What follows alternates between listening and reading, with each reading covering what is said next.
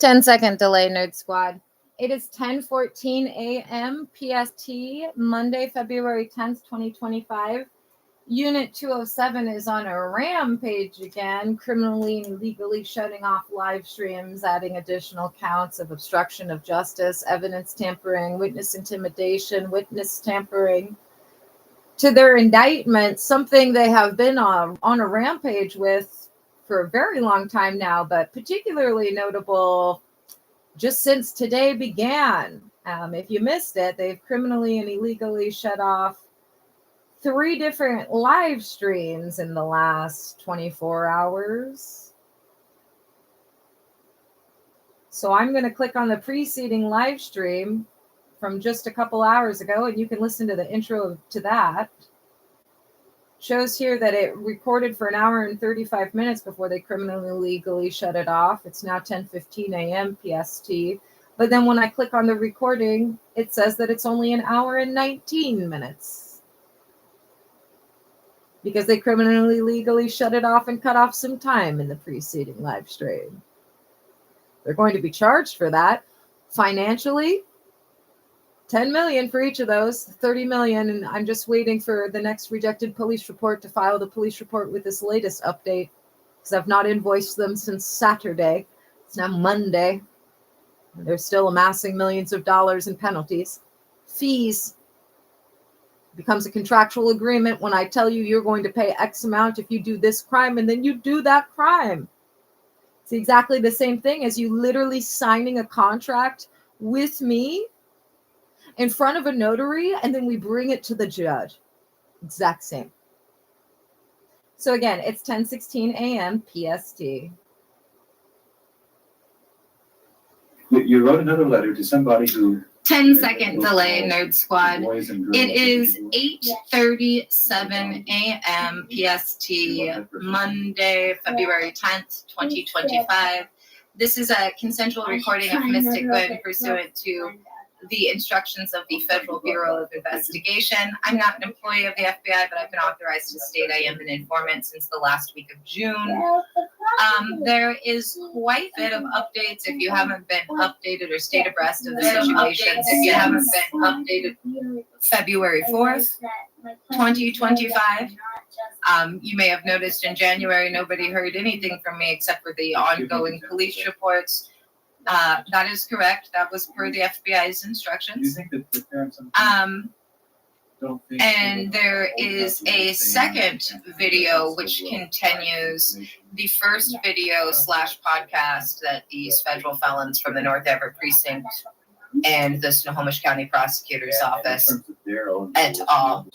Has removed from every platform, indoor, disabled its functionality, all illegally, with no immunity, absolute lack of immunity. And as a result, I made a YouTube live stream titled Mystic Gwen versus the North Everett Precinct of Fraudsters, the Stalker, the Extortionist, et al. That runs for just under 2 hours. And I think it was published in December of 2024. You can search for it right here. You'll want to listen to that. And then there is a part 2, which includes everything that has been filed since then, from February 4th, 2025, to as recently as this last Saturday, February 8th.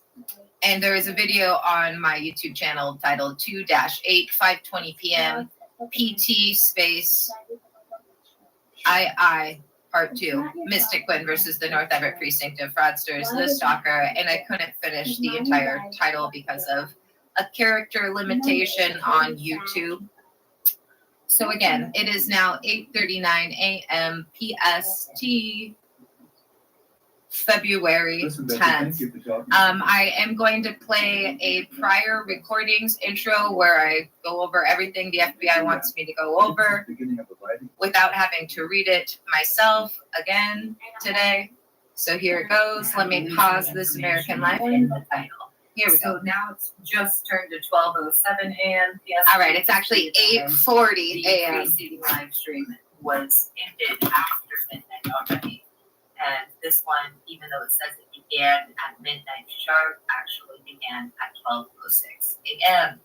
Now, there is a couple of things to go over. First off, if you, for any reason, find that this YouTube video ends without a explicit end time from me and the information that a new live stream will be commencing in 90 seconds or less, that I didn't end it. And the federal felons, i.e. the well-cooked hams, the child abusers, stalkers, hackers, thieves, fraudsters, hostage holders, domestic terrorists in the condo directly above my home of 13 years are responsible, and or one of their co-conspirators is.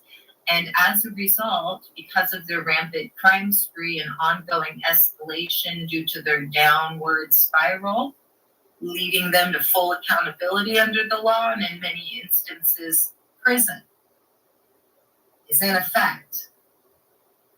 Since February 1st, I've only been adding a selfie of myself to the end of these YouTube live streams that I personally am ending, and that the federal felons upstairs aren't ending preemptively to add multiple additional counts from that one criminal act, such as obstruction of justice, such as evidence tampering, such as witness intimidation, such as intimidation of an FBI informant, i.e. witness tampering, the Class A felony. That's the one you're all looking at. Okay, that being said, I have no plans to end this live stream before noon today. Again, it's Monday. It's currently 12:09 a.m., even though this video said that it started at 12 a.m. There is a part 2 to Missy Gwen versus the North Everett Precinct of fraudsters, the stalker, the extortionist, et al. Part 1 is just under 2 hours long, and it fills you in on all of the information up to December 29th that is most pertinent. Part 2 went up after the 3rd addendum to February's judicial notice / police reports, and that police reports on Saturday.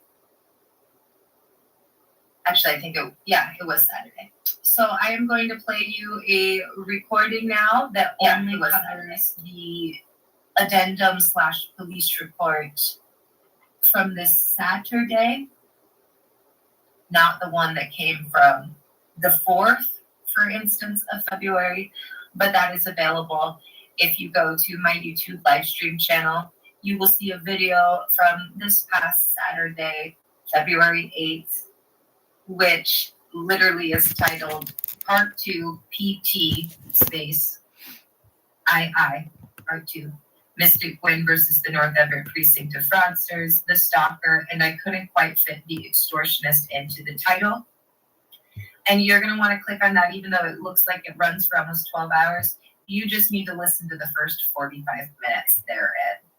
But right now, the FBI has me under orders to play this 15-minute recording that I'm about to push play on. And I need to pop over to the preceding live stream and add a selfie because I didn't end it. So pay attention. Happy Monday. The well-cooked hammies had plans for today. I wonder if they the well-cooked hammies. Remember, these attorneys facing federal disbarment, they won't take no for an answer as far as somebody else breaking into my house, because they're all about to have their kidnapping charges, which is multiple felonies. Every one of them is looking at for their planning, facilitating, premeditation, etc. Well, it's going to turn into aggravated kidnapping, etc. Well, it's going to turn into aggravated kidnapping February 23rd if you don't completely undo everything you've done and paid in full, and we all know you won't be doing that. Verified.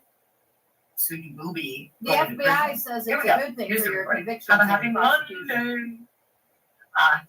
And stay the fuck away from my private property like you fools have been told every single month for 17 months. You sacks of shit. Touche. Okay, we are going to do a recording of the latest addendum / police report. I'm not recording this one on Twitter since we know that Unit207 has effectively destroyed that as well in their ongoing pattern of obstruction of justice and evidence tampering. Third addendum to formal judicial notice filed February 8th, 2025 at 7:12 a.m. Pacific Standard Time. Original filing, date of original filing, February 4th, 2025, 10:08 a.m. PST.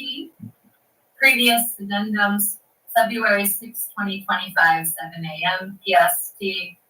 February 7th, 2025, 1:45 p.m. PST.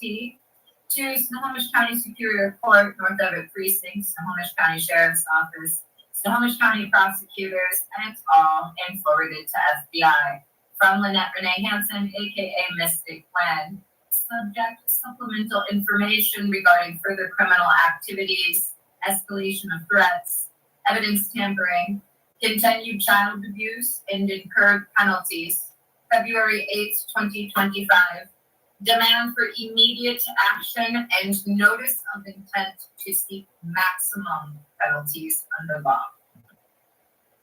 Maximum penalties is the third addendum to the formal judicial notice filed on February 4th, 2025 at 10:08 a.m. PST and previously supplemented. It provides further crucial information regarding subsequent events, the continued escalation of the criminal conspiracy, the blatant and ongoing obstruction of justice, the endangerment of my children, further acts of retaliation, and the accrual of additional financial penalties against those perpetrating these crimes.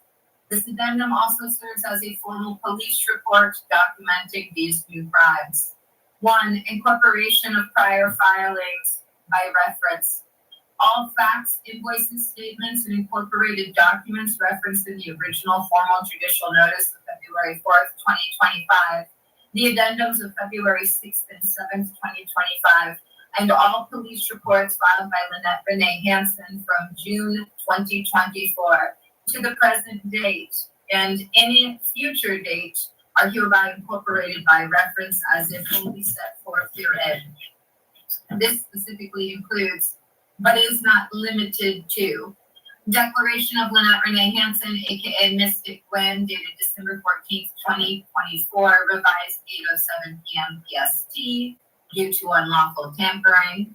Addendum to Declaration dated December 19th, 2024. Addendum and Amendment to Declaration dated December 29th, 2024. Tort claim filed August 14th, 2024, case number 10-500-5934, served upon the North Everett Precinct, Snohomish County Prosecutors et al. This document details planned felonies, named conspirators, prior child abuse, and plans for super felonies. The dated signage referenced within and photographed for that last page predated even that filing. It is to be noted per that tort claim, those named within it and their co-conspirators had planned to not only have the actionable kidnappings take place using my multiple times convicted stalker and abuser and my extortionist mother, but they also, and I quote, had, quote, super felonies planned. All police reports filed since June 2024 by me, Lynette Renee Hansen, aka Mystic Gwen. 2. Correction to the previous addendum from February 7th, 2025. Any reference in the February 7th, 2025 addendum to January 4th, 2025 is hereby corrected to read February 4th, 2025 at 10:08 a.m. PST. 3. Supplemental information, subsequent criminal acts and escalation. A. Status of front door and illegal detention. My front door has remained continuously closed and locked since January 2nd, 2025, per explicit FBI instructions. The sole exception was the first entry on January 20th, 2025, perpetrated by my disabled sons and illegally kidnapped sons under the direction of this criminal conspiracy. The FBI has instructed me to keep my door closed until the perpetrators are apprehended or until they attempt another illegal entry. As of today, February 8th, 2025, I have been illegally detained within my own residence for 184 days since August 6, 2024. B, February 7th, 2025, evidence tampering, obstruction of justice, and continued threats. Live stream interference. While preparing and filing the previous addendum and police report on February 7th, 2025, individuals associated with Unit 207 criminally and illegally terminated 4 separate YouTube live streams. They also retroactively erased over 1 hour of footage from certain recordings. These actions constitute blatant evidence tampering, obstruction of justice, and witness intimidation.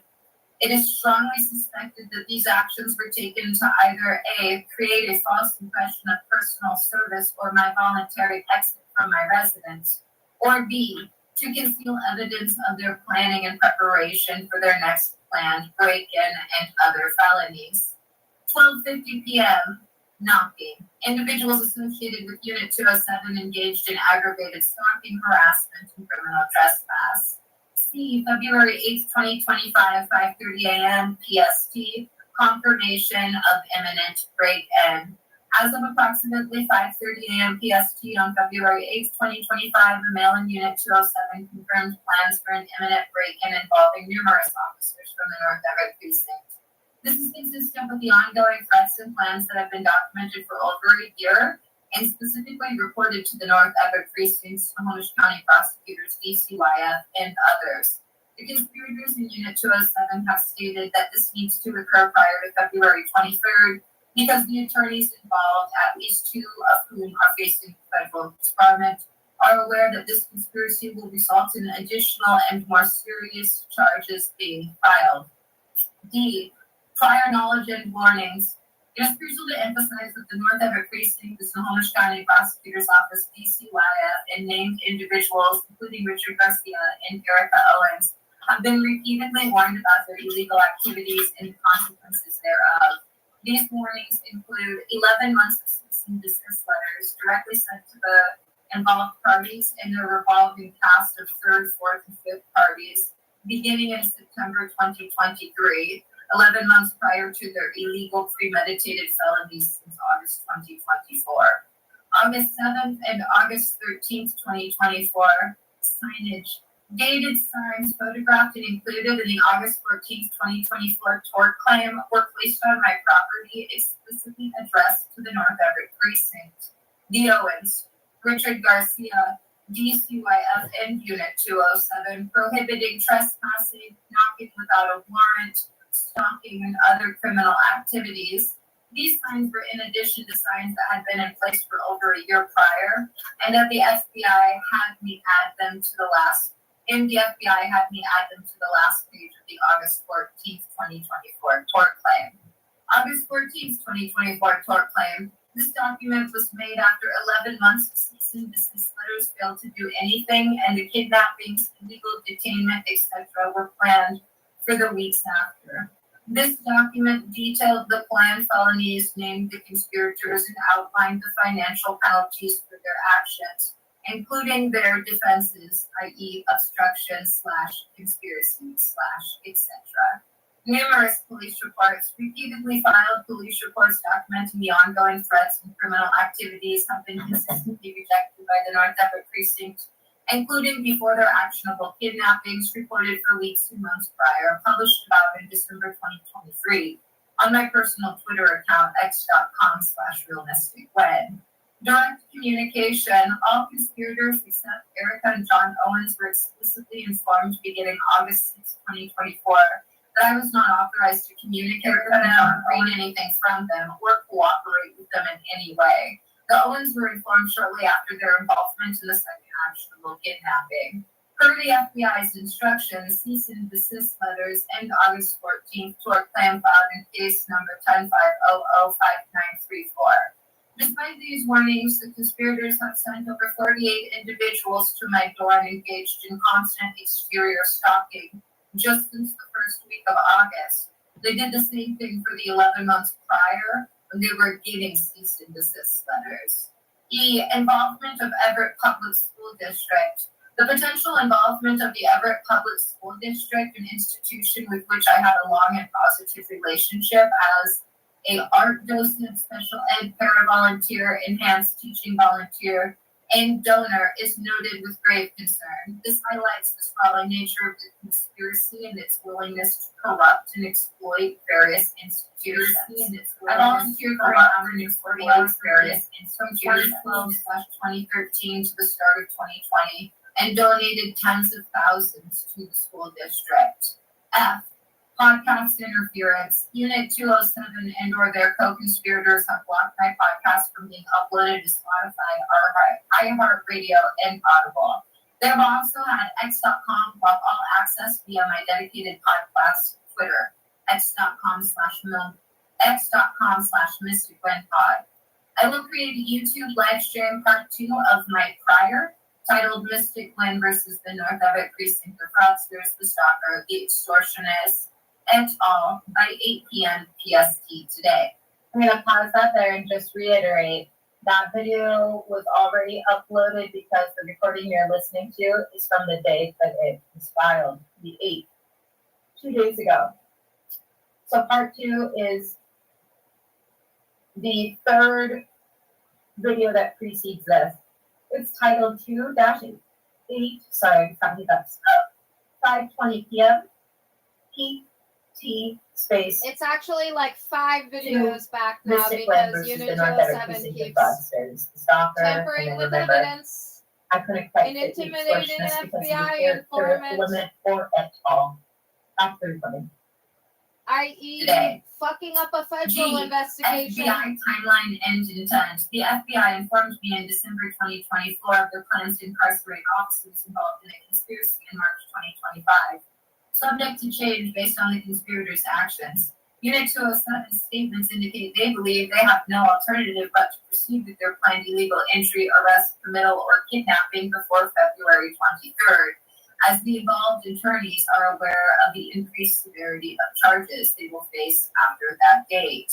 4. Financial penalties updated. The following financial penalties previously invoiced and contractually agreed upon are reiterated and updated. $100,000 per day for each day of my ongoing illegal detention, now totaling over 180 days. $10 million for any attempted illegal entry into my residence, increased to $25 million of I was asleep at the time. This penalty applies to the recent breaking and entering on January 29th, 2025. $10 million for the use of my sons and or for coercing them to commit any illegal acts, including the January 29th. $10 million for the use of my sons. Doubling of all penalties of fraudulent court orders are used in conjunction with any illegal act. Quadrupling of these fees for any of the above criminal acts if they are perpetrated within 7 days of a rejected police report regarding said acts. $10 million for the rejection of legitimate police reports constituting obstruction of justice. This applies to all reports rejected to date.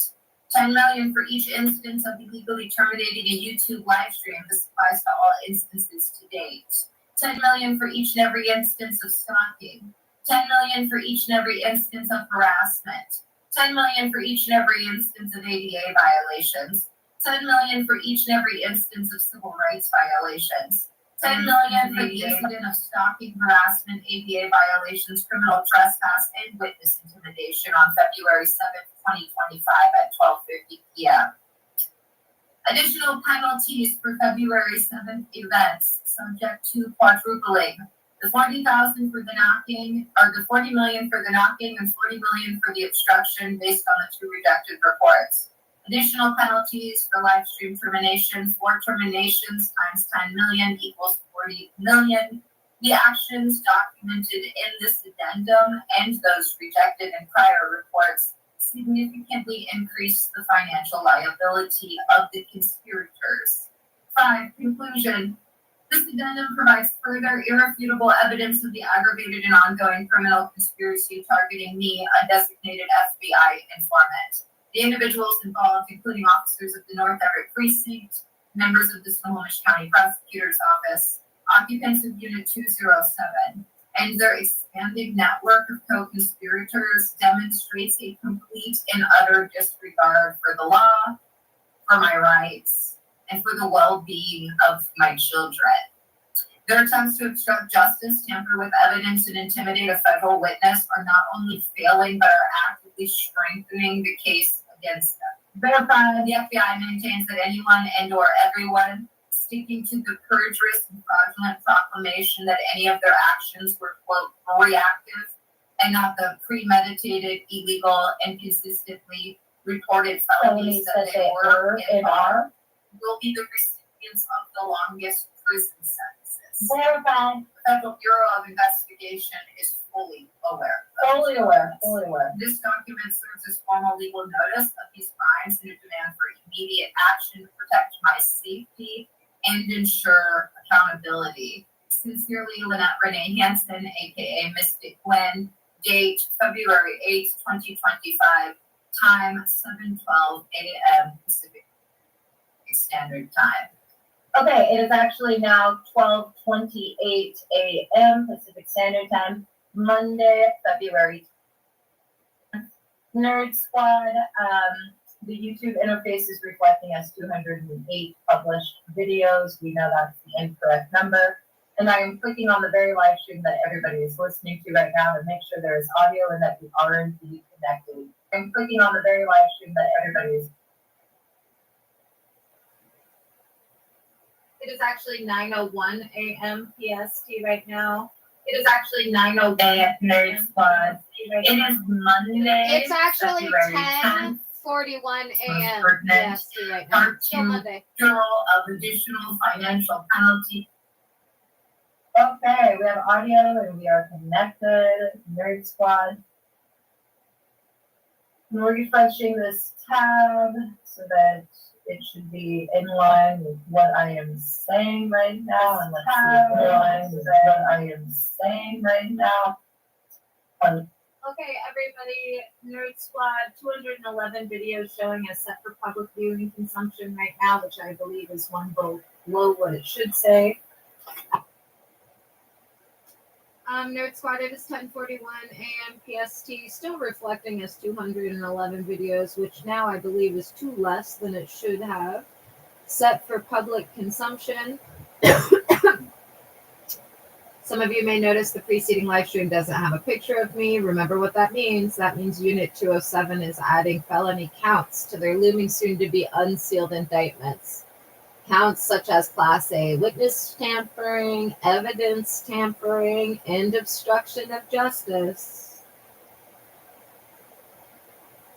Do we have audio? Testing. 1 2 1 2. This is just a test. Do we have audio? Testing. 1 2 1 2. This is just a test. Do we have audio? Sounds good. It's 10:42 a.m. Since the idiots upstairs keep fucking up the live stream, I'm just going to say this. I don't have any intention of stopping this live stream personally until probably close to 10 p.m. Maybe a little bit earlier than that. So remember, if you don't hear me orally tell you an end time and that a new live stream's kicking off in 90 seconds or less, the imbeciles upstairs did it. And part of their premeditated felonies have been to criminally and illegally shut off the live stream for the final breaking and entering / illegal arrest or unlawful committal or kidnapping of me, all of which will result in serious domestic terrorism charges being added to all of their indictments in the event that I'm physically moved from the seat that I've been ordered to remain seated in by even a millimeter.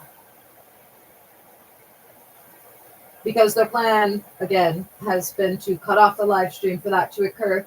And then they've demonstrated, as has been reported repeatedly over the last few days, that they can not only cut off the live stream from Unit 207, they can cut out over an hour of the recording of the live streams that they cut off. Now they're going to be charged for that. But I believe right now, as someone that is not an employee of the FBI, who's only a designated informant who knows everything on a need-to-know basis, that the FBI is waiting until February 23rd. Again, for some reason that week, a lot of charges and additional charges become more serious that these people that are going to prison are looking at. And then remember, everybody, in that December revised declaration from 8:07 p.m. on December 14th, The FBI had me tell you all that they didn't plan on arresting your officers until next month. And then let's just quickly go over some quotes from the FBI. I think this one is real good and pertinent. Quote, "There will be an exodus at the North Everett Precinct." That's from August. Here's another one from August. "Most officers take an oath to serve and protect. The North Everett Precinct takes an oath to abuse and deflect." Quote, "That constitutes domestic terrorism," end quote. And on Unit 207 explicitly, quote, "They are not nearly as smooth as they like to imagine," end quote. Now remember, the North Everett Precinct was previously named the Precinct of Fraudsters. The FBI said every agent, undercover or in the field, even paper pushers in the state of Washington would know instantaneously when you said the Precinct of Fraudsters that you were talking about the North Everett Police Precinct. Then they said last month in January, they've renamed them to the Precinct of Stalkers. Anyway, are we still connected at 10:45 a.m.? Anyway, are we still connected at 10:45 a.m.? Seems like we are. I'm going to go back to the podcast I was listening to. It's a BBC News one called Lives Less Ordinary. This episode is particularly boring. Came out today. I'm bored so far with it, but a lot of the episodes on this podcast are good. It is a podcast where people, random people, all sorts of people come on and tell you one weird story about their life. So far, this guy hasn't really said anything that I think is weird about his life. My favorite ones include stories of people that are kidnapped by Somali pirates, a bicycle bank robber from San Francisco in the 80s. There's some good episodes. Again, it's called Lives Less Ordinary. This is today's episode, and it's over halfway done.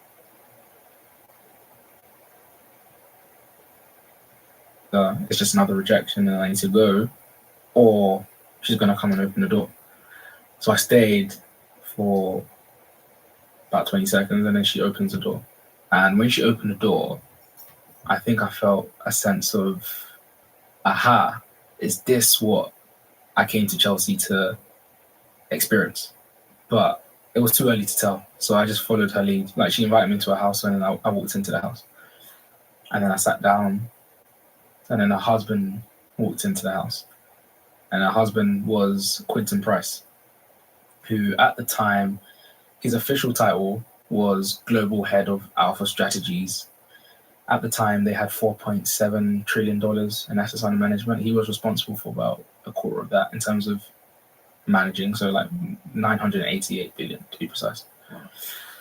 I didn't know all of that, by the way, before. These are things I found out afterwards. But when he walked in, his wife Elizabeth said, "Oh, this is Reggie. He wants to know what we did to be able to afford this house and to live the life that we live." That must be a strange question. To walk into your house, see a stranger, Yeah.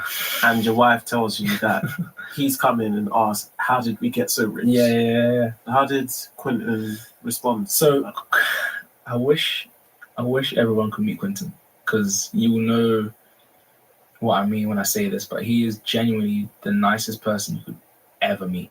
He has this character of like this great sense of empathy and this tremendous ability to understand, just walk in someone's shoes, which I've never, like, being able to do that to that magnitude. I've never seen it before, particularly with someone that was of that stature in society or in the industry at the time. But he was able to walk in my shoes like I've never seen anyone walk in my shoes before, like, and really understand it, particularly because we're from polar opposite worlds. Yeah. Right. So did you end up telling your story? Yeah. So he sat down, and he said, "Tell me about yourself and what are you doing here?" So then that's how we got into my story, and that was less than a year after my dad had died.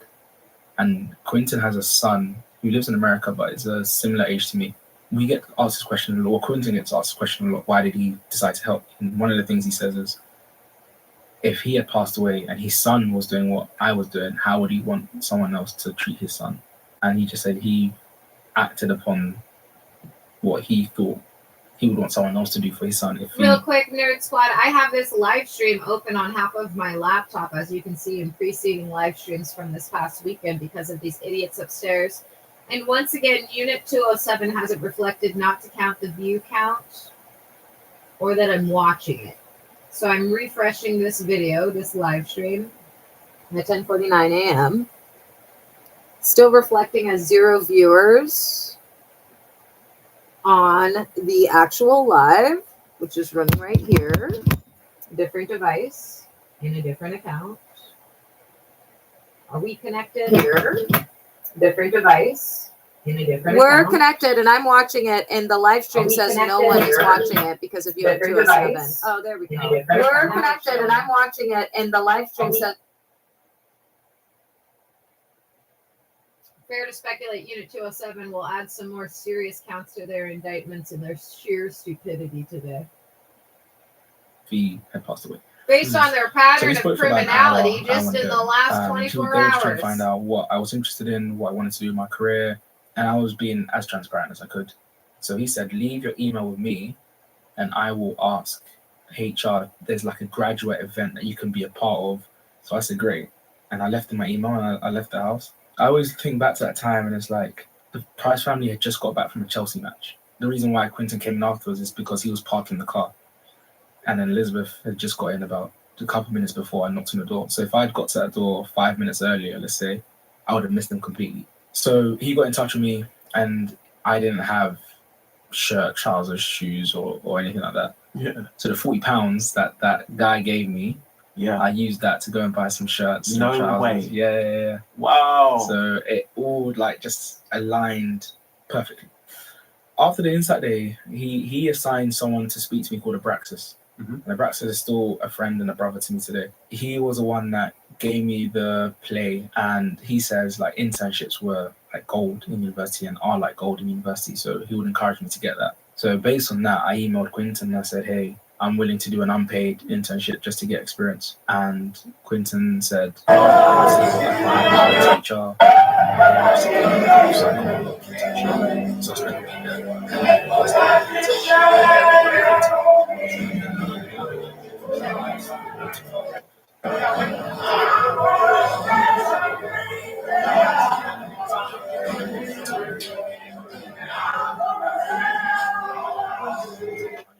That old young man. and he took money from his own pocket to give to me, Super Bowl just in case I had to buy like any suits for the internship and like lunch, or he didn't want me to be out of pocket anyway, shape, or form. So after the internship, Quentin invited my mum into the office.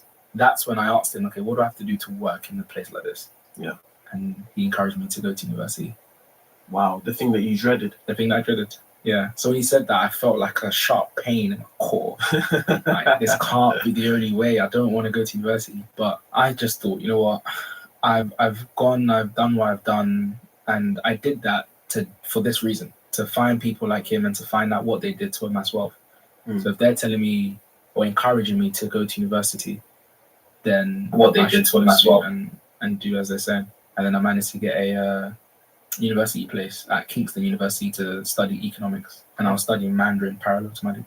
Fantastic. Yeah. But university was a steep learning curve. My first exam, 3 months into university, I scored 25%. And I remember going to get my exam results. You had to go to your lecturer's office.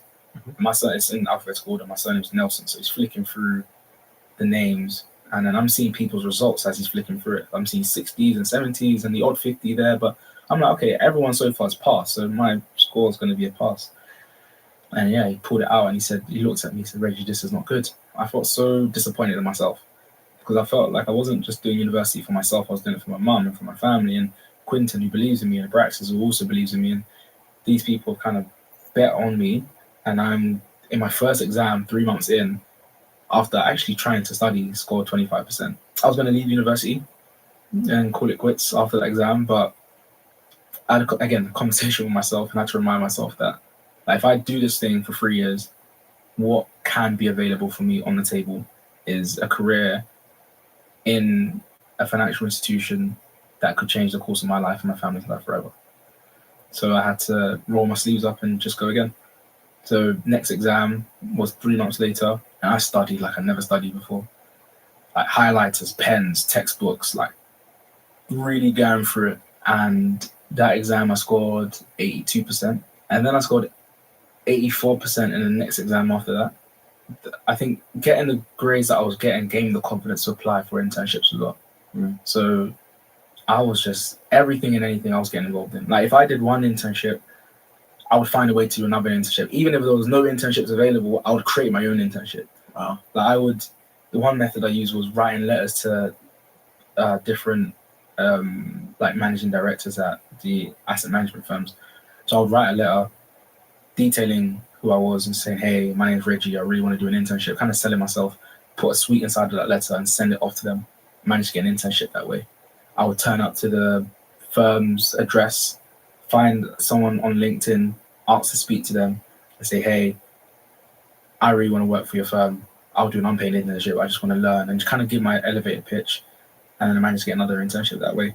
But yeah, it was, again, knowing what was available helped. So I knew that if I could do like a handful of internships, I could get a good grade at university, then I could start a career that would allow me to live a life that I've always wanted and provide for my family. When you managed to graduate, what was the response of both your family and the Prices and Yeah, Praxis? we were ecstatic. I mean, Abraxas was super happy.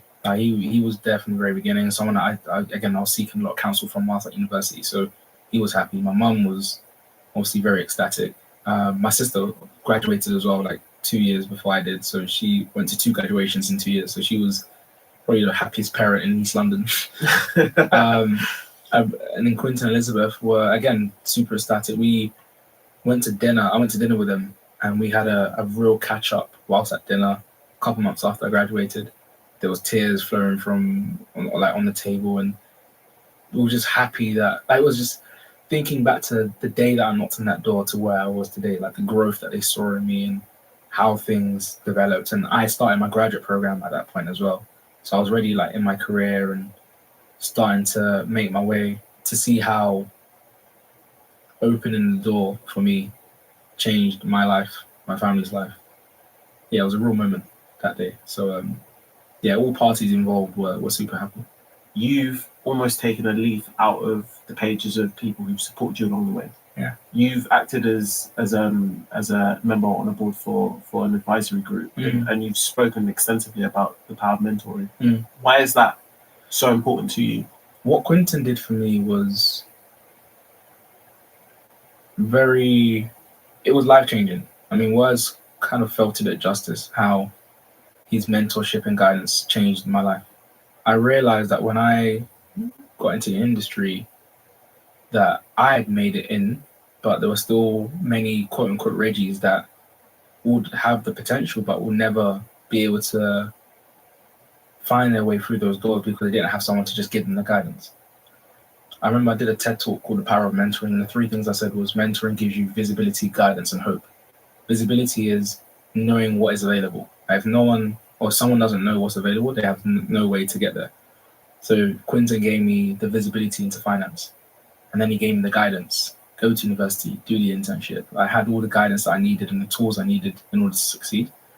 And then the last thing is just hope. Like, you go in there with hope that you can change your family's life, and then you have that visibility, that guidance. And if you take ownership of that, then that creates the hope for yourself and for the people around you. And I realized that when I graduated and people messaged me on social platforms and stuff asking for help, and when I started to offer my time and mentor these people, I saw how life-changing it was for them. So then I was approached to do be a part of an advisory position for a social mobility charity called Outreach, which I still sit on today, and that is just centered around helping students from a lower socioeconomic background have the tools they need in order to succeed. I see it as like being a Quinton for other people, right? And again, seeing how impactful that was, I think has been the driving force for me to just get involved in as many things as I can. And a recent one that I've been involved in is doing mentorship for offenders. So I've been going to Cookham Wood Prison But we like go there, like, me offenders. and a few other guys. We go, we play football with them, we mentor them.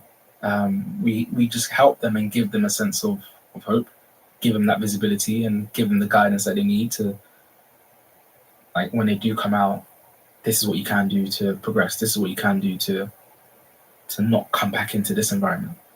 And just show them the love that they didn't receive. Because I know that could have easily been me. And if I can be that bridge and be that light for someone, that's invaluable. And I feel like that's part of my grander calling now. Like, it started off as I want to be rich and have a Rolex and have a life for my family and do all this stuff. And it's quickly turned from having all of those things to how impactful can I be? And how can I be a Quentin for someone else and open the door for other people? I think that's what it's more about now for me anyway. So That's a fantastic mission statement. And my last question for you is, if you could say something to that concierge that you thought wasted your 10 minutes, considering your journey that you've had up until this point now, what would you say to them? Thank you. Thank you very much. I sometimes think about this, like, if I could go back, or if there was a way that I could meet everyone on that day, and if they could see what had happened 9 years on, it'll be a blessing, I think. But hey, maybe one day I will, maybe I won't. But no, that guy that gave me £40 and the concierge person, if you are listening, I just want to say thank you. That was a truly inspiring Reggie Nelson, who joined me in our London studio in 2023. Today's edition of Lives Less Ordinary was presented and produced by me, Tommy Dixon, and the editor is Rebecca Vincent. Since you made it to the end of this podcast, we'd love to know if you've enjoyed it. Drop a short and sweet review or a star rating on whatever platform you're listening from. It really helps us know which LLO stories you love listening to and how to bring you more just like them. And if you've got an inspiring story that you just can't wait to share with us, you can reach us on our email address, liveslessordinary@bbc.co.uk. Or you can drop us a text on our WhatsApp number, +44 330 678 2784. Thanks again for listening to Lives Less Ordinary. Take care, and we'll see you again next time.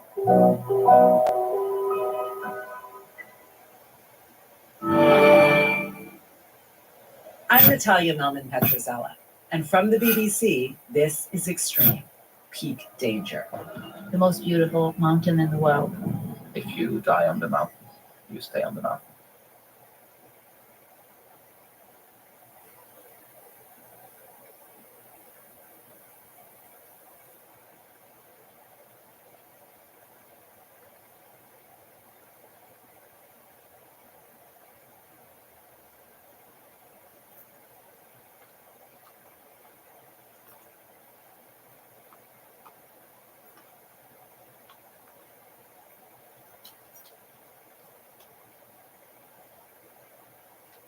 $11:02 a.m.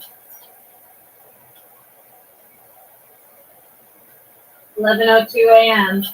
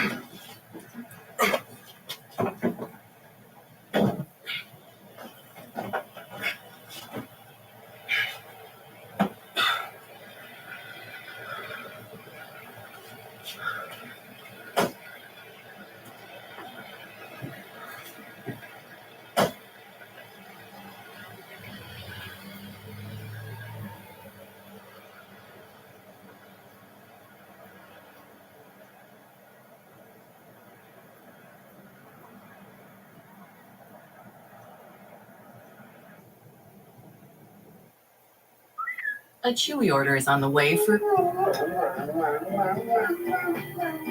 Rue, who can speak for himself, but can't shop for himself. So when he gave his Rue of approval on the food Dad bought on Chewy, Dad put it on auto ship. So it always gets delivered right on Rue's schedule. The flavor Rue loves, the savings they love. For automatic delivery and 5% savings, for life with pets, there's Chewy. Todos están hablando del internet residencial de T-Mobile. Qué bueno que nos cambiamos a internet 5G residencial de T-Mobile. Sí, y son solo $35 al mes. Lo mejor es que tiene el poder de la red 5G de T-Mobile. ¡Yay! Y tú tienes el poder de subir estas cajas. ¡Wow! Es demasiado bueno. Suena bien, ¿no? Me refería al internet de T-Mobile. Ah, T-Mobile. Obtén internet residencial confiable desde $35 con precio fijo. Pruébalo sin preocupaciones por 15 días. T-Mobile, internet a tu manera. Cierra los ojos. ¿Puedes sentirlo? Esa sensación única Ahora abre los ojos y pon las manos en el volante. Porque solo Jeep proporciona los medios para ser ilimitado. Jeep, solo hay uno.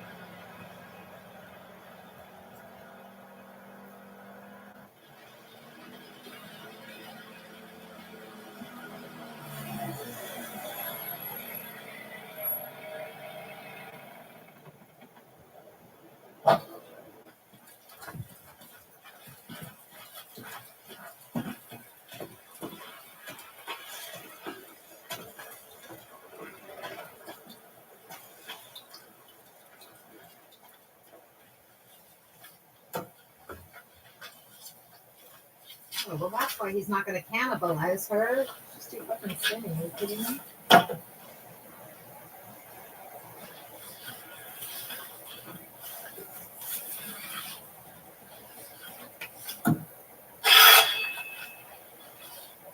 All right, this is not the movie I'm looking for. I just started some Spanish film called Cannibal. A little too much, especially considering I'm making Star Wars waffles.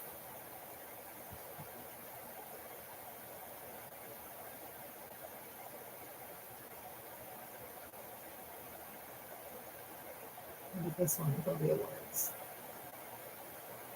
Misbehavior. Oh, romance. Two teachers are at an all boys high school.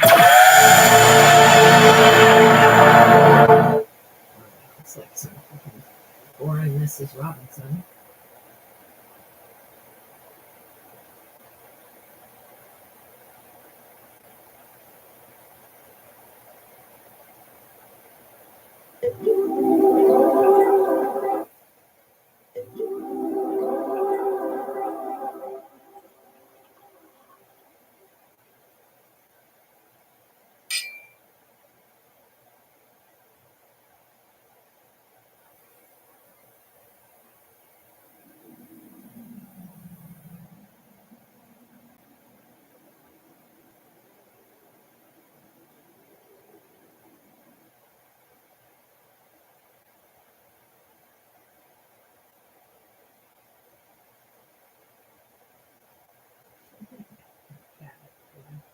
I love it when people make horror movies that are on things you wouldn't necessarily think of, like that scary movie from the 80s. It's you.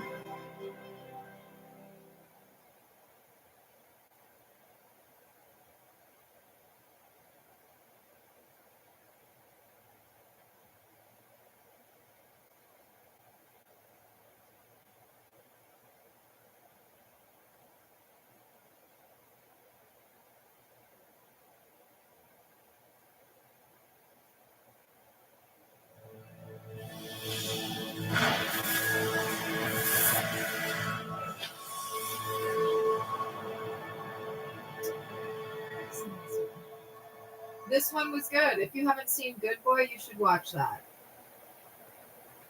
That was a weird story.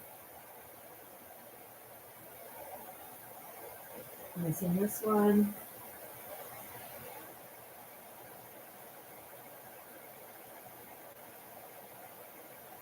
Action, mystery, sci-fi. International.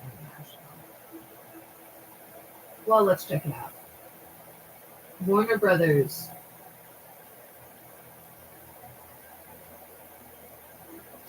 Ah, that is the smell of my Boba Fett waffle. Almost ready. How are the felons upstairs? You guys gonna break and enter today so I can get paid some of the money you've stolen in that you owe me? Because you know what I really like is cheese, bread, and veggies. But they've been starving me since November 23rd. In addition to their 250 plus separate criminal acts. An ongoing cyber stalking taking place at this very moment as well as some crimes they're perpetrating on Wall Street this AM here in Everett. Happy Monday.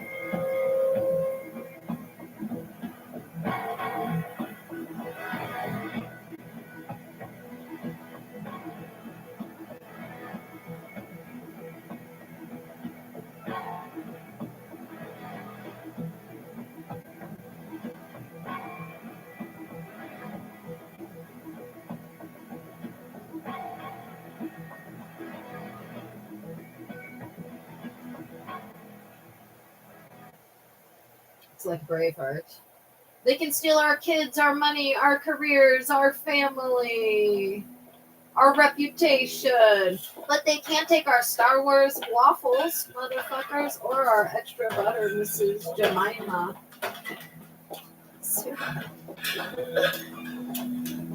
And I still have 2 full frozen jars of red raspberry jam, motherfuckers.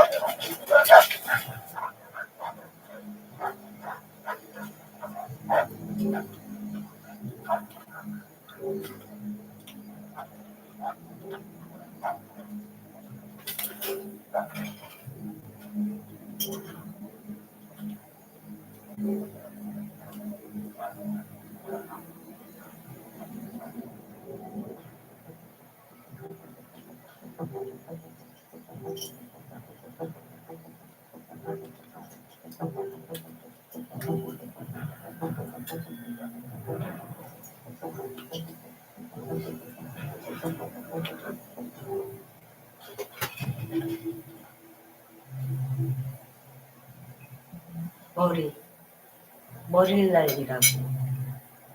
병신 새끼들아, 내가 몇 번을 얘기해.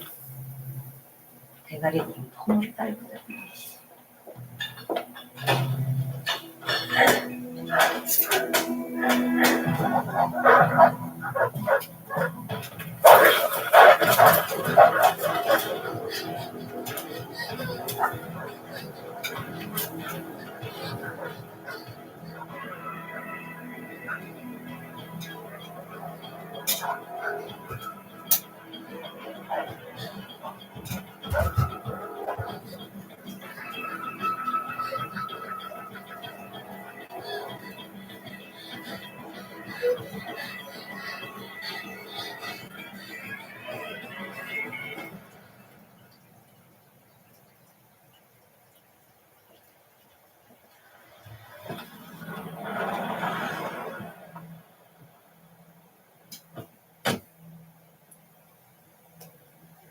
Star Wars waffles with a tablespoon of red raspberry jam with seeds spread over it. And then Mrs. Buttersworth.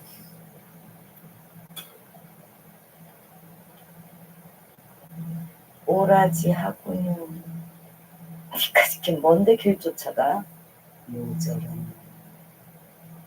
얼른 올라가 씻어. 꼴도 보기 싫으니까 얼른 올라가. 걸그적거리지 말고 꺼지라고 이 새끼야.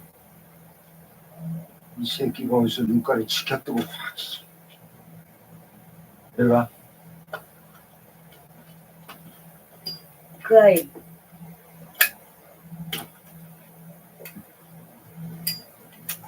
결국 놓친 건가? 당신들 말이야. 뭔 일을 이따위로 허술하게 해요?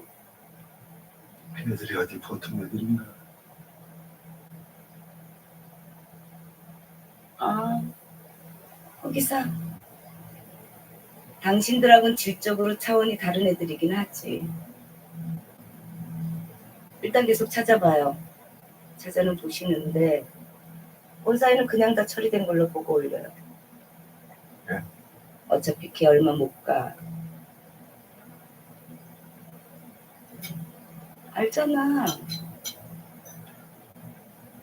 이거 알잖아. 상태가 미스터치 당신하고 다르다는 거. 걱정하다 죽겠지. 그래도 문제 아닌가? 그런 애가 폭주해. 별 걱정을 다 하시네. 그래봐야 지가 이제 8살이야. 됐고, 나 가요. 배고파. 뭐 좀 먹어야겠어. 누구 때문에 이 새벽에 뭔 지랄이야 이게. 가.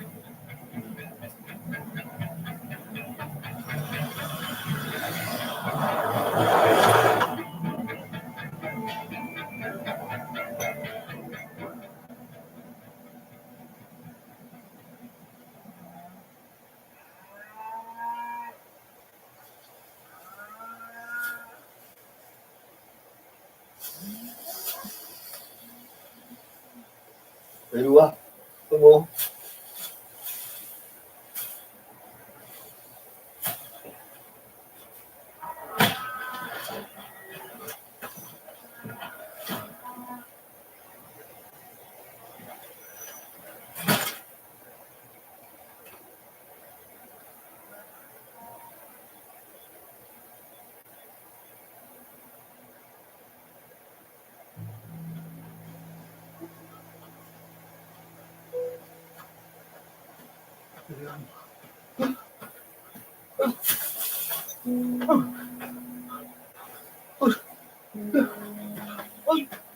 아빠야.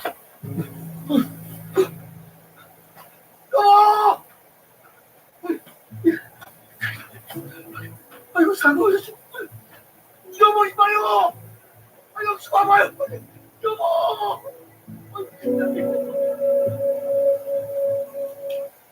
Looking for a way to stretch the dollar? With Insurify, you can cut your car insurance bill in half. Getting a deal on car insurance from Insurify is super easy, and all you need is a phone and a finger. Scroll through dozens of prices and tap to switch online. That's it. No phone calls and no wasted time. It's just like searching for a flight or hotel online. Enter your car information, and Insurify does the rest. Go to Insurify and save today. Check if you're overpaying for car insurance. Go to insurify.com. A Chewy order is on the way for Radar, who hears everything. And that sound means Chewy is en route. Ear wipes, kibble, squeaky lamb. It's almost Chewy time. And that's Echo, whose favorite seed is also on the way. At prices Mom loves. Because 2 pets means twice the savings. For low prices and fast shipping, for life with pets, there's Chewy.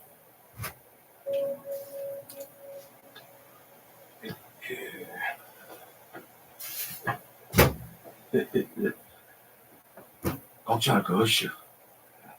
내 생각보다는 외상이 좋아서 금방 나을게. 저 기억이 올란가 어쩔란가 모르겠네. 자기 나이도 모르고 이름도 모른다니. 수고 많으셨습니다. 근데 이제 다 나오면 못 줄게요.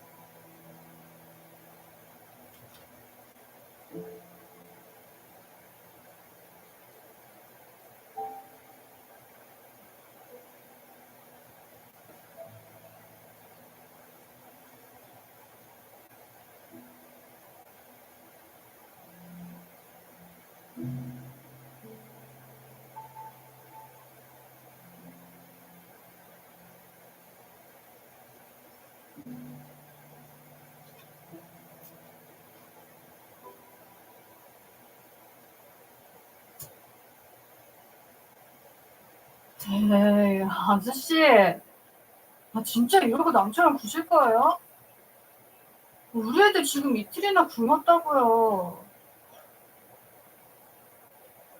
아니, 요즘 뭐 워낙에 상황들이 안 좋으니까. 알긴 알아.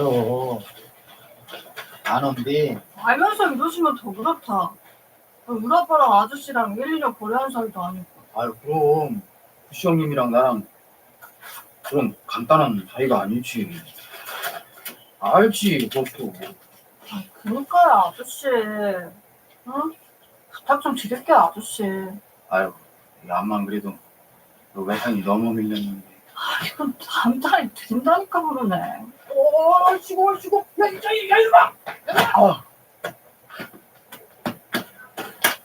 너 지금 뭐 하는 거야? 아니, 애들이 이틀이나 굶었대잖요. 그 소리를 얼마나 배가 고파. 어이구 시청자 도장에도 못생겨가지고. 아저씨, 여기까지 열둘 거예요. 그래요. 아니 저 사인아. 사인아 먼저 가. 자, 갈게요. 사인아 들어가. 들어가. 야 그거 들어가지. 다음 까지 상자 저기 다 올라가고. 야 신발로 막 그냥 좋아? 왜 이거 시키서 거덜낼 새끼 이놈이 이거. 아니, 아는 사람이 이렇게 쫓아내고 보지 마요, 진짜. 난 신발로 새끼가 확실해. 아니 넌 도대체 왜 쟤만 보면 정신을 못 차려 이놈아? 그 새끼가 확실해. 아니 이쁘잖아요. 넌 도대체 왜 쟤만 보면 정신을 못 차려 이놈아?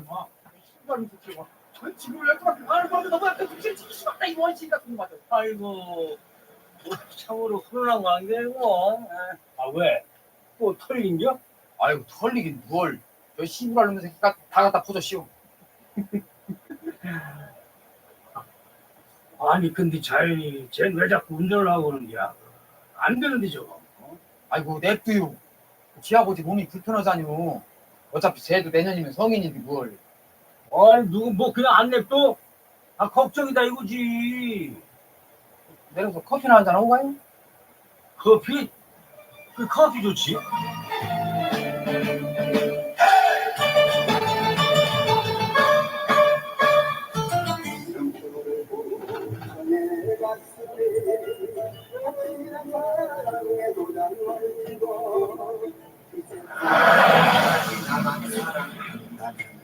확실하게 붙잡아 놓치면 깨어지는 유리알 같은 사랑보다 품인 거야. 정 주고 맘 주고 사랑도 주고 이제는 더 이상 만날 수 없다.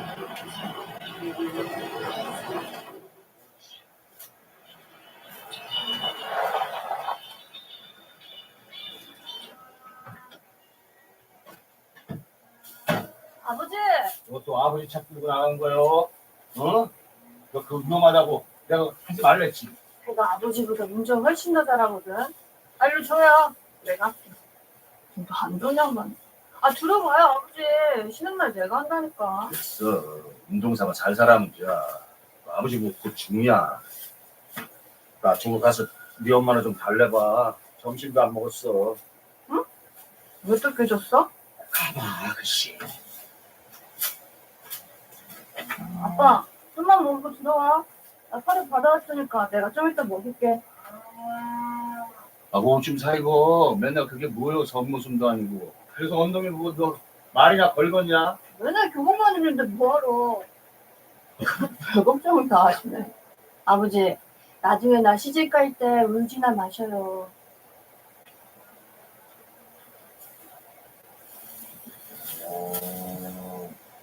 야, 줄 때 처먹어 얼른. 와, 일로. 엄마!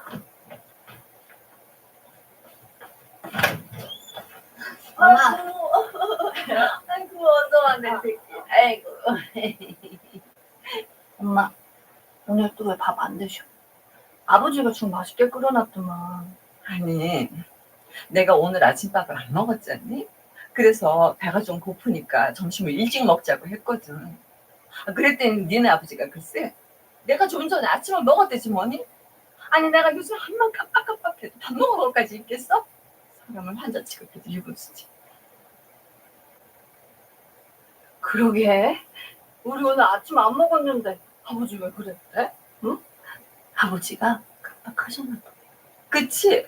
응. 그래서 나도 점심 내내 배고팠어. 그렇다니까. 니네 아버지 앞날에 이상해. 영 치매가. 엄마, 내가 오늘 저녁은 진짜 맛있게 해줄게. 오늘은 좀 일찍 먹자. 응. 엄마 뭐 먹고 싶어? 뭐든. 우리 딸이 만들어주는 건 뭐든 다 맛있죠. 어제 유력 본인의 한민수 교수의 경기도 사태에서 화재가 일어나 일가족 모두 숨졌습니다. 시신에서 총기에 찔린 흔적 또한 발견돼 경찰은 단순 화재가 아니라 이들이 타살된 것으로 보고 용의자를 특정하는데 수사를 술값 폭락이 수개월째 계속되면서 파리를 포기하는 경우가 이렇습니다. 포기 소비자가 지겠습니다. 마을마다 비어있는 숙사들이 대기합니다. 사려장에서 뭐라 그러지? 뭘? 뭘 뭐라 그래? 아마도 몇 마리 다 내놔야겠어. 안 돼, 아버지. 너무 싸잖아. 내가 얼마야? 저것들 굶기느니 차라리 그게 나아. 얼마야? 저것들 굶기느니 차라리 그게 나아.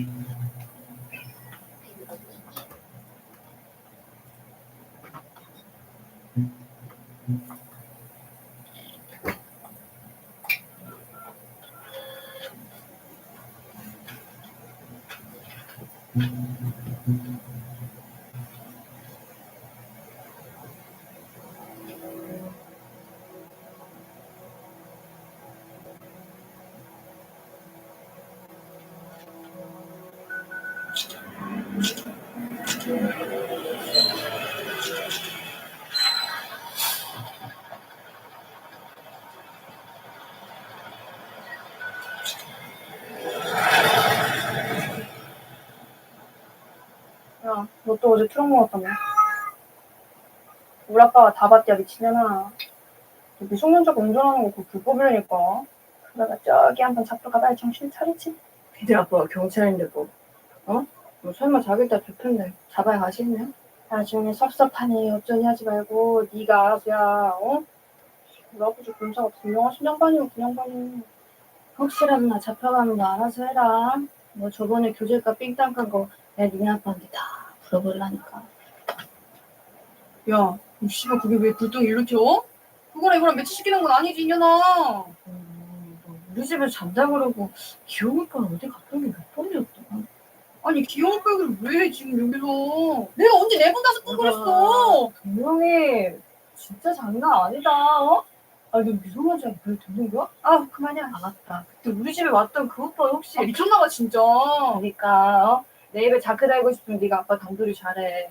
나는 썩네. 아우 영화 큰일 진짜. 아.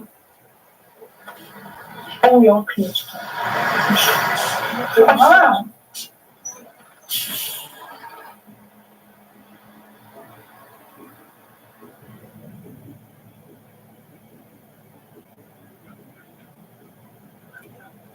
야, 너 돈 필요하겠지? 왜? 네가 주려고? 미친냐?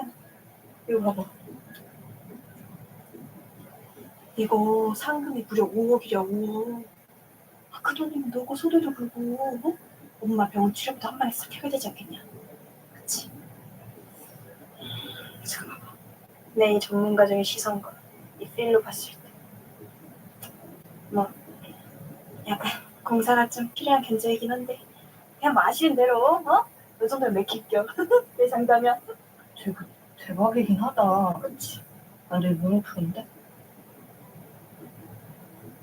이거 요즘 텔레비에서 엄청 광고 때리고 오락교에서도 지금 다들 참가하겠다고 난리 다닌데 그니까 맨날 속골이나 처먹이고 다니지 말고 텔레비도 좀 보고 살고 그래야잖아. 무슨 구석기 실서냐?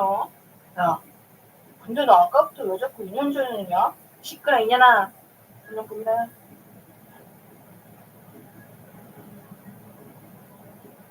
인터뷰 시작할게요.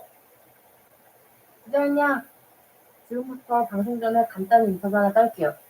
긴장하지 마시고 편안하게 하세요, 편안하게. 네. 오디션 지원은 이번이 처음이에요? 네. 그럼 따로 노래를 배우거나 한 적은 없고요? 네. 나이가 19. 고3이네요? 네. 공부 잘한다면서요? 아까 같이 온 친구가 그러던데 전교 1등이라고. 진짜? 야, 이거 너무하네. 얼굴도 있고 공부도 잘하고 노래까지 잘하면 진짜 불공평한 건데? 죄송합니다. 뭐 죄송할 것까지는 없고요. 오늘 성공은 뭘로 했어요? 뭐냐면요.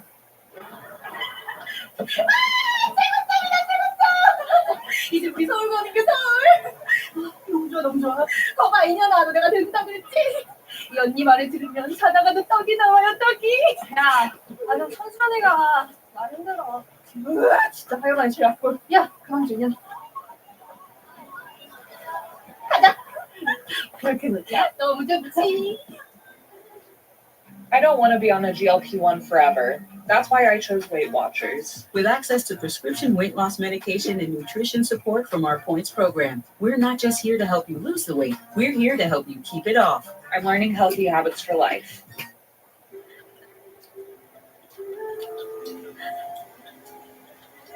역시 우리 딸이 제일로 예쁘다. 노래도 제일로 잘하고. 얘가 어렸을 때부터 성량이 좋아갖고 다들 가수 시켜보라 그랬지 않죠? 알았어, 목소리.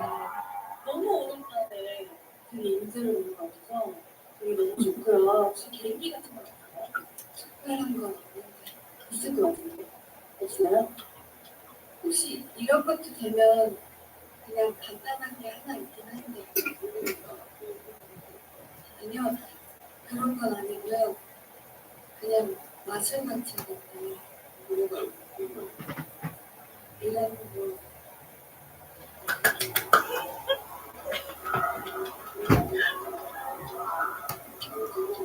자연아.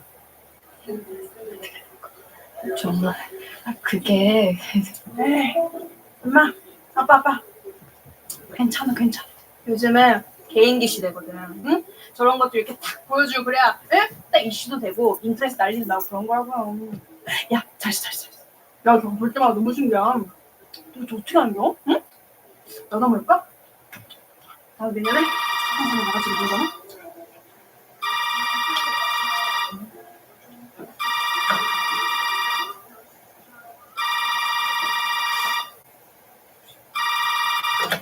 여보세요? 여보세요?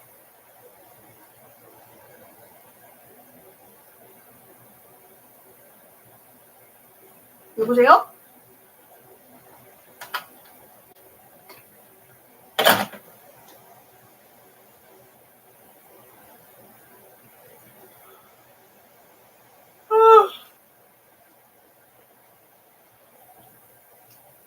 저 졸려. 나 오늘 잔다. 안녕히 주무세요. 왜 또? 진짜. 잠은 좀 니네 집 가서 자, 이거 사. 하루 이틀이요? 좋으면서 앵탈은 좀 좋다고 이거 사. 나 오늘 내가 먼저 잠깐 자리. 야! 엄마는 조심할게, 엄마. 근데 너무 걱정 안 해도 돼. 아까 봤지? 응? 사람들이 그렇게 좋아하잖아. 내가 뭐 진짜 유명해지고 싶은 것도 아니고. 나 저기 상금만 타면 더 이상 나갈 일도 없어, 엄마. 4강에만 들어도 3천만 원이잖아. 엄마 무섭다. 엄마가 얘기했었잖아. 세상 사람들은 지랑 다른 말 그냥 두고 보지 못한다. 혹시 네가 두고 보지 못한다. 엄마 또 그 소리 한다. 에이, 할망구 이거 뭔 소리 하는 거야 또. 얘가 가긴 어딜 간다 그래? 응? 그래, 엄마. 내가 가긴 어딜 가. 나 여기서 엄마 아빠랑 오래 살 거야. 응? 걱정 마. 저 들어갑시다. 늦었어.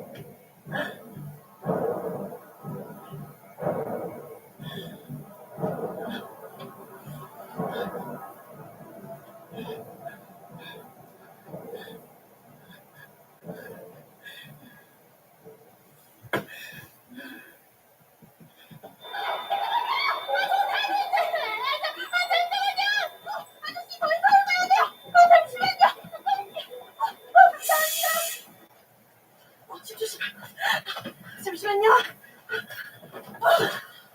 진짜 아슬아슬했다. 왜 갑자기 예정이 없던 생방이랴? 거기다가 밤탱이 씨발 걔 왜 오늘따라 말이 왜 이렇게 많냐? 마음에 안 들어. 배고파. 밥도 못 먹겠네. 야, 배고프지 않냐? 배고파. 밥도 못 먹겠네. 내가. 짜잔. 뭐야? 이걸 준비했지. 계란. 철저한 준비성과 이 씨의 적절한 매력 선택. 난 진짜 안 만나도 센스가 짱인 것 같아. 누가 뭐래도 기차에서는 이 계란이랑 사이다가 진짜. 기현아. 그래도 싸운 사람 성의를 봐서 잘 먹을게 한마디를 하고 처먹어. 맛있다. 야, 근데 나 진짜 이런 거 잘 챙기지 않냐? 살짝 메이저 챙기는 것 같아, 그치? 부끄럽고 나 살짝 살짝 부끄럽고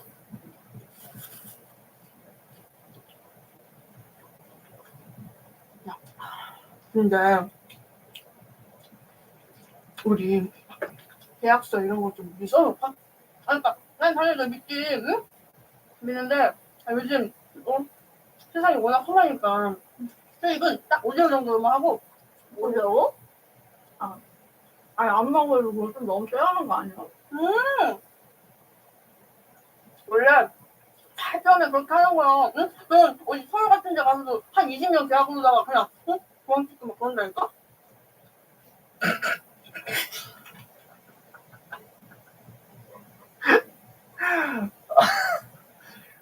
웃겨서 더 못 참겠네 진짜.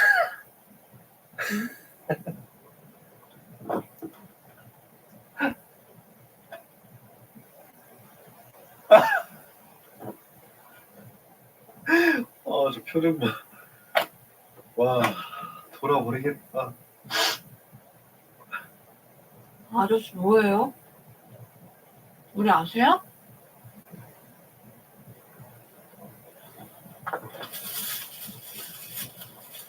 알지. 아주 잘 알지. 내가 어떻게 몰라. 어떻게 하신 오빠? 너 그냥 나 물론 좀 잘생기다고 나가냐? 난 모르는데? 진짜? 응.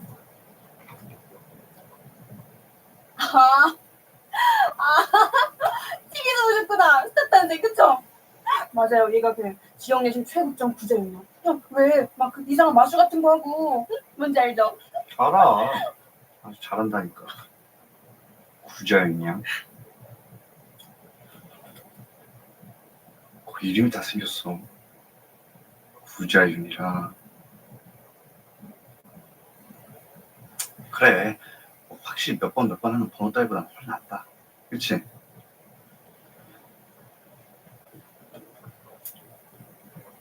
안 그래? 마녀 아가씨? 벌써 네 별명까지 다 하시고 진짜 네 열애 팬이시겠다. 근데 어떻게 하시... 벌써부터 사생활 걸렀는데 벌써 올라간다. 왜 이래? 기억 안 나? 네? 지금 무슨 말씀 하시는 거예요? You don't have to project. Come on now. 너 같은 애가 그리셨다고? 에이, 그게 말이 돼? 절 아신다고요? 알지, 당연히. 너 나 알잖아. 왜 이래, 진짜? 혹시 사람 잘못 보신 거 아니에요? 전 전혀 모르겠는데.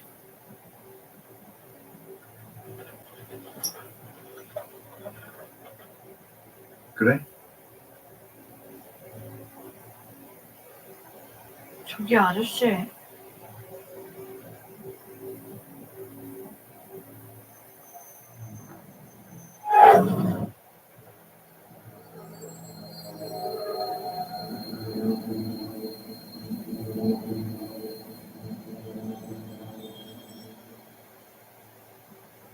이거 진짜인가? 아저씨 뭐 하시는 거예요 지금? 미쳤어요? 사람들 괜찮아? 졸라 재밌네. 저기요 여기 이상한 사람 있어요. 아저씨 우리 아까 경찰이거든요. 어디서 큰일 날 짓을 하고 있어.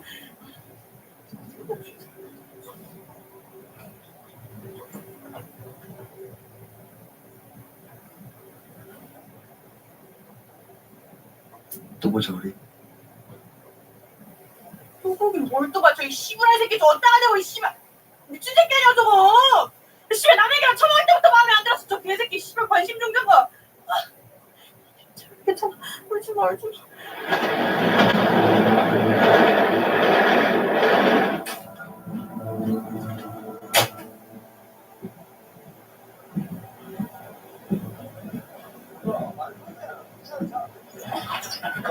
아니 내가 술 먹어가지고 어제 잠깐 도착했다.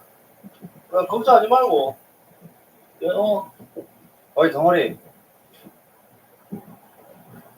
어이 덩어리. 이집 내한테 한 소리가. 그럼 여기 너 말고 또 누가 있어요? 씨발 새끼야? 뭐하는 새끼고 이거? 야, 내 좀 이따 전화할게. 전화. 전화 다시 못할 텐데. 이 십자석이 뭘 잘못 쳐먹나? 미쳤냐고 이 새끼야. 잡았나 지금? 잡았다 이 문디 새끼야.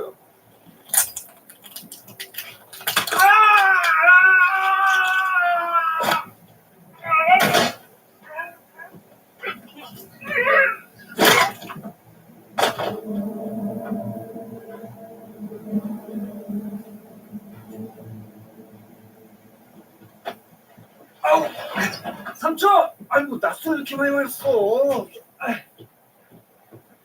삼촌!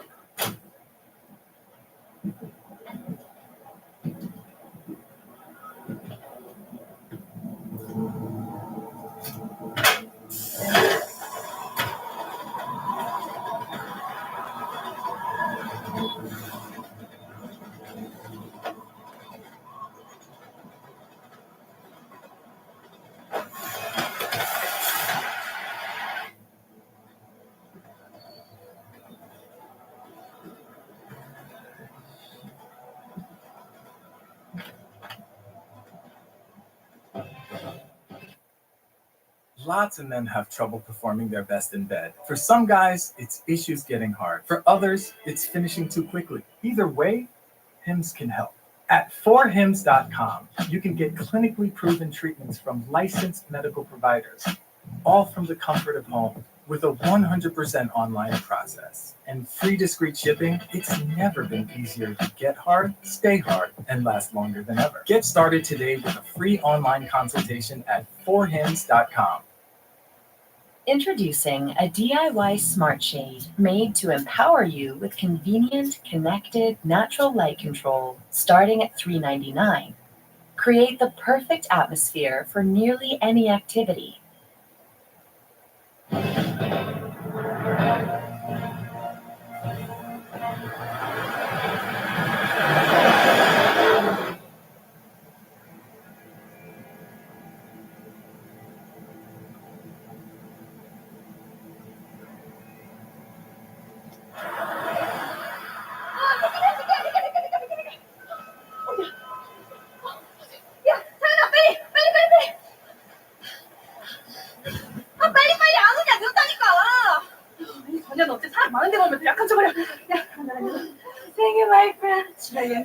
아무튼 니는 진짜 이 메이저인트 잘한다. 알겠냐? 무조건 5대5야. 오케이?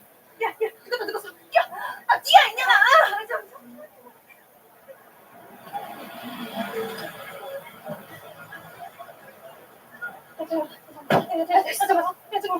나 이거밖에 못 줬어. 이거 좀 발라 있냐나.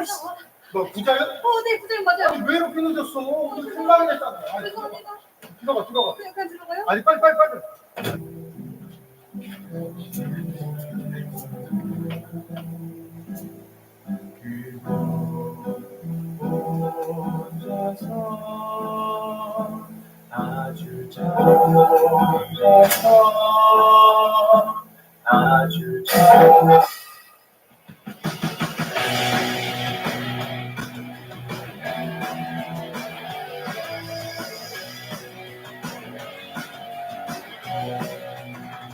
Oh, Danny boy, the pipes are calling from land to land and down the mountainside. The summer storm and all the roads is climbing. Teach you, must go and I must find. But come yet then with summers in the meadow.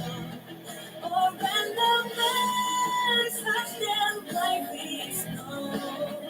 And I'll be here in sunshine or in shadow. 맞네. 맞잖아, 쟤. 폭주하다 진작에 뒤졌을 거라고 하지 않나? 천천히 자세히 보세요. 실수하지 마시고. 에이, 맞다니까. 내가 제일 몰라보겠어? 딱 보면 알지.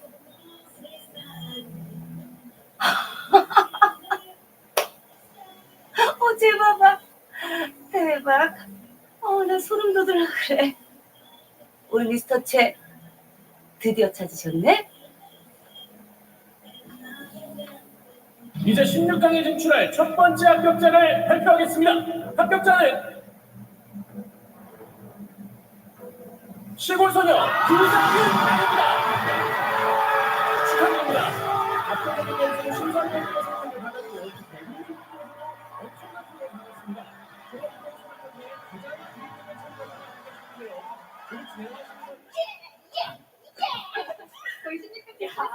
내 친구예요. 이럴 때 인증샷 하나를 찍어줘야지. 잘했냐? 대박. 수고했어. 감사합니다. 아니 이거 반응들이 너무 폭발적이니까 잘냥 오늘 우리 첫 런칭부터 대박 나겠어. 감사합니다. 그리고 지난번에 했던 그 마술 같은 거 있잖아. 네. 그거 뭐 비슷한 것도 뭐 할 줄 아는 거 없나?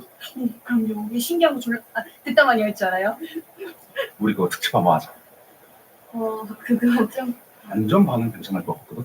그거는 일단 영어 우승하고 나서 그러고 나서 하시죠. 아무튼 일단 뭐 긍정적으로 한번 생각해보는 게 괜찮지. 다음 주에 보자고. 잘했어. 네. 조심하자. 안녕하세요. 감사합니다. 저 아저씨 재수없지 않냐? 야, 우리 기차 시간 늦겠다. 빨리 가자. 기차. 잠깐만. 잘못 죽겠지? 기차.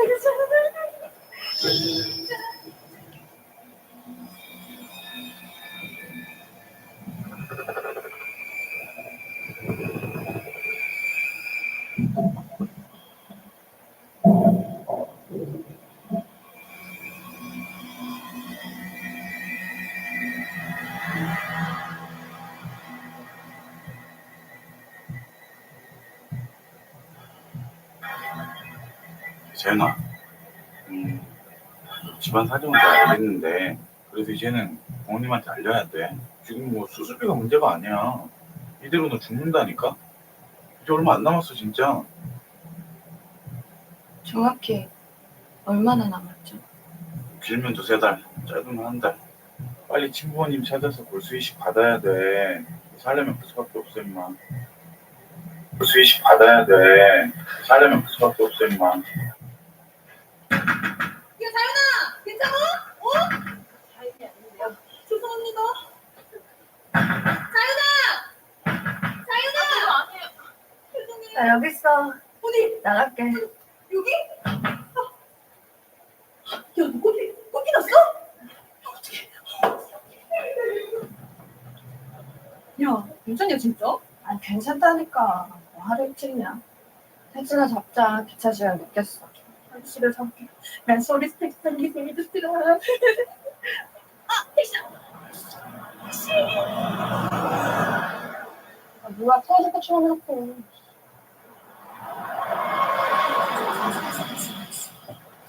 뭐야? 딱 떨어졌나?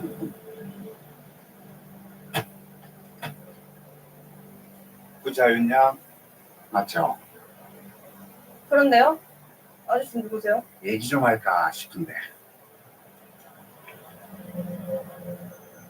방송 잘 봤어. 그런 거라면 일단 저하고 먼저 얘기를 하셔야 되니까요. 잠깐인데. 시간 우리 안 뺏어요. 근데 제가 지금 기차 시간이 다 돼서요. 아 그래? 그럼 타. 우리 가면서 얘기하지 뭐. 그럼 타라고. 아저씨. 아니, 사장님. 저희는 그냥 택시 타고 가는 게 좋을 것 같은데. 너는 이 택시 타고 가. 야 얼른 택시 잡아줘. 5번으로 잡아줘. 빨리 가게. 금방 데려다 줄게. 타.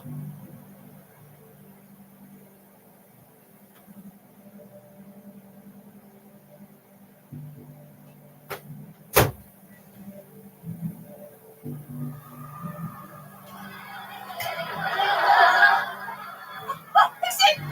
여기요! 이쪽이요! 아저씨, 서울역으로 왔어요. 빨리. 좀 너무 좋게 생겼네. 이렇게 하네.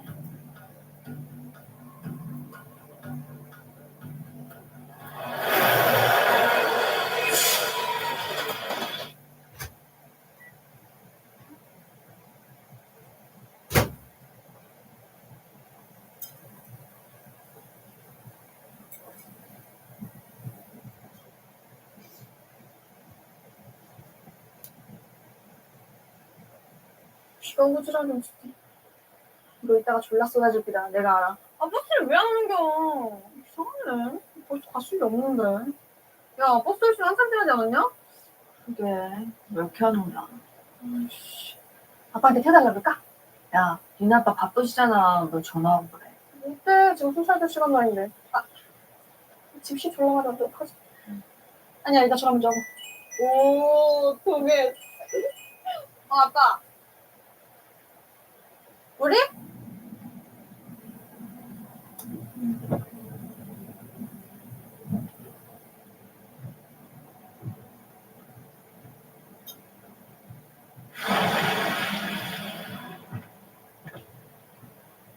야, 또 보네. 우리 너무 자주 본다, 그치? 여기서 뭐하냐 병신같이. 아 아직 버스 안 왔나 봐. 아까 쫙 뒤에 보니까 버스 하나 펑크 하나 서 있던데 혹시 그건가? 어? 어떡하냐. 비 오고. 어찌됐건 집에 빨리 가보는 게 좋을 거야.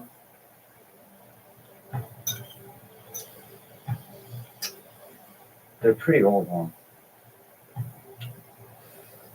It wouldn't be so strange if they just died. 뭐? 빨리 서두르라고.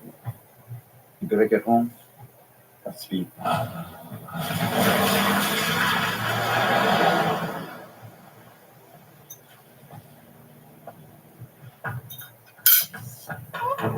야! 사윤아! 어디가? 택시정이다! 집에 가봐야 돼 빨리! 야! 너 아저씨한테 빨리 우리 집으로 가보시라고 해! 얼른!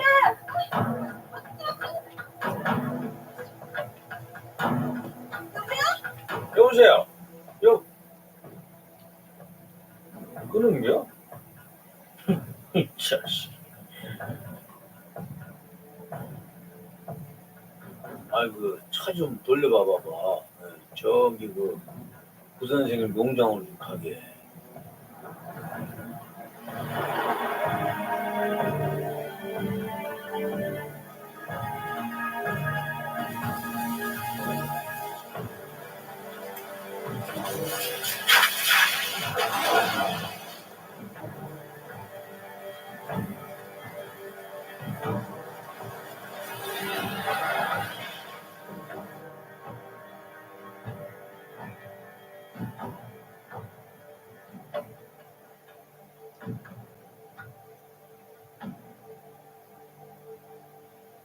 잘도 골랐네.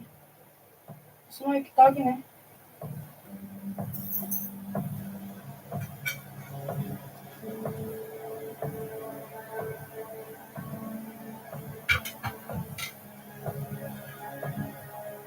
뭐 하는데 지금? 야, 빨리 처리하고 가자.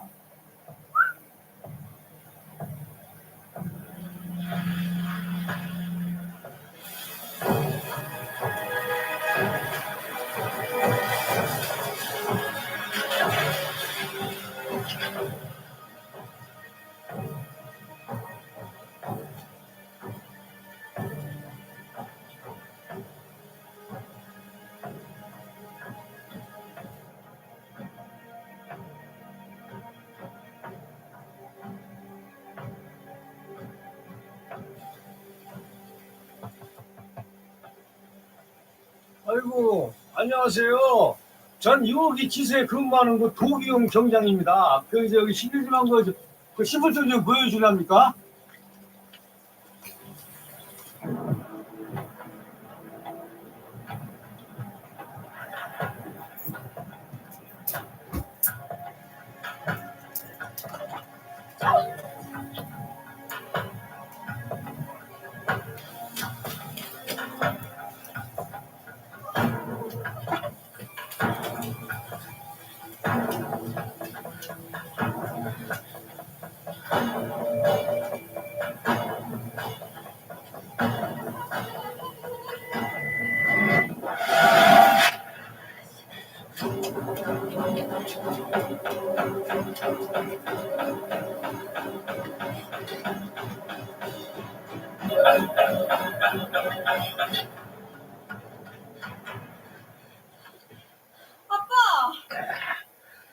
예, 왔어. 들어와 얼른.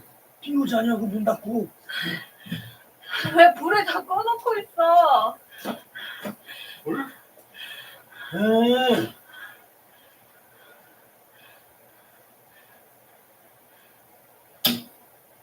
아, 들어왔다.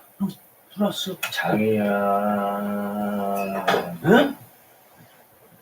아니, 이거 어떻게, 이거 원래 여기 있었어요?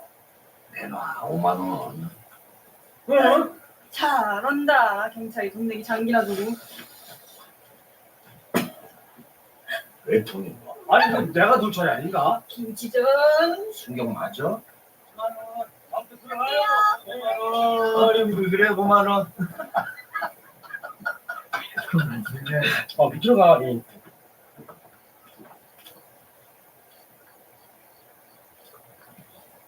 아니 근데 그 아까 걔들 말이요. 그 아는 애들요?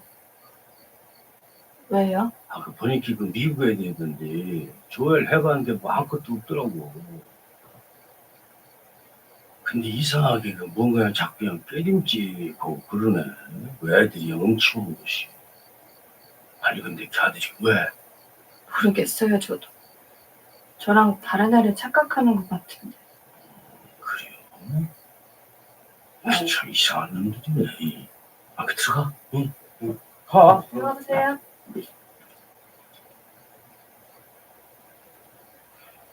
형이야 같이 가. 가. 형이야 같이 가. 가.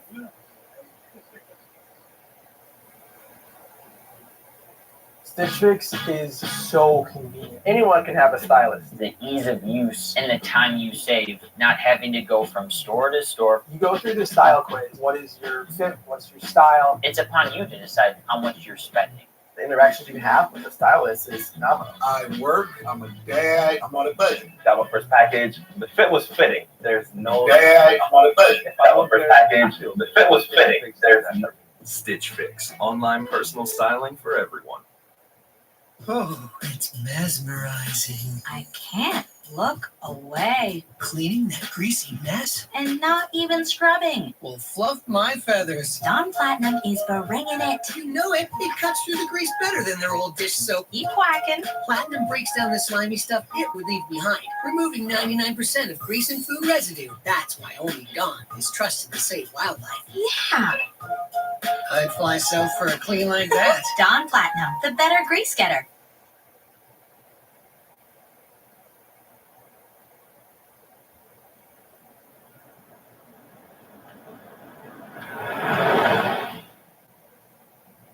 원장님, 화원에 불이 켜져 있는데요. 응? 그럴 리가. 저긴 우리 집 식구들도 비밀번호를 모르는데.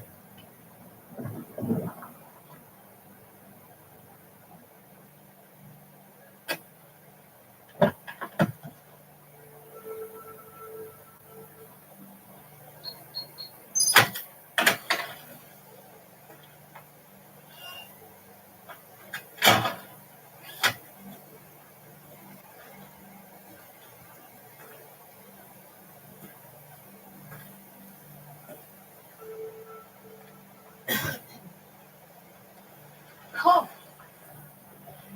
that was quick.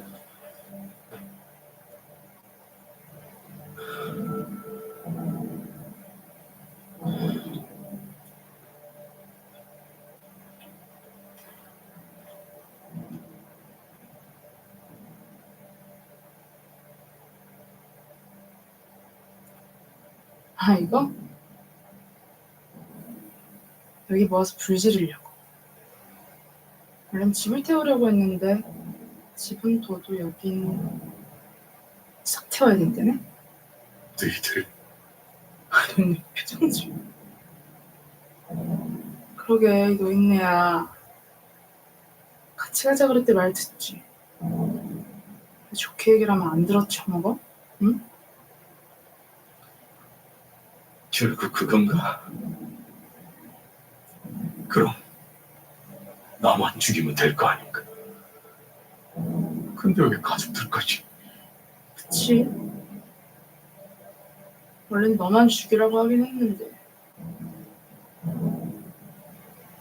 But I got so bored. Sorry. Anyway. It's time. Goodbye.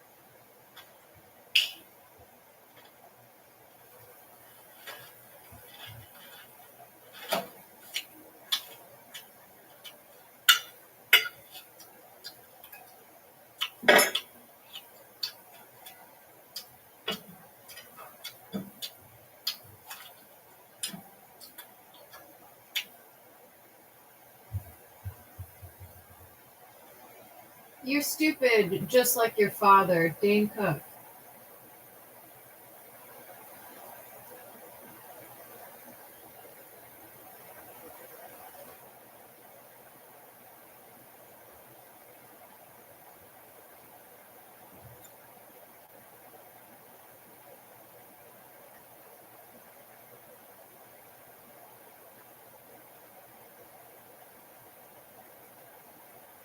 Tell you something. Let me tell you why women, you win 99.9% of all fights. Yep. And I'll tell you why right now. Here it is. Because you are mental terrorists.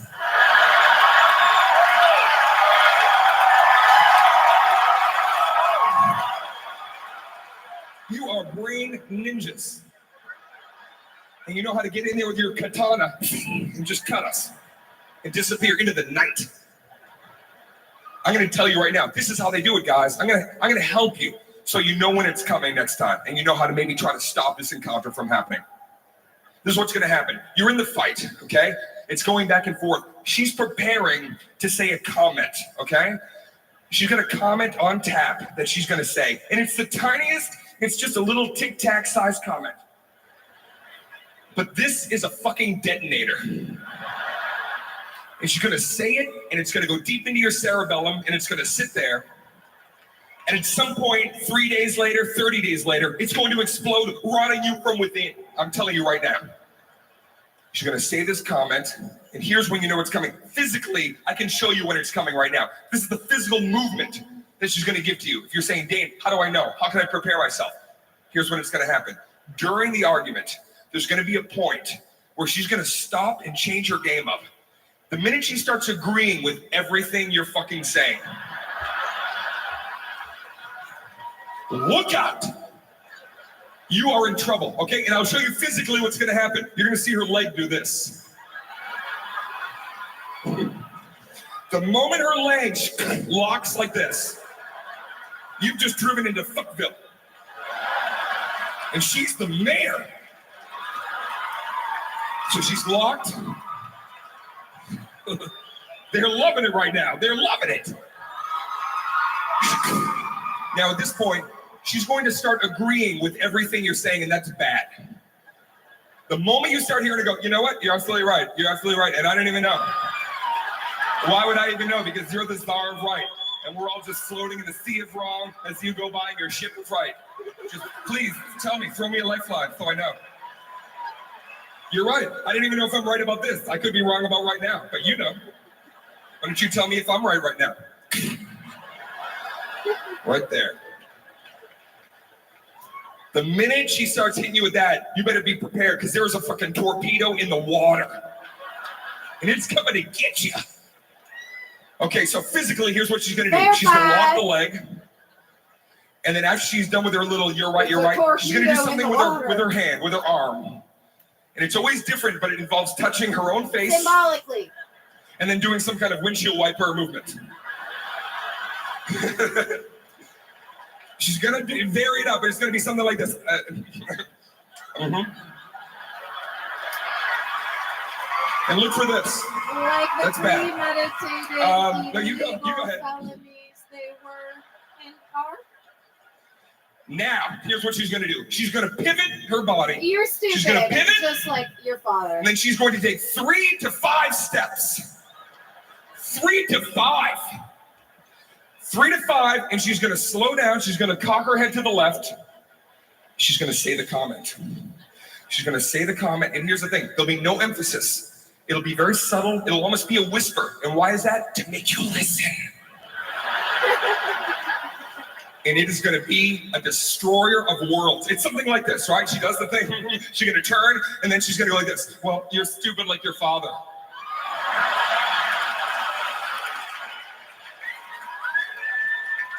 Tell your dad I said hi.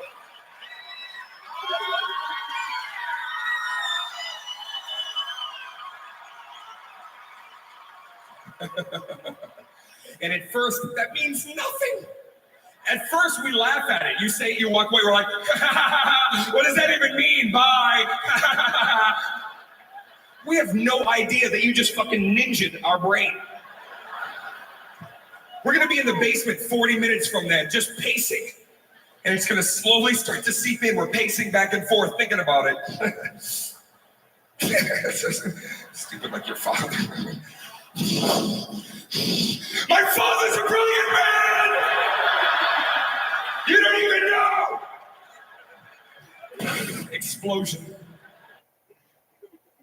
Since you're new to H&R Block, we'll go through your tax returns from the past 3 years for any money your last guy might have missed. I could get money back from the last.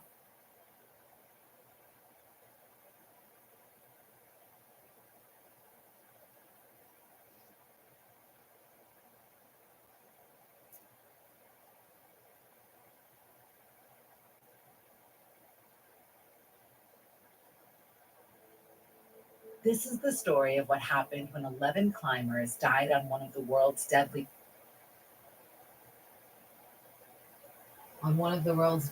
The views, information, or opinions expressed by the guest appearing in this episode solely belong to the guest and do not represent or reflect the views or positions of the hosts, the show, Podcast One, this network, or any of their respective affiliates. It's sheer stupid. People do not think that online cults exist, or that because a certain group is fully online, there's no way that they could possibly be a cult, which is the opposite from the truth. Online cults definitely do exist, and they are out there, and they are recruiting to this day. I was in a fully online cult for 2 years, and I wanted to come on here to share my story because there is a certain level of power and healing that comes with sharing your story, especially when you are threatened.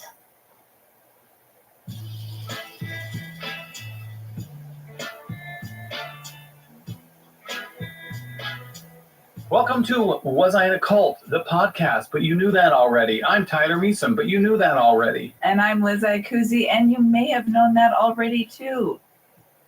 You probably did. Yeah. And that This already is too. today's People who have been in episode. cults Probably or like did. it's Yeah. story, reclaim their power, and maybe, just maybe, help someone else avoid the same fate.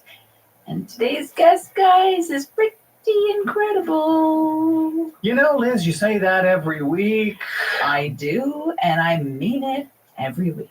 Yes, you do, because Liz spent a number of hours interviewing this fine person and sharing her story, along with all of our other guests who share their story. It does take guts, bravado, daring, something that today's guest has in spades. And some of our guest guys leave their cult, walk away, and never deal with it again. And some leave, but they don't just walk away quietly. They fight back and expose the truth. This is a story about manipulation, control, and a rapidly growing type of cult, one that doesn't require a compound, just a phone, a Wi-Fi connection, and a TikTok algorithm. Yes, an online cult, folks. This is your cautionary tale. And maybe it's also a reminder that it's time to put your damn phone down.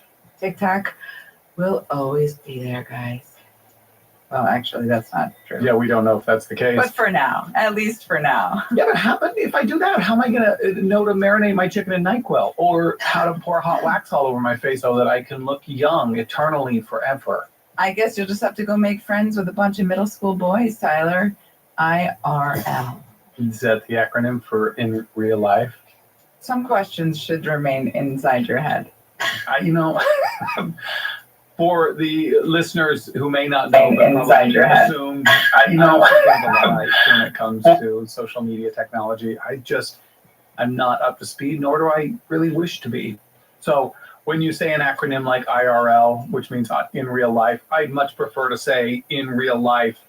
In real life. The grumpy old man's coming out more during this episode. I assure you. That is not the last of that character you will hear. Maybe you'll learn a thing or two on today's episode, Tyler. I hope so. Welcome to the show, Taylor.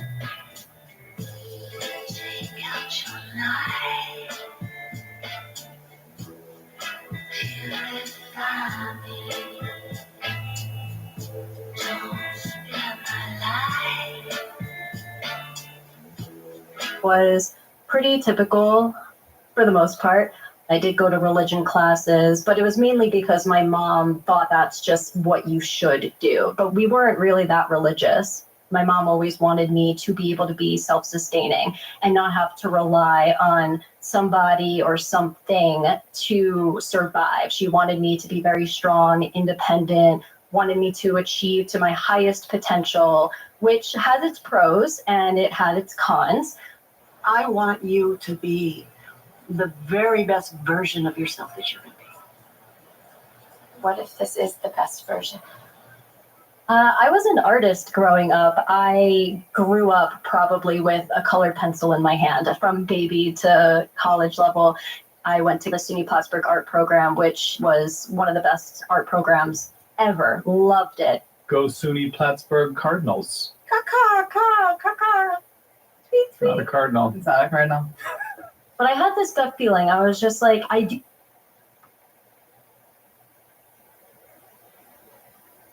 that spell uses a lot of glitter, and so we contaminated the crime scene.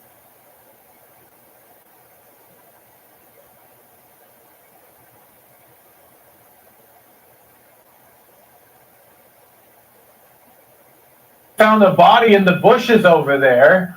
We were in the middle of our tournament when my friend John said he found a body in the bushes over there. I ran over there because I'm a healing monk to try and help, but obviously my magic wasn't strong enough because the dude's body was missing a head. So my friend decided to try and use a necromancer spell, which didn't work, which I knew it wouldn't. And apparently we contaminated the crime scene because that spell uses a lot of glitter. We were in the middle of our tournament when my friend John said he found a body in the bushes over there. I ran over there because I'm a healing monk to try and help, but obviously my magic wasn't strong enough because the dude's body was missing a head. So my friend decided to try and use a necromancer spell, which didn't work, which I knew it wouldn't. And apparently we contaminated the crime scene because that spell uses a lot of glitter. We were in the middle of our tournament when my friend John said he found a body in the bushes over there. I ran over there because I'm a healing monk to try and help, but obviously my magic wasn't strong enough because the dude's body was missing a head. So my friend decided to try and use a necromancer spell, which didn't work, which I knew it wouldn't. And apparently we contaminated the crime scene because that spell uses a lot of glitter.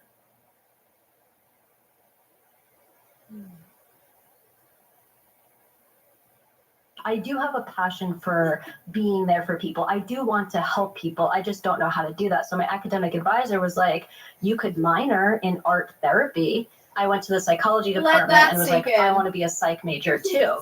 And that's when I decided to go to graduate school for clinical mental health counseling. For anyone who doesn't know, to get your master's in clinical mental health counseling and to be a therapist, you need to get a certain amount of supervised internship hours during your degree. So the original plan was to graduate, get a job, become a therapist. However, things took a turn because at my internship site, I was abused by my supervisor, who is also a licensed mental health therapist. I was trapped. I couldn't leave the internship. I had to finish my hours. After I finally graduated and I got my hours, I felt very damaged and lost afterwards. I wanted nothing to do with therapy. I thought, if someone like this who abused me can be a therapist, let alone a supervisor supervising other therapists, then that means that this field is not regulated, it's bad. It was very black and white thinking, which is very ironic given why we're here and what we're talking about. So now, having given up on the dream of being a therapist and helping individuals tailor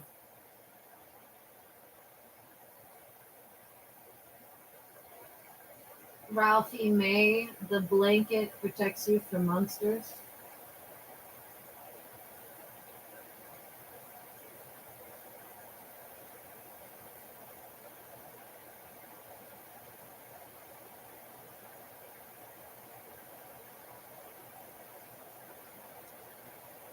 Ralphie May, LSD trip.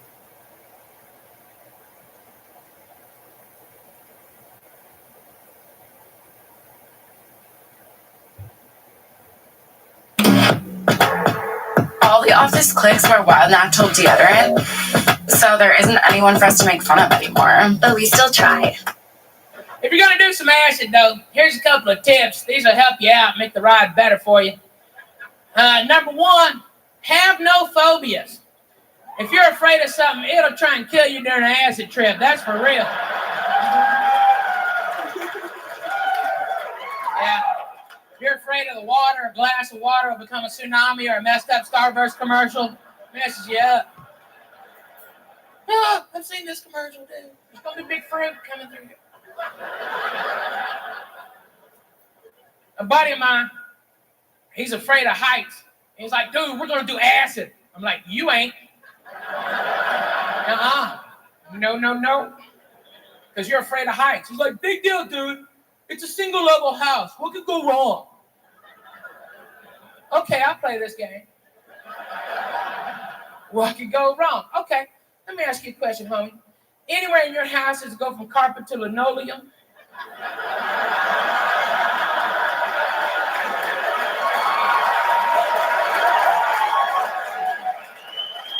Yep.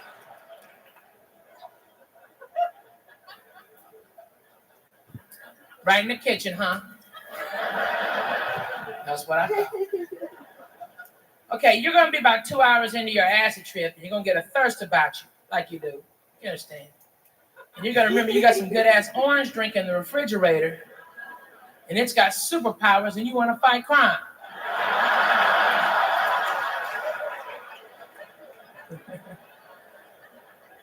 So you're going to go stumbling in there, and everything's cool. You look down the linoleum floor, and it looks like it's about now 9,000 feet below you, and you're not in your house or your kitchen. You're stuck on the side of a mountain, and so you're hanging onto the cabinet, almost ripping the damn door off, thinking it's the side of a cliff, going, help! Help!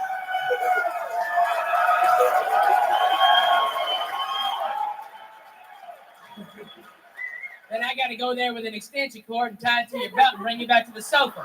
No, you are not doing acid. That leads us to number 2.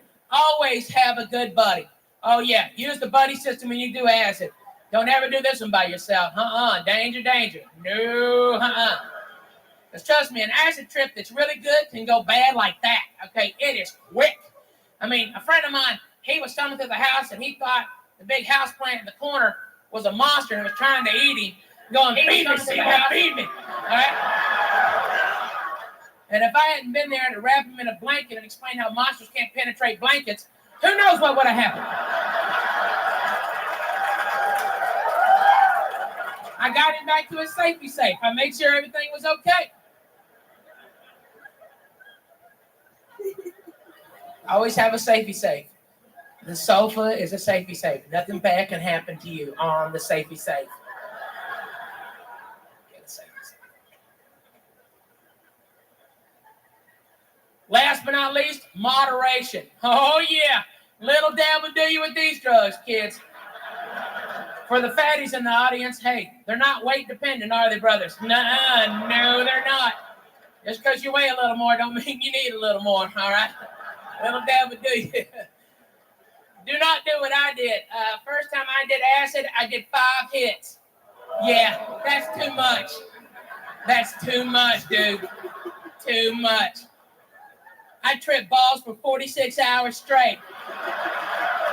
It wasn't even fun after hour 10. I didn't want to do it no more.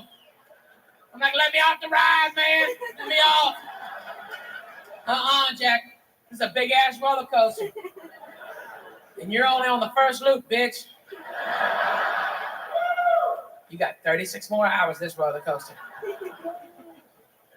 It wasn't good, y'all. For 7 hours, I was afraid of the TV. Swear to God, TV wasn't even on. I was just afraid of the little fat man sitting inside the TV pointing back at me. I'm like, dude.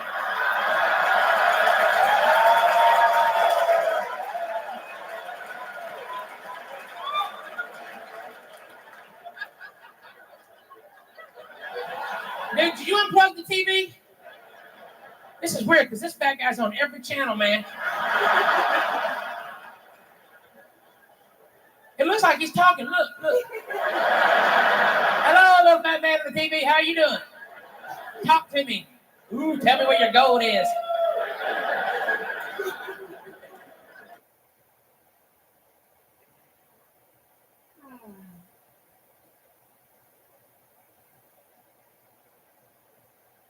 Taylor, she still needed a job. I actually ended up getting a part-time position at a paint bar downtown from where I lived at the time. I was teaching art classes and throwing in group support and a little bit of my, therapy, psychological, self-compassion stuff, which was really awesome. I was scrolling on TikTok August of 2022, the same month that I graduated. And up popped a guy talking about astrology. Their social media page popped up on my For You page. And it was one of their videos. They were teaching astrology. You have to factor in all the aspects, the conditions, the delegates, all of that stuff, because it influences. And as soon as I start doing that, a lot of people jump, they bounce. They're like, no, too much, too difficult. And they go try to find a simpler answer. And it made her flashback to her initial discovery of astrology. Yes, if this were a movie, the next section would be sepia toned. Slow dissolve. I had to have been 10, 11 years old or something. I was really bored one day and I was just flipping through newspapers that we had lying around the house, and I saw the horoscope section and I was like, whoa. And then when I read about the horoscope, I was like, this is so accurate. How do they know me? What are these horoscopes? What is this? I learned tarot around the same time. I was 10 years old. My grandma disclosed to me that she was a professional tarot reader back in the day while we were on vacation. And I was like, teach me, teach me. Dissolve back to present time. I was like, this is a good time to actually dedicate real time to studying astrology.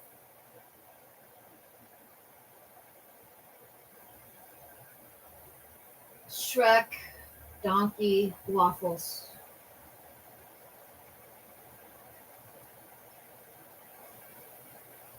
Shrek, donkey, waffles.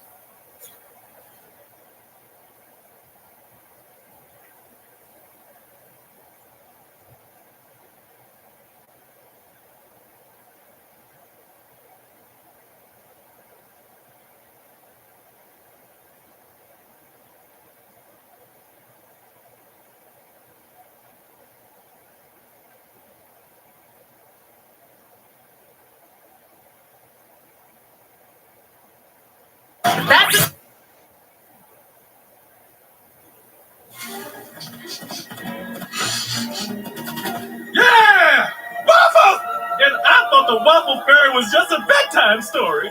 Sticky stacks of golden fairmint deliciousness. Donkey, don't eat that. There's a stack of freshly made waffles in the middle of the forest. Don't you find that a wee bit suspicious? Oh, you're gonna. I'm just worried. Bad donkey. Listen. I said don't. No. Get away from it. You're dead. Uh-oh. Oh.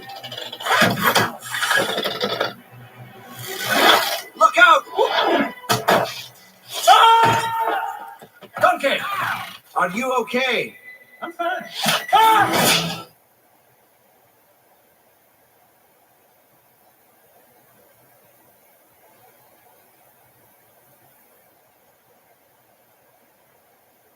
We were in the middle of our tournament when my friend John said he found a body in the bushes over there. I ran over there because I'm a healing monk to try and help, but obviously my magic wasn't strong enough because the dude's body was missing a head. So my friend decided to try and use a necromancer spell, which didn't work, which I knew it wouldn't. And apparently we contaminated the crime scene because that spell uses a lot of glitter.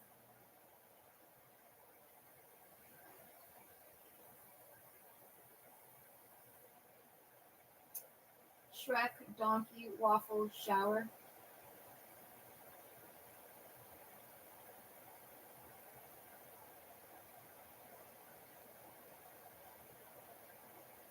It's my turn to tell a story. Hey. The kindly innkeeper was warm and friendly. She made me feel a little bubbly inside. My trusty sidekick here would love to freshen up. Sidekick? I would love some waffles. We are equals. Oh, man. Of course we are. The noble donkey reassured his clearly inferior sidekick. I'm getting a little tired. But before Puss could finish his thought, he decided to take a well-deserved tongue bag. As long as I am here. But right then, danger came from behind. Ring. Dun. Puss was never seen again. Ha. The end. No, that's not how the story goes. I was well aware of the approaching danger and went for my steal. Don't worry, little buddy. I'm here to save you. You're kidding me. It was Prince Charming. He was packing heat, and he wanted revenge. I want revenge, he said. But before anyone could do anything, the bam! It was awful, and it was terrible, and it was really, really scary. What? No! Go back! Although the Charming was fast, I was swift enough to reverse the attack and live to safety. Which is exactly what he wanted you to do. Oh, Charming laughed just like a crazed maniac.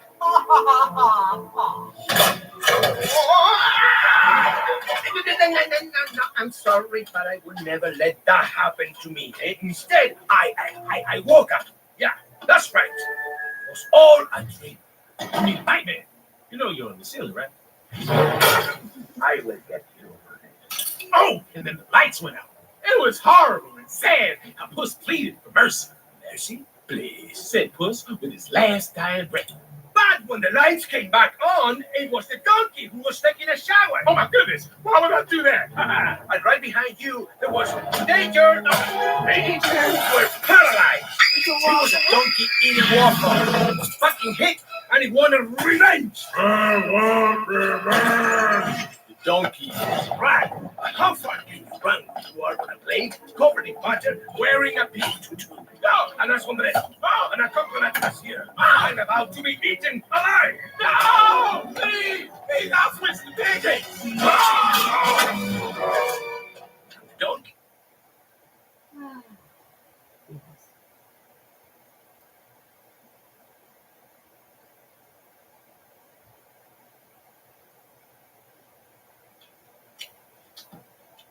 박사님 조만간 본사 들어가신다고요? 그렇게 됐어요. 근데 어떻게 하셨어? 아니 잠깐 들어가시는 게 아닌 것 같은데. 뭐 이참에 우리 미스터 채도 좀 쉬시지 그래. 휴가도 좀 가시고. 뭐 이참에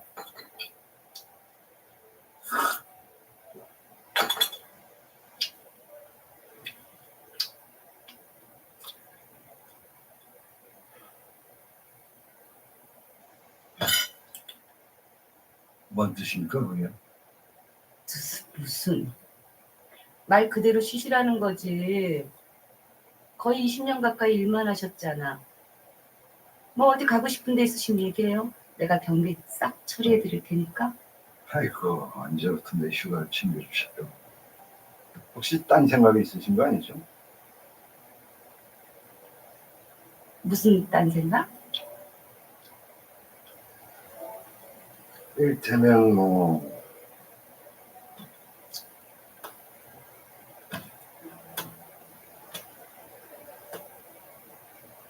저기 내가 미스터 최니까 하는 얘기인데 그냥 모른 척 하시고 적당한 데 빠지셔. 본사 결정 났어요. 우린 벌써 정리 들어갔다고. 뒤는 걱정 마시고 어디 유럽이나 한 바퀴 돌고 와요. 그 사이 내가 본사에 미스터 최 자리 하나 만들어 놓을 테니까. 나 그 정도는 돼요. 알죠? 우리 단번엔 본사에서 봅시다. 됐고. 걔는 어떡하시게? 걔? 누구? 아, 걔? 뭐 원천을 따지자면 걘 처음부터 우리 거 아니었나? 알아서 할 테니까 걱정 마시고. 그러니까 알아서 어떻게 하시게? 뭐 일단은 회수해서. 걔는 그 괴물이에요, 괴물. 아시잖아요. 통제면 어떡해요? 통제 안 돼요. 통제될 애가 아니지 않습니까? 살려주면 안 돼요. 아직도 그러려나? 아까워서 그러지, 아까워서. 알았어요, 알았어. 그러니까 그 인상 좀 펴요. 무서워, 나 미스터 최 그렇게 인상 긁고 있어.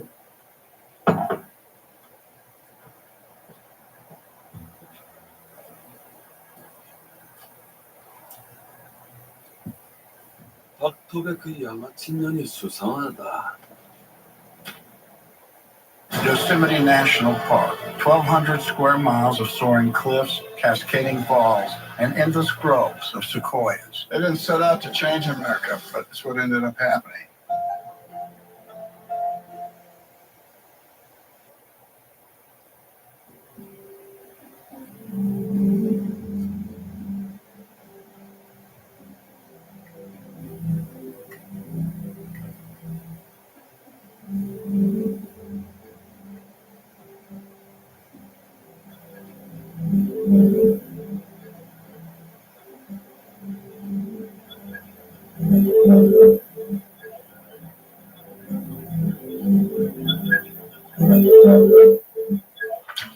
Hims was a fantastic find. Hims makes me feel prepared and comfortable for dating. Hims makes me feel confident. I went to hims.com and there was a lot of different options to fit my lifestyle. I was shocked at actually how affordable it was going to be. It's allowed more spontaneity and allowed us to be more playful with each other. No matter what happens at the end of the day, I know I'm ready because I have Hims. It's a safe and simple way to get my medication. Get treatment for ED with doctor-trusted medication.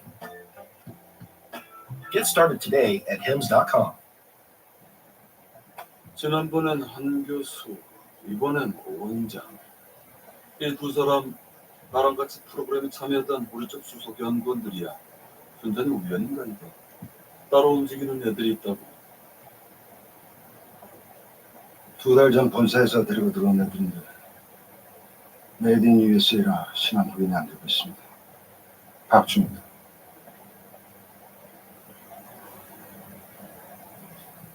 이것들 봐라.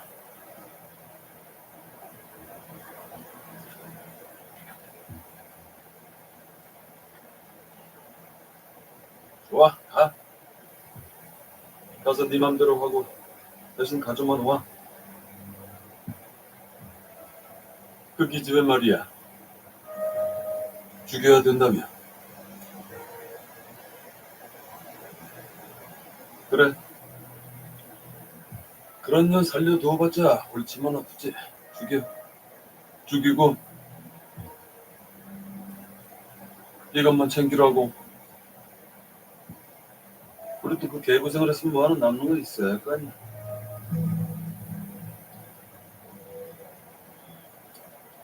넌 얼마나 진행됐냐?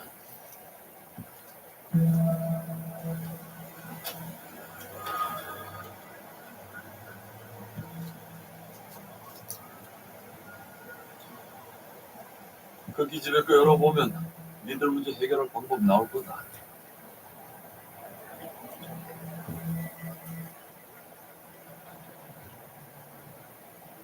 진행해.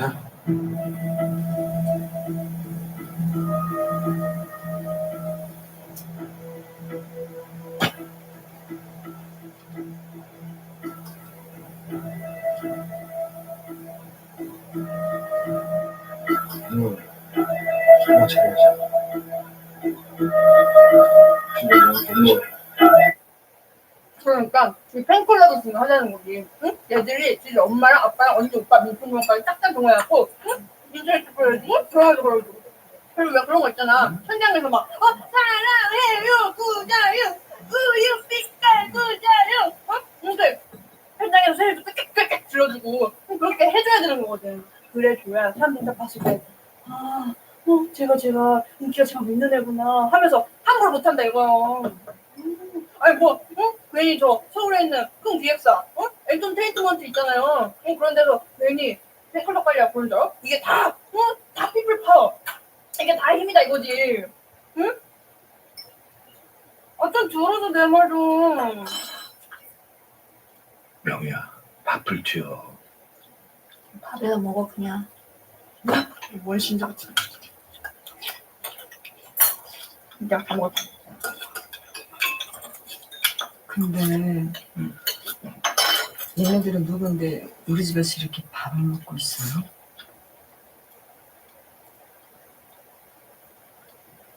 아니, 우리 자윤이 어디 갔어요? 자윤이 걔는 뭘 이렇게 안 먹어도 참 걱정이야. 어릴 때 잘 먹어야 되는데. 얘 좀 찾아봐요. 밥 먹이게. 내가 찾아. 자윤아. 그래 엄마. 나 밥 많이 먹을게. 걱정 말고 들어가서 쉬고 있어.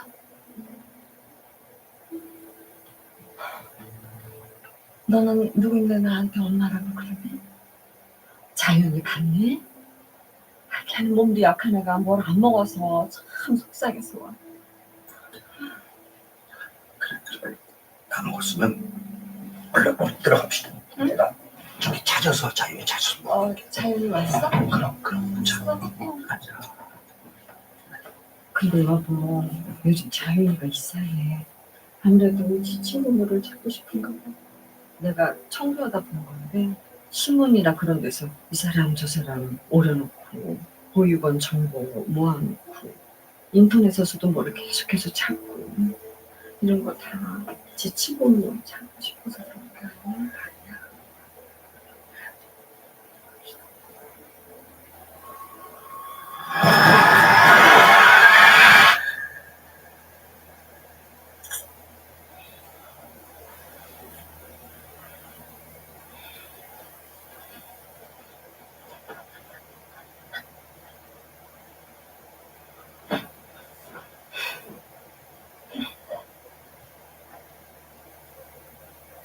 정말.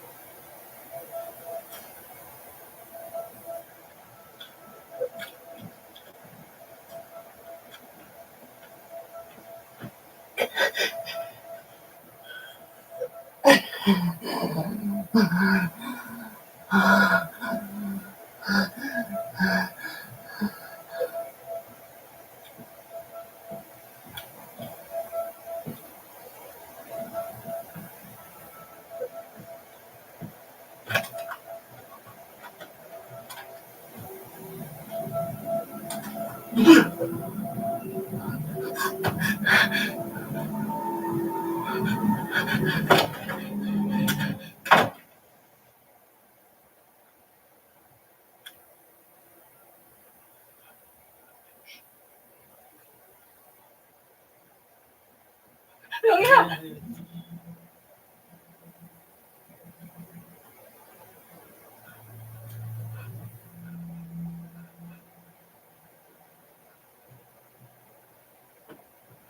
안녕 자연년. 또 보네. 아, 우리 작은 마녀 아가씨라 불러줘야 기억하기 더 편할라나. 대체 저한테 왜 이러시는 건데요? 저 아니라니까요? 지랄하고 자빠지셨네. 이 손에 죽을 뻔했는데 내가 몰라볼까? 제발요 아저씨들. 진짜 아니에요. 아저씨들이 찾는 그애 아니라고요 저. 그럼 어디 증명해봐. 네? 네가 아니라는 거 뭐 증명해보라고. 그런 말도. 명희야!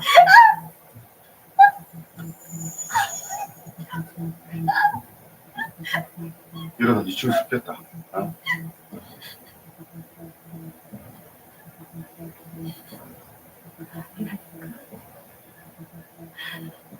나 오늘하니까 진짜.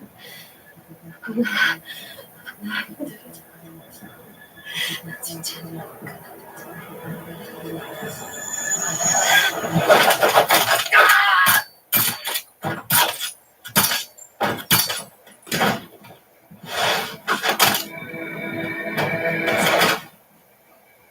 내가 아니랬지. 아니라고. 아니라고.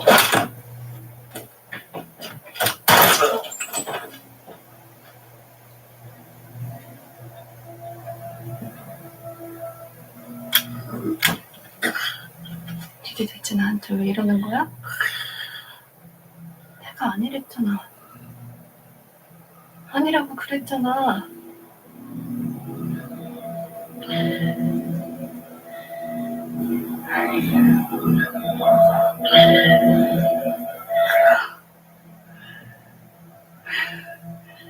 그럼 지금 이 모습이 뭔데?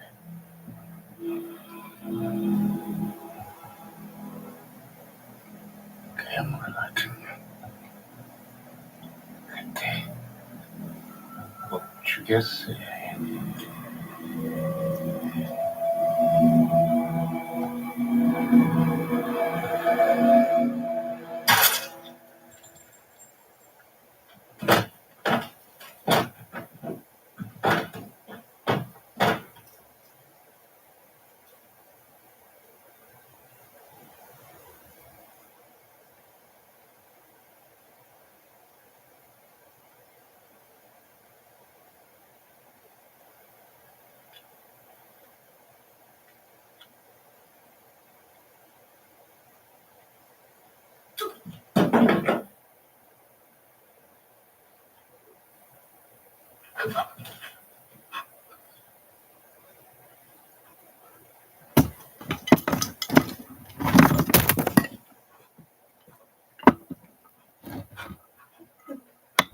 명희야.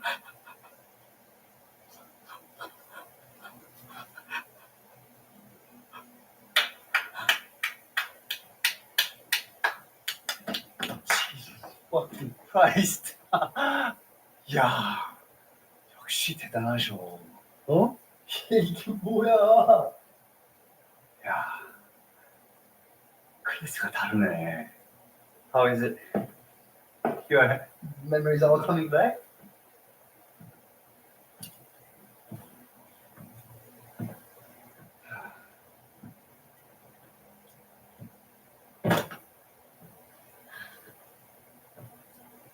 아, 놓친 애들? Nah, you don't have to worry about it. They're just taking a nap. 너만 고분고분해주면 우리도 괜히 일 크게 만들고 싶지 않아. 이런 찌질한 새끼들하고는 우린 수준이 좀 다르거든. 누구야 너?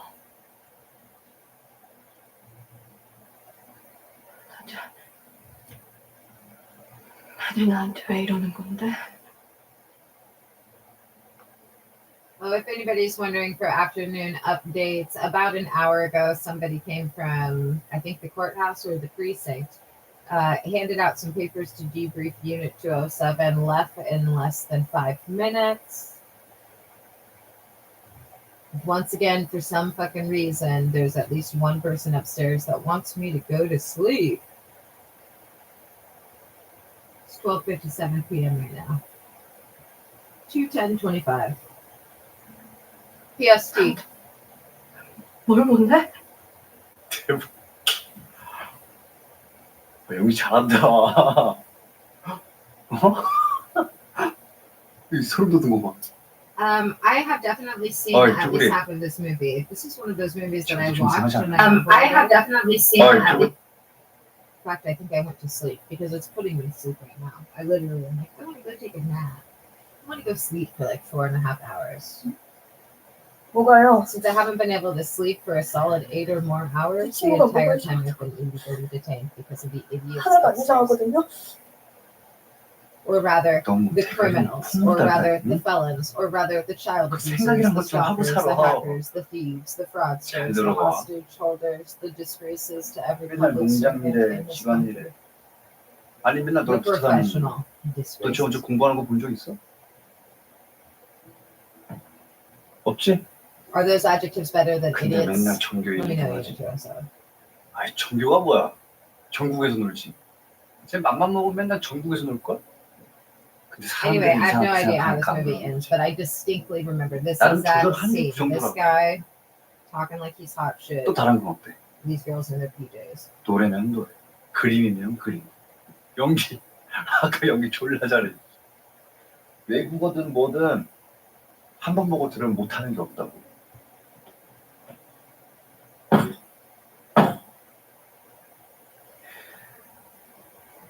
그러니까 넌 회사한테 존나 감사해야 돼, 이 씨발년아. 도대체 누구야? 미치겠네. And some of you may be wondering, well, do you 진짜 provide 기억 안 all 나? of the updates? No, I pick and choose what's pertinent to announce and relay, 안 난다고. and what's just status quo 그 말에 criminal conduct at this 누구야 point. 너?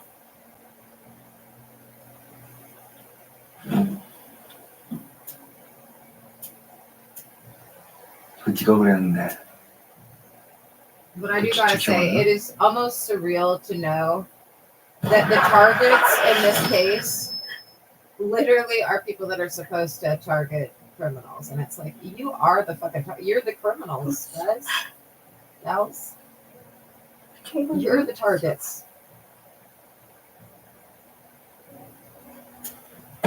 좋아. 그럼 그렇다 치고 너 일단 우리랑 같이 가줘야 되겠다. 죄다 기억나게 해줄 테니까. 따라와. 왜? 안 궁금해? 따라와. 아니면 저 놓친 애들이랑 전현이랑 이 동네 따라와. 근데 싹 다 죽이고 아니면 저 놓친 애들이랑 전현이랑 그래도 되고. No worries. Do what you feel is best for you. We're professionals. We're professionals. Professional disgraces.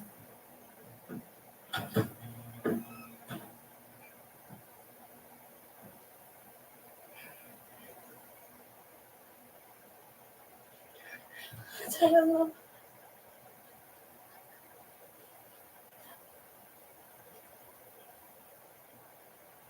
다녀올게. 우리 엄마 아빠 좀 부탁해.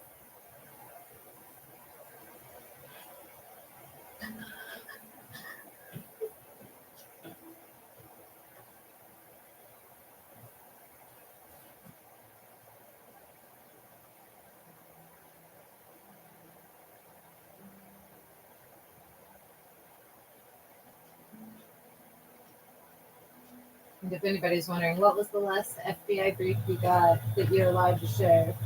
It was just a simple STFU to shut the fuck up.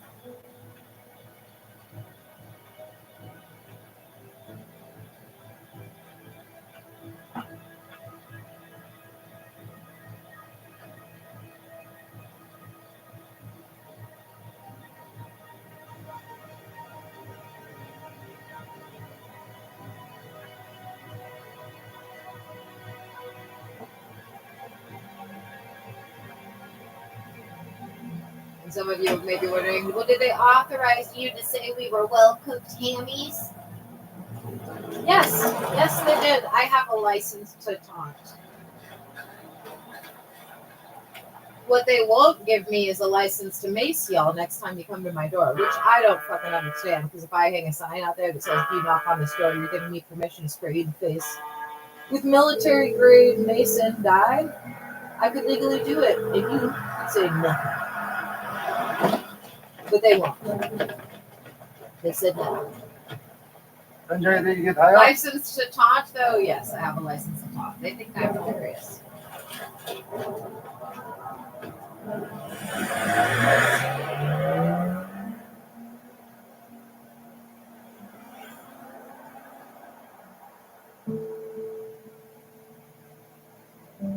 It's a shame they won't give me a license to mace, I might add, because then I might actually open my door. Cynthia did the dishes 93 times to hit her savings score for a pet iguana. She may be 10, but she's already managing her money and her iguana like a pro. With Greenlight, all kids can become champions with money.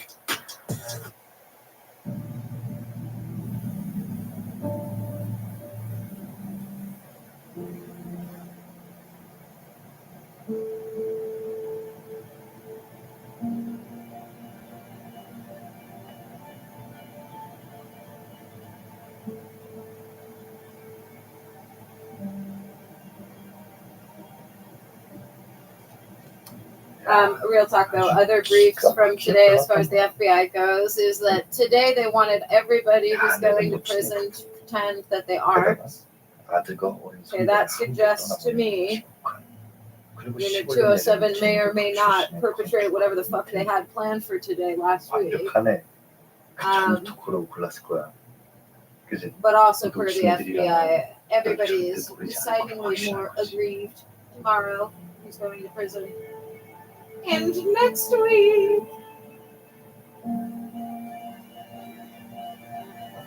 which I'm interpreting, since everything's on a need-to-know basis that I get, that today might be the last day that I have to feel super on edge about another breaking and entering, at least for the 6 days that follow it.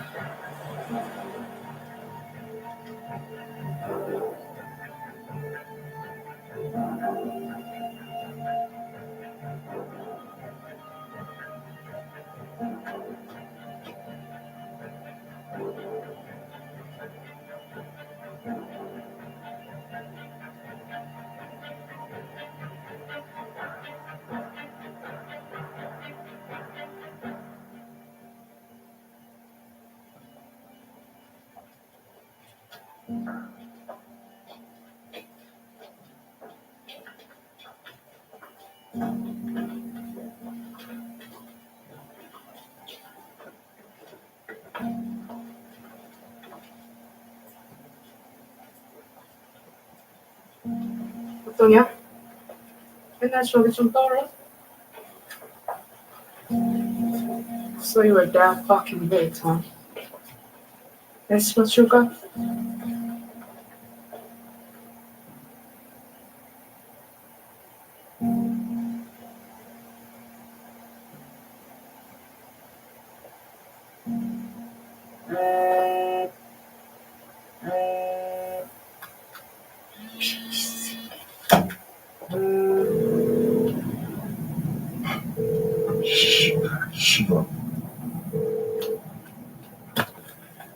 야, 승처럼 좋다. 어디 드라이브 가냐? 알더라고, 이 씨발놈아.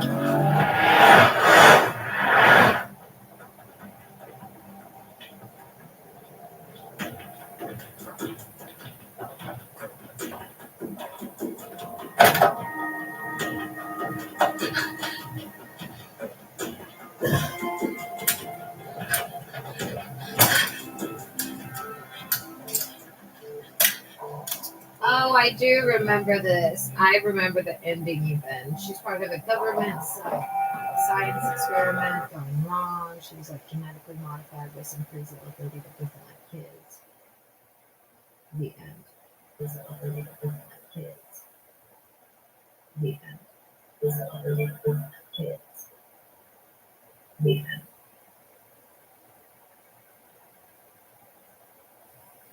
Astrology and tarot like I've always wanted to do. So I was like, why not? Astrology and tarot so like I gave them a follow, and maybe a day or two after I followed them, they posted another video. Something that I liked about this teacher in particular in the very beginning was how confident he was and how charismatic he was. I'm sorry, but there is not a simpler answer. Astrology is complex. You're talking about decoding the universe. It is not going to be as easy as being like, oh, Jupiter's in Gemini. All Geminis are going to be lucky, because you see that all over social media. I was drawn to it, especially after having my self-worth deflated throughout internship. And this was when the astrologer introduced his wife in the video. And then I was like, oh, it's the two of them, and they seem nice and they seem good together, and it seems like they have a good operation going here. I asked the question in the comment section, and they, within minutes, did a video response back to my question and answered it. And it was meaningful for me at the time. Afterwards, they started live streaming on TikTok, and I remember I popped in, and the astrologer, he saw me pop in and he's like, Taylor. And I was like, oh, wow. Like, I was acknowledged, like, whoa, like, that's cool. Like, they're so inclusive. But for the first time in a long time, I felt that sense of belonging. And who are these wonderfully thoughtful people who care about complete strangers they meet on the internet? The business is called Mystic Rebels, and the astrologer is Logan, and then the tarot reader / herbalist is Ashley, and they're married. So it's Logan and Ashley, a married couple running Mystic Rebels. The name says it all. We're spiritual, Running we're also Mystic steal Rebels. motorcycles and flip cigarettes dramatically in the rain. Mystic Rebels. They're like in their early to mid 40s. They do alchemistic astrology, which is the name of their system. And the narrative was that he spent the last 2 or so years developing this system. There's so many different ways to practice astrology that go back to ancient times. And my cult leader decided that all of that is wrong and outdated for years and years, and was like, I am the new and improved astrology because I go in and I make things better. So I took astrology and I made it better. Who decided that alchemistic astrology is even a thing? The short answer, whoever made it up. Yeah. But the long answer is I did ask ChatGPT this very question, and they said basically who decided that, and they said whoever wanted to sell it as a system, probably someone who thought, quote, regular astrology wasn't exclusive enough and needed a mystical marketing reboot. It also said somewhere in there, it was like probably somebody who needed to sell classes and wanted to like basically get your money. So Taylor, you could have saved yourself a lot of time and trouble by just typing in Mystic Rebels. And during the live streams, this is where they started to tell you that their system of astrology is the only system of astrology that works. And that every other astrologer out there is a scammer and is a liar. Other astrologers will not help you align with your energies. But if you are aligned with your energies, you will live a good life, you will make money, you will have good relationships. But the only place that you could learn how to align with your energies is right here in this online group. And for your listening pleasure, the man of the hour himself explaining this very thing. The question always comes down to, are you in alignment? And that's the difference between me reading your chart and using alchemistic astrology and my students reading your chart versus everyone else. See, everyone else looked at the natal chart and said, according to their chart, they will succeed. According to their chart, they will be the winner. According to their chart, they will lose. According to their chart, this is not in their favor. Alchemistic astrology says, that's silly. That is not how this works. It is not about looking at somebody's chart and saying, ooh, is it favorable for them? It's about looking at the energies and saying, are you in alignment? And I trusted that Are you he in had very strong alignment? opinions about it. But to be honest with you, it was the confidence that got me.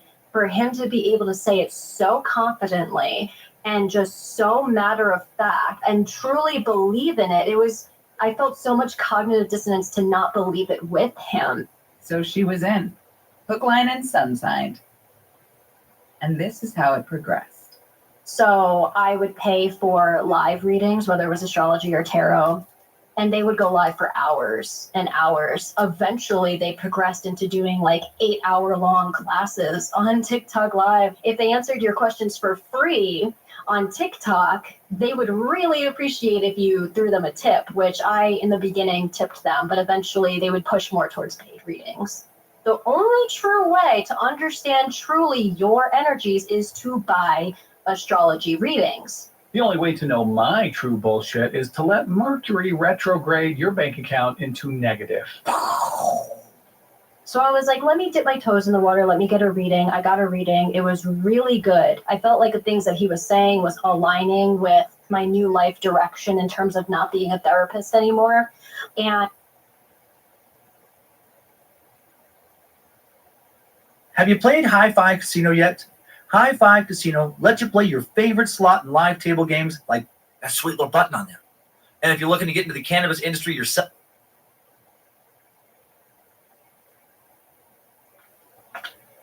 O equals B. Well, look what the cat dragged in. Thanks for stopping by, friend. Here for another taste of the fantastical, I suppose. You've picked a good day for a nightmare. I've got a small collection of objects. Just came in for you a few hours ago. For the first, a framed photo of a lovely couple on what looks to be a beach vacation somewhere. A happy memory, frozen in time. But as we know, just like time, happiness can be rather fleeting, can't it? This one's called, I got a voicemail from my wife. She died 10 years ago. Before we begin, I want to point out some of the customers whose names have been etched in brass on this beautiful plaque I had made above the front desk. These are some of the members of the inner circle of the antiquarium. We go by the Obsidian Covenant. Recent initiates include Bradley Trapp, Sasha Mueller-Brown, Danielle O'Connor, Shavante Robinson, Sujin Johnson, Jared Cruz, Stephen Reel, Terrence Stevens, and Daniel Mass. We are ever appreciative of your devotion to the Order. Go to theobsidiancovenant.com to receive the sacrament. Now, where were we? Oh, yes. Welcome to the antiquarium of sinister happenings and odd goings-on.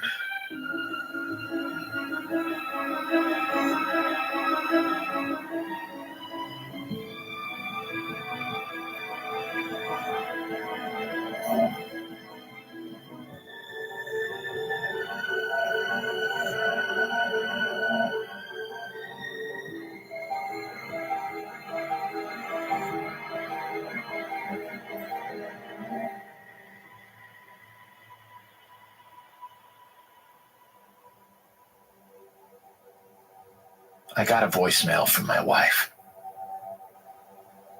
She died 10 years ago.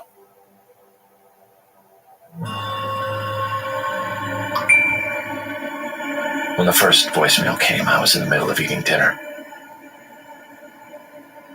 mindlessly flipping through the news on TV. The screen of my phone lit up, and I barely noticed it. Spam calls are part of my daily routine. But this time, it wasn't a scam.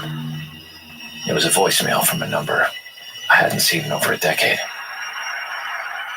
It was from her. Hi. It's me. I know this is gonna sound strange, but I need you to listen carefully. You can't trust him. I mean, the voice was unmistakable.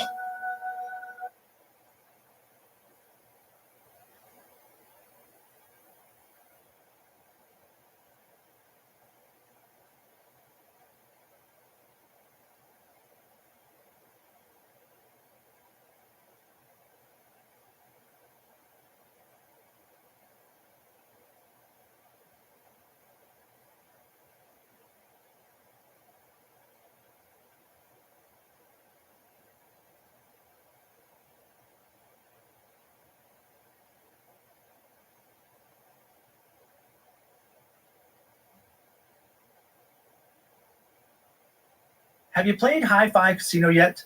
Hi-Fi Casino lets you play your favorite slot and live table games like blackjack with a chance to redeem for real cash prizes. Hi-Fi Casino has a giant, massive selection of over 1,200 games, including hundreds of exclusive games you can only find on Hi-Fi Casino. Best of all, it's always free to play, and free coins are given out every 4 hours. Ready to have your own high-five moment? Visit hi5casino.com. That's casino.com. No purchase necessary. Some government official, one of the valiant few who sailed the southern seas to enrich Germany's colonial empire. One of the valiant few who sailed comparatively late to other European empires and was trying to catch up as the 20th century dawned. But August Engelhart would not go to the Pacific as a tradesman, as a diplomat, or even as a government official or a Christian missionary. He went as a coconut fanatic. A coconut. As a young man, Engelhart had been studying chemistry in order to become a pharmacist, and he came upon the concept of cocovorism, eating only coconuts, like forever. You heard me right. He thought it would actually be a good idea to eat nothing but coconuts for the rest of his life. He thought doing that would greatly extend his life and improve its quality. Involved in the Lebensform movement, German for life reform, a series of groups that advocated for better living through exercise, natural therapies, and spending time in nature, he quickly became interested in how diet could change your life dramatically. And he felt that miraculous health benefits were possible through the mysterious and godly tropical fruit. Truly miraculous. He believed that perhaps not only was the coconut good for your diet, Not coconut. but it was good for your soul. He as believed well. that perhaps not It was only was the ordained coconut by good for your God diet- to be so. Because if you looked at it one I feel way, like pineapple is the good for my coconut, soul. the meat, Pineapple? the milk, the shell, kind of sort of resemble the Holy Trinity of the Father, the Son, and the Holy Spirit. If heaven was above us, didn't that mean that the coconut, pretty tall tree, seemingly reaching up to the heavens, was closest to God's kingdom? Engelhart thought so. He thought a lot of things. And he would quickly take his obsession all the way to German New Guinea to the remote outpost of Herbeto, where he bought a coconut plantation and planned for his followers, whom he hoped to attract with his writings, to come join him in this coconut paradise. He called his group the Sonnenorden, which translates to Brotherhood of the Sun, or Order of the Sun. While he felt the coconuts were the food of the gods, he felt that the sun gave us power from God. Coconuts nourished the body in the most godly way, and the sun nourished the mind in the most godly way. Today's episode is so delightfully coconuts. Reminiscent of an extended version of our old Wackadoodle of the Week Secret Suck segment for any space lizards listening, it's a doozy. You're ready to go on a journey from the German Empire to the popular and very odd sanatoriums of the late 19th and early 20th centuries with their ridiculous miracle cures that ran the gamut from idiotic to downright terrifying, all the way to Herbeto and the small plantation island of Cabacan, where August Engelhart would live out his strange days. Engelhart, true coconuts, and a strange comedy founded in Papua New Guinea that many have called a cult, his Brotherhood of the Sun, his Sonnenorden, right now on a very strange and delicious edition of Time Suck. This is Michael McDonald, and you're listening to Time Suck. You're listening to Time's Up.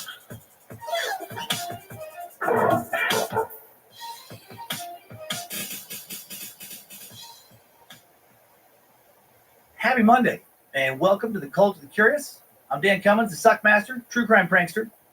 Jim Baker watched up. Don't buy anything that grifter is selling. And you are definitely listening to Time's Up. Hail Nimrod, hail Lucifina, praise be to good boy Bojangles, and glory be to Triple M. For anyone curious, Lindsay and I did watch that 2021 film, The Eyes of Tammy Faye, after last week's recording, like I mentioned. As good as advertised. My God, Jessica Chastain is a brilliant actress. She became Tammy Faye for that film. And right or wrong, I ended up liking Tammy Faye even more. It was just a, dramatized movie, I know, but I'm going to hold on to the belief that she was the sweetest of souls who just wanted everyone to feel loved and taken care of. And her picker was off. And she ended up with a con artist of Jim Baker. He's a phony scumbag. One quick and kind announcement, and then, boy, oh boy, I have an odd tale for you. Love weird tale. This month, the day after this episode drops, on April 23rd, we celebrate World Book Day as a lover of knowledge and also escapism. And in honor of World Book Day, this month's Patreon donation will be going to First Book, a nonprofit working to inspire young minds through books. Thank you, Space Lizards. They believe that books are a critical resource for kids, but they can be scarce for those who are disadvantaged. In fact, First Book has discovered book deserts in certain low-income communities, places where there might be just one book, shared amongst up to 830 kids, for example. Books have helped you escape hard times, provided you with entertainment, education, or enlightenment. Then you know just how important books are. And we donated $12,950 to First Book. If you want to learn more about this wonderful organization, you can visit firstbook.org. And now let's head to a story that is so just deliciously weird. Hail Nimrod, you know I love weird. Today's topic is so weird, so esoteric and little known. There's only been a handful of books and articles that have ever been written about it. At least you can easily access here in the States. There's a very practical reason for that. Most of the documents about August Englehart's life are either in New Guinea or nearby New Zealand or Australia, which is relatively hard to access for most of the world, or because they're not online, they haven't been digitized. And those documents, many of them were destroyed when Germany was beaten in 2 world wars. Also, there has not been as much interest in the story as there have been in many traditional cults due to the fact that Son of Norden wasn't actually a cult. I think it was trying to be a cult. It was the gestation period never led to the full cult. I think August Engelhart would have been a cult leader. He definitely attracted followers, convinced them to move halfway across the world, live a radically different life. But he was never a true cult leader. Never pressured people outside of just emotional pressure, not any cult leader type way to stay. Definitely a wackadoo. August Engelhart certainly fashioned himself as a visionary, a prophet of coconuts, as crazy as that sounds, leader of the new millennium, a health guru, and a spiritual one to boot. But he wasn't a Jim Jones style, Charles Manson-esque cult leader. People were free to come and go from Kaba Khan, his island, as they pleased, and they would leave, almost all of them, usually pretty quickly. There are no recorded instances of Engelhart ever using violence or coercion, although at least one guy maybe got murdered. We don't know. Engelhart seemed mostly dangerous to himself. His diet of coconuts didn't work out well for his health. Made his body weaker and weaker and more riddled with sores as the years went on. Crazy, he did not die long before he did of malnutrition. Like a true cult leader, he didn't make money from people. At one point, he did ask for a deposit of 1,000 German marks for new people coming to his little island refuge, but it was only if you could afford it. He still even towards the end said the poor didn't have to pay for anything to join. He was actually, it seems like a nice guy, completely out of his fucking mind in many ways, and a man who, if you did follow him, he could easily ruin your life. You could die following his advice, and some did, but not an asshole. He didn't seem to ever have been fucking anyone under shady pretenses that we know of.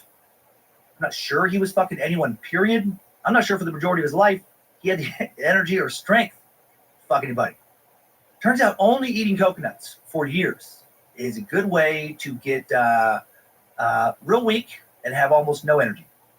The Son of Norden he created was a lot more like a weird lifestyle commune group than it was a cult. Like if Gwyneth Paltrow moved to a random island with a bunch of her fans And they spent their days shoving pumice stones into their vaginas and having sound baths and, fucking doing energy healing, which somehow doesn't feel that far away. If she or Jared Leto, or both of them, don't fire up a true cult soon, I'm going to be pretty disappointed.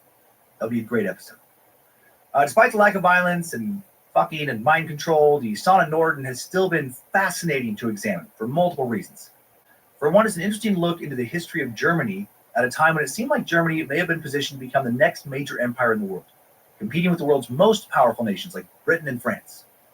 Germany's imperial aspirations were partially a reflection of a culture that had become largely very monolithic, in that people were expected to fully embody being a German citizen and a citizen of the empire at all times, participating in a lifestyle that was cosmopolitan, busy, focused on attaining wealth, a lot of work, very worldly. But August Engelhardt was part of a small minority that rejected all of that, a little counterculture movement, one that saw the rise of industrialism and urban culture and hated it. One that argued that people should go back to the way things were before, like a long time before. When people could take care of their bodies, nature, eat fresh food, bathe in the sun, be naked all the time, experience holistic healing. Does that sound kind of familiar? I feel like we're experiencing something similar in our culture today. A call to grind less, lay around in the sun, more. Maybe not eat coconuts, but just relax more. Because August Engelhardt's story is so directly a part of the story of the rise of things like yoga, holistic healing, spas, and saunas, and so many other things today wrapped up in the category of wellness, it actually has far more relevance to our time than you might think at quick glance. In many ways, Engelhardt is a bit like Amy Carlson, potential future subject, former leader of the Love Has Won cult. Before she died, Carlson and her followers believed that she was Mother God, a 19 billion-year-old being. I love that number, very specific. Not 20, but now 19. And a reincarnation of Jesus Christ, of course, and that she could heal people of cancer who had cancer with the power of love. She was so convinced of her healing power and so convincing to others that when she came down with a mysterious illness, she stated it was cancer, but it was probably poisoning due to the large amounts of colloidal silver she was consuming recklessly. Her followers would not take her to the hospital, not even when she became paralyzed from the waist down. The miracle was coming. Well, it didn't.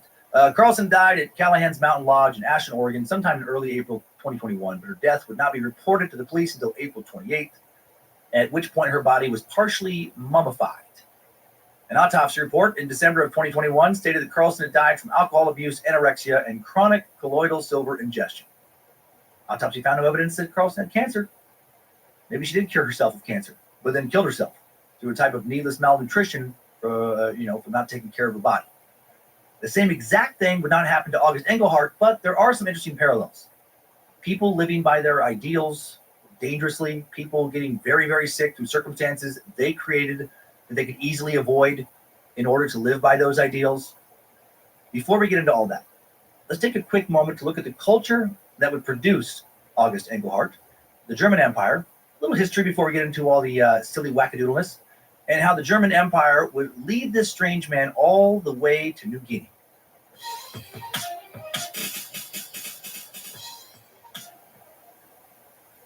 When we think of countries that colonized many parts of the world in the 19th century, we often don't think of Germany, do we? I don't. Great Britain probably comes to mind first, and with good reason. Beginning in the 16th century, Britain began to really build its empire, and over the next centuries, a comparatively tiny Kansas-sized country would come to rule large areas of North America, Australia, New Zealand, Asia, and Africa, as well as small parts of Central and South America as well. The size of the British Empire, the amount of land and number of people under British rule changed in size substantially over the years. At its height in 1922, it was the largest empire the world had ever seen, covering around a quarter of the Earth's land surface and ruling over an estimated 458 million people. That's roughly a shit ton of people, and a quarter of the entire world's estimated population at that time, which was somewhere between 1.86 and 2 billion people. France is up second, with 90 colonies at its peak, then Portugal with 52, and then, any guesses? I would not have gotten this. The Netherlands, 29. I always forget about the Netherlands when it comes to colonial powers. Germany comes in fifth with a measly 20 colonies, which is actually a lot, just not compared to the top three. And there's good reason for that. When the British Empire was kicking off in the 16th century, Germany as we know it today literally did not exist. It wasn't a true country, let alone an empire. It was more of a loose collection of princedoms, kingdoms, ruled by a number of notable families who were always in competition with each other. During the Franco-Prussian War, this would change when most of the leaders of the German-speaking nations of Europe voluntarily chose to unite with Prussia to form a single, unified German state. Germany didn't formally incorporate until 1871. By that time, the German Reich was not taken seriously by much of Europe when it came to competition for the acquisition of overseas colonial territories. But though they were late to the party, the Germans quickly tried to make up for it. You might remember from numerous previous episodes the Berlin Conference in 1884, which carved up Africa. We dedicated episode 74 entirely to that. Powerful pressure from various internal factions, as well as some reckless colonial pioneers in Africa, forced German Chancellor Otto von Bismarck, to some extent against his will, into government support for the occupation of the first colonial territories in 1884. This marked the climax of the European competition for territory in Africa, a process commonly known as the Scramble for Africa, and Germany would play a big role in that, competing against Belgium, France, Britain, France, and Belgium for influence and economic opportunities. And still today, much of Africa suffers thanks directly to the reverberations of those actions. In this meeting, the countries would parcel up territories, access to rivers and ports, and pave the way for future trade, all without asking any of the continent's actual inhabitants, of course. In 1884 and 1885, Germany acquired large territories in Africa, in today's Togo, Cameroon, Namibia, and Tanzania. And in the late 1890s, smaller possessions in East Asia, the Shandong province in China, and in the Pacific, Samoa, New Guinea, and a number of Pacific islands were added. And those are where we'll be talking about today, the German Pacific colonies. Germans first became active as traders in the Pacific in the mid-19th century. The Hamburg firm of J.C. Godefroy and Sohn established a trading base in Samoa in 1857, and 10 years later laid out its first copra plantation. Copra, or copra, is the dried white flesh of the coconut, from which coconut oil is extracted. Traditionally, the coconuts are sun-dried, especially for export, before the oil, also known as copra oil, is pressed out. The oil extracted from copra is rich in lauric acid, making it an important commodity in the preparation of lauryl alcohol, soaps, fatty acids, cosmetics, etc., and thus a lucrative product for many coconut-producing countries or for their colonial overlords. By 1879, German cotton and copra plantation covered an area of 4,337 acres and employed 1,210 laborers. In the 1870s, Edward and Franz Hernsheim established trading bases in the Bismarck Archipelago and the Marshall and Gilbert Islands. Godefroy went bankrupt in 1879, but its interests survived in the organization DHPG, which stands for some very fucking tough to pronounce German words. And that organization pressed for German annexation of Samoa in the hope of acquiring forced labor for its plantations. Intent on protecting German trading interests and taking advantage of British diplomatic weaknesses, the German government now annexed Kaiser Wilhelmsland, northeastern New Guinea, and the Bismarck Archipelago, New Britain and New Ireland, those two islands, in 1884. The western half of the island of New Guinea had been claimed since 1828 by the Netherlands. In 1883, the British colony of Queensland in Australia annexed southeastern New Guinea, and the year after it became part of the British Empire. For many years, New Guinea would be carved up amongst three colonial powers. The western half, controlled by the Netherlands, the southeastern quarter of the island, controlled by the British, and the northeastern quarter of the island, where most of our story takes place today, controlled by the Germans. Meanwhile, hundreds and hundreds of tribes are living on this island, and most of them in the dense jungles of the interior will not even realize what's going on. None of this will affect them for quite some time, because for the most part, the colonial powers stay near the coast. Still today in Papua New Guinea, just the eastern half of the island, there are 839 different indigenous languages still spoken. It's the most linguistically diverse place on Earth. The western half of the island, home to hundreds of more languages and peoples, belongs to Indonesia, and the island as a whole, home to somewhere around 900 tribes, some still living as they have for thousands of years. It's a fascinating place. From 1885 to 1899, German New Guinea was a protectorate ruled by the German New Guinea Company.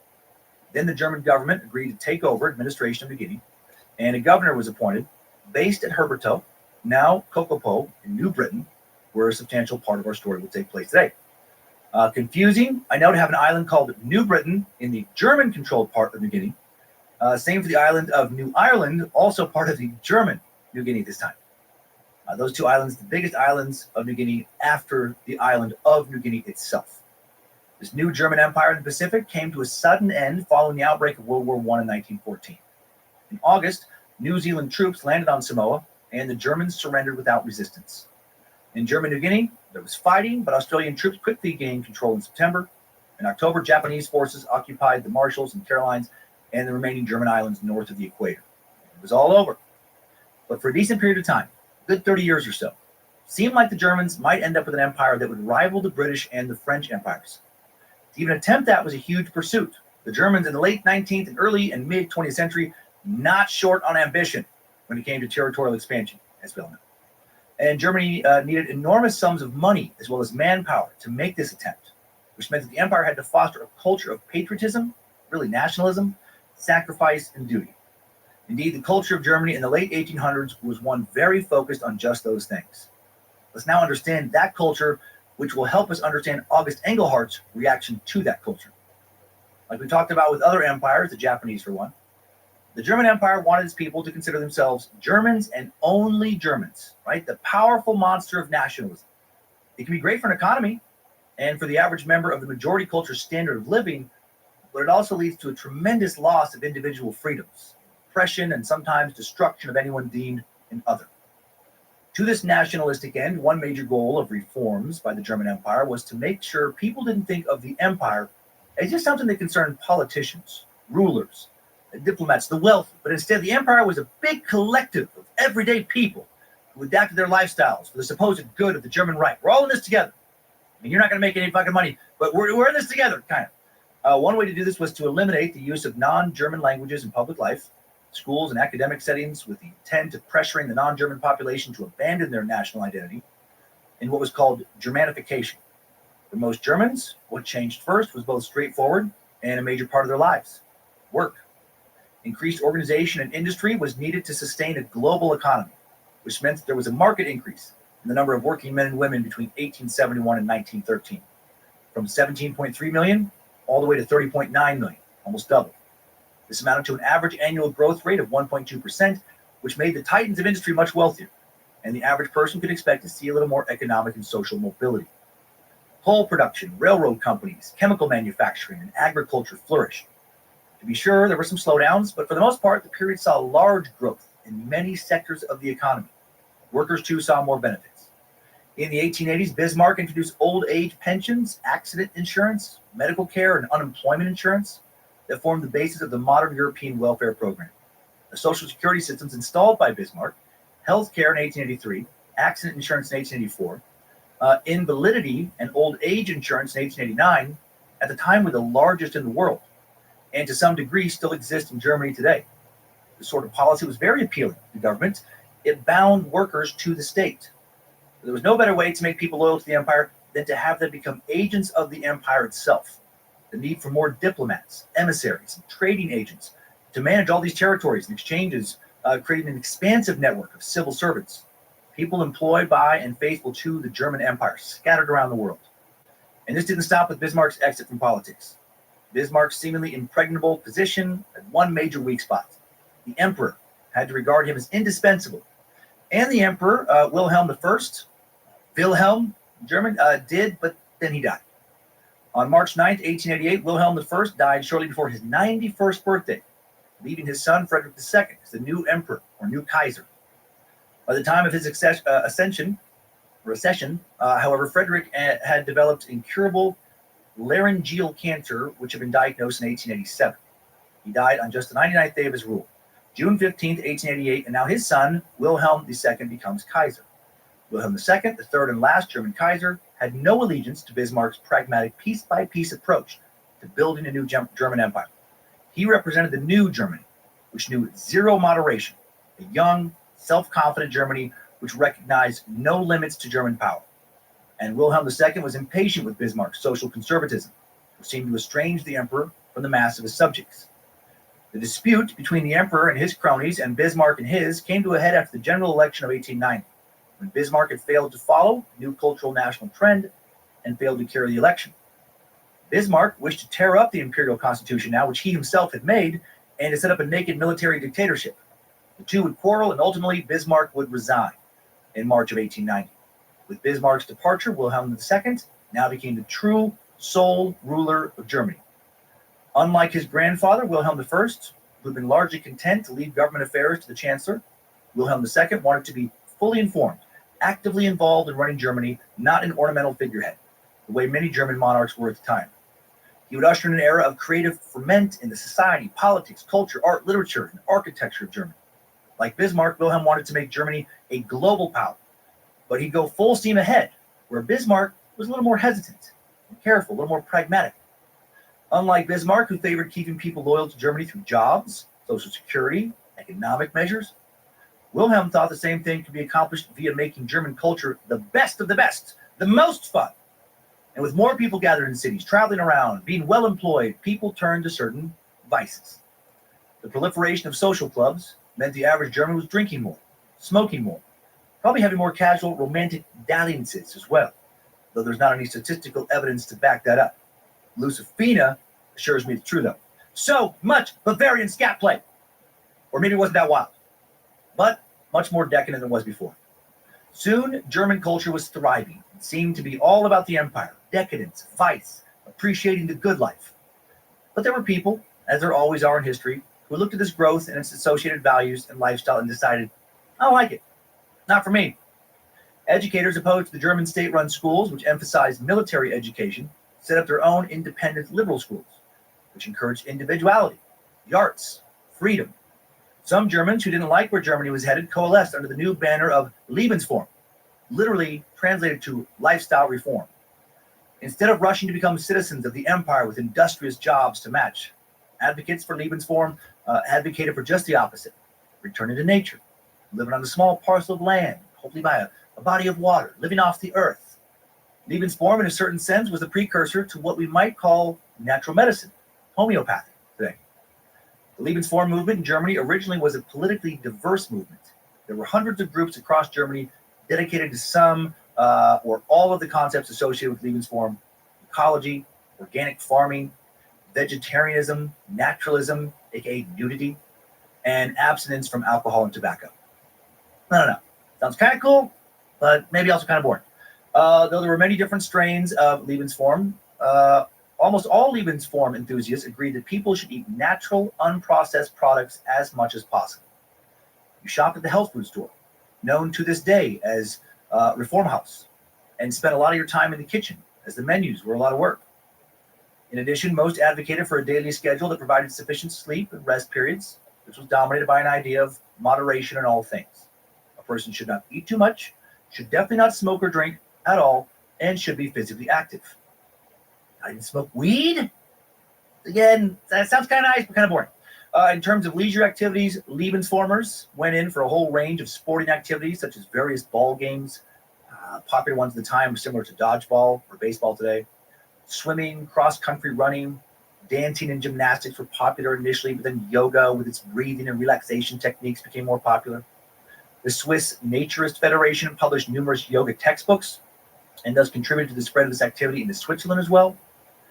Indeed, many of today's yoga studios in Western nations are definitely a part of the Lebensform legacy, whether they realize it or not. Fascinatingly, not all of these groups were, as we might think, necessarily liberal. They came from all corners of the political spectrum. Some would even be absorbed into National Socialism, aka the Nazi Party. As early as 1907, Nazi Dick Richard Unckwitter published a pamphlet called Nudity in Culture, which sold 100,000 copies, arguing that the practices he recommended would be, quote, the means by which the German race would regenerate itself and ultimately prevail over its neighbors, and the diabolical Jews who are intent on injecting putrefying agents into the nation's blood and soil. Yeah, whip your fucking German cock sausage out. Flop out those Bavarian titties. That'll teach those diabolical Jews. Not sure what it'll teach them, but it'll teach them something. It'll show them something. Now back to our main topic. Lebensform as a movement led to a lot of things, the proliferation of yoga, vegetarianism, nudist resorts, and even, as we just learned, seeing some old Nazi peen. One other thing it would lead to, one very, very bizarre thing, wouldn't have as much staying power, or really any staying power at all. But fascinating while it lasted. Before we get into that coconut madness, a note regarding the upcoming timeline. Since, as we mentioned, record keeping was so shoddy, years listed for specific events tend to vary. One source might say something happened in 1904 versus 1905, etc. Doesn't matter for this story. We'll be using the timeline of a doctoral dissertation written by Sven Monter, entitled Following a South Seas Dream, August Engelhardt, and the Son of Norden for the majority of our information. Let's now get into August Engelhardt's Coconut Cult, or the Son of Norden. But before we go coconuts, here's today's first of two mid-show sponsor breaks. Hey, Meat Sacks, I'm talking about language again. As you set resolutions for 2025, consider how learning a new language can enrich your life. Rosetta Stone has been a leader in language education for over 3 decades, with millions of satisfied users worldwide. With courses in 25 languages, including Spanish, French, German, and more, you can choose a language to learn that unlocks new places, connections, and experiences. Rosetta Stone's immersive approach means no English translations. Learn to think in your new language from day one. Lindsay and I have been working on our Spanish.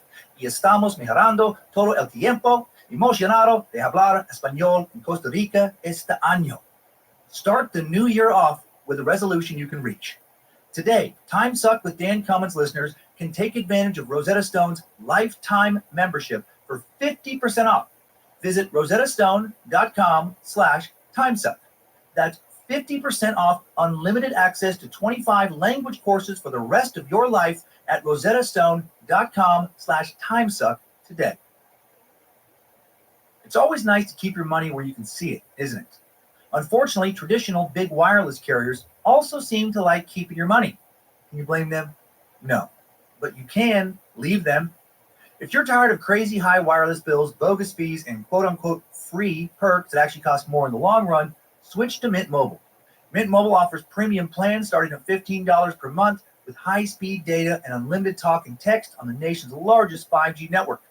Plus, you can keep your phone and number along with all your contacts. So easy. I've been saving over $50 a month for a few years now, a couple $1,000s saved, and I gave up nothing. Same unlimited data, same coverage. Same phone with all the same contacts. Mint Mobile has made it so easy for me to just save money month after month after month. If you like your money, Mint Mobile is for you. Shop plans at mintmobile.com/timesuck. That's mintmobile.com/timesuck. Upfront payment of $45 for 3-month, 5-gigabyte plan required, equivalent to $15 a month. New customer offer for first 3 months only, then full price plan options available. Taxes and fees extra. See Mint Mobile for details. Everyone who's ever done stand-up comedy knows, not every joke delivers. I've bombed so hard a few times out on tour over the years that the club owners thought I was actually trying to not be funny. I wasn't. Ouch. Luckily, Harry's always delivers. They send the best quality razors right to your door for a fraction of the price of the big brands. Better designed shaving products at a better price is no joke. It's Harry's. Their razors are equipped with German-engineered blades, crafted in their own factory, and designed to stay sharp longer. Harry's has the highest customer satisfaction in the shaving industry, plus a no-risk trial. Don't like your shave? No worries. It's on them. And they make a lot more than razors. I love their antiperspirant, one of the very, very few brands out there that doesn't irritate my skin, but also controls my BO. Try the redwood or the stone scent, my two faves. Get the shaving products that always deliver. Get Harry's. Get started with a $13 trial set for just $3 at harrys.com/timesuck. That's harrys.com/timesuck for a $3 trial set. Research shows, and you know I love research, that a major challenge for employers is the pressure to hire quickly, especially given how time-consuming it is to find and review candidates. Well, if you're an employer who can relate, here's a question for you. Have you tried ZipRecruiter yet? ZipRecruiter's powerful matching technology works fast to find top talent, so you don't waste time or money. In fact, 4 out of 5 employers who post on ZipRecruiter get a quality candidate within the first day. A buddy of mine who runs an insurance agency had a few people quit around the same time, and it left him in a really stressful bind. Luckily, he was able to replace them, and quickly within the week through ZipRecruiter. And it's looking like they'll be even better than the agency lost. So relax, employers, and let ZipRecruiter speed up your hiring. See for yourself.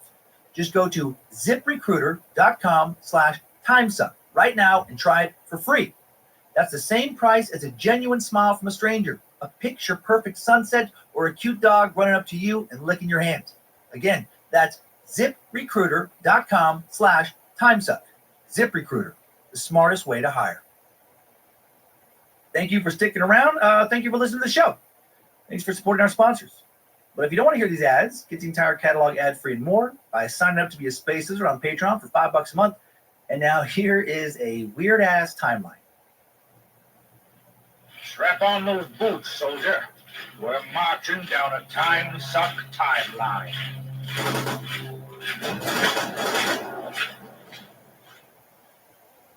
August Engelhardt was born on November 27th, 1875 in the German city of Nuremberg.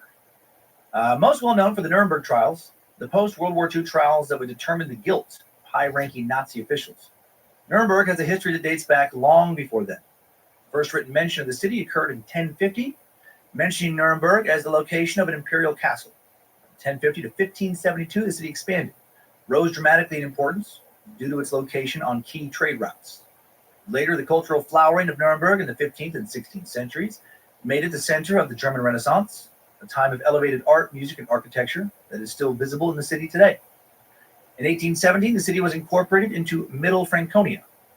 In 1852, there were 53,638 inhabitants, composed mainly of 46,441 Protestants and 6,616 Catholics.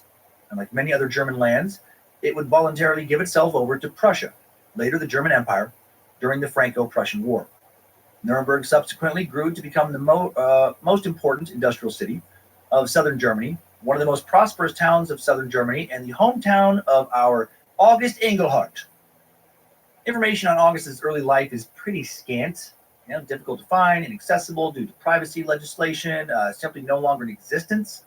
As I mentioned before, records destroyed by two kind of infamous world wars you've probably heard of. The available information we do have consists mainly of letters, recollections, and reports of people who came to know August Engelhardt during his time in German New Guinea.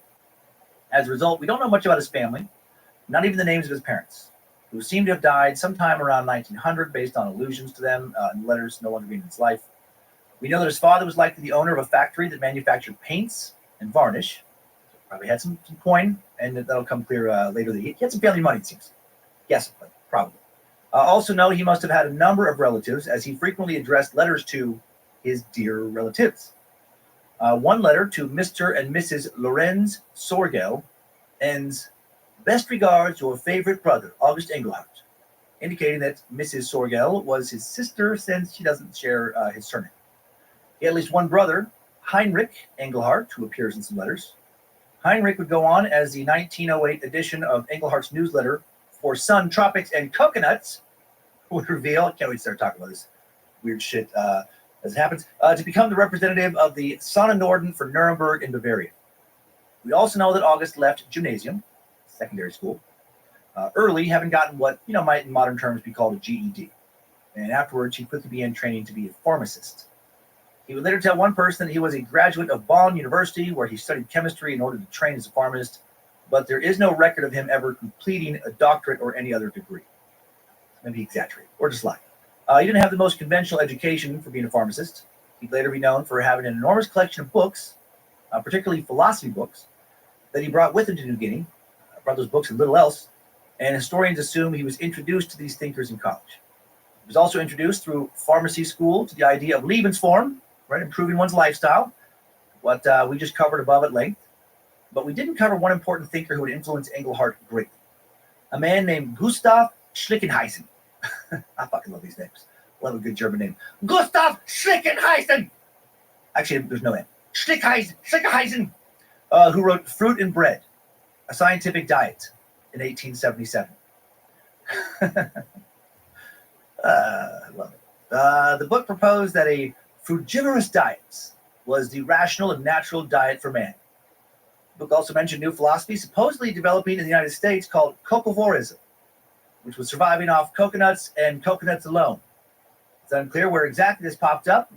No books have been found to be have like the first mention of cocovorism. Sources just say it was an American trend without citing any real evidence. But nonetheless, it fascinated Englehart. Can you fucking imagine can you imagine just living off of one food? Does that appeal to you on any level? One of any kind of food.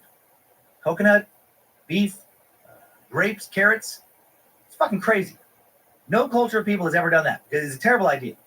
Also pretty funny to think about. If you could only eat one food for the rest of your life, what would it be? And not just one meal. You can't cheat. You can't say like tacos.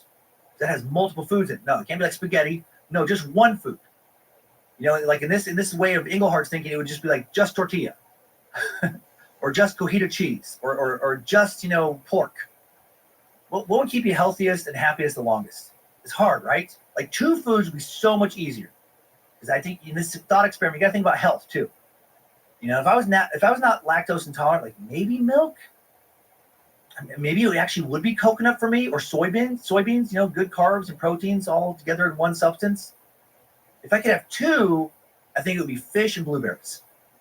If I could have 3, fish, blueberries, spinach. I think I could be healthy off fish, blueberries, and spinach. I'm fucking bored with healthy. 2 is so much better than 1. 3, you know, I feel like I could live a long life, you know, on like halibut, I don't know, sea bass or salmon, again, spinach, blueberries, you know, but nothing but 3, you know, still be tough.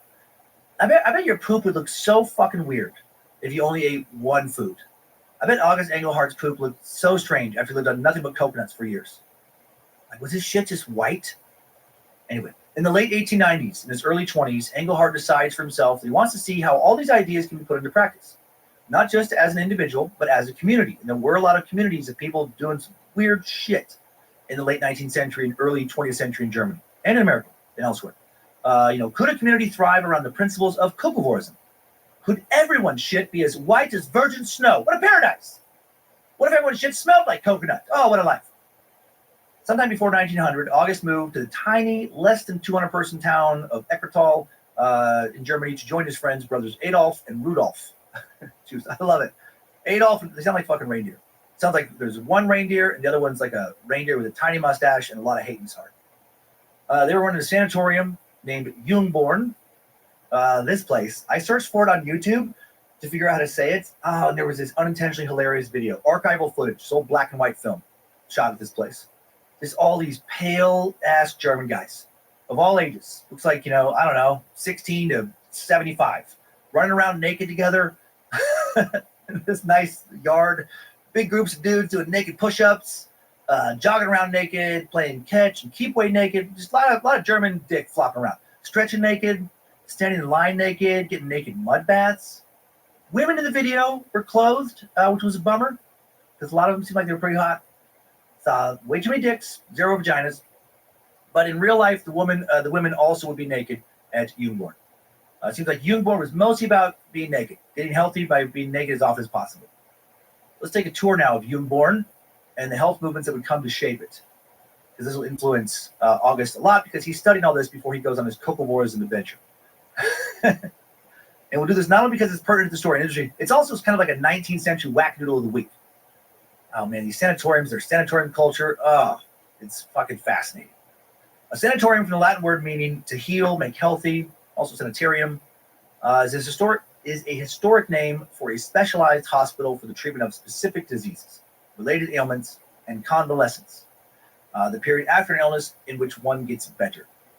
Sanatoriums treated communicable diseases like tuberculosis, serving the dual purpose of quarantining the sick, providing them with an environment that was thought to help them get better. For example, instead of living in a crowded city, which might aggravate their illness, they could breathe fresh air and eat food straight from the countryside. But there were also sanitariums that focused on more obscure diseases like hysteria, fatigue, emotional exhaustion, to name a few. And these sanitariums usually available only to the wealthy, because it was thought that only the wealthy had the time to experience something like emotional exhaustion. Everyone else, you know, they didn't have time to think about being emotionally exhausted. They had too much shit to focus on, like, keeping their jobs going so their fucking lives wouldn't crumble. These became kind of like, crosses between hospitals and country clubs, these places. For these people, sanatoriums were like huge hotels that peddled lifestyle fads. The modern day equivalent to like a Gwyneth Paltrow Goop cruise. And yes, there has been a Goop cruise. I think they're doing it again in September. I hate that I know that. It's called Goop at Sea. A lot of spa time, a lot of facials, so much massage and crystals and stones and rejuvenation and meditation, and you do get to eat a lot more than coconuts. In some ways, it actually does sound kind of nice. Like an annoying probably people there, but nice. Some ritzy sanatoriums in Germany were the New York NEP, for example, an elegant and spacious palatial building. The Badeker, operated by John and Sophia Scheel.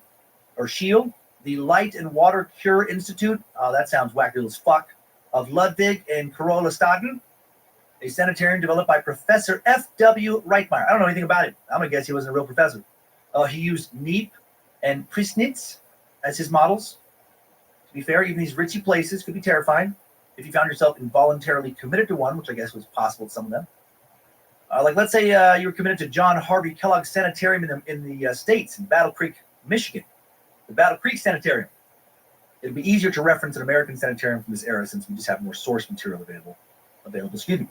You might recognize John Harvey's name from the cereal aisle. He was also the inventor of Kellogg's cereal, one of his many health-oriented inventions. Probably his best invention. He was an early proponent of the germ theory of disease as well, though. Outside of those and a few other good ideas, he was fucking batshit crazy. Like, really bizarre. Like many others, Battle Creek approached treatment in a holistic manner, actively promoting vegetarianism, nutrition, exercise, sunbathing, hydrotherapy, abstinence from smoking tobacco, drinking alcoholic beverages, and any sexual activity. Sounds terrible. You can also find yourself on the receiving end of one of Kellogg's many, many strange experiments in health, like the yogurt enema. Showbiz. That's how you do it in Battle Creek. Mixing some yogurt with a peanut butter yogurt. Kellogg believed that natural changes in what he called intestinal flora, aka bacteria, could be sped up by enemas, frequent enemas, seeded with favorable bacteria. You should definitely try this next time you have a tummy ache. Don't eat fucking baby. Don't get weird about it. Just do it. Go grab a box of SpongeBob Go-Gurts. You probably already have a box at home. If you got little kids, just stick it up your ass. Stop being a fucking baby and stick a Go-Gurt in your ass. Squeeze that plastic tube hard. You gotta shoot up some sugary strawberry yogurt into your intestines. We're gonna have to loosen things up with lube and a butt plug first. So you got a nice gape. Get shit in there. It's not gonna be a sexual gape. It's gonna be a health gape for your health. This actually sounds like an extra demented, advice segment. And check it out with Dr. Steve Brule. I fucking love that Adult Swim segment so much. Kellogg, but this is real life. Kellogg also advocated for frequent use of an enema machine to cleanse your bowels with several gallons of water. That wily old cereal baron, we loved him some fancy butt play. Water enemas, this is so weird. Water enemas are followed by the administration of a pint of yogurt. Half would be eaten by your regular mouth. Other half shot up into your butt mouth. Other half administered by planting the protective germs where they are most needed and may render most effective service, according to the doctor himself. You gotta attack that digestive system from both ends. Show it no mercy. There's a full, and half a pint is a full cup of butt yogurt. So you put one full cup of yogurt in your mouth, and then another full cup squirted right up in your ass, frequently. Oh, Mr. Kellogg, you freaky motherfucker, you. I feel like shit like that is what you end up doing when you try to abstain from sexual activity at all. You start justifying weird life hacks, like, shooting yogurt up your ass every morning for your health. Wonder if his butt yogurt had large chunks of fruit in it. And also, did his poop taste like yogurt? Yeah. Would it be safe to eat? So many questions. What if he had other unorthodox health treatments that were clearly sexual in nature that he just didn't advertise publicly? Yes, that's right. This will promote bladder health and decrease the chance of you ever getting penis cancer, which is quite common and dangerous. You're just gonna want to stick your love club into a ripe butternut squash. Gonna cut the right size hole in the rind, and off you go. Have at it, boy. Really give it a healthy go. Keep thrusting until ejaculation to make sure you've properly coated your penile skin and urethra with enough butternut enzyme to get the full health benefits. Ladies, now it's your turn to eliminate the chance of ovarian cancer. You're going to want to peel a cucumber. Stick it up your hoo-ha. Stick it in your serpent socket until climax. Make sure you've done a thorough job for your health Back to business now. It's just going to be just as weird as what I went over. Back to butt yogurt business. Kellogg believed that yogurt served to replace the intestinal flora of the bowel, creating what Kellogg claimed was a squeaky clean intestine, or a really gross yogurt-lined one. What Kellogg did not promote for your health was masturbation. He was the most against it, like aggressively against it. He thought it was bad for your health. Mr. Kellogg was a zealous, lifelong foe of what he actually referred to as the solitary vice and the vile practice. Bad, bald-headed giggle stick. An enthusiastic Seventh-day Adventist, Kellogg wrote that masturbation led to poor digestion, memory loss, impaired vision. It's all coming from jerking off. Heart disease, epilepsy, and insanity. Jerk off until you fucking go crazy. To name just a few of the insidious side effects. I literally laughed out loud, probably harder than is normal when I first read that. As someone who has been masturbating on a regular basis for over 3 decades, for my health and pleasure, I can assure you it does not lead to those side effects. If it did, I would certainly be blind, insane, epileptic. I'd have continual diarrhea, wouldn't be able to remember my own name, which I know is, of course, Pat Sajak. Do you know that Pat Sajak is retiring from Wheel of Fortune? The last show is set for June 7th. God knows what deviant shit he has planned for June 8th. Possibly some Dick Bird level of debauchery. Anyway, to break his young patients of this nasty wanking habit, Kellogg suggested procedures that range from ridiculous to barbaric, including tying up your hands so you can't actually grab, catch, winky, or DJ your penis flytrap, bandaging the offending organ, literally wrapping your dick up in gauze, or my favorite, I'm not making this up. I know you probably don't trust me after the Dick Bird stuff, but putting a cage over it, a cock cage. He didn't call it that. That's what it was. The founder of Kellogg's cereals, John Harvey Kellogg, was an absolute maniac. Imagine actually putting on some kind of belt with like a wire cage compartment that you put your dick and balls in. You're not putting jeans on over that. I guess just wearing sweatpants with a constant massive bulge is your regular look. Oh, don't worry about this. No, I'm just trying not to go blind. I don't want to lose my mind. No need for alarm. It's just my cock cage. Nobody be afraid. I got my cock caged up. Can't hurt anyone. That didn't work. Kellogg literally recommended circumcision without anesthetic. Oh my God. Quote, as the brief pain attending the operation will have a salutary effect upon the mind. He wrote that in his book, Plain Facts for Old and Young. Is that a plain fact? He's a psychopath. And we talked about him before, actually. It's been a long time. And I forgot how much he hated touching his dick, or just dicks in general. Where did that level of hate come from? He must have been addicted to jerking off at some point. Just unable to get anything done. His life is in ruins because he can't stop jerking off. He's whacking it 7, 8, 9, 10 times a day. So he literally had blisters and calluses all over his shaft, open sores, and he's still trying to stroke through the pain. Then finally he's like, enough! This is no way to live! I have to find a way to stop this. I have to burn this trouser snake. I gotta put this meat puppet custard launcher in a cage where it belongs. Get in that cage, you dirty little serpent. Kellogg had an even more gruesome set of treatment for girls, including the application of pure carbolic acid to the clitoris, or in more extreme cases, if you just couldn't stop diddling, if you just loved having orgasms too much, if you just couldn't stop riding your own bicycle, he recommended surgical removal of the clitoris. He was a demon. And Kellogg was not thought of as a quack for any of this. Far from it. He had many notable patients. Hopefully they didn't do a lot of stuff themselves, including former President William Howard Taft, aviator Amelia Earhart, economist Irving Fisher, Nobel Prize-winning playwright George Bernard Shaw, founder of the Ford Motor Company, he was a nut, Henry Ford, inventor Thomas Edison, African-American activist Sojourner Truth, and many others. President Calvin Coolidge even had one of the doctor's mechanical horses in the White House, one of his other exercise inventions.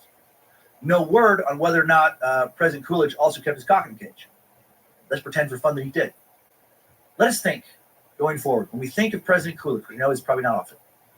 Let's just think of a deranged man screaming at his caged cock in the Oval Office. And you will stay in there until you learn to show me some goddamn respect. And then he slaps the side of the cage a few times to let his dick know he means business before pulling his over trousers back over the cage. People like Kellogg, men and women who ran the gamut from entrepreneurs to health practitioners to inventors and activists and sometimes charlatans, would open more and more sanatoriums to the public that was eager to solve any and all of their problems. And the ones that offered the more basic cures, good diet, baths, plenty of time to relax, no cock cages, no clitoral removal, they became a haven for the well-to-do, with advertising specifically aimed at drawing an upscale crowd. Advertising, as we'll see, too, with August Engelhardt, was just as important as actually owning and maintaining these facilities. In the 1890s, a publisher named Benedict Lust would put out lists of top healing centers. Soon, Lust would also become Adolf Juist's publisher for his works and his advertisements for Jungborn. In this sanatorium and model institution for pure natural lifestyle, as the advertisement went, nudism and vegetarianism were regarded as the fundamental pillars of a healthier lifestyle. According to these ads, the mission of Jungborn was to cure or relieve, as much as possible, chronic patients of all kinds, by the application of the natural method of healing, employing only air, light, water, electricity, magnetism, hypnotism, massage, gymnastics, and rational diet. And the natural method of nudity was also working there. Naked massage. So naked massage and nude gymnastics. I'm listening. Could be a nightmare to see, could be heaven. All depends on who's doing a naked floor routine. Nudism and hypnotism sounds dangerous. There were no drugs found at the Jungborn. Bummer. Sounds like it would be a great place to be high. Lust or Juist, it's unclear from sources who exactly was writing this, stated, "We do not believe in curing one disease by producing another. We remove the cause of the disease and so get rid of it entirely." Not sure why he felt, or why they, whoever wrote that felt the need to state that part. Seems obvious. Just so you know, unlike our competition, when we cure one disease, we don't give you another one. Fresh air, plenty of exercise, outdoors, sunshine, a vegetarian diet of fresh vegetables and fruits, nuts, dairy, and farm-fresh eggs were the main tenets of life at Jungborn. Yes, and other dietary options, such as the frugivorous diet, advocated by a writer named Louis Kuhn, the raw food diet, and also complete fasting. Oh, fine. Another key element of natural healing available at Jungborn was the focus on removing from the body its toxic impurities. Advertisements stated, "The depurative organs, and these alone, must do all the work of purification, and there are ways to aid them which have no bad effects. Spring fever, that tired feeling, and other spring ailments that have been brought on by a lack of exercise, stuffed rooms, and a wrong diet during the winter months, are also amenable to quick treatment and cure at this time." I think that tired feeling is spring fever, brought on by pollen. A little Claritin should knock it right out. Maybe add some Flonase if you need an extra boost. So how would you help your body most effectively get rid of your internal impurities? By bathing, of course. That's right, the same act that got you squeaky clean on the outside could also get you squeaky clean on the inside, if you believe these fools. There were so many baths at Jungborn, so much rub-a-dub-dub, and so many tubs. You might not come out on the other side any healthier. God, you're going to be so many tubs. Fucking clean. Every imaginable bath could be experienced at Jungborn. Full bath, half bath, trunk bath, hip bath, whatever the hell that is. Partial bath, plus full vapor or steam bath, steam jets and steam compresses. Cold, wet sheet compresses, cold wraps, and every variation were available. As well as the signature treatment used by health advocate Father Sebastian Neep. This guy's a fucking con artist. The water treatment, aka the gush. You gotta get to gushing, which I don't think is the same as squirting. Neep credited the gush for saving his life. Like Benedict Lust, Neep, as a young man, contracted tuberculosis at a time when that disease was synonymous with certain death. His salvation, according to him, was a little book on a cold water cure written by Dr. Johann Sigmund Hahn, which gave him enough guidance to self-administer water therapies and successfully treat and cure his tuberculosis, allegedly. Neep describes the importance of that book in the following way. The little volume was at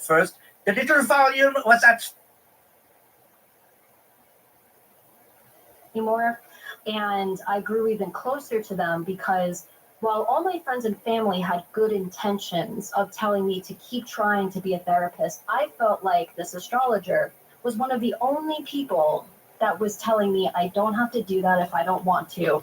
My response was, I trust this person. They seem to really care about me in this community. Why would they lie? Oh, and we'll leave you with another fun clip of the master pontificating before we cut to a quick break. And I tried every avenue, including being controversial. And I was like, well, I kind of like being controversial. I like the to poke the bear. I don't like to do it the way that it turned into, but I like to do it in a way that provokes thought. I like to do it in a way that incites debate, not conflict, not challenge, but actual debate, thoughts, speech, communication in general. So yeah, I'll be controversial. Cool. Thoughts, speech, communication in general. You know, doesn't even make any effing sense. We should describe for our audience kind of what he looks like. I wouldn't put him as like an astrologer guru type that might be in your mind. No, he's more of a failed actor looking. In your mind? No, he's more of a manicured stubble. I feel like Zac Efron would play him. Yeah. In the Lifetime movie. But like, yeah, little backwards sort hat. of like, yeah, maybe like a little poor man Zac Efron. Zach Braff meets Zac Efron, perhaps. Yeah, spouting astrological bullshit. And now we'll be right back. We all know we need to. We feel better when we do, but for some reason, eating healthy can be difficult. Because it's time consuming to read the labels and figure out what is exactly in our food. I mean, what even is sodium benzoate? Trust me, you don't want it. And that's why we use Thrive Market, which takes the guesswork out of finding safe, healthy food. All their products are 100% non-GMO and free from over 1,000 harmful ingredients. GMO and free from... currently trying to eat less sugar this year, and Thrive makes it very easy. They have these really good, like Lily's chocolate chips that are delicious, and cacao and low sugar. I don't know. I love it.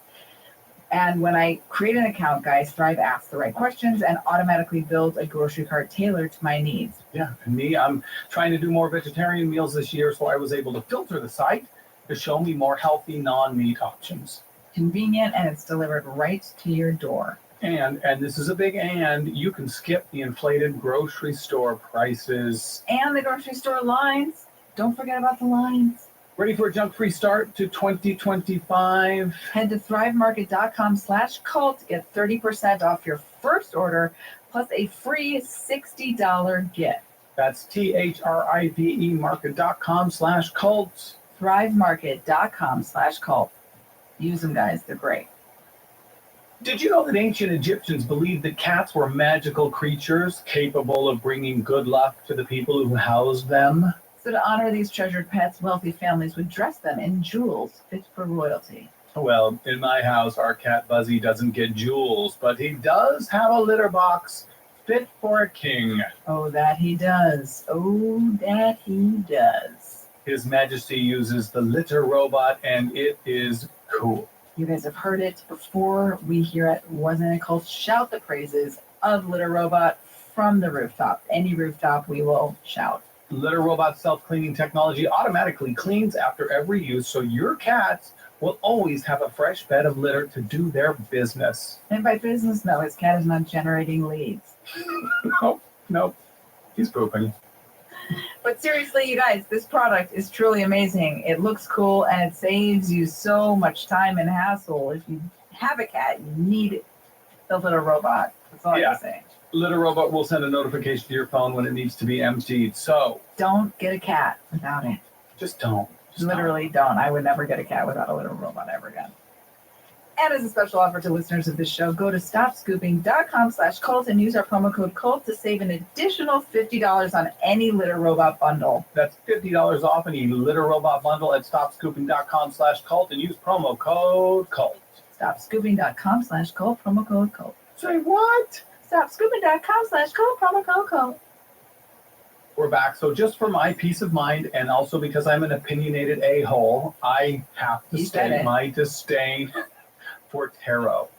I mean, for me, they are just pieces of paper turned over at random, and humans are naturally wired to see patterns and meaning even in randomness. This is a psychological phenomenon called apophenia. And tarot readings often use vague or general statements that can apply to almost anyone. It quote unquote works, not because of supernatural forces, but because of psychology and our cognitive biases to create an illusion of insight. How's that, grumpy old man, for you? Good. But the thing is, are you doing tarot because you're going to it because it has all the answers and it's live or die? Or are you just doing it with friends over wine? Like you would strip poker. Yeah, don't invite me over for that. But Okay, it is true. Even skeptics will admit that tarot can be a helpful tool for self-reflection, so long as people understand it's not actually revealing hidden knowledge or predicting the future. It'd be funny if there was a psychic who only predicted useless facts. Like, oh, you missed Tim? Well, I don't know what's going to happen with that, but you will run into an old work colleague you don't actually like at Target. And after an awkward 3-minute conversation, you'll say, all right, see you later, only to continue awkwardly running into him at every single aisle. That'll be $342. yeah. And that, to segue, is kind of what Taylor was paying. Because astrology readings are far from free. I paid for a lot of services, but I remember my first reading on TikTok Live was $25. Then it moved up to $55, then it moved up to $88. They would up their prices and then make us feel guilty when we couldn't or didn't want to spend those prices. And their whole thing was, we price ourselves based on our value. So if you don't pay these prices, that means you don't value us. The private readings were very expensive. It ranges from like $300, $400, $500 for like an hour. Okay, real quick, I looked at their website and they offer a 30-minute astrology reading for guess how much? No, 100 and something. $195, 30 minutes. 60-minute reading, $375. Wow. A 90-minute reading is, wait for it, $550. And 120 minutes, a 2-hour session, guess how much? Too much. $735. Insane. Holy shit sandwich. I am in the wrong career. I mean, it's what makes our show, right? Like why cults exist. This is a prime example because people want the answers. People want to know. People want somebody else to tell them what's going to happen. Are they going to be okay? Is life going to work out? That is what it comes down to. Am I on my right path? And they're looking to another human being who knows them from jack all to tell them if they're living on their right path. And they're willing to pay, as we just saw, a lot of money for it. As someone who just graduated and didn't have a job, I just did what I could to pay for them. So I was joining more live streams, communicating with them more, paying for more and more readings. You know, he would advertise the readings to be 10, 15 minutes long. And then after a reading, he would chat with us and we would chat and hang out, talk about maybe something he said in a reading. He'll answer some questions and then he'll move on to the next reading. So it was a sense of belongingness. You could chat with each other in the chat box. So like while he's reading for someone else, you could have a side conversation. It was just a big hangout. I didn't have school, setting me up with friends anymore. So this kind of became my community. All of my friends became this group. Okay, so anytime I start to feel bad about our society and how it's going, I pick up an Atlantic magazine. And realize that it's worse. Yes. Yes. However, it is fine journalism, speaking the truth. And this month, they had an article written by Derek Thompson, which states how we as a society are rapidly becoming less social and are spending much, much more time alone than generations prior. In fact, in 2023, Vivek Murphy, the then Surgeon General of the United States, published an 81-page warning about America's epidemic of loneliness, stating that its negative health effects are equal to that of tobacco use and obesity. We as humans are a social creature. We have evolved to commune face-to-face, which we are now doing much, much less of. And that is the theme of sorts of this episode. We will have more from the Atlantic article throughout the episode. But I did talk about it with my mom and my stepdad, and they were mostly supportive, but they had concerns. Like they were concerned about why I needed to spend hundreds and hundreds of dollars on these readings. They felt like my money was being drained, which it was. They know this because they had to help me out of some tricky financial situations throughout this whole process. But since it was causing a rift in our relationship, they stopped bringing it up to me because they were like, we feel like if we push too hard, we're going to lose you. And they were absolutely right, because I felt like when they were questioning me and what I was doing, they were in turn questioning Logan and Ashley. And I trusted Logan and Ashley, and I felt like they were being more supportive than my parents were. And our hero, Taylor, being the self-driven person that she is, wanted more than simply to watch the videos. Well, she wanted to be a part of them. In one of my first readings, they told me that I have huge entrepreneurship energy in my chart, and that was the most appealing thing for me to hear at the time. I always wanted to have my own business, and he told me that he could see me doing a spiritual business like them. So I would say like by November of 23 is when I just dove headfirst into my spiritual business. So they were very encouraging, we believe in you and you could do it. And they gave me some ideas and they gave me advice and they mentored me in between paid sessions. And they were also talking about expanding their business and doing an affiliate program where they're going to feature their certified alchemistic astrologers. And then I was told how this was going to be successful and how it was going to start making me $10K a month. And I remember thinking that was a little silly. And in one of my private readings, when he said that, like, I brushed it off, but he was like, no, you never made that kind of money in your life before. That's why you're unable to comprehend making that much money a month. And I just thought that was so funny. Same brainwash, different Kool-Aid. So apparently, as many of our astute listeners remind us, the oft-used reference to Kool-Aid per the Jonestown Massacre is a misnomer. They actually used Flavor Aid, grape Flavor Aid, which was introduced in 1929, 2 years after the creation of Kool-Aid. Liz. Riveting. Thanks, Liz. The guy who invented Kool-Aid. I did go down a small bit of a rabbit hole with that, and then you go into it. A little bit. I mean, it's not necessary, and I don't need to regale you with it now, other than to say that the guy who invented Kool-Aid did it in his mother's kitchen, and he figured out a way to turn a juice concentrate into powder so that it would be easily shipped. Wow. It was in Chicago, no less. Chicago, the home of Kool-Aid. Chicago, the home of Kool-Aid. That makes sense. The Kool-Aid man? You look like a Chicago guy. All red. Round and red. And probably likes the bear. Busting through walls. So Taylor became a rebel mystic, and as part of her duties, she was to create videos touting the program, of course. I used alchemistic astrology to create the abundance, the success, and the business that I have today. And I am now living a life that is fulfilling, and I am fully aligned with my energies. I wanted to make this really good, educational, intelligent video about how and why this system is different, why everyone should follow alchemistic astrology. And when I sat down and pulled out my notebook to write out my thoughts and notes for my video, I was sitting there and I was like, oh shit, what does make this different than the rest? Hear the crickets, Rob. And I was like, I'm a smart person. I got a master's degree and I can't discern the difference between this system and another system. So that was my first moment where I started thinking to myself, what if this isn't different than the rest? But of course, I'm not going to allow myself to believe that or feel that at the time. So I made my video. I felt like it was okay. Logan has taught me his system and he taught me how to better my life with it. And now I'm able to read it and help other people better their lives with it as well. And I already have. So Taylor, now fully ingrained, kept paying for these readings.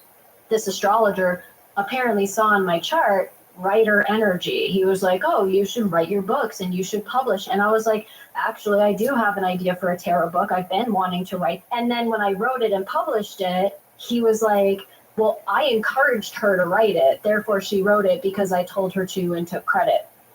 Every time something good happened to me or that I made happen myself, they always chalked it up to, this is what happens when you get our services. This is what happens when you're a part of our community. Taylor's book is entitled The Story of Tarot, Not Your Average Guidebook, which made her a minor, no pun intended, star in the astrology circles. Which increased her duties for the rebels.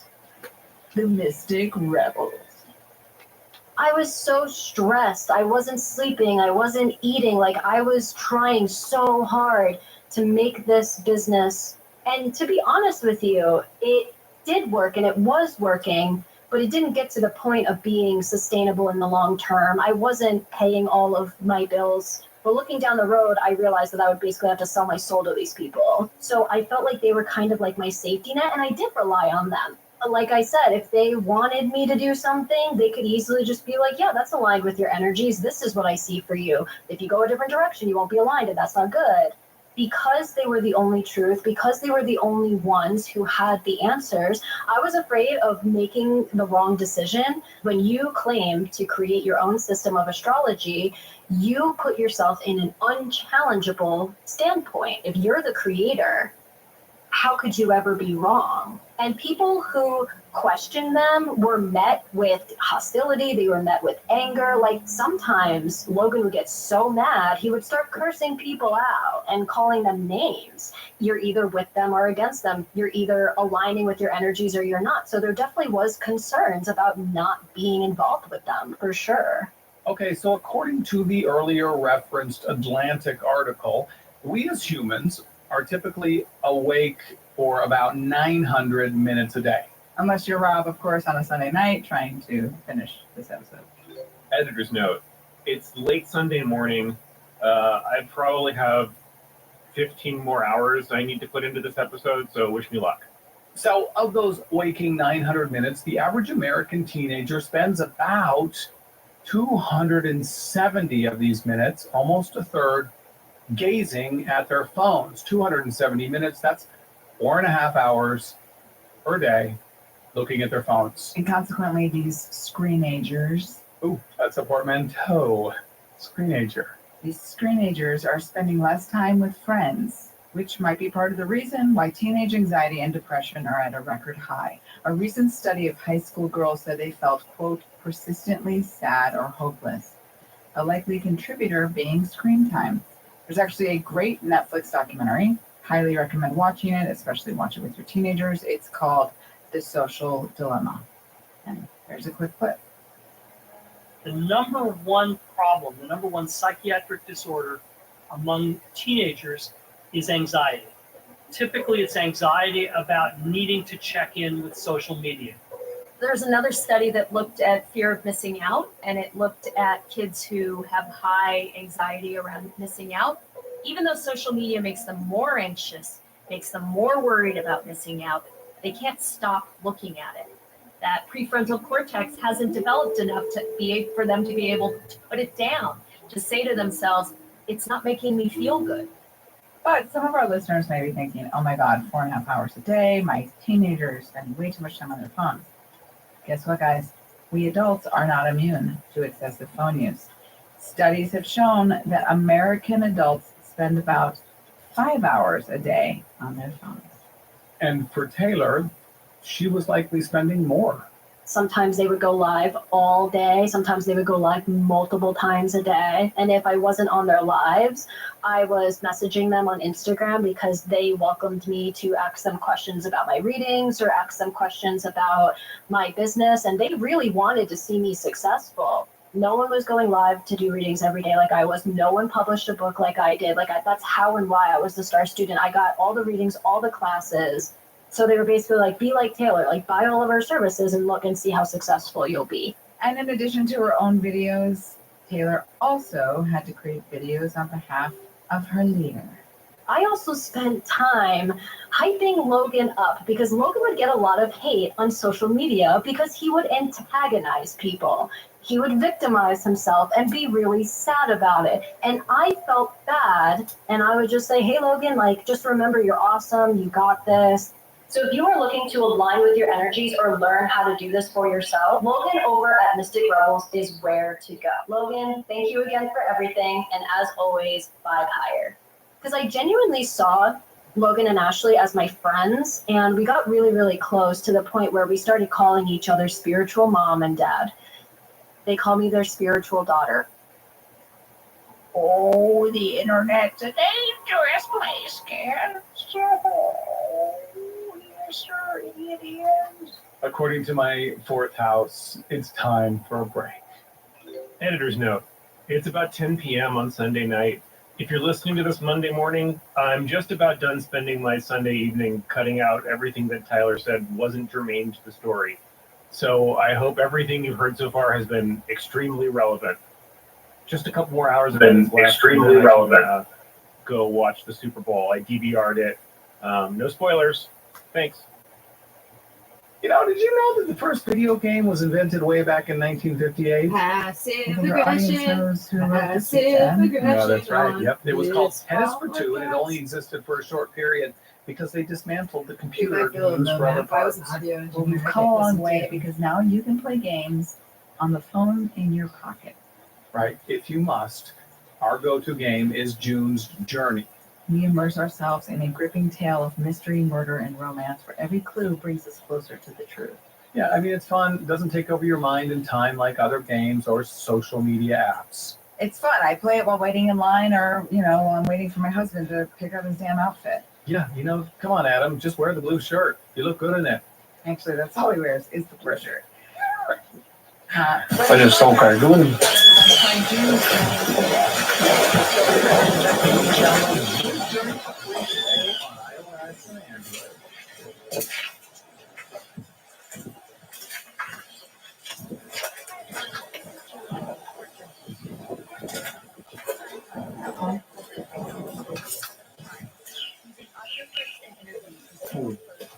Elas aprendem a enxergar debaixo d'água, que pelo vidro, né? Olha só.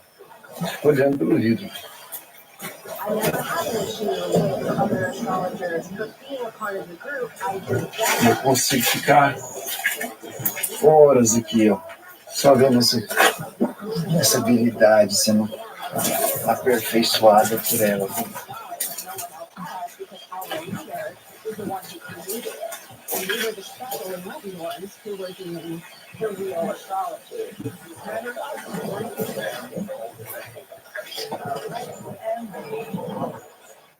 We both read that line the same way.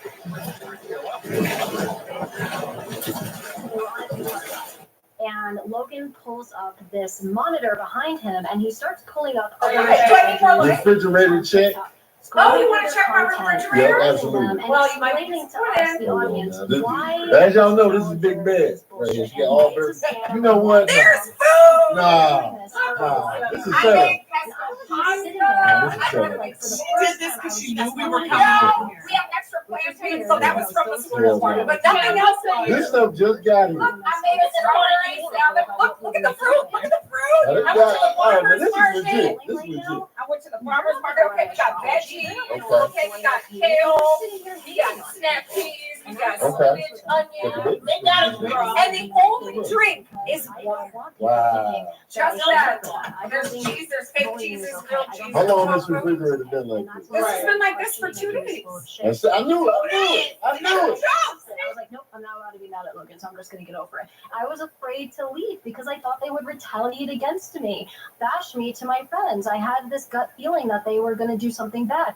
So days prior to this particular astrologer bashing session, Taylor had been visiting various astrologer TikToks.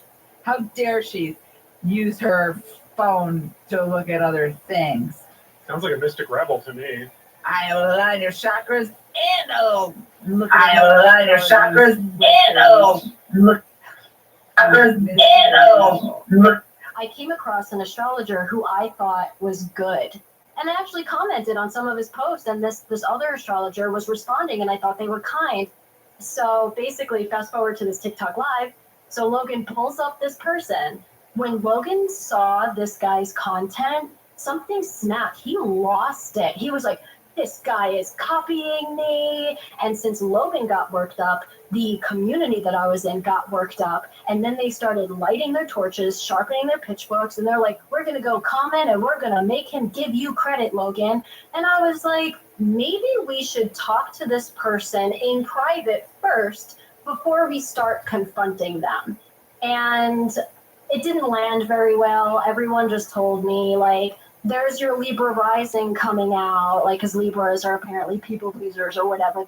Can you imagine 2 married astrologers in a fight? That's because your Capricorn is in your anus, Steve. And I'm talking about the planet, not your ass, okay? Although That too. Well, the only reason my anus is in Capricorn, Susan, is because her Venus has been in retrograde since her honeymoon. Oh, Steve. And scene. So I go to the video that Logan freaked out about, and people are commenting, and they're like, are you going to credit Mystic Rebels? Are you going to give out? Like, they start commenting on this kid's post. So I just felt powerless, and I felt sad that I couldn't stop it. I feel like you're making me look bad because, like, I'm going to be perceived as someone that's okay with this if I stay here. After this whole thing, I cried because I felt so bad that I was a part of a community and being led by a leader who facilitated an environment where this was acceptable, because I knew in my business and in my personal life, I would never, ever do that to somebody. I remember calling my parents and I was crying and I was like, I need to get out of here. I can't take it anymore. I can't take being invalidated by these people and by my knowledge and being told who I could trust and who I can, and being told who I am and being afraid to question them or being afraid to disagree with them. So after the dust settled about that situation, I wrote them an email thanking them for everything, showing gratitude, wishing them the best. But I am taking myself and my business in a different direction, and I'm parting ways. But I was like, but I wish you nothing but the best. And I got an email back from them, and it was this very manipulative, dysfunctional email. And it was basically saying everything they've done for me. They feel so used and they're so hurt by me leaving, and that if I were to use what they taught me, that I would be hearing from their legal department. Hey, Tyler, I have a terrible astrology lawyer joke. You want to hear it? I mean, the stars are telling me no, that I should say no, but I feel that won't matter. So go ahead. I figured you were going to tell me no, so I don't really have a joke. Somewhere out there, there's a really good astrologer lawyer joke. Okay, somebody give us, yeah, we'll think about it, but I don't have time right now. Someone will send it. Someone who sends us the best lawyer joke can get a t-shirt. I finished reading the email and I had an awful feeling in my gut. And I was like, I don't feel like this is the end.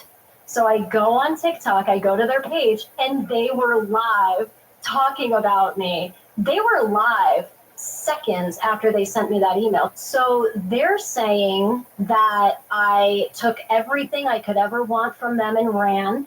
I used them for free information. They were like talking about how hurt they were by the email I sent them. Like they worded it as a betrayal, that I betrayed them, that I stabbed them in the back. But the thing is, everyone was only hearing their side of the story. Therefore, I watched all of my friends turn on me. These people were buying my book yesterday, and now they're lighting their torches and sharpening their pitchforks towards me now. So instead of merely sitting and quietly absorbing the lies, 3 days later, that's when I posted my video giving my side of the story. So I shared my experience of being like, this is why I left. And I also addressed, I used no one for free information. I paid for all of my services. It went viral, and a lot of people showed me support. And the Mystic Rebel leaders naturally did not let this be the final word. They start talking about me again, but this time they start talking about things that I told them in my private readings about my family.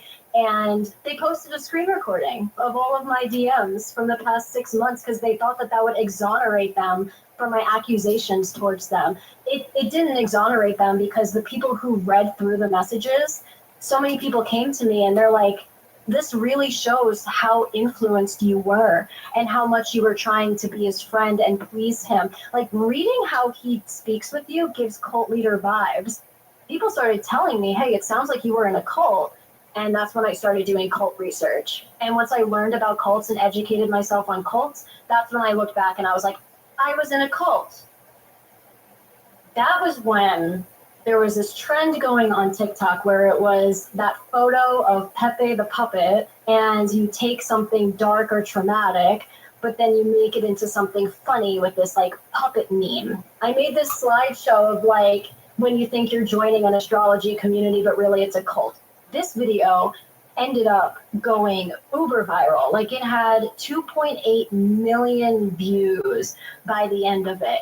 people started commenting on their posts and commenting on their TikTok lives, being like, this is a cult and you're a cult and you should stop bullying that poor girl, and posting her DMs was wrong. And people started standing up for me. They started calling them out.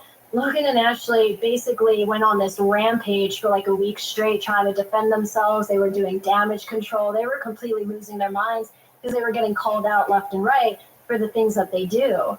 Not to be outdone, brostrologist Logan makes his own video. And he basically said to the camera very aggressively, he was like, I will destroy you. Taylor, I want you to understand that I have way more money than you.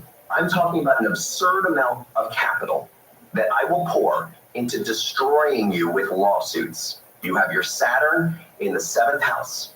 And not only do you have Saturn in the 7th house, but Neptune is entering your 7th house of lawsuits. Do you understand this? I know astrology so well that I can destroy you. I've done it before. I will do it again. And I was just like, wow, okay, that happened. Like, there was nothing for me to do. I just continued living my life. And I didn't post anything. And then it was late December, I get an email from them. But yeah, just the verbiage over and over again of, we will destroy you and we will purposely make sure that it ruins your life. We will purposely make sure it will make you go bankrupt. And it was just this really long, dysfunctional email. And they're like, this ends here. Take down any and all of your videos about us by like December 20th. P.S. I have read that email and she is correct. It is really long and quite dysfunctional. And I felt like I was at a crossroads. Like, do I keep going back and forth with them? Or do I choose myself and like completely push them into last chapter? And I was like, I'm done. I'm done going back and forth with them. I don't have anything to prove to anyone anymore. My thing went viral. They tried to scare me again. So the date came that I was supposedly supposed to take down my video, and I did not. I didn't take it down because I was like, you don't get to say what I do or don't do. When I take this down, it's going to be on my terms because I want to. For 2 years, Taylor was told what to do and how to do it by these quote-unquote mystic rebels. And now she didn't want to do what they told her to do. I eventually did take down my meme that went viral because it was still going viral. I probably would have made it to 2 million views. I would love to keep it up and I would love to continue to spread awareness, but I'm going to decide for myself that I'm fully done with them and I'm moving on from them. And I'm actually getting my life on track here, like in person. So of course, ever since I left, I took time to heal. I assessed my black and white thinking, because that's a big thing in cults. And I realized after I left my internship in grad school, I had black and white thinking. I had one bad experience with a supervisor. That means all supervisors are going to be this way. And that's not adaptive. That's not a healing version. So I healed what I originally should have 2 years ago before joining this cult. I took the state exam. I did the work, I got my pre-license, and I went back to being a therapist not long after I left. Thank you, yeah. And I was like, I could help so many people with narcissistic abuse and cult recovery. So now I specialize in helping survivors of narcissistic abuse, and I help people recover from cults. Like, I have clients who were born into cults, recruited into cults, and we are processing that together, and it's been so amazing. And I was like, this is where I'm putting my energy. Those energies feel aligned to me. But I felt like I owed it to myself to be completely done with this online drama, to really commit myself to this new career, this new life, this quote unquote normal way of being, and finding normalcy, finding who I am. I feel like I owed that to myself. I owed that to my future. And I got offline. I got off social media and I started going to events in person. I started integrating myself into my local community. I started making connections with people in the real world, people from all different backgrounds and perspectives. And that has been one of the most healing things for me. In person. What a concept. You know, more and more time at home, Less time dining together, working together, watching movies together, and spending our time with faceless people online is making society weaker, meaner, and more delusional, and ultimately less happy. And numerous studies have shown that people who spend more time alone have lowered life satisfaction, and that sociability equates to more personal happiness than does making more money. Right. That's true. That's a study. And here's the great thing. You know what? It doesn't matter because hanging out with friends, it's free. Except for this hang session. It's always costly. We have to be paid for this, but otherwise, most of them are free. Here's our challenge, guys. Put down your phone.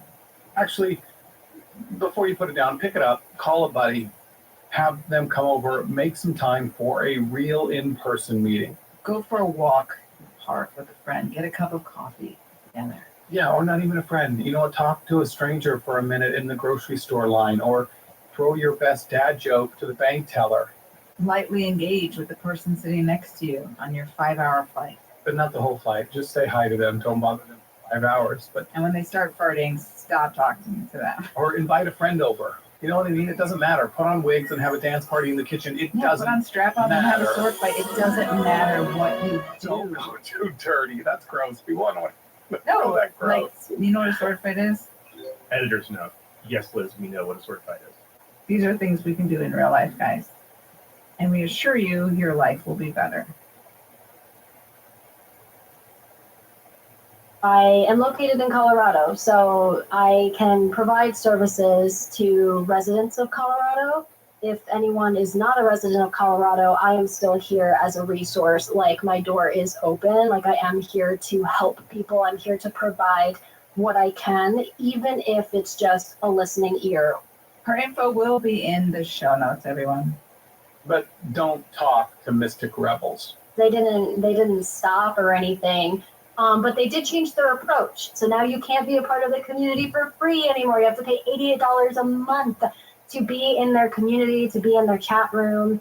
Ashley's doing these meditations and these trances and like encouraging people to microdose and doing shrooms, and honestly hypnosis and meditation, like these are big in cult mind control. So it's very concerning, like what's going on behind closed doors now. And to wrap things up, let's leave you all with the incredible, world-altering, mind-blowing predictions from the one and only true master astrologer. I told you guys Justin Timberlake was going to rejoin NSYNC even if it was short-lived. That happened, even though every other astrologer told me I was crazy, would never happen. I told you guys Trump was going to win, even though most TikTok astrologers said Kamala Harris is going to win. Then they said there wouldn't be an election. I said, yes, there is. Then they said Trump was going to go to jail. I said, no, he isn't. And then recently, earlier this week, I think, it was announced that he was not going to jail. There were going to be no, basically no penalties for him. And then they said he won't make it to office. I said, yes, he will. Well, this is the 19th. He's getting inaugurated tomorrow. So every single thing I've ever said that's a world event or a public thing has been 100% correct. And that's because in the astrology, I've already seen what has happened, what is happening, and what will happen. Whoa, whoa, whoa, whoa, whoa. Stop the presses. I spoke too soon. This guy can predict boy band reunions. The stars truly do see important future events. A true prophet among us. That's our show, everyone. Thank you, Taylor, for sharing. That's our show, everyone. Thank you, Taylor, for sharing. Letter worse than mine. Taylor, we are so excited for your future, one that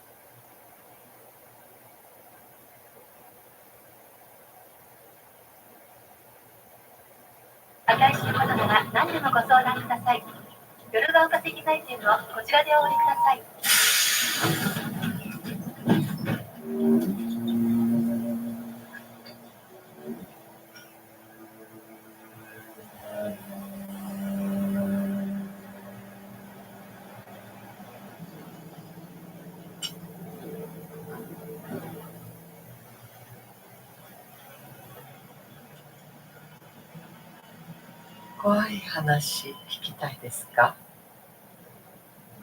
はい。怖い話聞きたいですか？いえ。怖い話聞きたいですか？それはこんな風に暗くて寂しいある夜の話。山あいの一本道を路線バスが乗客を一人も乗せずに走っている。とある団地の停留所に深夜にもかかわらず女の子が待っている。運転手はバスを止めた。けれども誰も乗ってこない。運転手は見間違いだったと思いドアを閉め、再びバスは暗い寂しい道へ。するとどこからか小さな甲高い声で「あります!」。目を凝らしてバックミラーを覗き込むと、運転手の後ろの座席に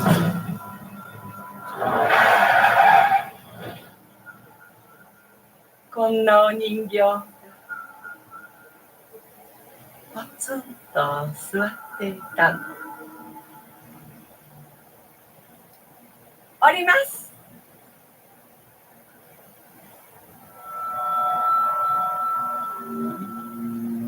あなたも怖い話聞きたいですか？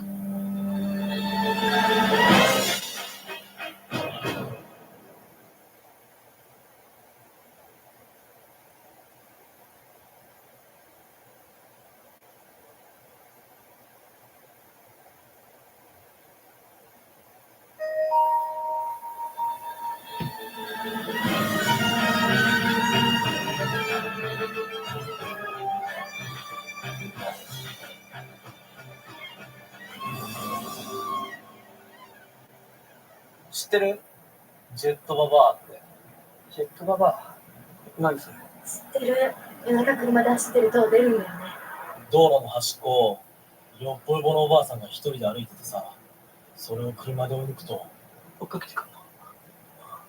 すっげえスピードで。ローラースケート履いてんだべ。履いてねえ。ジェットだろ。でね、並んで走ってきて、こっちにいんの。目が合うと死んじゃうんだよね。そうそう。人命犬も追っかけてくるんだよ。あと、首なしライダーとか。いや、人命犬なんか怖いっしょ。おい、あれ。ジェットババア？んなわけねえだろ。でも、ありえなくない？こんな時間に。追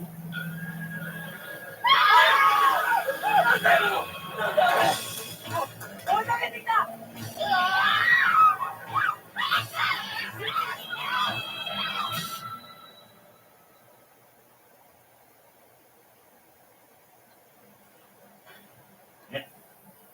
それがジェットババわかんない。人面犬かな。でも足が8本あったんでしょ？犬じゃないよ。顔は人間なんだって。うわー、それキモい。で、それはいつ頃の話？知らない。今年なんじゃないの？ねえ。うん、今年。先月とか？でね、その大学生たちの車、ガードレールにぶつかって全員死んじゃったんだって。じゃあさ、君たちその話誰から聞いたのか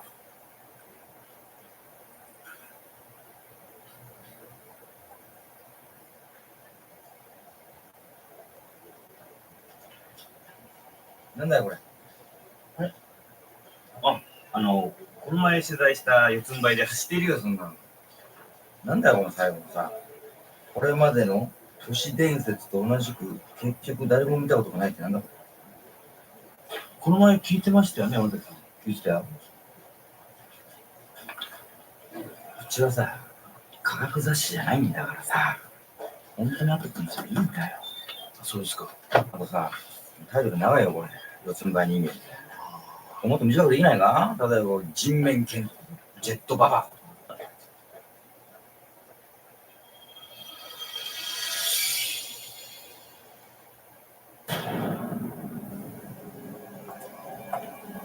会社の残業で帰宅が深夜になってしまい、人気のない夜道を一人で歩いていた時のことです。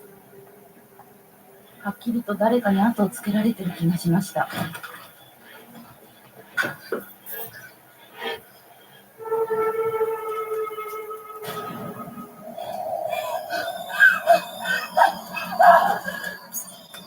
その場で気を失ってしまい、気がついたら朝になっていました。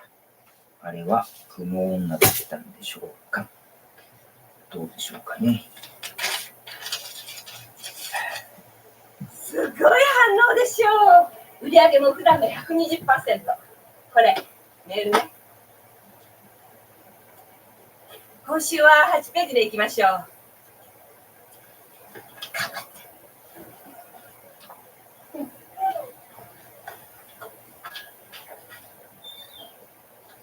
本当にいたんすかね、雲女。だったらマジ怖いっすよね。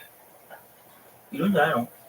これ全部目撃証言だからさ。俺こういうの苦手なんですよ。いいから早く読めよ。This is next level. I'm here to win it. You're here to win it. Create a next level dish. I'm gonna slow those 2 floors above us. Next level chef premieres this Thursday on Fox. 私が聞いた話では、昔あるところに雲が大嫌いな女の人がいたそうです。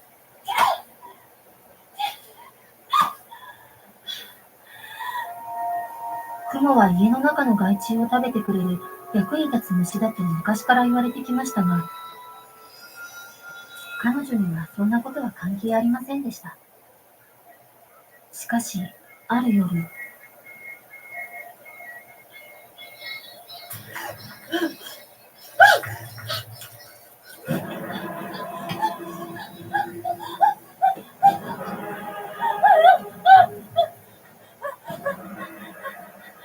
今までに殺した雲たちの恨みを買い、体が雲と合体してしまったそうです。雲女は昼間は普通の人間らしいです。でも夕方になると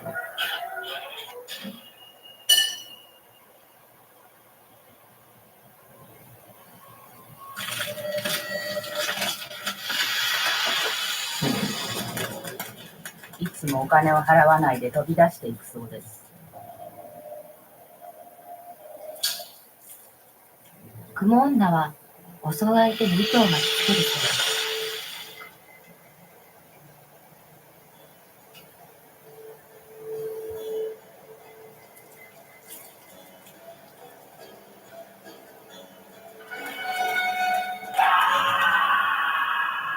雲女に襲われた人は雲人間になるか、雲の糸でぐるぐる巻きにされて殺されるそうです。私が聞いた話では、二重まぶたの人が殺されるらしいです。二重だね。やめてくださいよ。マジ怖いっすよ。大丈夫だよ、襲われても。雲女に襲われても助かる方法があります。雲女に襲われても助かる方法があります。べっこうバチ、べっこうバチ、べっこうバチ、べっこうバチ、べっこうバチというのは蜂の一種で、雲の天敵らしいです。べっこうバチ、べっこうバチ。なあ、なんで俺こんな多いの？使えるやつ。まあ、差出人の Unit207 is behaving like they're going to send another exterior stalker, possibly to break him in, or possibly just to stalk me at present. At 3:05 PM PST. なあ、ほとんど同じ住所じゃない？そうですね。あ、俺もっすよ。俺もっすよじゃないよ。ここが噂の出所でしょ？うわ、マジ怖いっすね。本当にいるんじゃないですか、雲女。お前さ、明日ここ行ってこいよ。え？勘弁してくださいよ。俺そういうの苦手なんすよ。雲女がよく出没するのは、神谷市の北にある23号バイパス、下太田トンネルのあたりです。私の友達もそこで雲女に襲われました。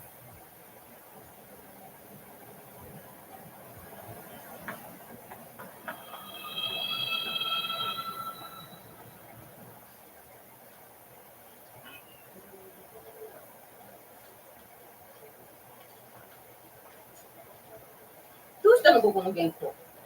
今長谷川が言ってるんですけど、連絡取れないんですよね。ただいま電話に出られません。あなたは何やってんの？行きなさいよ、あなたも。夜までに戻ってくれば締め切りに間に合うでしょ。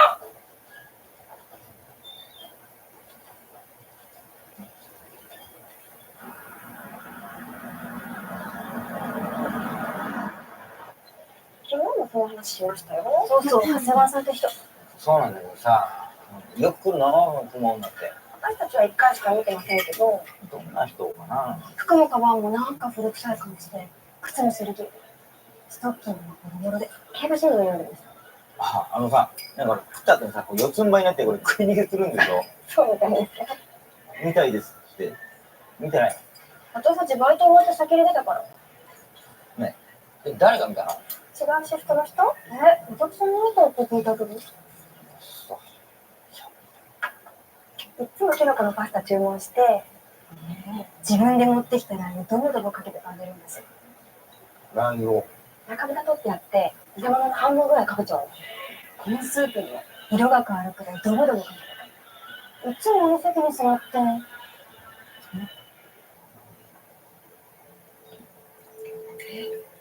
いつから？あの人なの？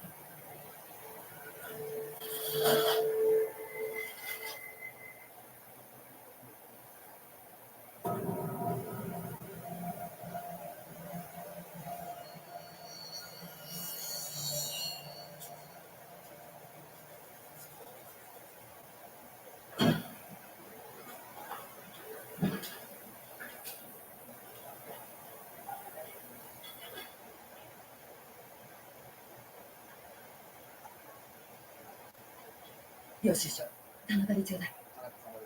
しっかり金払ってんじゃん。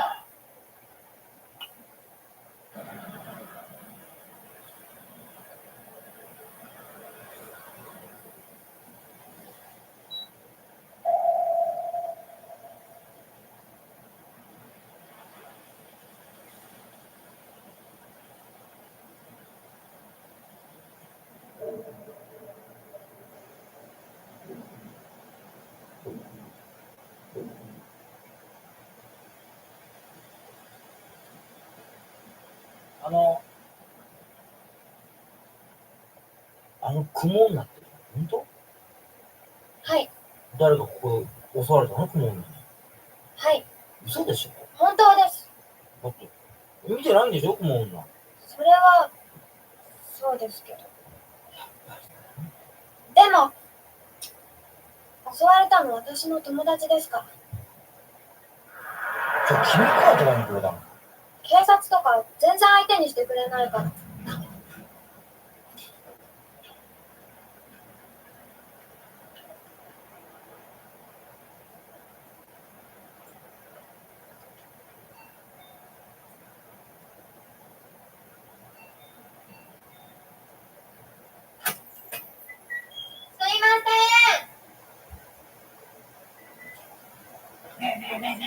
ブスだったらいいよ、また来るからさ。あけみいる？大丈夫です。いつもこうだから。お邪魔します。あけみ入るよ。どう？元気？こんにちは。どうぞ。これ、新学期始まってから今日までの授業内容。こっちが英語で、こっちが数学。大丈夫、あけみ。この人は大丈夫。怒ってるんです。誰も信じてくれないから。いい、あけみ。この人は雑誌の取材の人。あけみの話ちゃんと聞いてくれるから。ね。話して、あの日のこと。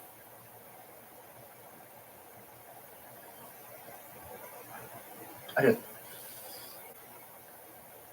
あの日部活で学校から帰るのが遅くなって、普段はあの道全然使わないんだけど、あの日はたまたま早く帰んなくちゃいけないから、あそこ自転車で通って、そしたら後ろからすごい足音が聞こえてきて、私振り返ったんだけど、遠くに女の人がゆっくり歩いてるだけで別に変に思わなかったんだけど、距離が全然縮まらなくておかしいなって思って。あけみ、ゆっくり落ち着いて。いいなら、ですね、なんだっけ、学校の部活で遅れてたんだよね。ですよね。それで遠くに女の人がゆっくり歩いてるだけで別に変に思わなかったんだけど、距離が全然縮まらなくておかしいなって思ってたら、女の人が急に四つん這いになってこっちに近づいてきて、大きな口開けて飛びかかってきて、目が8つあって足もすごいいっぱいあって、がっちり動けないようにされて口から糸出て、そしたら全然動けなくなって、私怖いから声出そうとしたんだけど、口も鼻も糸まみれで塞がれて全然動けなくなって、いつの間にか気を失ってしまって、次に気がついた時は体も糸でぐるぐる巻きにされて、トンネルの天井から吊るされてて、頭が下だから私苦しいからもがいたんだけど、声が出なくなってて、でもこすれた声だけが出て、それはこんな感じ。何してるんですか？お母さん、お邪魔してます。どこに行く？全部張ったはずだ。隙間。何が？いやー！私が子供の頃、部屋に入りたがらなかった。そこだ。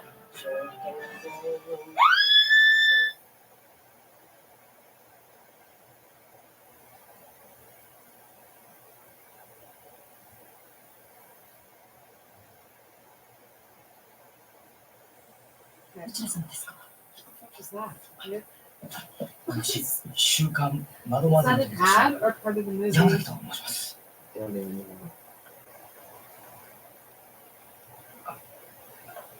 お宅の娘さんのことで。娘が何か？先月だっけ？先月の事故のことで娘さんに話を。話って、どういったお話でしょうか？おばさん、私今日は明美に授業の内容を伝えに来ました。そう、ありがとう。お邪魔しました。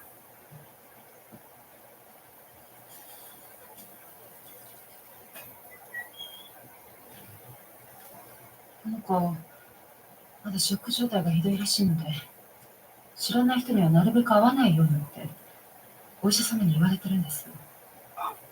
そうですか。すいませんでした。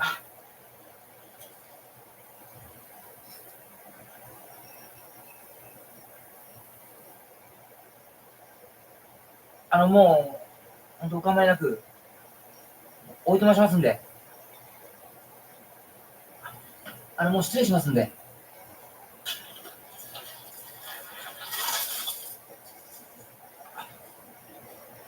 すいません。でももう、すぐおいとましますんで。あ、スリッパ。すいません、気づきませんで。いえ、いや、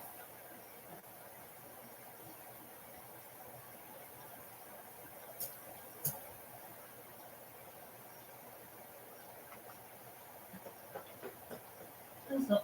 すいません。うちの雑誌買っていただいてるんですね。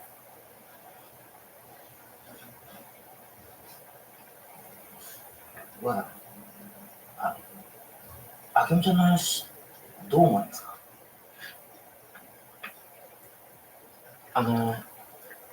雲女ですか？ええ。これなんですけど。これがあの子？ええ。そんなバカな話。あるわけないですよね。あの子も困った子で、私もなかなか昼間うちにいていらないもんですから、寂しい思いをさせてるとは思うんですけど。お父様は？死にました。あの子が生まれる前に。失礼しました。この上、山崎さんが流れたんですか？いえ、こういうのは別にイラストレーターっていうのがいまして、僕たちは普段描きません。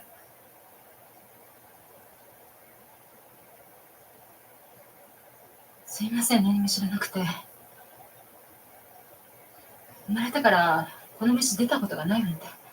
いえいえ、僕絵下手なんで描けって言われても描けないんですよね。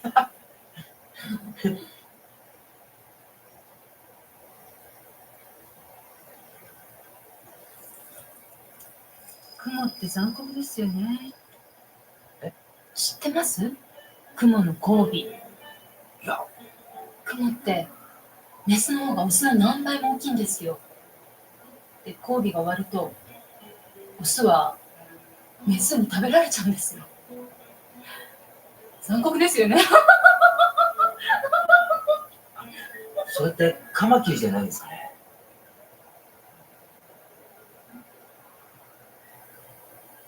クモですよ。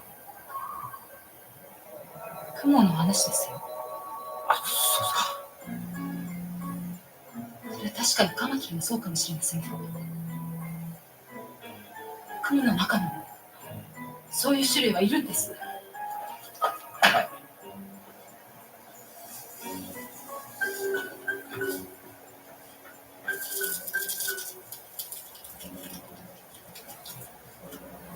クモ女は昼間は普通の人間らしいです。でも夕方になる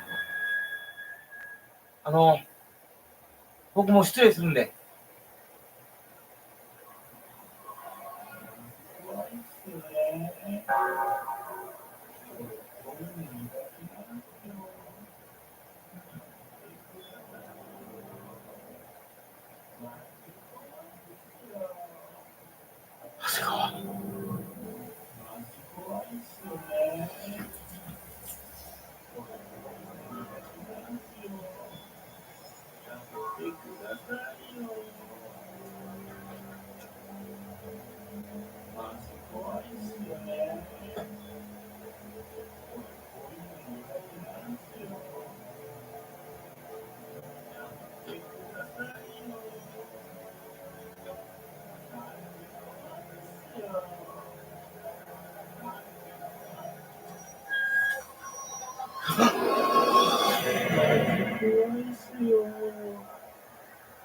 勘弁してくださいよ。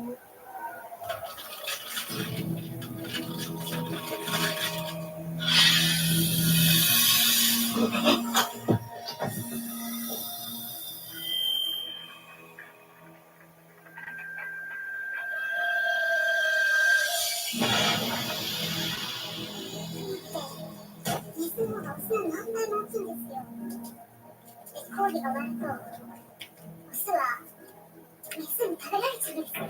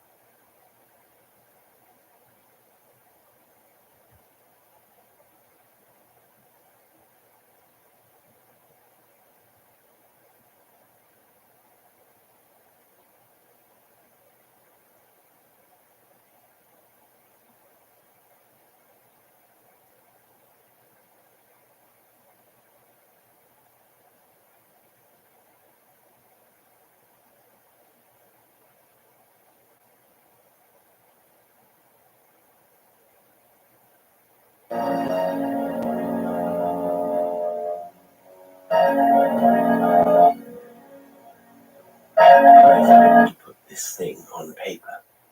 I read the story again and again, and I find at the finish of it that even my best friends are trying not to look slantwise at me.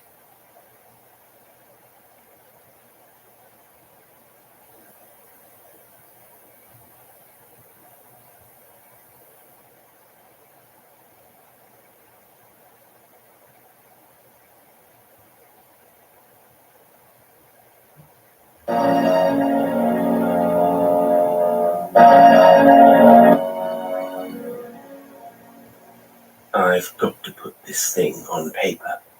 I've got to put this thing on paper. And I find at the finish of it that even my best friends are trying not to look slantwise at me. Friends are trying not to look slantwise at me.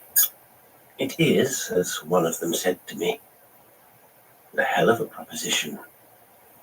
But the way I feel is as if once I can get the thing down in black and white, it won't, so to speak, be on my mind so much. It was after I had told Bill Whiteman the story and asked him the question I always ask that I got the answer which I have written. A hell of a proposition it may be.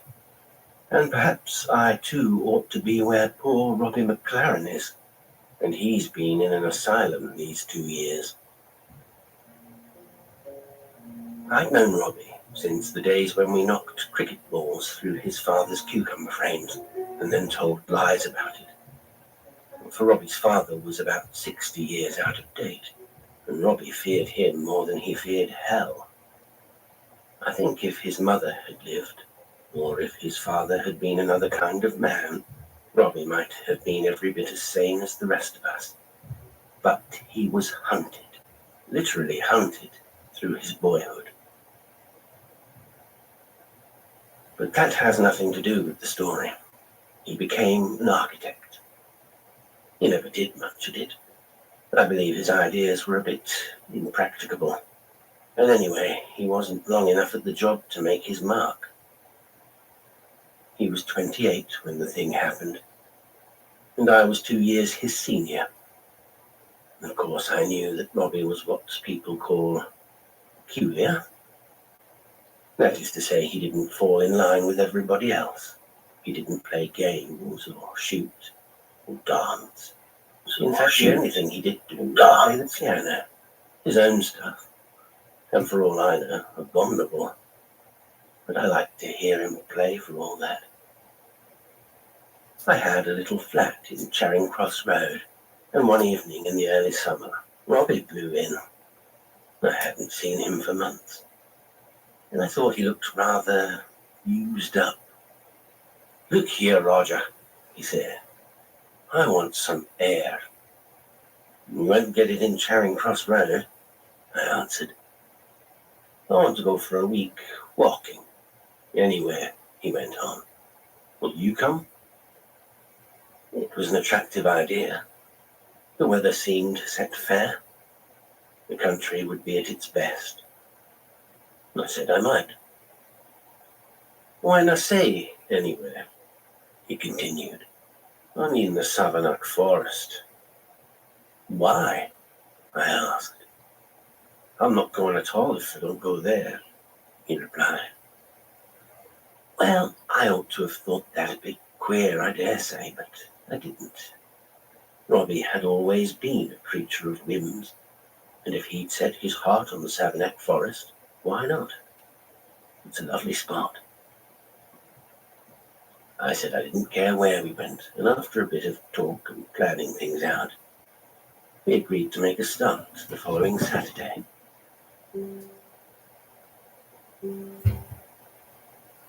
For a miracle, the weather held, and as we walked out of Wantage, our faces set towards the downs, I think we both felt about 18. I can answer for myself at least, and Robbie's high spirits were almost embarrassing.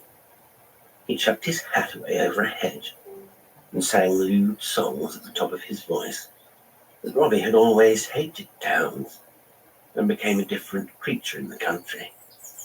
We tramped along for a couple of days, taking things easily, and I must confess I never remember such a grand time. The air was intoxicating. The turf like walking on a springboard, and a subtle, satisfying appeal was coming to us from the very earth. The appeal of being English in England. Robbie was Scotch, but he swore he felt it too. Those first 2 days were pure joy. On the third, we were in the forest itself, surprising squirrels and rabbits, and once in the evening, an old badger. We deviated that night and slept at the smallest inn we have ever seen, in a village of which we didn't even ask the name, and in the charming, contemptuous English way, the name not being written up for us anywhere. I do not know it to this day.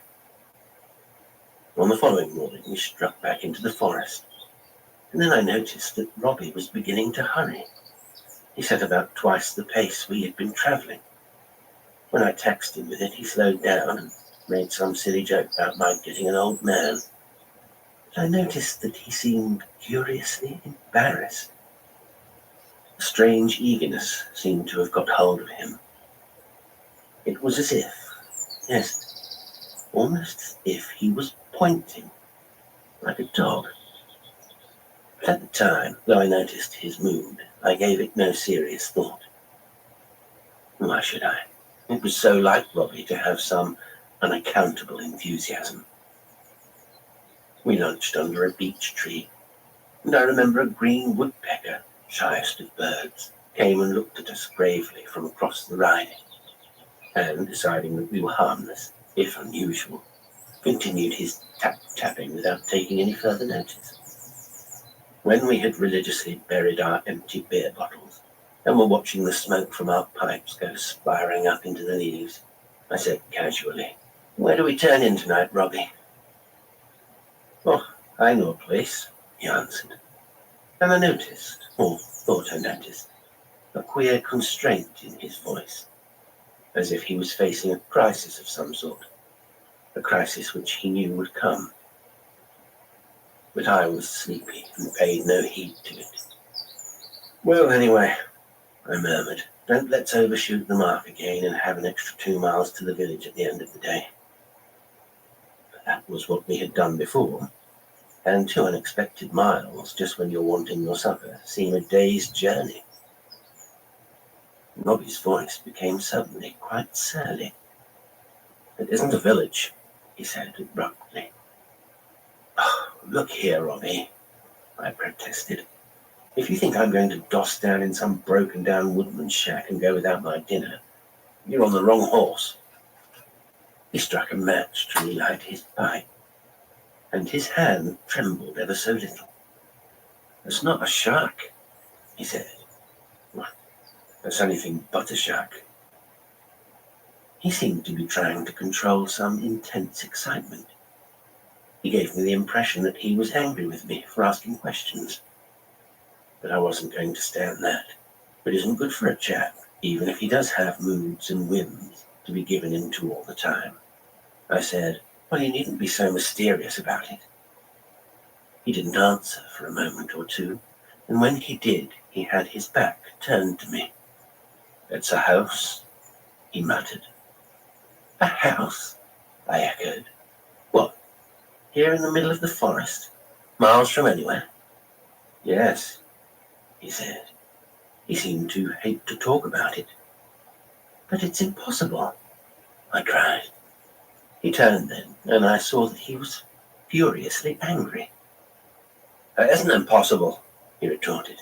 "I tell you, I know the house, and I know the people who live there." "I know the house." "Well," he added in a gentler tone, as if he was remembering tenderly something happy about the place. "Oh, all right," I answered, "but you never said anything about it before." "Why should I?" he snapped, and I had no reply to that. "I can't think how they carry on," I said. "Marooned like that. Why, they'd never get a servant to stay in the place."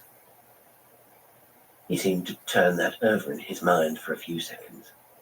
Then he said with a sort of gentle, reminiscent smile, "They're all family servants. They've been there for years." All the same, I protested, they may not be exactly pleased at two fellows blowing in without notice, both as hungry as hell. They'll be delighted, he said earnestly. Delighted. Didn't I tell you I've known them for years? Oh, well, I answered, it's up to you. After which we took the road again, or rather the path, for the riding had narrowed down to a bridle track, and the woods were thick all round us. I couldn't help wondering what strange sort of birds elected to live in the middle of a forest, and, with my practical everyday sort of mind, speculating on how they ran the place. And from that I got to wondering how on earth the house came to be built. For you can't, as far as I know, buy a plot in the middle of Savanac Forest. I even came to the point where I was considering the possibility of Robbie trying to play a practical joke on me. And by this time, feeling a bit leggy, I thought what a rotten sort of joke it would be, and promised myself a real row with Robbie when he exploded it. Meanwhile, Robbie himself was going faster and faster. Hang it, he was racing along as if he were on the stock exchange walk. And his face, it was purple with excitement, and his eyes were glittering like a panther on the trail. I thought, damn, he's been sitting on wet grass, and he's got a chill, and he's feverish. And I wondered what on earth I'd do about it, for Robbie was not strong, and if he was going to be ill, he'd have complications quicker than anybody on earth. But just as I was speculating on these lines, we turned a corner abruptly and came upon the house.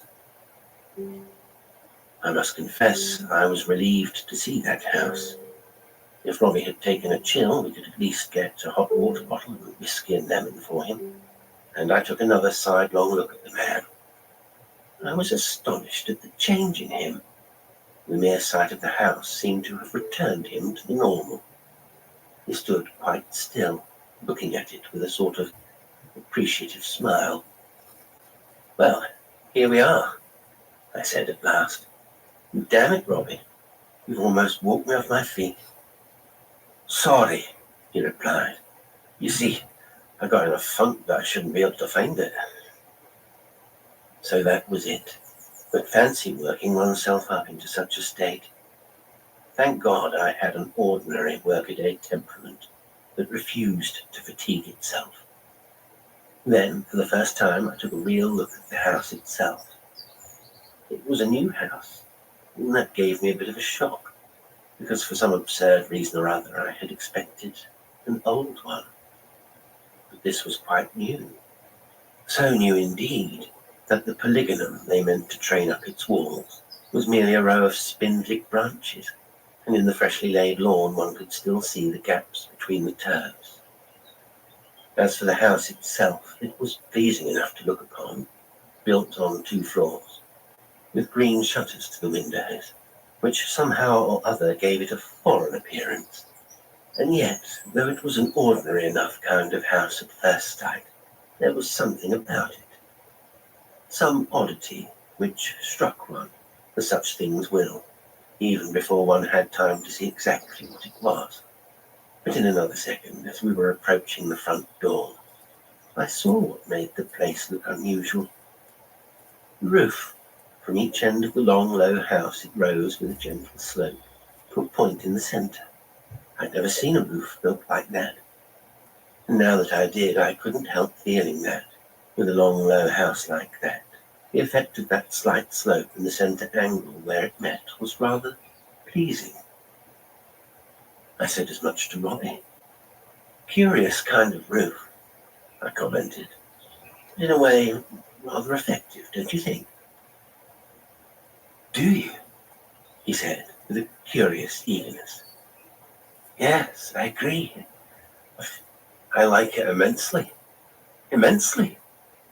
I thought his sudden enthusiasm rather odd, until I remembered that he was an architect, and that these things meant a great deal more to him than they did to me.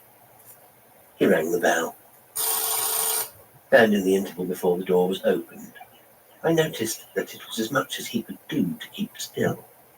The maid opened the door and recognized him immediately. Mr. McLaren, she said, and smiled at us. Then she added, I'll go and tell the master at once. And Robbie stopped her. I'm Miss Dorothy, he said. She's at home, isn't she? Oh, yes, sir, answered the maid. Miss Dorothy is at home. I thought then that I understood everything. Robbie's excitement, his embarrassment, for that, of course, was the explanation of his bad temper. Everything. But why on earth couldn't he have told me about Dorothy? After all, we had been friends for years. I was congratulating myself on such a simple explanation of what I had foolishly thought to be a feverish attack, when I saw an old gentleman coming down the stairs to meet us. When I say old, I mean that he was what men of our age call old. I dare say he was round about 60, and one of the most charming-looking men I've ever seen. His expression of welcome to us both, not only in his words, but his face, made one feel in an instant that in that house one could never be a stranger again. His arm went round Robbie's shoulder, but he smiled at both of us as he said, Now, what would you two boys like? A drink right away, or a wash first? And join Dorothy and myself for cocktails in a quarter of an hour? We chose the latter, and were shown to our rooms. Our host insisted on coming with us himself. I remember when he left us, feeling what a pity Robbie's father hadn't been that kind of man. He radiated everything that was generous, everything that was lovable, and evidently he was used to entertaining. My room looked as if I had been expected at this very moment. Robbie came in to me after a wash and brush up, and I commented on the readiness of things. I remember he walked to the window and sighed, a deep, contented sort of sigh, and then he turned and said quite simply, But you are, Roger. I've always been expected here. We went downstairs, and Dorothy gave us cocktails. She was a lovely girl, with a sly sense of fun that made one feel there was no barrier between the sexes after all. I'd begun to look on myself as a confirmed bachelor, because I believed that, in the really intimate concerns of life, it is impossible to get on terms with a woman. But if you could, I mean if her mind really marches with your own, well, I must admit that after my second glass of port, I regarded Robbie as an undeserving young devil. And then those two disappeared somewhere or other, and Dorothy's father smiled at me and produced some old brandy and said it was good to look at them, wasn't it? And I said it was. And I felt it too. And there was something about that house and its occupants that somehow made you see life properly. And then Dorothy's father asked if I would like to see over the place. And of course I said yes. And he showed me every hole and corner in a way that made me know he loved it. And later Robbie and Dorothy joined us. And Robbie enthused over the place as if it were his own, which I reflected it might well be one day. And I may as well confess the thing. I was a little jealous of Robbie. I remember thinking, just before I dropped off to sleep that night, that it was rather a rotten sort of feeling to have had. And the next day, off we went again. I tried to rag Robbie in the silly way men do about Dorothy, but he got savage about it, and I shut up. We walked in silence for some time, and I had leisure in which to think that it isn't really such a grand joke. People falling in love, I mean. Nobody sees anything tremendously funny about Primavera or Eloise and Abelard. What blasted cads we make of ourselves, following silly conventions. I remember I tried to apologize to Robbie, and he said, "That's all right," and said it too as if it didn't matter a damn what I'd said, because I suppose I was too small to count in the world he was living in just then. And I thought how right he was, and I felt a bit humble. And as a sort of punishment, I put up with the long silent walk that followed. I asked no more questions, and I certainly made no more silly jokes. We found our way to another country inn and had the simple dinner they provided. And it was there that it happened. Suddenly, straight out of the blue, in that shabby little coffee room, Robbie gave a queer cry and burst into tears. I got him up to his room, somehow or other. I can still see the shocked and deprecating eye of a local farmer who had died there too. In the bedroom, Robbie went mad. What I mean is, I believe that it was there his brain actually snapped. He did incredible things. He said incredible things. I'm not going to set them down here. I locked the door, found the landlord, and got him to send someone for the local doctor. By the grace of God, he was a man who knew more than he had need of in that little place. When I took him into Robbie's room, Robbie was stretched full length on his bed, naked, with the tears streaming down his face. I can't remember very much about what happened in that room. The doctor asked Robbie a question or two, and I remember him turning up his eyelids. Then he drew the coverlet over Robbie's stark, twitching body. And he and I went outside. "I'm going to ring for an ambulance," he said, "and your friend will be taken to London." "What's happened to him?" I asked. "I can't tell you that," answered the doctor. "I wish I could. If I could, I'd be one of the world's greatest men. I'm afraid I can tell you his condition. He's insane, poor chap. I may be wrong, but I think he's been insane for a considerable time. Something has brought it to a head, that's all." So they took Robbie to London, where certain formalities were gone through. And Robbie disappeared to the place where now he is. I, being his friend, though I felt helpless, yet imagined it was at least my duty to tell the old man in the house with the strange roof, and to ask him as gently as he could to tell his daughter Dorothy. Perhaps you can guess what happened. There was no house in the wood. There was no charming old gentleman. There was no Dorothy. They told me that at the inn, but I wasn't satisfied. Then I went back myself to the very spot. There were trees and a little winding path, through little bushes struggling towards the sun. There was no place where a house could ever have been. And yet, I've got to confess it, I can still see that charming host. I can still see Dorothy disappearing with Robbie into the newly made garden. I can still tell you every hole and corner of the house which the old man so lovingly showed me.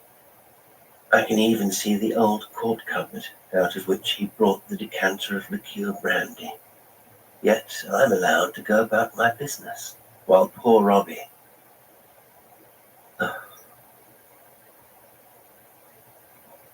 Still, they tell me he's perfectly happy. They say he spends most of his time drawing plans for grandiose and impossible palaces.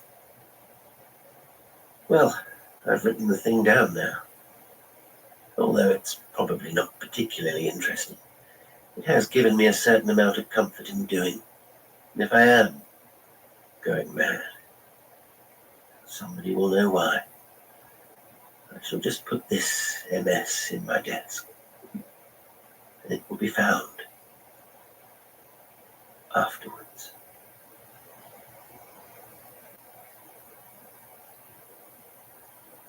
I wrote this yesterday, with an idea in my head that I wouldn't cumber the earth with my presence much longer. Yes, I'd even taken the old service revolver out of the drawer and had a look at it. But, thank God, I'm sane. They found a note at Robbie's office saying that if anything happened to him, I was the only friend he had. He would like me to go through his papers. I spent an afternoon carrying out Robbie's wish, and all of a sudden I came across a careful and minute plan of the house in Savanac Forest. The queer roof, everything. I recognized every room, every corner, and just underneath it, on a sheet of notepaper, I found a poem. It was written to Dorothy, and though no power on earth would make me write it down here, I can say that it described the Dorothy I knew beautifully and completely. And then suddenly, I knew. This was Robbie's ideal house, Robbie's ideal father, Robbie's ideal girl.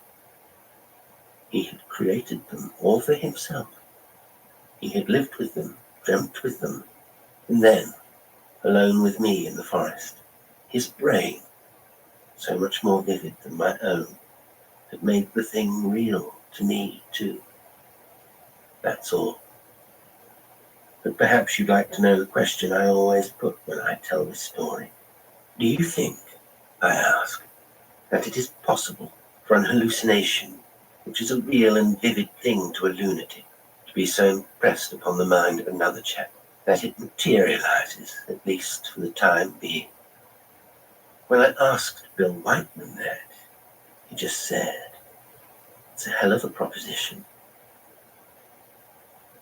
I suppose it is.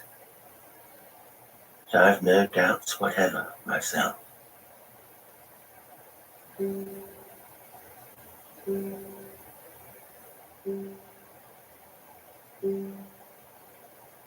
Today's story was The House in the Wood by John Hastings Turner.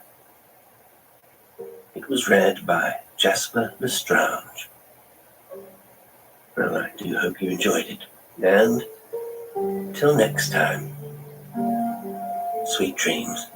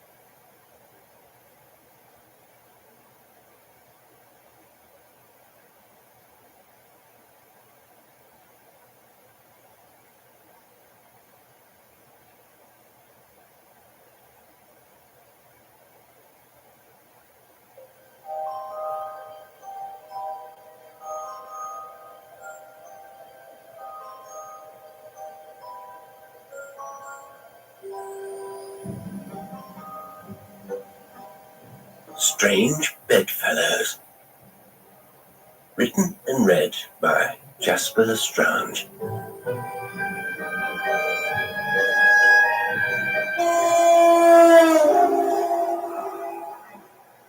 I was on a train, bound for a dour little town in the northeast of England. I shan't name the town, as people are terribly quick to take offence these days, but chances are you'll recognize it if you've been there too. The purpose of my visit I shan't go into either. Suffice to say, it was for work. The job I used to have, such as it was, meant that I had to make occasional trips to towns and cities all over the country, often by train, and oftentimes necessitating an overnight stay. I won't bore you with the nature of the job. In short, it involved having a lot of dull discussions with company stakeholders, some of which could easily have been conducted over the telephone, or Zoom nowadays. And towards the end of my tenure, in all honesty, I felt I was stealing a living. But looking back, I suppose that was all a part of the problem. For this is the story of a sort of crisis I had, a midlife crisis, given my age, but without the humour that implies. For the midlife crisis, after all, is so often the stuff of comedy, The 40-something man who suddenly acquires a sports car and a mistress. A woman of the same age casting everything aside for a fling with a Turkish waiter or Maasai warrior she meets on holiday. Young people are routinely forgiven their mistakes. Old people sympathized with. But the middle-aged aren't given nearly as much slack. They reap what they sow. And when their follies lead to an inevitable disaster, cosmic justice has been served. And we laugh. But this isn't a funny story. Or at least, to me it isn't. And depending on who and where you are in your life, perhaps you won't find it funny either. Now, I wasn't remotely in the market for a sports car, or a mistress for that matter. I'm inherently too cautious, not to mention frugal, for either thing. But there again lay the rub. Because I couldn't contemplate my doing something irresponsible and impetuous, no one else could, least of all my wife. And for some reason, the wholly predictable sort of man I'd become seemed to test her patience enormously. To all people, it seemed, but especially to Kath, I had become quite boring and irrelevant. Utterly sexless, of course, and in the way of sexless things, more or less invisible to her and everyone else. I'm articulating this now, but I couldn't have at the time. At the time, I just remember feeling a little off. But then, another thing about aging, the general state of being not quite right, aches, pains, all the various ailments one accumulates when one hasn't been quite so self-absorbed as to look after oneself, have become so normal that there was nothing particular about that day and that train journey, or nothing I could have put my finger on, at any rate. When I say train, I ought to say trains, because getting to said town meant 2 changes, and it was during the last leg of the journey that I met Caroline.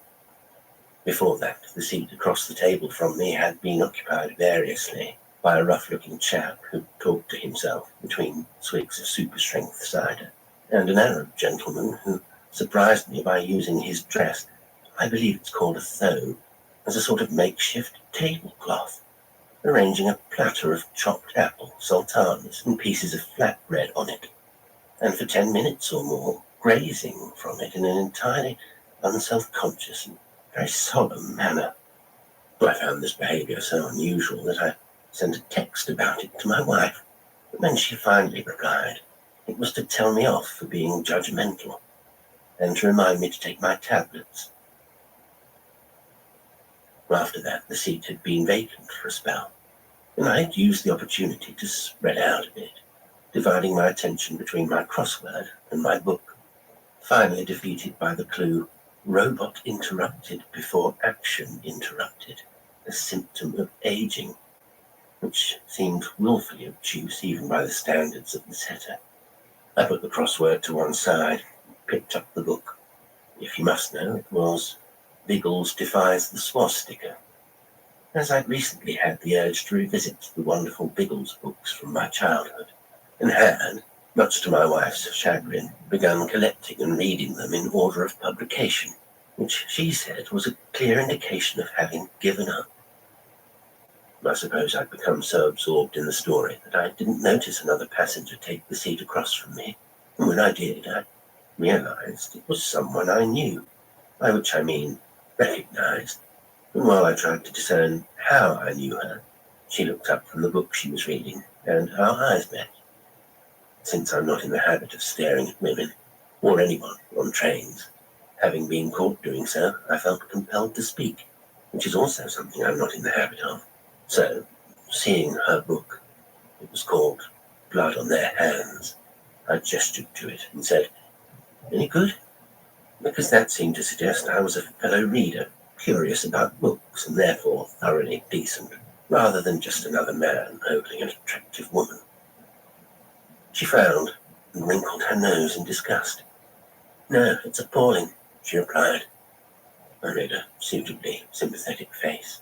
and it was only then I spotted the subtitle of the book, which was Women's History of Period Poverty under the Conservatives. I don't know why, because it shouldn't have mattered, but I suddenly felt embarrassed about my own choice of reading matter and tried to obscure the cover with my fingers.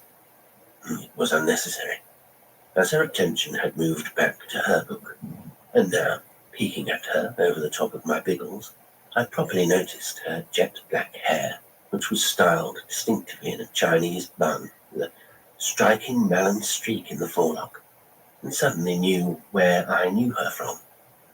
She was somebody I had seen on the television, Caroline something. I'd seen her a few times, actually, usually on discussion programs, BBC Two, Channel 4 mostly. Once, talking about a book she had out, something along the lines of Men, an Owner's Manual, which was supposed to help women cope with what she called the clapped-out old bangers in their lives. It had all seemed a bit trite to me, but she had an undeniable way with words, and of course that striking hair, which I suppose is what the TV people go for. I toyed with the idea of texting my wife about it, on the off chance that my proximity to a celebrity might confer some glamour upon me. But for some reason or other I decided against it. I think I'd been stung by her indifference to the Thobe story. At any rate, we didn't speak again, and it wasn't long before we reached the station and had to alight. And in the usual hustle and bustle, I lost sight of her altogether. Honestly, I didn't really give her another thought. I was too busy working out how to get to my hotel. Back at the office, I'd been assured it was close enough to walk, but somehow or other I made a mistake following the map I printed off, and started to feel as if I was going out of my way.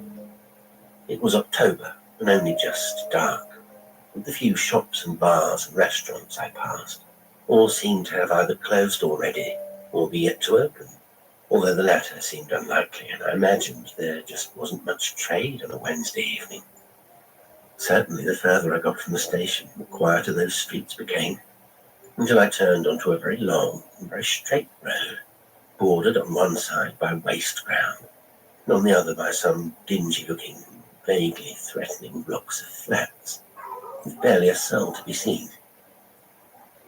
And this road was so inordinately long that I began to think I might never reach my lodgings, although my map indicated I was in the vicinity. The further I walked, the more improbable it seemed that there should even be a hotel. Nevertheless, I finally saw ahead of me some reassuring illuminated signage, and light spilling out from the big glass frontage, and quickened my pace. Across the road, a shadowy huddle of teenagers stopped what they were doing to glower and swear at me from a bus shelter, then went back to their task in hand, defacing a poster advertising the Lady Boys of Bangkok. I stepped through the glass sliding door into the brightly lit hotel lobby, which was, I happily noted, clean and modern, if not a little sterile in the way of chain hotels. The front desk was unattended when I arrived, so to announce myself, I dropped my travel bag on the floor. It was with more clatter than was warranted, but sufficiently loud to provoke the hotel receptionist, a morose, unkempt-looking man in his late 20s, who shambled out of the back room in the manner of a cartoon bear waking from hibernation, introducing himself as Dennis and welcoming me in the most rote fashion. We went mechanically and, I might add, somewhat glacially, through the usual check-in formalities, during which he told me about the bar and the leisure facilities I was able to use when I inquired about the prospect of something to eat.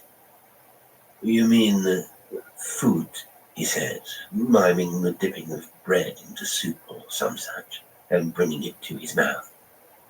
"Yes," I said. "What are the options?" He grimaced and looked at his watch. "Chef, go home 6 o'clock. It's 7 now. Sandwich only. Just sandwiches. With crisp and salad garnish." I must admit that one of the things I generally appreciated about these overnight stays was being able to enjoy a decent meal and a glass of something claim it all back on expenses. A sandwich with a few crisps felt a bit like being short-changed, and I was hungrier than that at any rate. What sandwiches do you have? I asked, glumly. He produced a square of paper, a small menu, which he proceeded to read to me. We have tuna and cucumber, he said, adding with a wagging finger. But no cucumber because Brexit. Bacon, lettuce, and tomato, but no tomato because Brexit. He checked the menu. Oh, and no lettuce. Oh dear, I said. And egg with cress, he concluded. No, wait. Just remember that chefs say all out of eggs. Brexit, I suppose. I was trying, you see, to make light of the situation. But Dennis merely stared blankly back at me with sunken eyes that were almost milky white. Is there anywhere local you can recommend? I asked. No, absolutely not, he said firmly. Food outside the hotel is not safe to eat. There is, I think, a pub near train station that is not bad. But I don't know what time close. We also have at hotel a vending machine on every floor. My heart sank at the thought of making my way back down the long dark road to the station. With a sigh of resignation, I said a tuna sandwich would be fine, and asked for it to be brought up to me. Then I took the lift to the 3rd floor, and after some time spent navigating the odd corridors.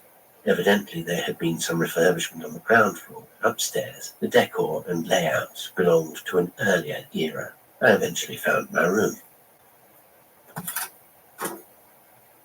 When one travels with work a lot, as I did then, one develops little rituals, little habits, when staying at hotels. Mine was to first set my belongings on either the bed or the armchair if there was one, switch on the television, and then make a quick inspection of the room. In my mind, I was James Bond in Ian Fleming's Casino Royale, only instead of looking for surveillance equipment, I was peeking inside the kettle for limescale, counting the tea and coffee sachets and biscuits, and checking the cleanliness of the bathroom. And then I would sit on the bed to test its comfort, send a message to my wife to let her know I'd arrived safely, and have a little rest and maybe a read before my evening meal. Oh, I'm not sure why. Perhaps it was hunger. That evening I couldn't rest. I felt oddly restless, strangely unsettled. The room was fine, but stuffy, and when I felt them, the radiators were red hot, which made the temperature of the room almost unbearable. Furthermore, when I tried to let some fresh air in, I couldn't. The windows having been fitted, as is usual in hotels, with a lock to prevent full opening. I suppose it's a security measure, or a heat conservation one. I've always suspected it's to stop suicidal guests jumping to their deaths, because I'd heard it said that hotels have an unusually high suicide rate. I think the idea is that people prefer to do themselves in a place that is sort of cold and anonymous, without all the emotional stimuli of the home. I imagine there are other more practical reasons. At home, you run the risk of someone coming in and finding you before you've finished the job. And of course, if you're a considerate person, you'd rather your dead body was discovered by a stranger, albeit probably a poor, unfortunate, lonely hotel worker, than a loved one.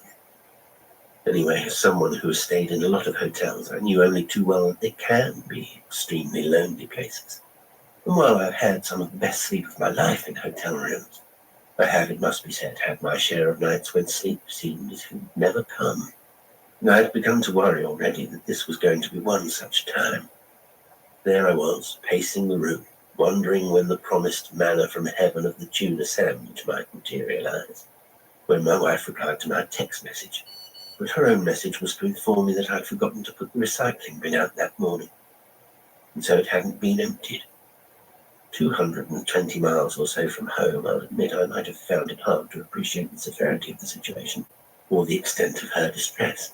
Only the angry face emoji she included left me in no doubt. So, feeling a little harassed, I quickly gobbled a couple of ginger nuts from the tea table, then, with Biggles in tow, set off for the hotel bar, alcohol being the refuge of the defeated, or whatever it is I've heard said. No, I don't want to paint a picture of myself as some oversensitive, overwrought, overly suggestible type. God knows this story shows me in a poor enough light as it is without you thinking I was a believer in... Well, I never had been. There was something undeniably strange about the hotel.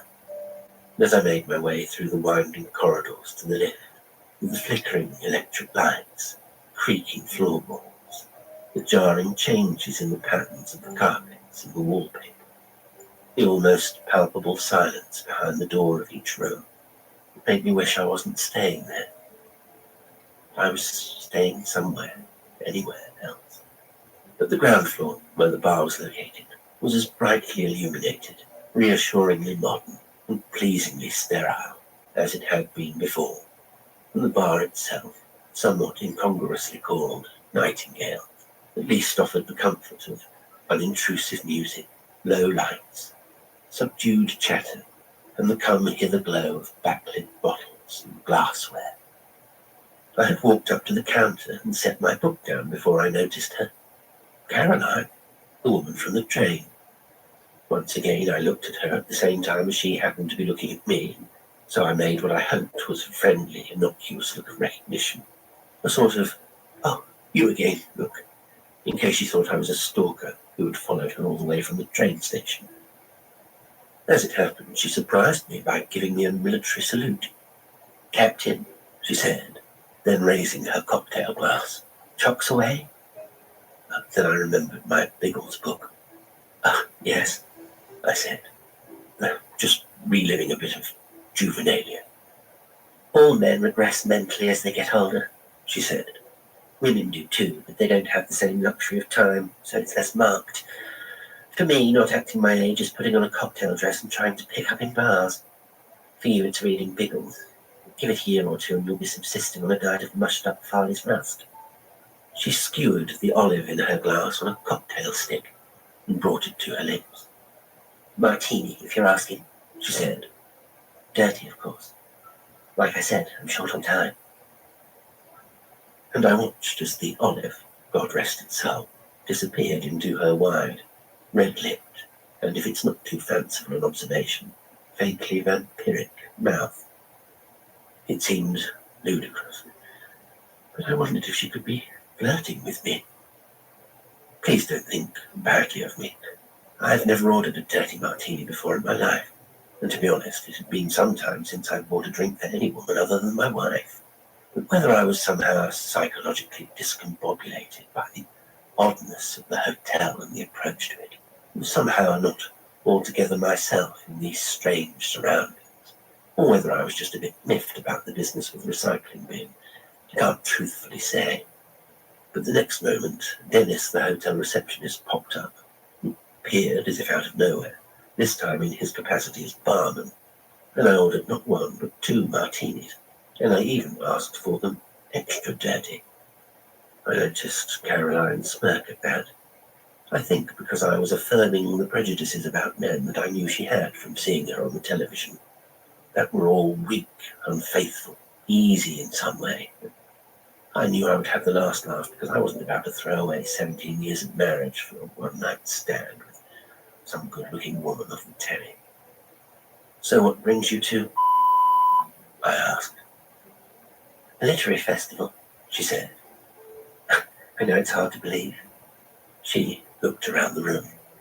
"I'm interviewing the author of that book I was reading on the train and then chairing a panel discussion. It's going out as a podcast." She sipped her drink. "What about you? Or can't you tell me? Perhaps you're doing spy work, like Biggles."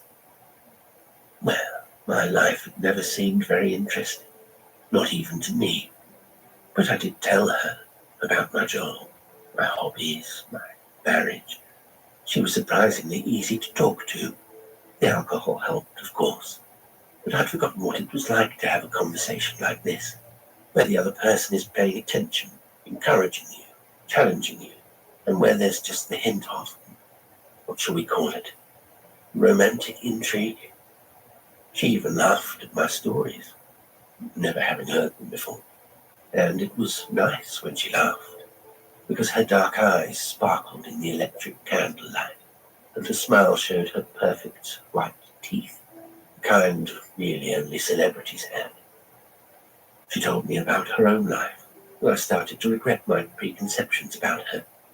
I appreciated her bluntness, her occasional earthiness, started to understand what a talented, impassioned, driven person she was. I myself am none of those things, but we found we had at least one thing in common. Andropause, she said, out of the blue. I'm sorry, I replied. Your crossword puzzle, on the train, the one about the robot. Andropause, aka the male menopause. Totally made up, of course. Men don't like to feel left out, so they've had to contrive their own version of women's problems. As you blokes get older, your testosterone levels drop, but only a teeny bit.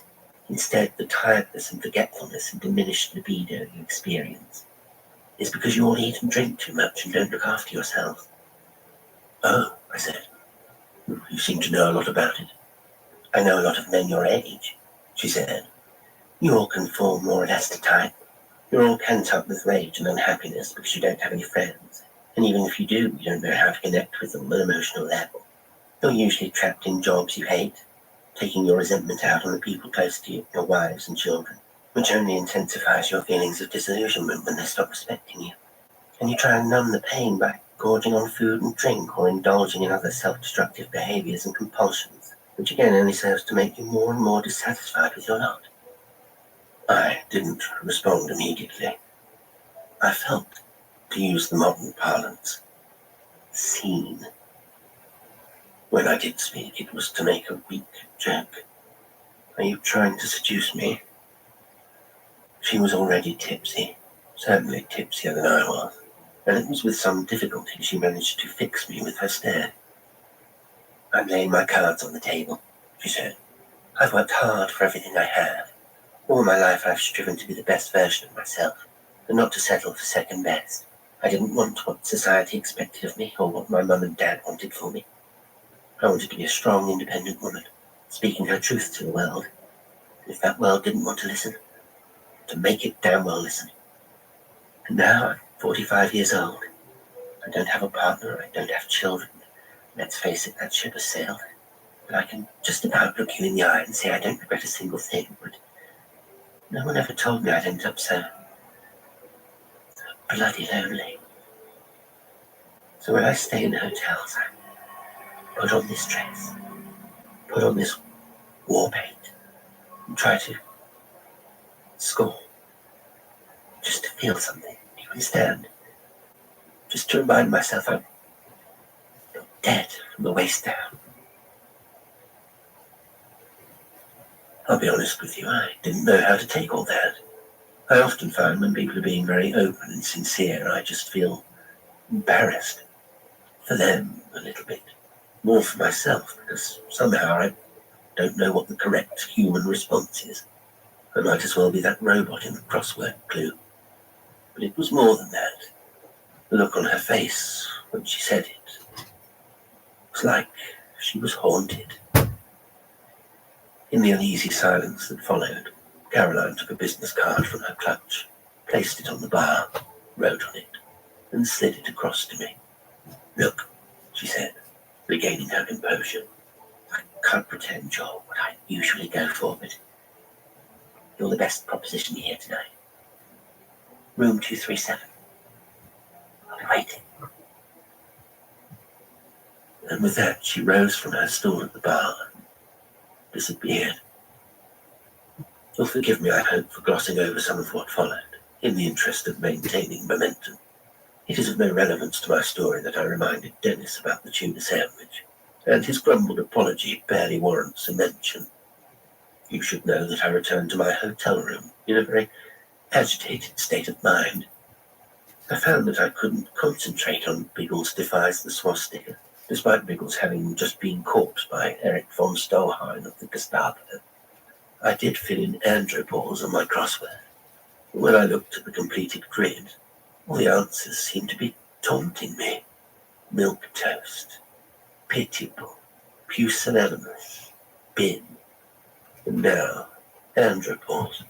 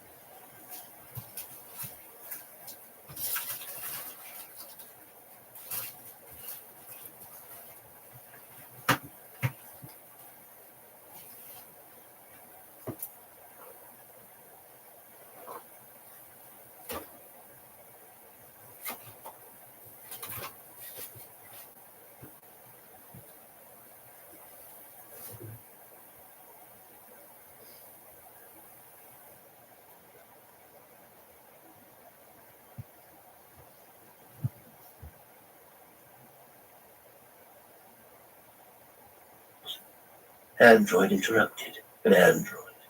A robot, an automaton. Not a man, but an approximation of one. Mechanical, lacking emotion. Interrupted. Android interrupted. The android. The ear. A robot, an automaton. Urge. Not a man, but an approximation. Where was that bloody tuna sandwich? I still don't know whatever possessed me. But I knew then I was going to visit room 237. Whatever possessed me. How could I not? But I knew then I was going to visit room 237. Whatever possessed me. How could I not? It was impossible. I knew then I was going to visit not quite room 237. Whatever possessed me. How could I not? And so, maddened with desire to be near this magical, sensual woman, I rushed, after a quick shower, shave, spray of deodorant, and gargle, to be with her. But once again, the corridors were strange. It was as if they shifted under my feet. Room numbers seemed to run out of sequence.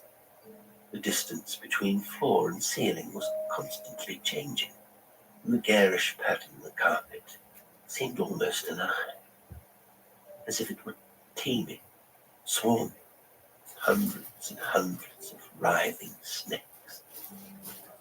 It was with great relief that I finally found my way to the lift and tumbled through its parting doors. But even then I was presented with something disquieting, uncanny. For as the lift doors closed behind me, I saw that I was not alone. There was a woman in the lift, standing with her back to me, and I could tell from her size and shape, posture, she was terrifically old. And though the overhead light in the lift was on the blink and kept sporadically plunging us into complete darkness, every time the cabin was illuminated, I could see her reflection in the mirrored rear wall, and her face was completely shrouded by long, lank tendrils of matted grey hair. I turned and hit the button for the second floor, and the lift clanked and clanged into action. Action interrupted, as it turned out, for in the very next moment it stalled, came to a juddering halt. Everything went dark. "Oh dear, this doesn't look good," I said, rather too loudly. I was conscious that my fellow passenger in the lift was oddly silent. "Do you think we're stuck?" She didn't speak. But in the absolute darkness, I was acutely aware of her movement. She was no longer behind me, and it was all I could do to try and reach out and touch her. But then I felt a brush of hair like cobweb against my left cheek, and a voice, thin, cracked, impossibly ancient, said, "I know what you are.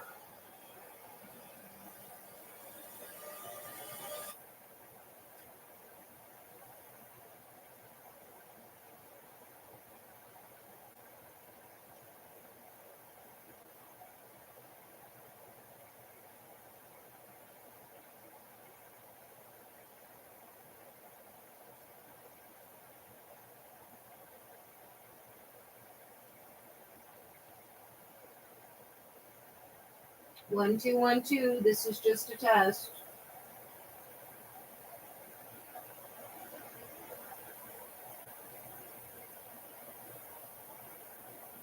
One, two, this is just a test.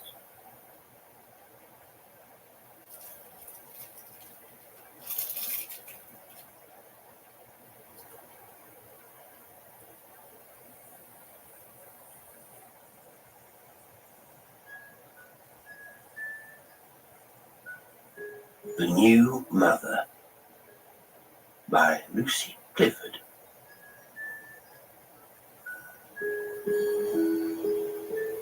The children were always called Blue Eyes and the Turkey, and they came by the names in this manner. The elder one was like her dear father, who was far away at sea, and when the mother looked up, she would often say, "Child, you have taken the pattern of your father's eyes," for the father had the bluest of blue eyes. And so gradually his little girl came to be called after them. The younger one had once, while she was still almost a baby, cried bitterly because a turkey that lived near to the cottage, and sometimes wandered into the forest, suddenly vanished in the middle of the winter. And to console her, she had been called by its name. Now, the mother and Blue Eyes and the turkey and the baby all lived in a lonely cottage on the edge of the forest. The forest was so near that the garden at the back seemed a part of it, and the tall fir trees were so close that their big black arms stretched over the little thatched roof. And when the moon shone upon them, their tangled shadows were all over the whitewashed walls. It was a long way to the village, nearly a mile and a half, and the mother had to work hard and had not time to go often herself to see if there was a letter at the post office from the dear father. And so, very often in the afternoon, she used to send the two children. They were very proud of being able to go alone, and often ran half the way to the post office. When they came back tired with the long walk, there would be the mother waiting and watching for them, and the tea would be ready, and the baby crowing with delight. And if by any chance there was a letter from the sea, then they were happy indeed. The cottage room was so cosy. The walls were as white as snow, inside as well as out, and against them hung the cake tin and the baking dish, and the lid of a large saucepan that had been worn out long before the children could remember, and the fish slice, all polished and shining as bright as silver. On one side of the fireplace, above the bellows, hung the almanac, and on the other the clock that always struck the wrong hour and was always running down too soon. But it was a good clock, with a little picture on its face, and sometimes ticked away for nearly a week without stopping. The baby's high chair stood in one corner, and in another there was a cupboard hung up high against the wall, in which the mother kept all manner of little surprises. The children often wondered how the things that came out of that cupboard got into it, for they seldom saw them put there. "Dear children," the mother said one afternoon late in the autumn, "it is very chilly for you to go to the village, but you must walk quickly, and who knows but what you may bring back a letter saying that dear father is already on his way to England." Then Blue Eyes and the turkey made haste and were soon ready to go. "Don't be long," the mother said, as she always did before they started. "Go the nearest way, and don't look at any strangers you meet, and be sure you do not talk with them." "No, mother," they answered. And then she kissed them and called them dear, good children, and they joyfully started on their way. The village was gayer than usual, for there had been a fair the day before, and the people who had made merry still hung about the street as if reluctant to own that their holiday was over. "I wish we had come yesterday," Blue Eyes said to the turkey. "Then we might have seen something." "Look there," said the turkey, and she pointed to a stall covered with gingerbread. But the children had no money. At the end of the street, close to the Blue Lion, where the coaches stopped, an old man sat on the ground with his back resting against the wall of a house, and by him, with smart collars round their necks, were two dogs. Evidently they were dancing dogs, the children thought. and longed to see them perform. But they seemed as tired as their master, and sat quite still beside him, looking as if they had not even a single wag left in their tails. "Oh, I do wish we had been here yesterday," Blue Eyes said again as they went on to the grocer's, which was also the post office. The postmistress was very busy weighing out half-pounds of coffee, and when she had time to attend to the children, she only just said, "No letter for you today," and went on with what she was doing. Then Blue Eyes and the turkey turned away to go home. They went back slowly down the village street, past the man with the dogs again. One dog roused himself, his head on one side, looking very melancholy and rather ridiculous. But on the children went towards the bridge and the fields that led to the forest. They had left the village and walked some way, and then, just before they reached the bridge, they noticed, resting against a pile of stones by the wayside, a strange, dark figure. At first they thought it was someone asleep. Then they thought it was a poor woman, ill and hungry. And then they saw that it was a strange, wild-looking girl who seemed very unhappy, and they felt sure that something was the matter. So they went and looked at her and thought they would ask her if they could do anything to help her, for they were kind children and sorry indeed for anyone in distress. The girl seemed to be tall and was about 15 years old. She was dressed in very ragged clothes. Round her shoulders there was an old brown shawl, which was torn at the corner that hung down the middle of her back. She wore no bonnet, and an old yellow handkerchief which she had tied round her head had fallen backwards and was all huddled up round her neck.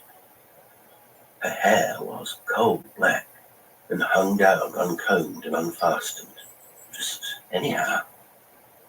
It was not very long, but it was very shiny, and it seemed to match her bright black eyes and dark freckled skin. On her feet were coarse grey stockings and thick, shabby boots that she had evidently forgotten to lace up. She had something hidden away under her shawl, but the children did not know what it was. At first they thought it was a baby, but when, on seeing them coming towards her, she carefully put it under her and sat upon it, they thought they must be mistaken.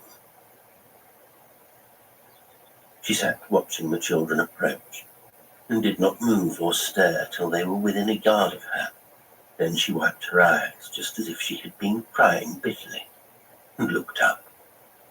The children stood still in front of her for a moment, staring at her and wondering what they ought to do. "Are you crying?" they asked, shyly. To their surprise, she said in a most cheerful voice, "Oh dear, no. Quite the contrary. Are you?" They thought it was rather rude of her to reply in this way, for anyone could see that they were not crying. They felt half in mind to walk away.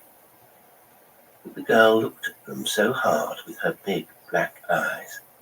They did not like to do so till they had said something else. "Perhaps you have lost yourself," they said gently. But the girl answered promptly, "Certainly not.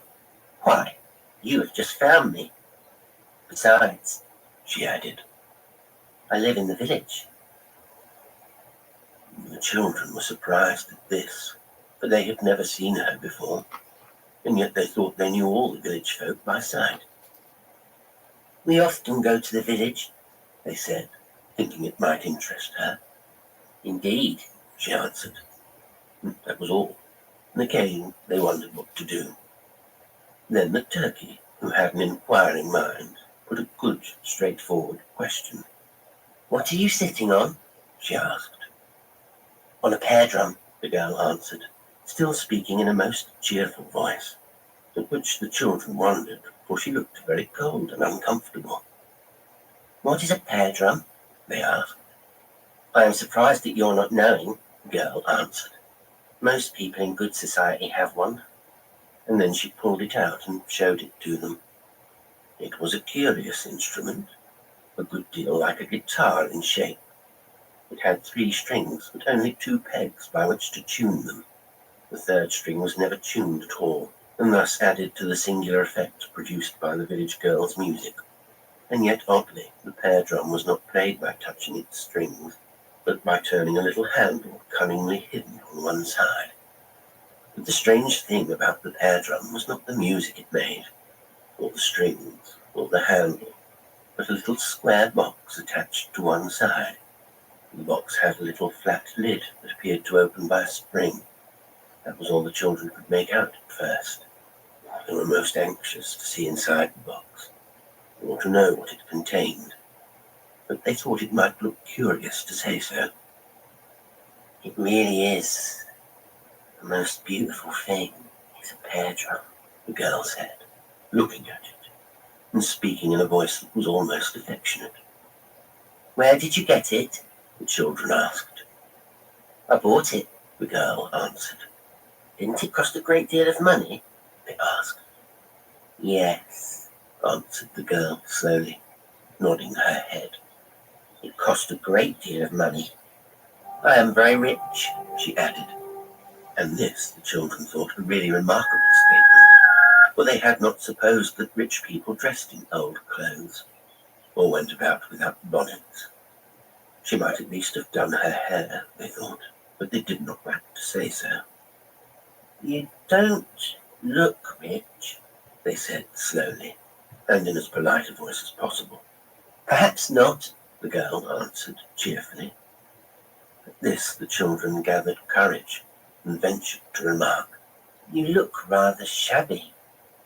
They did not like to say ragged.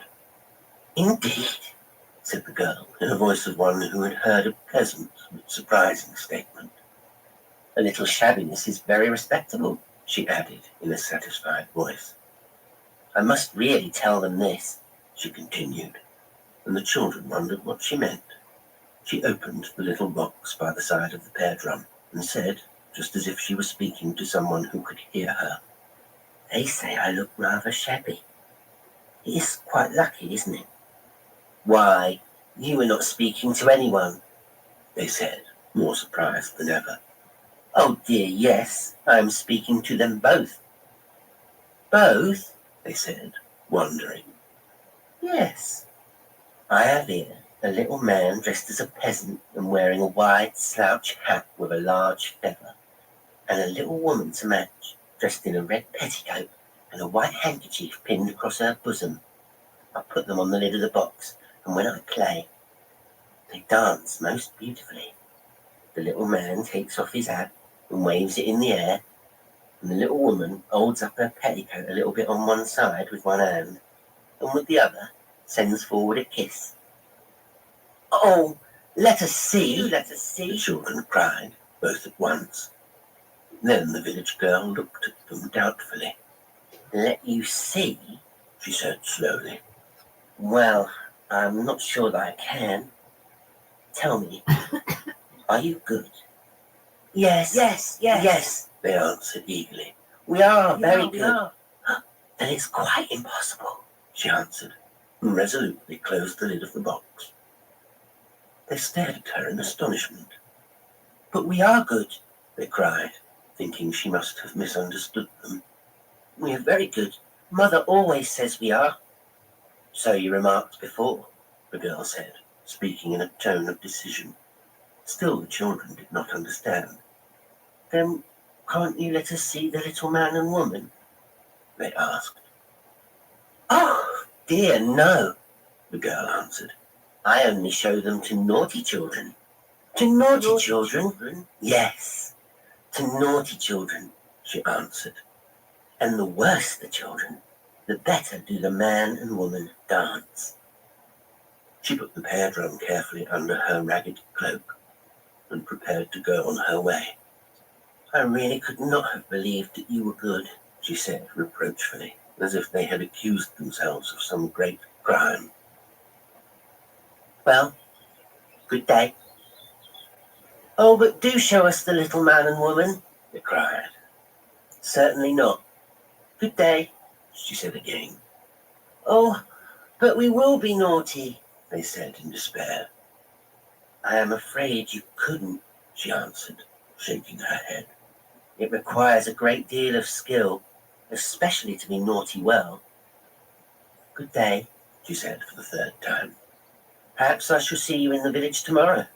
And swiftly she walked away, while the children felt their eyes fill with tears and their hearts ache with disappointment. If only we had been naughty, they said. We should have seen them dance. We should have seen the little woman holding her red petticoat in her hand and the little man waving his hat. Oh, what shall we do to make her let us see them? Suppose, said the turkey, we try to be naughty today. Perhaps she would let us see them tomorrow. Oh, said Blue Eyes, I don't know how to be naughty. No one ever taught me. The turkey thought for a few minutes in silence. I think I can be naughty if I try, she said. I'll try tonight. And then poor Blue Eyes burst into tears. Don't be naughty without me, she cried. It would be so unkind of you. You know I want to see the little man and woman just as much as you do. You are very, very unkind. And so, quarrelling and crying, they reached their home. Now, when their mother saw them, she was greatly astonished.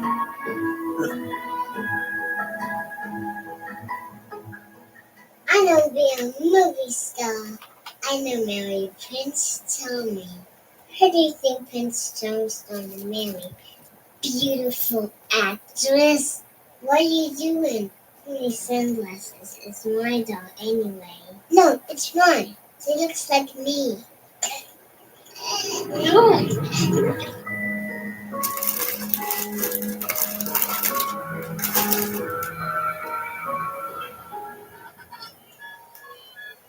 It's terrible to see you alone like that.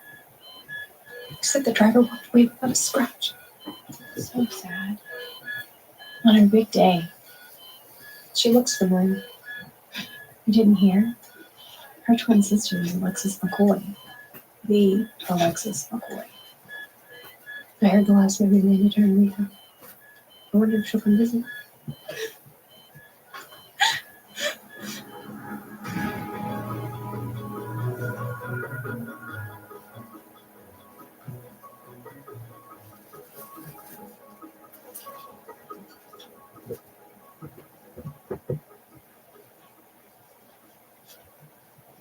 Careful with that, Beatrice. It's not replaceable. Alexis, your sisters.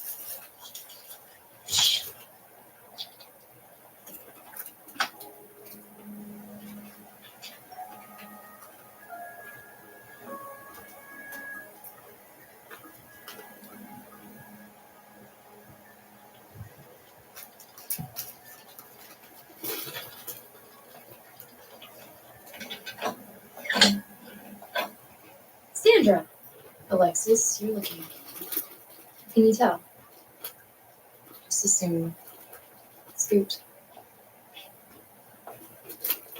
So, it's Prince Charming. Okay, drink? I have Kentucky whiskey. What's your favorite? No, thank you. Fine. I'll drink alone. So, you coming to Thanksgiving? No. Charlotte will be there. She's flying in from Guam on the 16th, I believe. But she's been getting worse. I have other plans, actually. So what is it, dear? Money? Look at me. See, I can't walk. My knees and issues now. Then what? When we were kids, we'd share everything. Yeah? We'd share every doll, toy, and even our room. Do you remember that Betty Button doll? The one with the curly brown hair? My mother would only buy us one doll. I guess she wanted us to learn it's a connection that others don't understand. Look, I'm sure there's a point to this. But I've got 3 meetings this afternoon. I'm putting you in touch with the best doctors in the city. I'm sure they'll be able to help. I really wish you'd come to Thanksgiving. You know, Charlotte would really appreciate it. Okay, I'll save you a turkey leg. See you soon. Your 2 o'clock is here.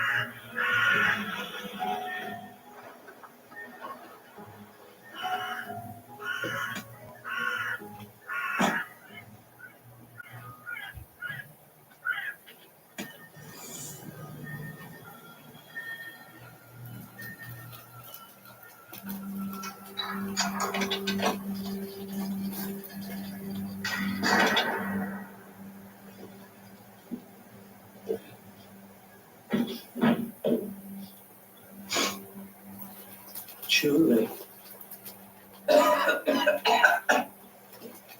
Lovely. You don't have an appointment. I didn't know I needed one.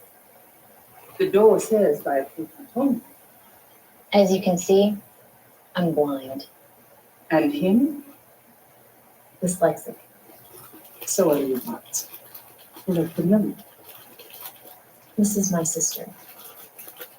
Alexis McCoy. I see the resemblance. Yes, but with several distinct differences. I see. I want these. And these. And while we're at it, I'd like these too.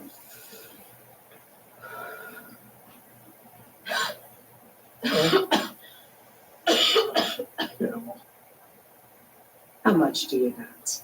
Plenty for my settlement.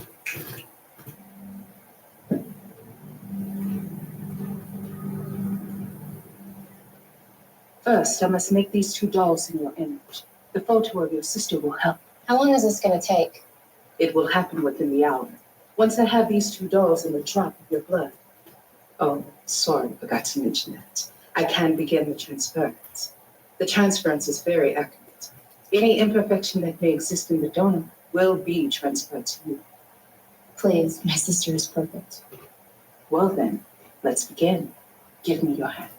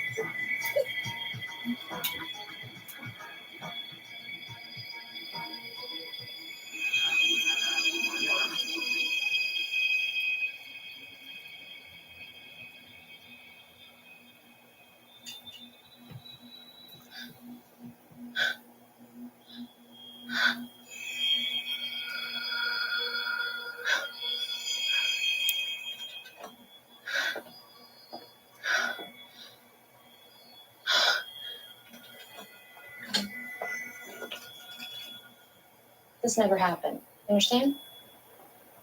Bye.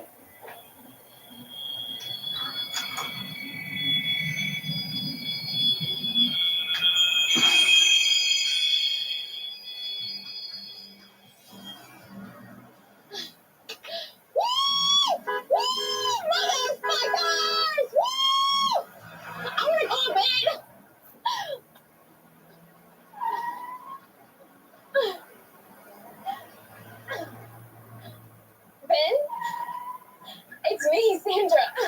We can get married now. What? You're engaged? It's only been 6 months. Shit. My leg. I can't bend my knee. Shit.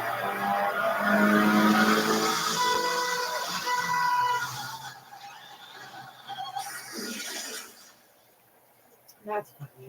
Burned over 95% of her body. Poor bastard who was with her was burned beyond recognition. What happened? Not really sure. Her knee locked up on the accelerator. Looks like she has rheumatoid arthritis. She has family. Show me.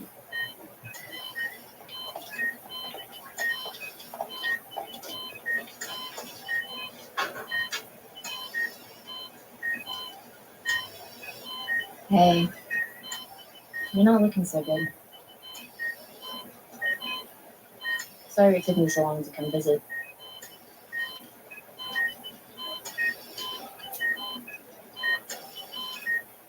I remember when we were kids, Mom used to tell us to share.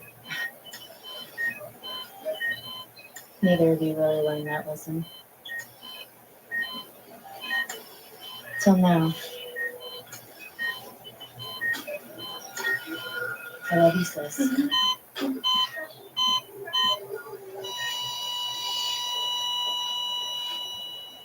First, the girl lost her leg, and then OD's at her sister's. And Alexis gets in an accident on the way back. And the third sister gets her liver after being on the wait list for 3 years. It's like a lifetime movie. I'd hate to wait there, things getting better.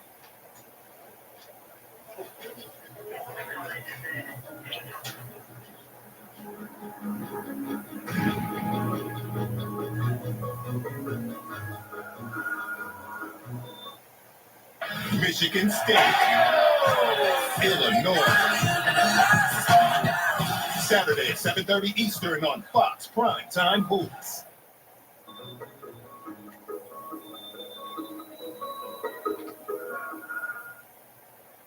I mean, I just don't get it. He wouldn't run away. Even if he did, wouldn't he take his stuff with him, huh? His shoes, his phone? What you saying? Sweetie? Yeah, just keep an ear open, if you hear anything. Thanks. Bye. Anything? No, but she said she'd let us know if her kid's hearing. Did you know you borrowed the camera? He was probably using it to record a speech for class.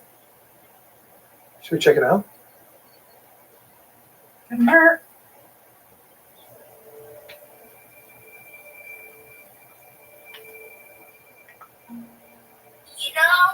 I told Tommy about what's been going on here at night. He didn't believe me, so I'm going to prove it. Extra fruit snacks tomorrow. Here I come. I shut that window every night. Then every morning it's open and it's freezing. We're on the 3rd floor, sweetie. Okay. Tommy, you'll see. I'm not a liar. What is he talking about? I have no idea.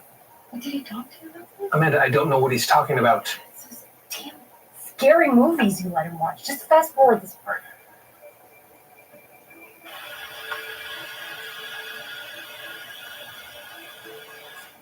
This is ridiculous. Nothing. Here, stop.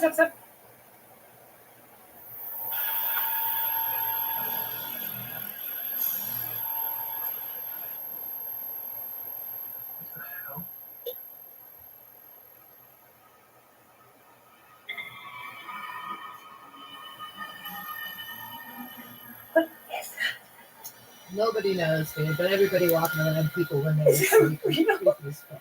Creepy motherfuckers.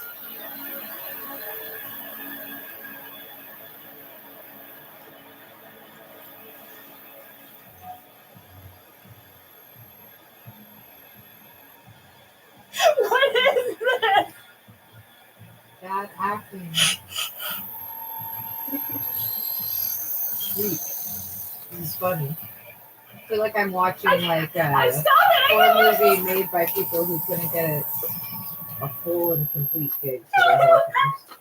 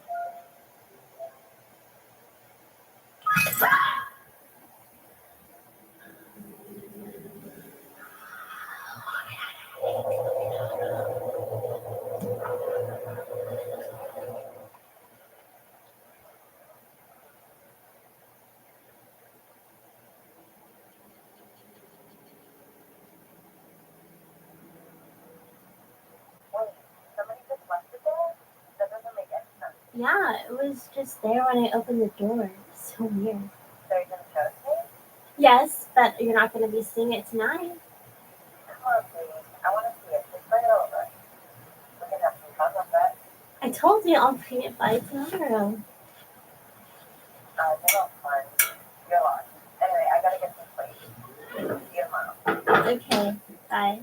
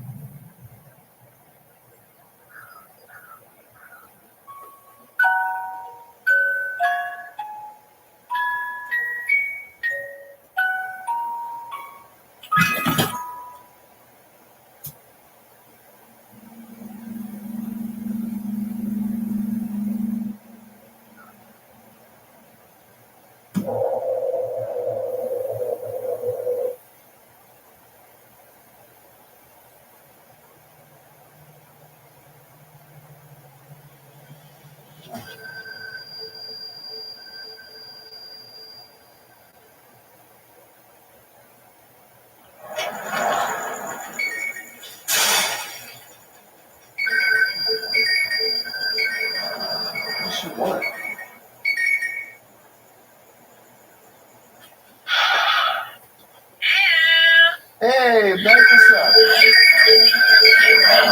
What you want? Yeah, I got the salmon. I mean, you were bugging me so much about it. I had to see what the fuss was about. I told you. So, how was the girl? A little too Hollywood for me. She was name dropping like crazy the whole day. Well, I mean, you live in LA, you kind of got to expect that, right? Yeah, I guess. But what do you know? You only been here for like, what, 3-4 weeks now? 25 days at midnight tonight. Plus, I've seen movies, Mama. Either way, I'll probably be gone before you know it. I'm really going through a nomad phase right now. Freaking Dave, man. Come on. Dave left the door open again. Seriously? Dave. Is it like the fourth time now or something? Something like that. I swear, if he had his own place, he would die. Is he out tonight? I'm not sure. Actually, I haven't spoken to him all day. Dave! What about you? What are you doing? Honestly, working. It sucks. Really? Yeah. Non-stop. What do you even do, Becky? You're so vague about it.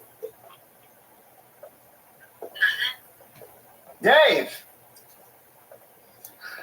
Sorry, this conversation sucks. I'm just trying to get some lights on in here. This is really creeping me out now. Hey, no worries. Listen, I can bring over like a flashlight and or a bib in case you brought me some extra salmon left over from your date. I am so hungry. Dang, 1 second, Mommy. I think someone's at the door. I'm sorry, what? You know what, Becky? I might take you up on that offer. I don't even know where Dave is. Plus, I can use the company. Becky? Becky? Becky?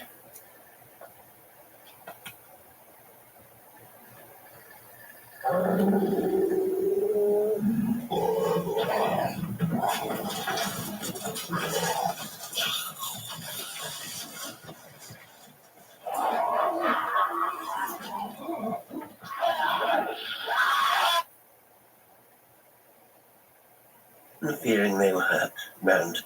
The point of that story is never have a fucking roommate. Not ever, dude. To meet them. Oh, my children. Oh, my dear, dear children, she said. Too much of a lie. What is the matter? But they did not dare tell their mother about the village girl. To meet them. And the little oh, my children. So they answered, nothing is the matter. Nothing at all is the matter. And cried all the more. Why are you crying? She asked in surprise. Oh, surely we may cry if we like, they sobbed. We are very fond of crying. Poor children, the mother said to herself. They're tired and perhaps they're hungry. After tea they will be better. And she went back to the cottage and made the fire blaze until its reflection danced about on the tin lids upon the wall. And she put the kettle on to boil and set the tea things on the table and opened the window to let in the sweet, fresh air and made all things look bright. Then she went to the little cupboard hung up high against the wall and took out some bread and put it on the table and said in a loving voice, "Dear little children, come and have your tea. It is all quite ready for you. And see, there is baby waking up from her sleep. We will put her in the high chair and she will crow at us while we eat." But the children made no answer to the dear mother. They only stood still by the window and said nothing. "Come, children," the mother said again. "Come, Blue Eyes, and come, my turkey. Here is nice sweetbread for tea." And then Blue Eyes and the turkey looked round, and when they saw the tall loaf, the mother said again, crisp and brown, "Come, Blue Eyes, come, my turkey. And here is nice small way for tea." They went to the Blue Eyes and the turkey looked round, felt a little happy. And when they saw the tall loaf, the mother said again, crisp after all, but took it on her knee and danced it up and down, sang little snatches of songs to it, and laughed and looked content, and thought of the father far away at sea, and wondered what he would say to them all when he came home again. Then suddenly she looked up and saw that the turkey's eyes were full of tears. "Turkey," she exclaimed, "my dear little turkey, what is the matter? Come to mother, my sweet. Come to own mother." And putting the baby down on the rug, she held out her arms, and the turkey, getting up from her chair, ran swiftly into them. "Oh, mother," she sobbed. "Oh, dear mother, I do so want to be naughty." "My dear child," the mother exclaimed. "Yes, mother," the child sobbed more and more bitterly. "I do so want to be very, very naughty." There's something And extra then Blue funny to me Eyes about left her old chair men pretending also, to be a little and rubbing girl. her face against the mother's shoulder, cried sadly, "And so do I, mother. Oh, I'd give anything to be very, very naughty." "But my dear children," said the mother in astonishment, "why do you want to be naughty?" "Because we do." "Oh, what shall we do?" "I should be very angry if you were naughty, but you could not be, for you love me," the mother answered. "Why couldn't we be naughty because we love you?" they asked. "Because it would make me very unhappy. And if you love me, you couldn't make me unhappy. Why couldn't we?" Then the mother thought a while before she answered, and when she did so, they hardly understood, perhaps because she seemed to be speaking rather to herself than to them. "Because if one loves well," she said gently, "one's love is stronger than all bad feelings in one, and conquers them. And this is the test whether love be real or false. Unkindness and wickedness have no power over it." "We don't know what you mean," they cried, "and we do love you, but we want to be naughty."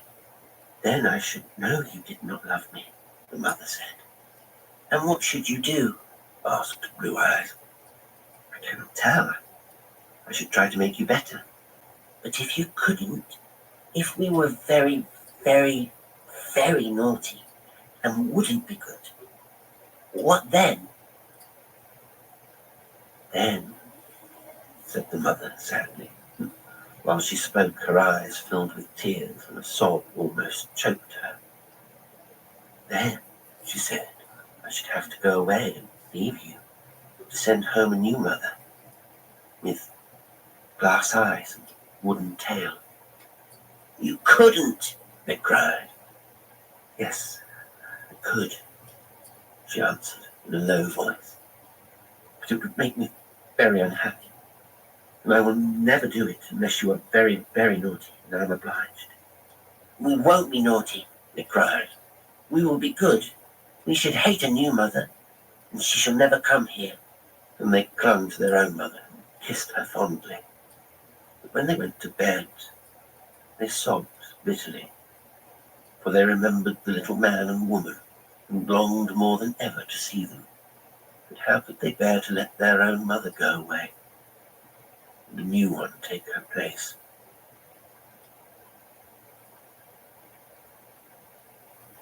"Good day," said the village girl, when she saw Blue Eyes and the turkey approach. She was again sitting by the heap of stones, and under her shawl the pear drum was hidden. She looked just as if she had not moved since the day before. "Good day," she said, in the same cheerful voice in which she had spoken yesterday. "The weather is really charming." "Are the little man and woman there?" the children asked, taking no notice of her remark. "Yes, thank you for inquiring after them," the girl answered. "They are both here, and quite well. The little man is learning how to rattle the money in his pocket, and the little woman has heard the secret. She tells it while she dances." "Oh, do let us see," they entreated. "Quite impossible, I assure you," the girl answered promptly. "You see, you are good." "Oh," said Blue Eyes sadly, "but Mother says if we are naughty, she will go away and send home a new mother, with glass eyes and a wooden tail." "Indeed," said the girl, still speaking in the same unconcerned voice. "That is what they all say." "What do you mean?" asked the turkey. "They all threaten that kind of thing. Of course, really there are no mothers with glass eyes and wooden tails. They would be much too expensive to make."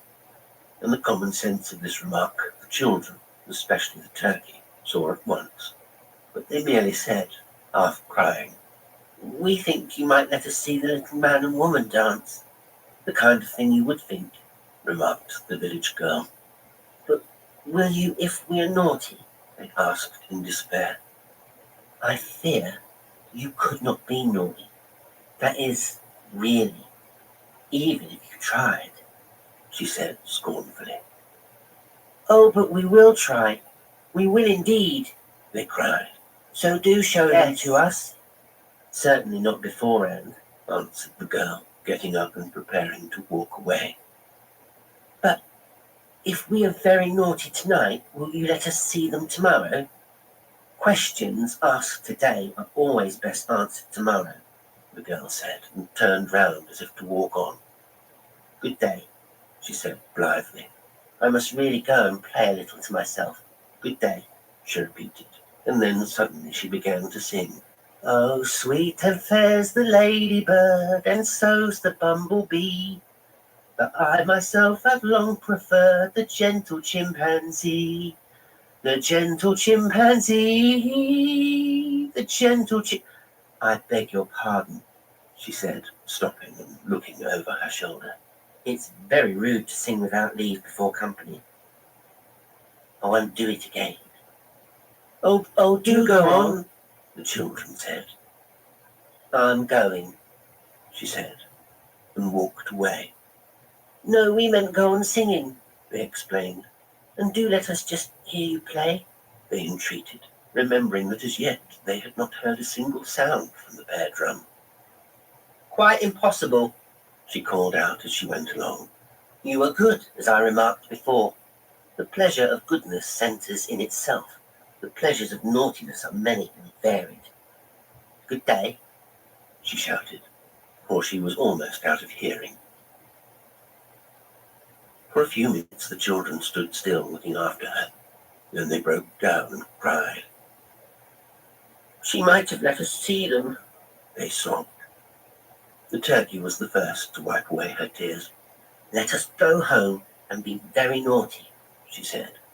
"Then perhaps she will let us see them tomorrow." "But what shall we do?" asked Blue Eyes, looking up.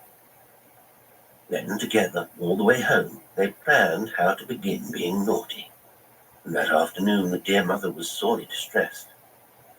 For instead of sitting at their tea as usual with smiling happy faces, and then helping her to clear away and doing all she told them, they broke their mugs and threw their bread and butter on the floor. And when the mother told them to do one thing, they carefully went and did another. And as for helping her to put away, they left her to do it all by herself, and only stamped their feet with rage when she told them to go upstairs until they were good. "We won't be good," they cried. "We hate being good, and we always mean to be naughty. We like being naughty very much." Do you remember what I told you I should do if you were very, very naughty? She asked sadly. Yes, we know, but it isn't true, they cried. There is no mother with a wooden tail and glass eyes, and if there were, we should just stick pins into her and send her away, but there is none. Then the mother became really angry at last and sent them off to bed. But instead of crying and being sorry at her anger, they laughed for joy. And when they were in bed, they sat up and sang merry songs at the top of their voices.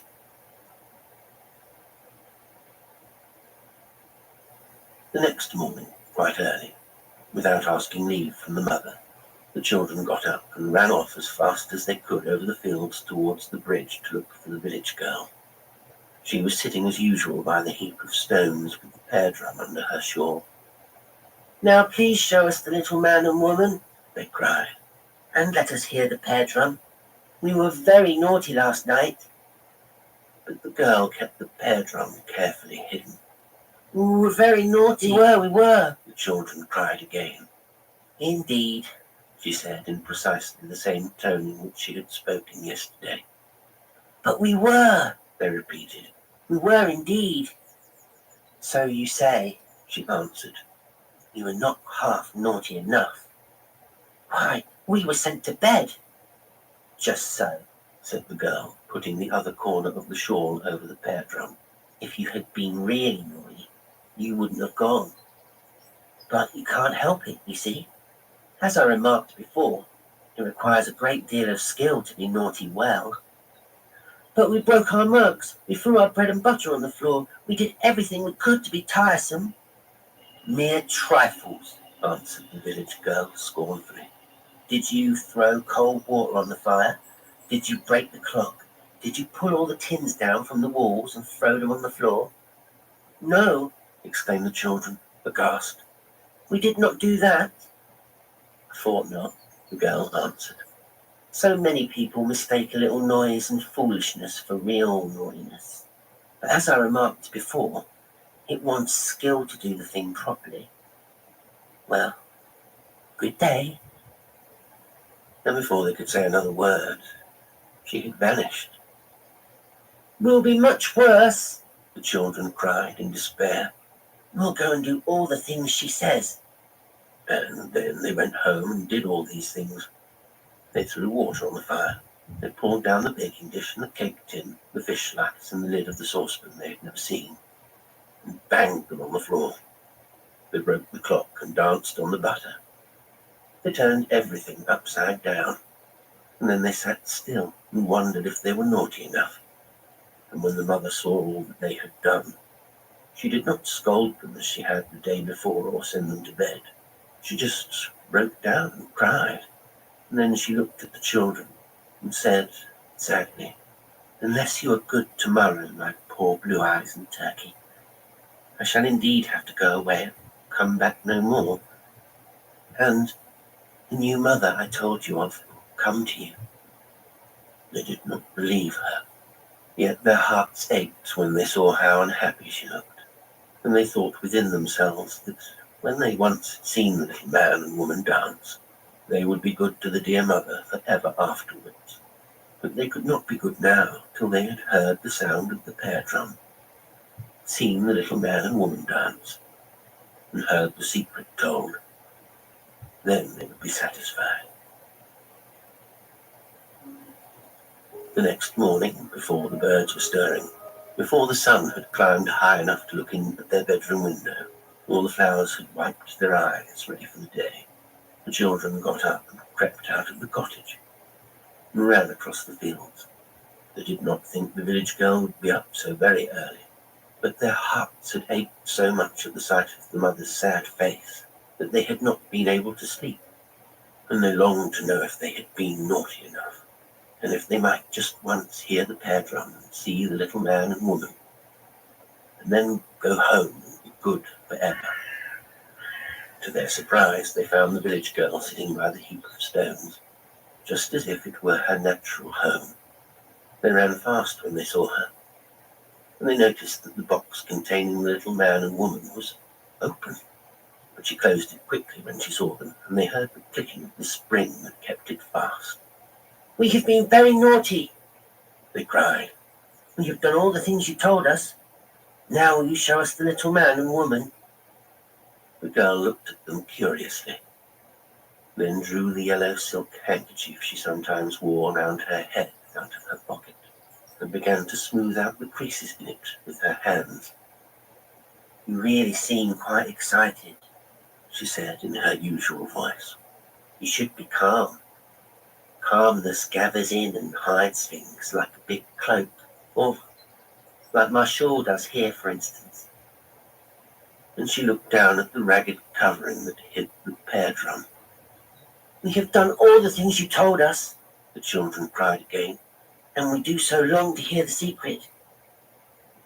But the girl only went on smoothing out her handkerchief. I am so very particular about my dress, she said. They could hardly listen to her in their excitement. But do tell if we may see the little man and woman, they entreated again. We have been so very naughty, and Mother says she will go away today and send home a new mother if we are not good. Indeed, said the girl, beginning to be interested and amused. The things that people say are most singular and amusing. There is an endless variety in language. The children did not understand, only entreated once more to see the little man and woman. Well, let me see, the girl said at last, just as if she were relenting. When did your mother say she would go? But if she goes, what shall we do? They cried in despair. We don't want her to go. We love her very much. Oh, what shall we do if she goes? People go and people come. First they go, then they come. Perhaps she will go before she comes. She couldn't come before she goes. You had better go back and be good, the girl added suddenly. You are really not clever enough to be anything else. And the little woman's secret is very important. She never tells it for make-believe naughtiness. But we did all the things you told us. We did, the children cried, despairingly. You didn't throw the looking glass out of window or stand the baby on its head. No, we didn't do that, the children gasped. I thought not, the girl said triumphantly. Well, good day. I shall not be here tomorrow. Good day. Oh, but don't go away, they cried. We are so unhappy. Do let us see them just once. Well, I shall go past your cottage at 11 o'clock this morning, the girl said. Perhaps I shall play the pear drum as I go by. And will you show us the man and woman? They asked. Quite impossible, unless you have really deserved it. Make-believe naughtiness is only spoilt goodness. Now, if you break the looking glass and do the things that are desired. Oh, we will, they cried. We will be very naughty till we hear you coming. It's a waste of time, I fear, the girl said politely. But of course, I should not like to interfere with you. You see, the little man and woman, being used to the best society, are very particular. Good day, she said, just as she always did, and then quickly turned away. But she looked back and called out, 11 o'clock. I shall be quite punctual. I am very particular about my engagements. Then again the children went home and were naughty. Oh, so very, very naughty that the dear mother's heart ached, and her eyes filled with tears, and at last she went upstairs and slowly put on her best gown and her new sunbonnet, and she dressed the baby all in its Sunday clothes. And then she came down and stood before Blue Eyes and the turkey, and just as she did so, the turkey threw the looking glass out of window, and it fell with a loud crash upon the ground. Goodbye, my children, the mother said sadly, kissing them. Goodbye, my Blue Eyes. Goodbye, my turkey. New mother will be home presently. Oh, my poor children. And then, weeping bitterly, the mother took the baby in her arms and turned to leave the house. "But mother," the children cried, "we are—" And then suddenly the broken clock struck 10:30, and they knew that in half an hour the village girl would come by playing on the pear drum. "But mother, we will be good at 11:30. Come back at 11:30, they cried, "and we will both be good, we will indeed. We must be naughty till 11 o'clock.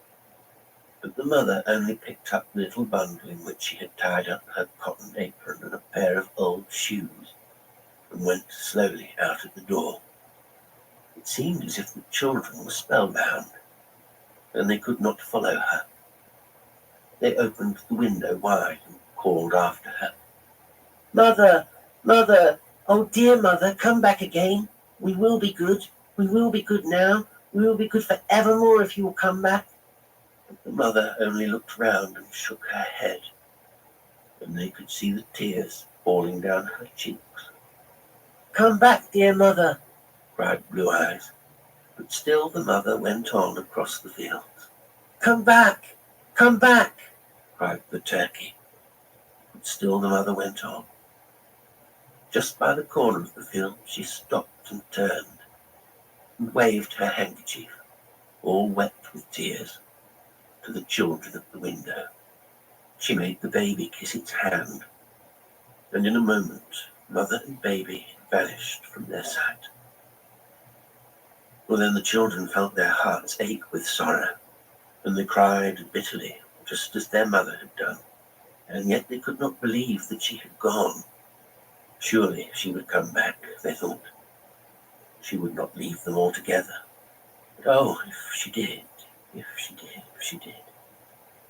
And then the broken clock struck 11, and suddenly there was a sound, a quick, clanging, jangling sound, with a strange, discordant one at intervals, and they looked at each other while their hearts stood still, for they knew it was the pear drum.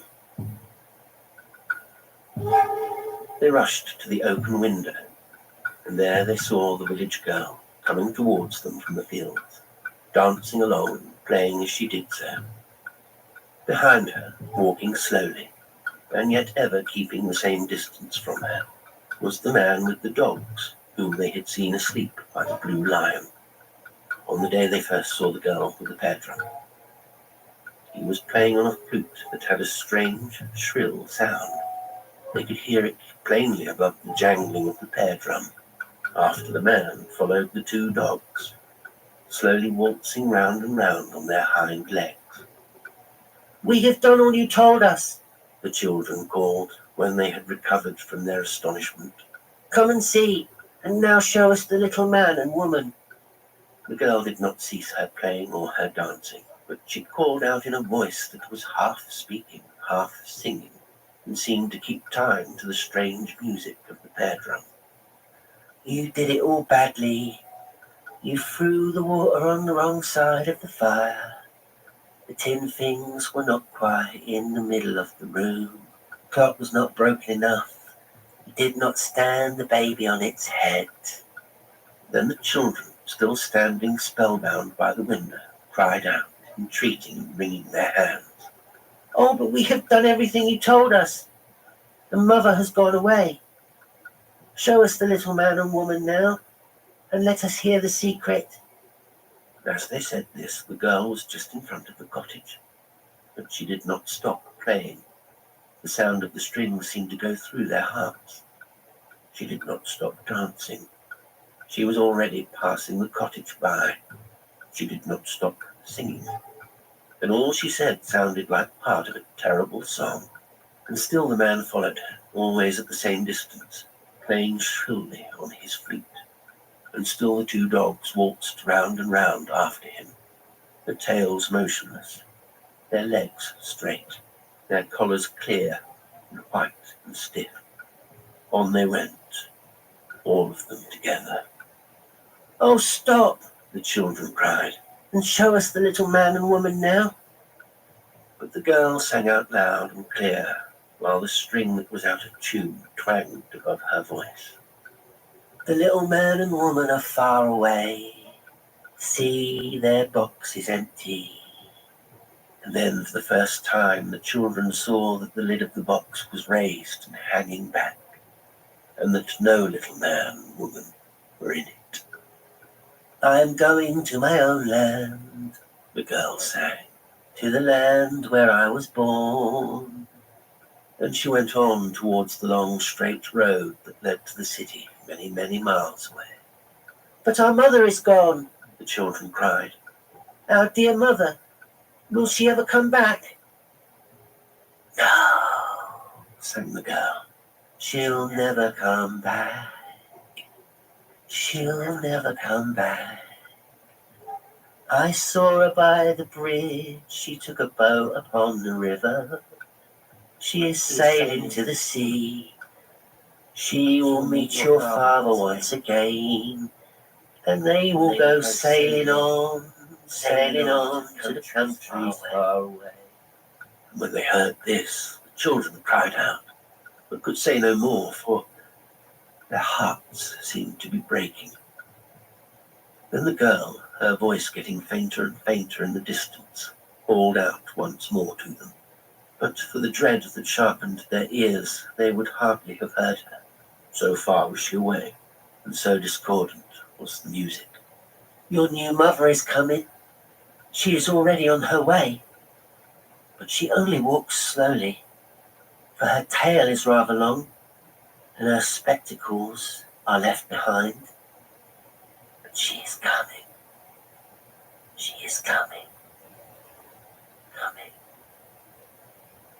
The last word died away. It was the last one they ever heard the village girl utter. On she went, dancing on, and on followed the man. They could see that he was still playing, but they could no longer hear the sound of his flute. And on went the dogs, round and round and round.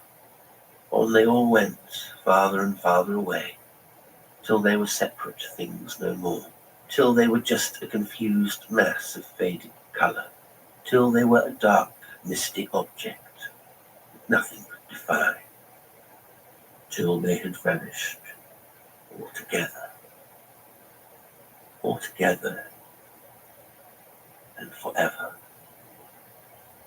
Then the children turned and looked at each other and at the little cottage home that only a week before had been so bright and happy, so cosy and so spotless. The fire was out, and the water was still among the cinders.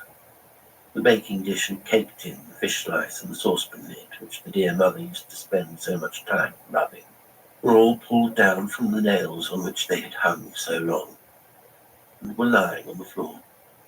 And there was the clock, all broken and spoiled.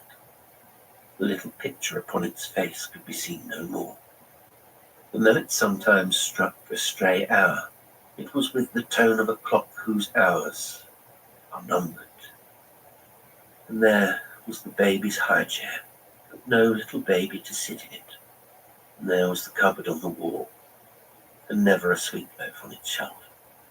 And there were the broken mugs, and bits of bread tossed about, and the greasy boards which the mother had knelt down to scrub until they were white as snow. In the midst of all stood the children, looking at the wreck they had made, their hearts aching, their eyes blinded with tears, and their poor little hands clasped together in their misery. "Oh, what shall we do?" cried Blue Eyes. "I wish we had never seen the village girl and the nasty, nasty pear drum."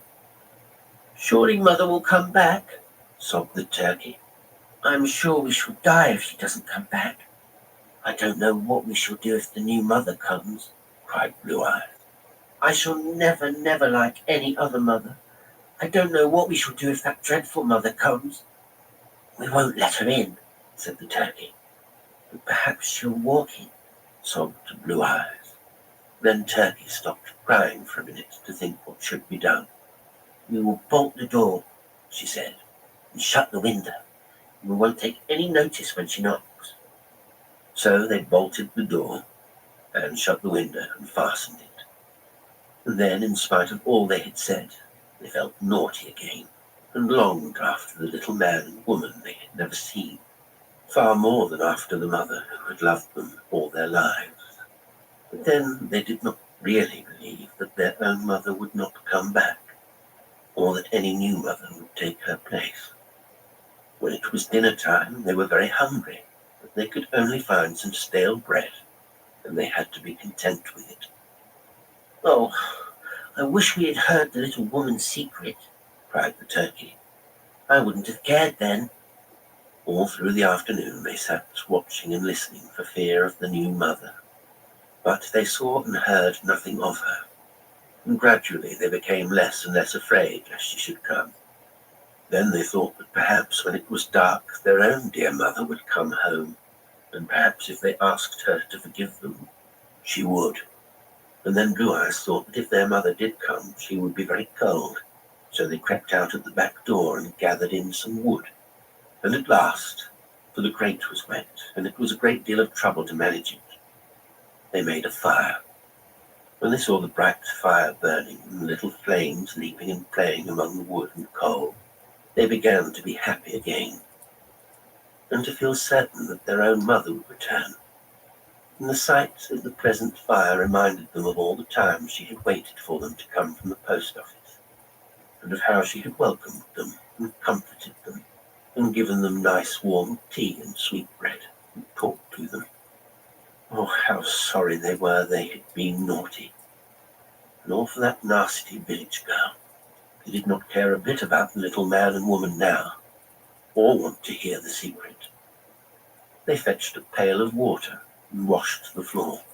They found some rag and rubbed the tins till they looked bright again. And, putting a footstool on a chair, they got up on it very carefully and hung up the things in their places.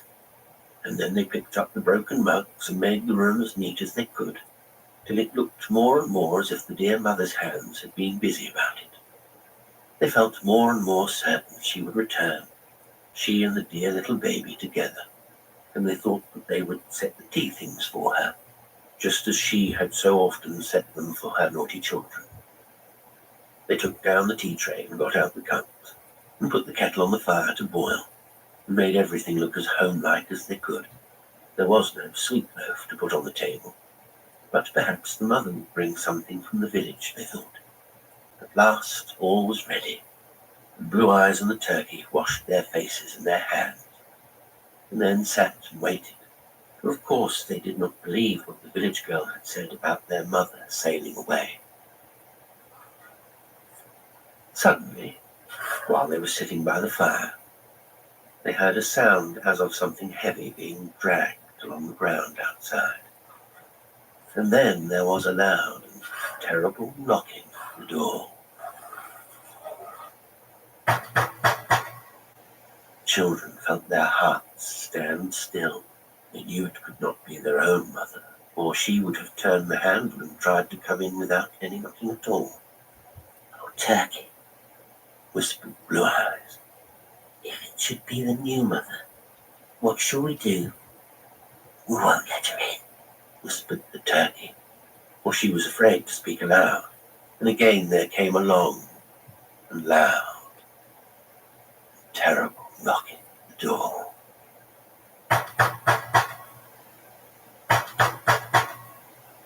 "What shall we do? Oh, what shall we do?" cried the children in despair. "Oh, go away," they called out. "Go away, we won't let you in. We will never be naughty anymore. Go away, go away." And again there came a loud and terrible knocking. "She'll break the door if she knocks so hard," cried Blue Eyes. "Go and put your back to it," whispered the turkey. "And I'll peep out of the window and try to see if it really is the new mother." So, in fear and trembling, Blue Eyes put her back against the door, and the turkey went to the window and, pressing her face against one side of the frame, peeped out. She could just see a black satin poke bonnet with a frill round the edge, and a long, bony arm carrying a black leather bag. From beneath the bonnet there flashed a strange, bright light, and Turkey's heart sank, and her cheeks turned pale, for she knew it was the flashing of 2 glass eyes. She crept up to Blue Eyes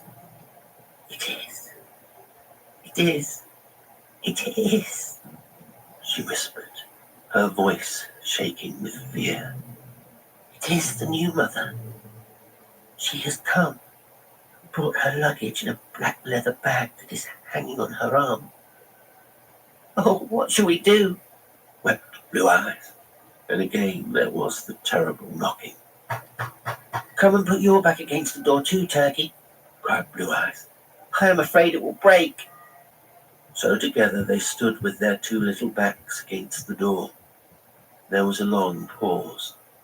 They thought perhaps the new mother had made up her mind that there was no one at home to let her in, and would go away. But presently the two children heard through the thin wooden door the new mother move a little, and then say to herself, I must break open the door with my tail.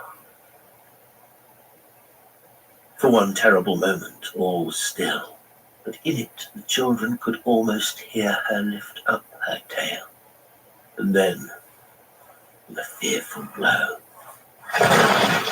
the little painted door was cracked and splintered.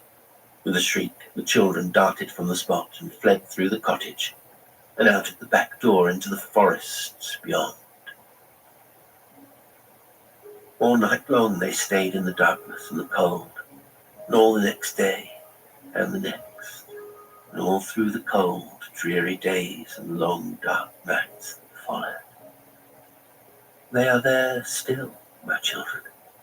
All through the long weeks and months have they been there, with only green rushes for their pillows, and only the brown dead leaves to cover them, feeding on the wild strawberries in the summer, or on the nuts when they hang green, on the blackberries when they are no longer sour in the autumn, and in the winter on the little red berries that ripen in snow.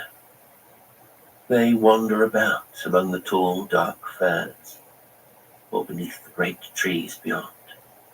Sometimes they stay to rest beside the little pool near the copse where the ferns grow thickest. They long, long, with a longing that is greater than words can say, to see their own dear mother again. Just once again. To tell her that they'll be good forevermore. Just once again. And still the new mother stays in the little cottage. But the windows are closed. The doors are shut. No one knows what the inside looks like. Now and then, when the darkness has fallen and the night is still, hand in hand, Blue Eyes and the turkey creep up near the home in which they once were so happy. With beating hearts, they watch, listen. Sometimes, a blinding flash comes through the window, and they know it is the light from the new mother's glass eyes. Or they hear a strange, muffled noise, and they know it is the sound of her wooden tail. She drags it along the floor.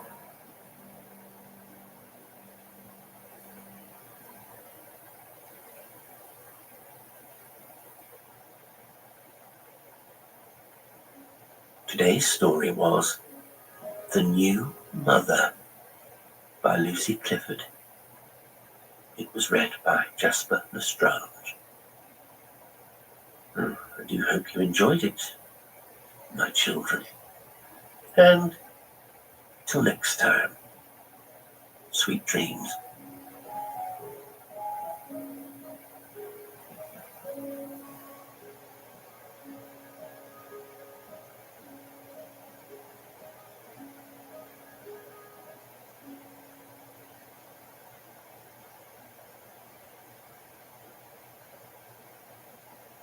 The Flypaper by Elizabeth Taylor.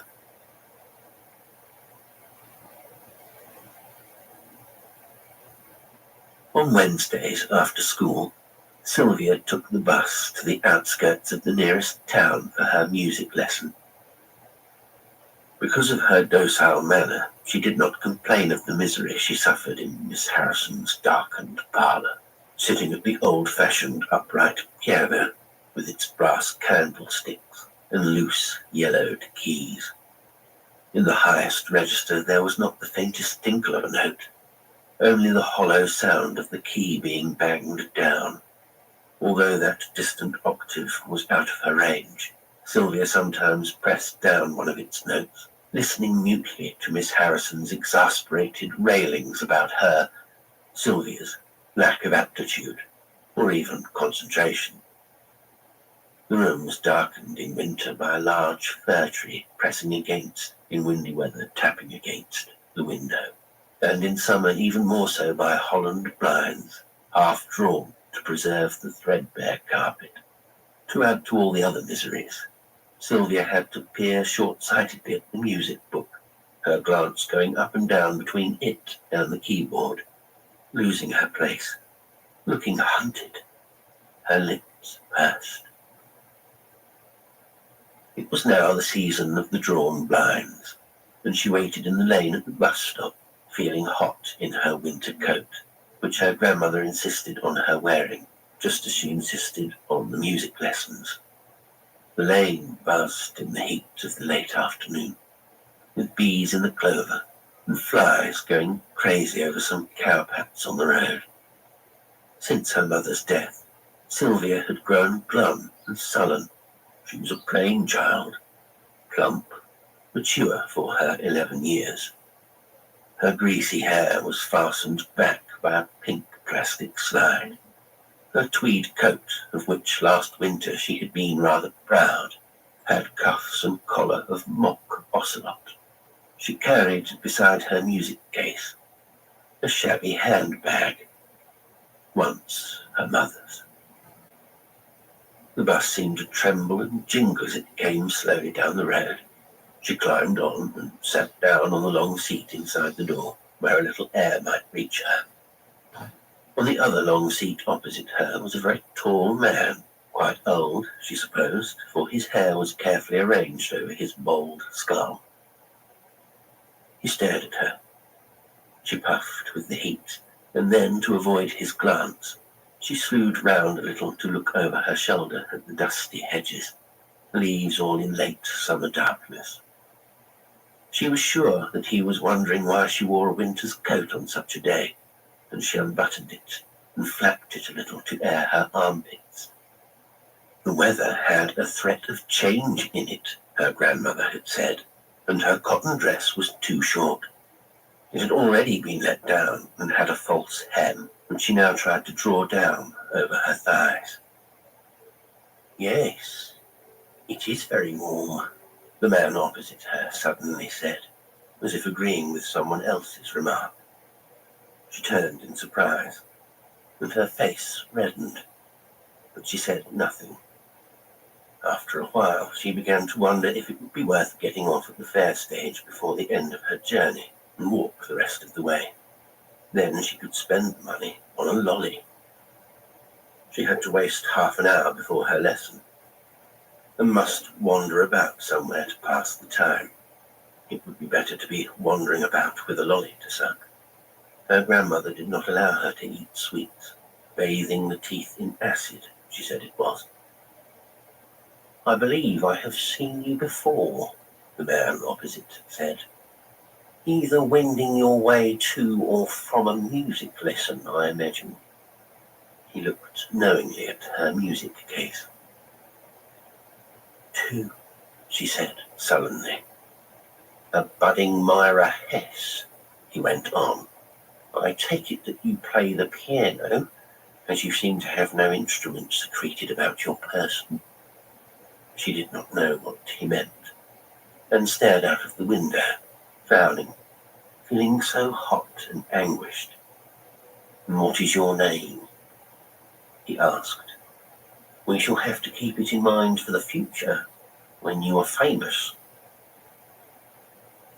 "Sylvia Wilkinson," she said under her breath. Not bad, Sylvia. No doubt one day I shall boast that I met the great Sylvia Wilkinson on a bus one summer's afternoon.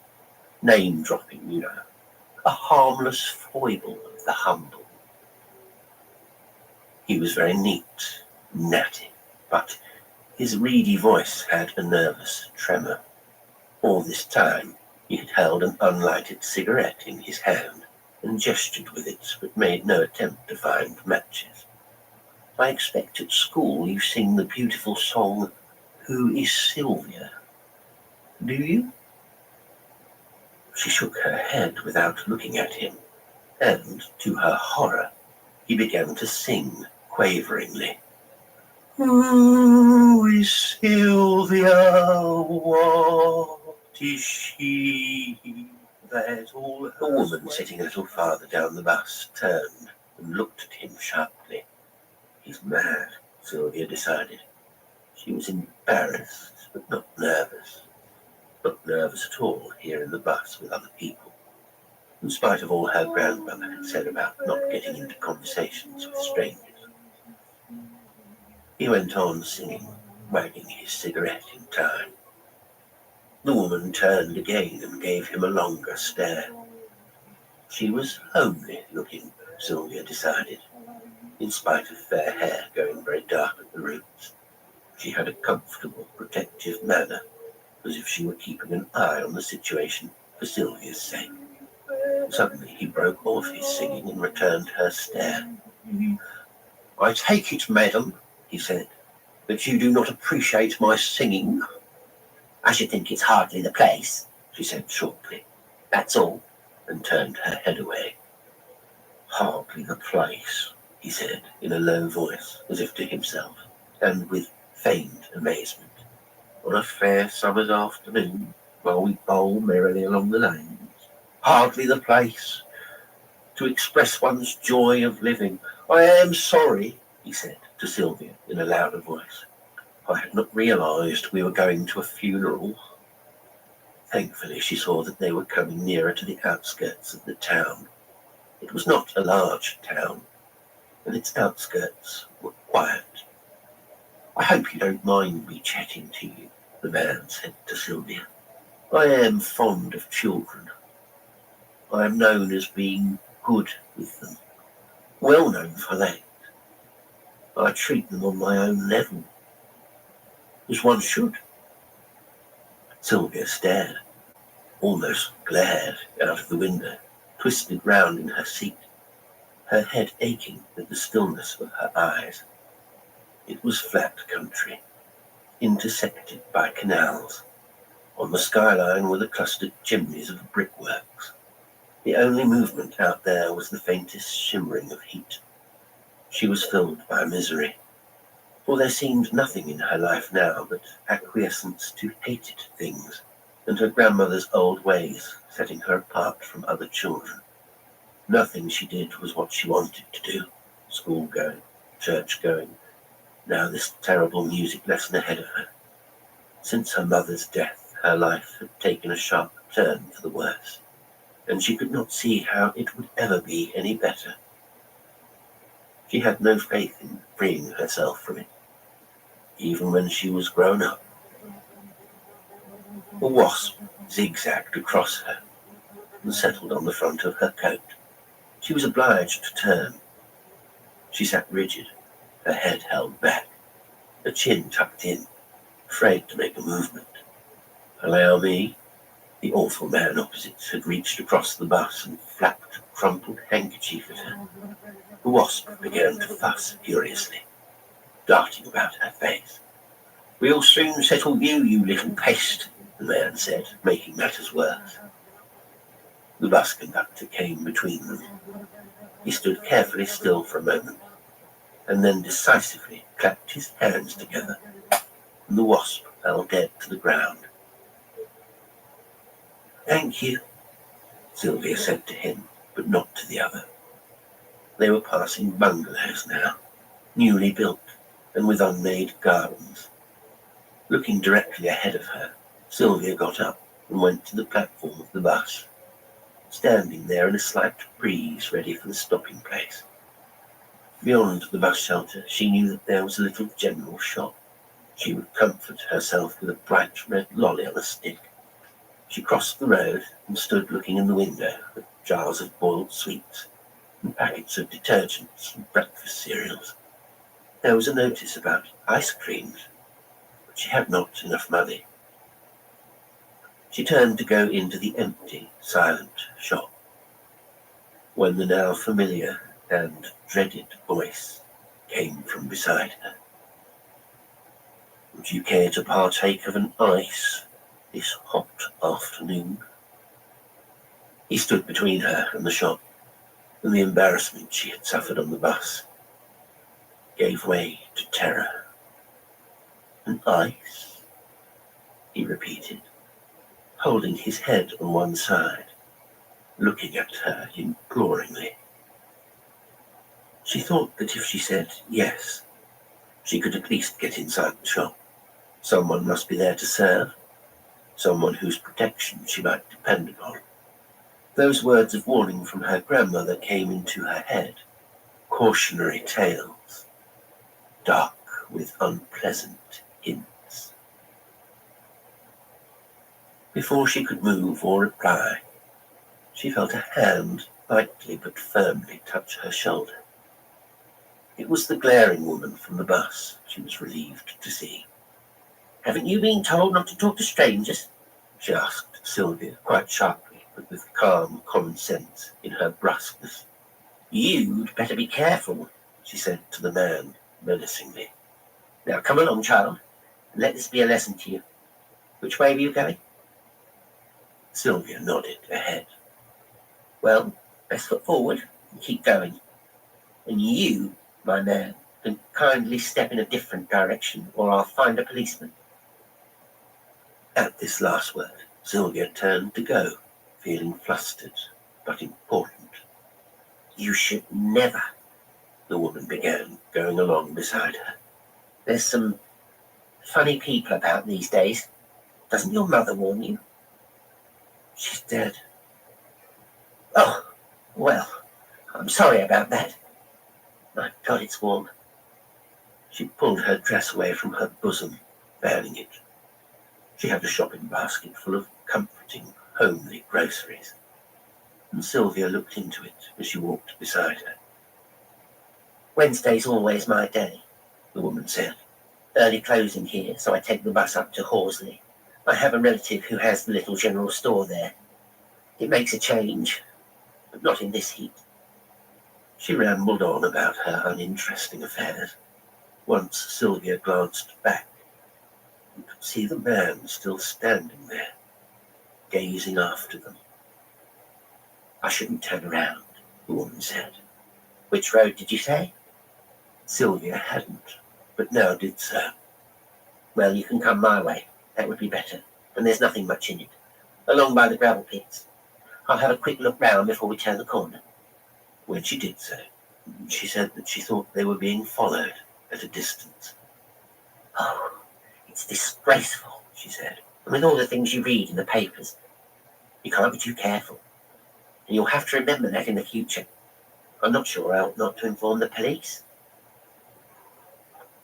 Along this road there were disused gravel pits, and chicory, and convolvulus.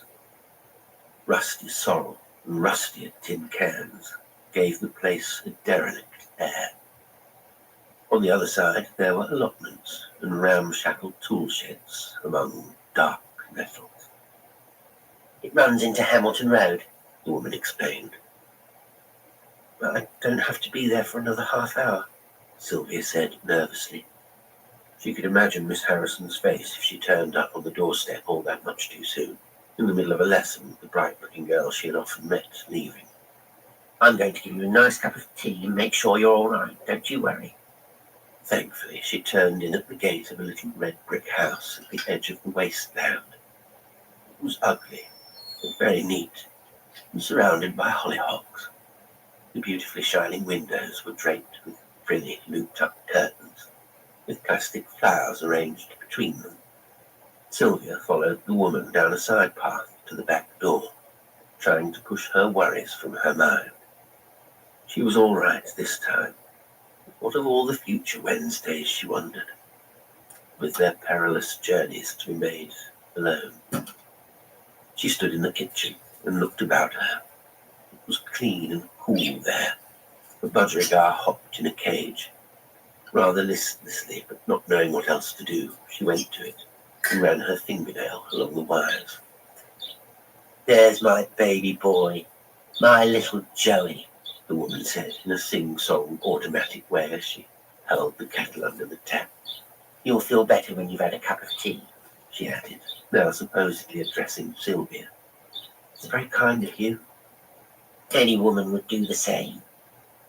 There's a packet of Oval Marie in my basket if you'd like to open it and put them on this plate." Sylvia was glad to do something. She arranged the biscuits carefully on the rose-patterned plate. "It's very nice here," she said. Her grandmother's house was so dark and cluttered. Miss Harrison's even more so. Both smelt stuffy, with thick curtains and old furniture. She did not go into many houses, for she was so seldom invited anywhere.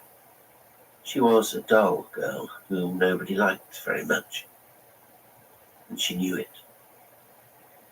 "I must have everything sweet and fresh," the woman said complacently. The kettle began to sing. "Still got to get home," Sylvia thought in a panic.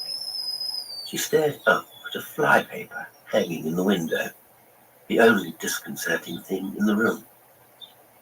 Some of the flies were still half alive and striving hopelessly to free themselves.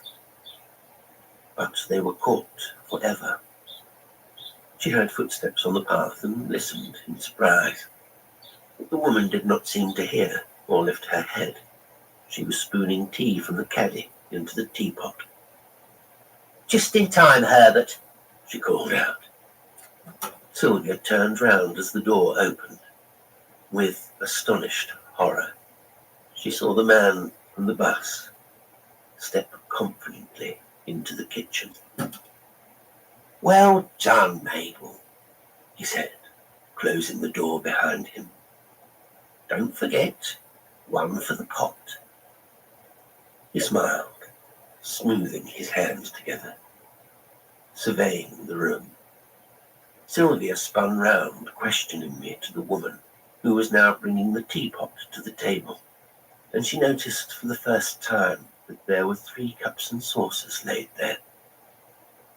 "Well, sit down, do," the woman said, a little impatiently. "It's all ready."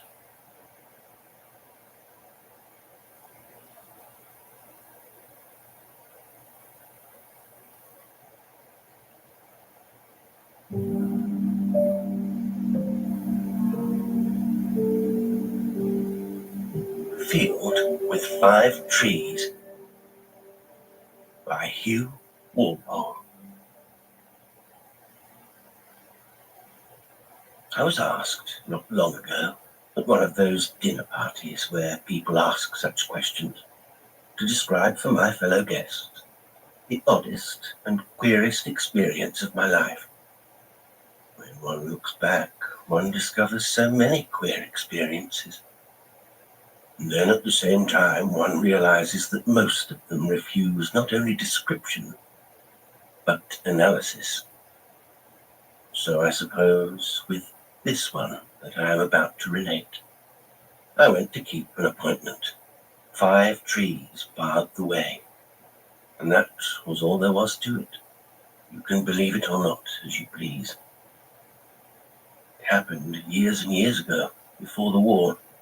I am now between 60 and 70 years of age, a widower with 2 grown-up children, on the whole content, although I have achieved so little. On the whole tranquil, even in this frantically disturbed world. It wasn't so disturbed then. I had been married for 5 years. I had no children. I was a writer of sorts, and lived in a little stone cottage halfway up the hill from the village of Grange on Derwent Water, in Cumberland, where I still live. One of the important elements of this story, if it is to be true at all, is that I shall be frank about Mary Ellen, my wife. Poor Mary. She has been dead for 15 years, but still keeps me company, as those one has truly loved always do. however long their bodies have been dust. I think if Mary were to appear here now and give you an account of herself as she saw herself, she would agree very much with my estimate of her, except that she never knew, as I did, how grandly unselfish, how sweetly forgiving, how beautifully maternal she was. She was, above all things else, long before she had any children of her own, a mother. She mothered me, who badly needed it, with a goodness, a sense of humor, and a tolerance that I've never known any other human being to equal. I loved her, and she loved me. But there came a time, as there comes in every marriage, when we were dissatisfied, fools that we were. Yet she loved me dearly, especially the companionship that we had. She was a wonderful companion. She had a grand, even a splendid sense of enjoyment. She loved little things. She was perfectly content on our small income, perfectly happy to be there in the country alone with me from one end of the year to the other. The only thing that she wanted, that she hadn't got, was children. It was just a year after this strange adventure that we had our first child. We had been married, as I've said, 5 years, and suddenly everything went wrong. That is the queerest thing about any relationship between two human beings, that for no reason at all, everything suddenly moves out of perspective. Little personal tricks that have meant nothing for years are in a moment exasperating. Mary had, I remember, a habit of leaving the room without shutting the door, and contrariwise, she would enter a room with a rush, banging the door behind her. Often she would look untidy. Her soft brown hair, which I had once thought the most beautiful thing in the world, would tumble about her forehead. She was not very clever about her clothes. She was strong, robust, rosy-faced, bright-eyed, clean like an apple. Sometimes, when she was happy, she would talk very loudly and with great excitement. I, on the other hand, in those days, took myself rather grimly. I was determined to become a great writer, a thing, God forgive me, that I had never managed to be. I was earning a fair income at that time with my novels and stories, but I thought that I had real genius, and that one day all the world would know it. Mary, I can see now, looking back, knew very well that genius I had not and would never have. Perhaps I detected, beneath her laughing praise and encouragement, this sense of disappointment. I was at that time meticulous in my habits. I liked everything to be very neat and careful about me. In fact, I took myself altogether with an absurd seriousness. I was immature for my years, and she knew it.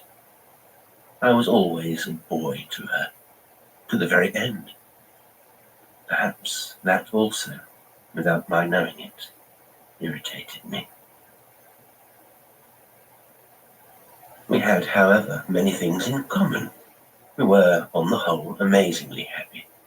One joy that we deeply shared was our love for this especial country.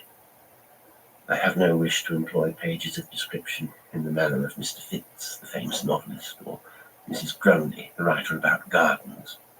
But it is important to my little story that I should make it clear why Mary and I were happier here on this exact spot of ground than anywhere else in the world. It wasn't that I didn't know other places. I've experienced the long purple nights of Arizona, the lovely benignant glow of the Russian white night, the tawny, boastful pride of the Pyrenees, the lakes and blossoms of Japan, the flowered valleys of Kashmir.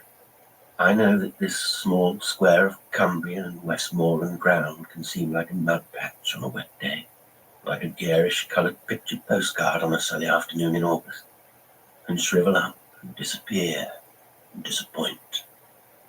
Do all the things that its detractors charge against it, but its beauty when it chooses to be beautiful, no other place in the world can boast of. This country was, in effect, the one thing that at this time Mary and I shared best with one another. Everything else began to have an edge of suspicion, mistrust, and danger. But at no time, from the first to last, did we lose our companionship in this country. And I had almost forgotten to mention the sign and seal of the whole affair, namely, the field with the 5 trees. I can see it now as I look from my library window, although it is closest and best visible from the windows of the bedroom Mary and I shared for so many years, and that I still inhabit. It is a field above Lodore, on the way to Wat Endlath, formed like a half moon. Its grass is, under sunlight, of the intensest green. The 5 trees that edge the ground are so alike that they resemble the brother Volsungs in Morris's Sigurd, except that they are not so tall as those splendid heroes were. I remember saying to Mary when we first came to the cottage that this field had eyes, or rather it was she, I think, who said that to me. We will never, she said, be able to do anything that we are ashamed of, because that field will always know it. It is, I am sure, looking after us. In any case, it became one of the great joys of our daily life, to awaken in the morning and see first thing that field, and those trees, so beautiful, quiet, permanent and strong. We both of us clung to it the more when our troubles began. These troubles were at first all on my side. Which of us does not know the times when we are irritable without reason, when shame at ourselves makes us yet more irritable, and when we strike at the persons we love most because, I suppose, they will endure our tempers the most patiently. At first I thought I was ill, that it was my liver or indigestion. Then I thought it was because my work was going badly, and here I began to complain bitterly of Mary. Whatever she said about it, my work was wrong. Then, examining myself, and at heart bitterly ashamed of my unreason, I decided that I was still a young man. And was I, because I had married a good English woman, to spend the rest of my days as a kind of hermit? And one dreadful evening I broke out with all this, saying so much more than I really meant, and reproaching her most unfairly for things that she had never done, accusing her of being what she was not. That evening I desperately hurt her bride. She was so seldom angry, never sulky, and very, very hard to offend. But that evening I offended her. She said very little, only at the end, quietly, "I'm sorry. I see that you should have married someone quite different. But I can't change, however much you might wish it. And myself." And she went out of the room. It was after this that Mary made her great mistake. She invited her mother to stay with us. I don't know, I shall never know, whether she did this in a spirit of feminine revenge, or whether it was simply that she thought the old lady would give her some companionship at a time when she must have been desperately lonely. Indeed, as I learned afterward, she was far more lonely and unhappy than I knew. I would say, in passing, that we never allow sufficiently for the loneliness of those near to us. We are aware often enough of our own loneliness, and cry out bitterly against it, but we think that we are exceptional creatures in this. Mary knew well enough that I detested her mother, Mrs. Millicent. She knew, too, that Mrs. Millicent cordially disliked me. Physically, she was unpleasant to me because she had bobbed her hair, painted her cheeks, wore dresses too young for her, and was altogether, I thought, a silly, tiresome, scandal-mongering old horror. And I did her a great injustice, as one always does when one dislikes people too much. She was courageous, had fine qualities of independence, adored Mary, and made a brave show of what life remained to her.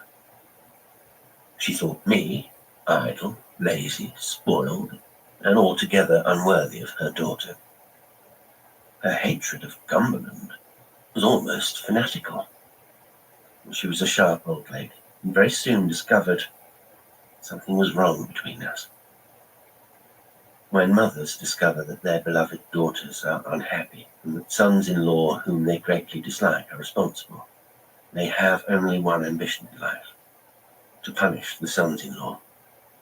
And my mother-in-law wished not only to punish me, but also Cumberland, the English countryside, and everything rustic. She made at once my field with the 5 trees a symbol of her attack. "I really believe, Walter," she would say, "that you could gladly sit all day and gaze at that silly field. Why don't you buy it if you're so fond of it?" I have no doubt that she also attacked Mary and tried to drag her secret from her. But there was no secret. We were moving in the dark.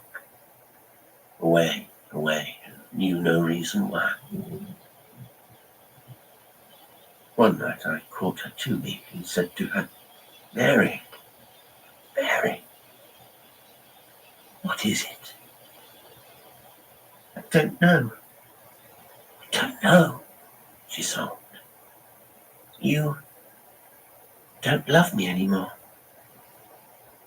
"Do I? I do," I answered her. But as I said it, I thought that I did not. I lay there, listening to the rain, and longed to escape, not only from Mary, perhaps indeed not from Mary at all, but chiefly from myself. I think that this was the first time in my life when, poor defenseless egoist that I was, I began to wonder whether I was worth anyone's bother. But at least it was a step in the right direction. Love acts always independently of lovers. Sometimes it moves with them. Then, with a shrug of its beautiful shoulders, it moves away. "Catch me if you can," love cries. And there is no way to recapture its company, save to wait and be patient. But what lover ever was patient? And then, the country deserted us. After all, if you worship a place, it demands, I suppose, on your part a certain fineness of conduct. But we did not love the rain at that particular crisis in our lives. And oh, how old Mrs. Millicent hated it. I am sure that she thought it of my providing. Then, as is always the way when the circumstances are ready for it, a quarrel emphasized the breach and made it appear intolerable. Breakfast is a dangerous meal, as many writers before me have observed. It was especially dangerous for Mrs. Millicent, for she was an old lady who should never meet her fellows before midday. But there she was, as fresh as her paint and powder could make her, drinking her coffee and thinking of her enforced, unhappy rusticity. For many a day, Mary and I each read our paper at breakfast, and threw to one another little excitements from China or the latest gossip from London. Mrs. Millicent did not read paper, and therefore quite naturally hated that others should do so. On this especial morning, I glanced at the pictures of my newspaper, and then stared across at my beloved field, just now almost fraudulently green, with the 5 trees guarding it. "Well," said Mrs. Millicent, "I've always hated that field, but at least I owe it something. It's made Walter polite at breakfast." And then I lost my temper. All the misery of the last weeks came out in that moment. I told the old lady all that I thought of her, all that I had ever thought of her. I blamed her for all the trouble between Mary and me. I said that I could not work while she was in the house. I said, oh, what matters now after all these years, the things that I said. Mrs. Millicent rose from her seat and said, "Enough, Mary. I leave this house." And Mary, rising also, said, "Mother, if you go, I go too." And the field looked across at me and veiled its green with shadow. Once again the rain began to fall. Of course, the trouble was for the moment calmed. Later in the day, I apologized. That night, Mary said, "Walter, what has come to you? What is it? Tell me and I will help. I must help, or we're lost. Both of us." Which sounds melodramatic for Mary. The word lost was true. We were indeed close to some fatal and irreparable separation. On the following day, so packed that it seemed as though fate were taking a maliciously personal interest in my small affairs, I met a lady. Here, even after all these years, I write with hesitation. Pearl Richardson is dead. I've not seen her for many, many years. I feel now that I never knew her, never had any real contact with her, that she was a shadow from a world filled with shadows. And yet, at this moment, as I sit here, she is more vivid and actual to me than men who have been my friends for a lifetime. More vivid to me than any woman I've ever known, except Mary. I was in Keswick, miserable, without plan or purpose.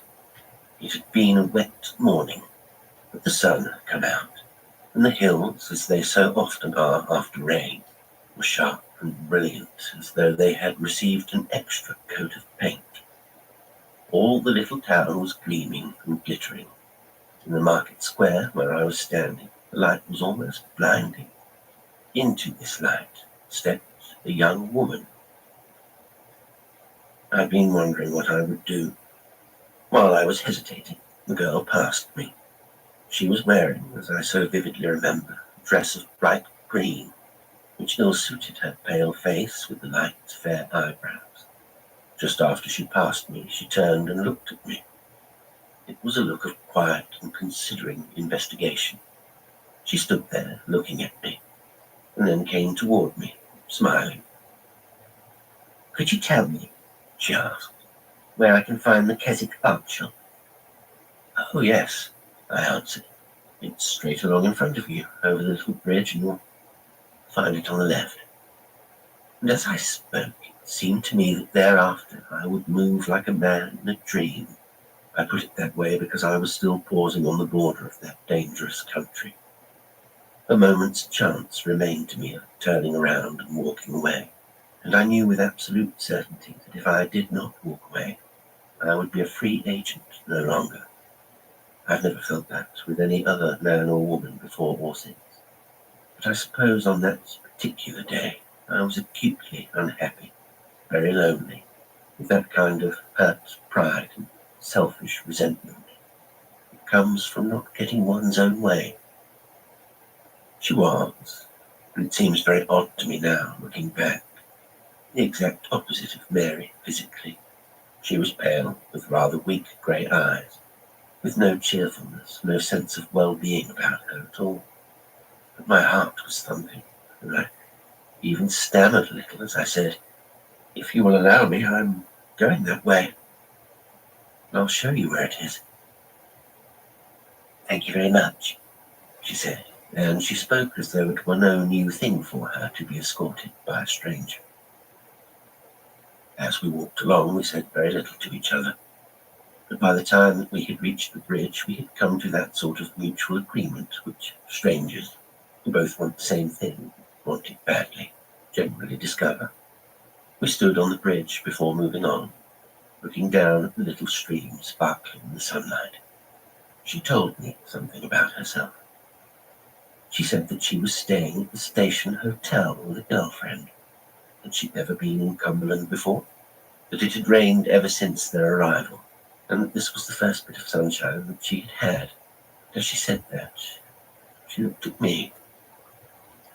"You are so bored, I suppose," I said, "that you'll be leaving early tomorrow." "Oh no, I'm not," she answered. "Gracie, My friend is. She can't stand the place. But I like it. It's grand when it rains. Oh, Ben, I said, this is the country for you. Yes, it is, she said. I don't know why I never came here before.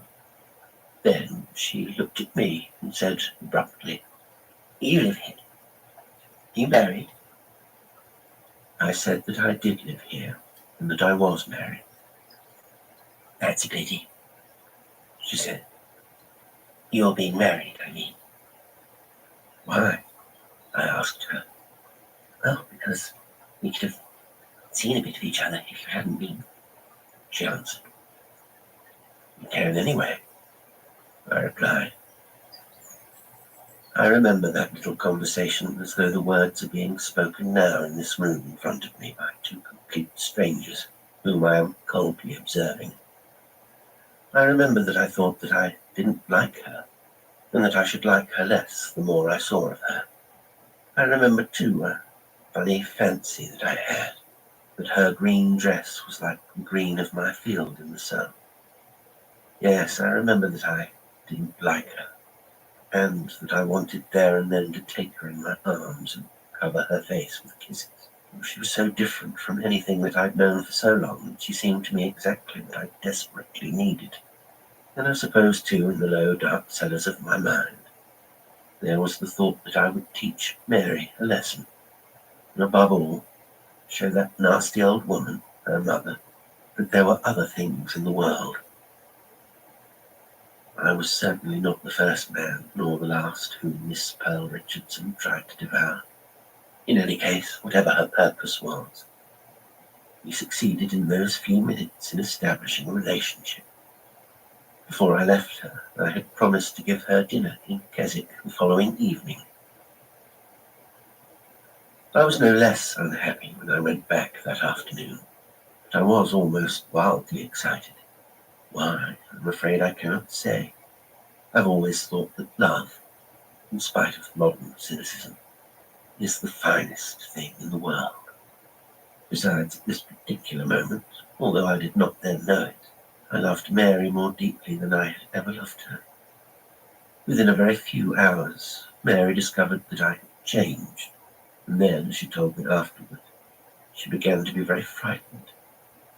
It was that afternoon, she said, many months later, that I thought for the first time that I might really be going to lose you. Up to then I had known that something was very wrong. I'd been sure that nothing could truly separate us. And as soon as you came in that day, and with a kind of forced geniality greeted us, and talked with an empty friendliness about it, anything or nothing, so that I knew that your mind was elsewhere. I was terrified. I knew that there was someone, somewhere that I must find. But I was fighting in the dark. I hadn't an idea what to do. I was to learn one more curious thing. Next morning when I awoke and looked across at the field, I had a strange impression that it was nearer to me than it had ever been before. I could see every detail of it. It was almost as though I could count the blades of grass. I'd always had the absurd notion that the 5 trees were active, that they could move, and sometimes I would look expecting to find only 3 there, or 2. I lived, I suppose, although my memory of that is very faint, in a kind of armed truce with Mary during these weeks. Everything was unreal to me except Pearl. I remember that I hated her name. I thought it foolish and affected. And her first occasion for rapping me over the knuckles was my saying so. She was deeply offended. I was detached enough about her to realize that her vanity was excessive, and that everything that belonged to her, the special kind of rouge that she used, the flower that she wore on her dress, relations of hers, although she didn't like them, even places where she had been, were sanctified and important because she had had some connection with them. Even I took on a kind of importance because she thought that I was in love with her.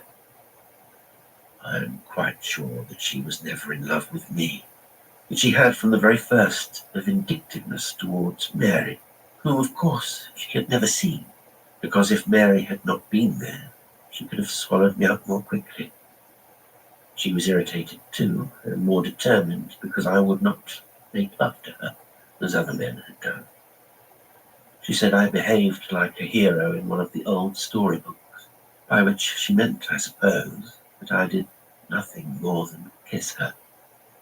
The odd thing was that she represented to me, and this I find the hardest of all to understand, adventure and romance, and yet I knew that she was no interest in anything except herself and men, and she would never be different from this.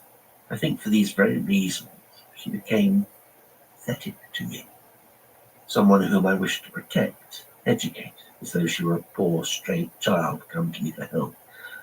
Of all the sentimental nonsense, she was anything but a poor stray child. Women, I venture to think, are of two kinds.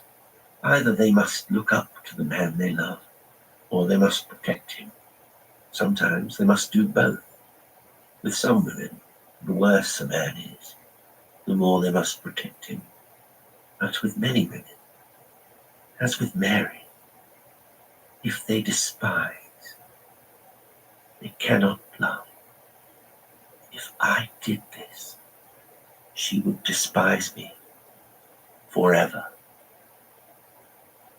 And how fantastic it is, upon looking back, that I could seriously contemplate this flight with someone whom I neither admired or loved, throwing everything away, or nothing at all. And yet, this is what men so often do. I was afraid lest people should talk, and Pearl therefore went to stay, of all places in the world, in the lonely hamlet of Whatenblyth. That, now I think of it, was her principal virtue. She really did love this country. She would meet me in a little valley between Whatenblyth and Lowdle, or I would come up to the farm for tea, or she would be at the bottom of the hill in Rosthwaite. The day came when I agreed to go with her for a fortnight to Scarborough.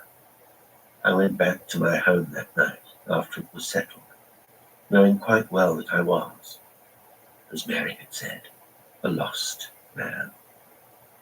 As I sat by myself that evening, looking across at my field, which now to my excited fancy seemed to be so close that it was almost staring in at my window, I felt the same excitement that I'd known at the very first moment when I met the girl. It was a hot, feverish excitement, and when Mary came into the room and told me supper was ready, it was as though she were removed from me by a whole life of experience. I only wanted to sit beside the girl and look at her. When I was with her, I felt a sort of weariness, as though I'd had no sleep for weeks. But when I was away from her, I ached to be with her again.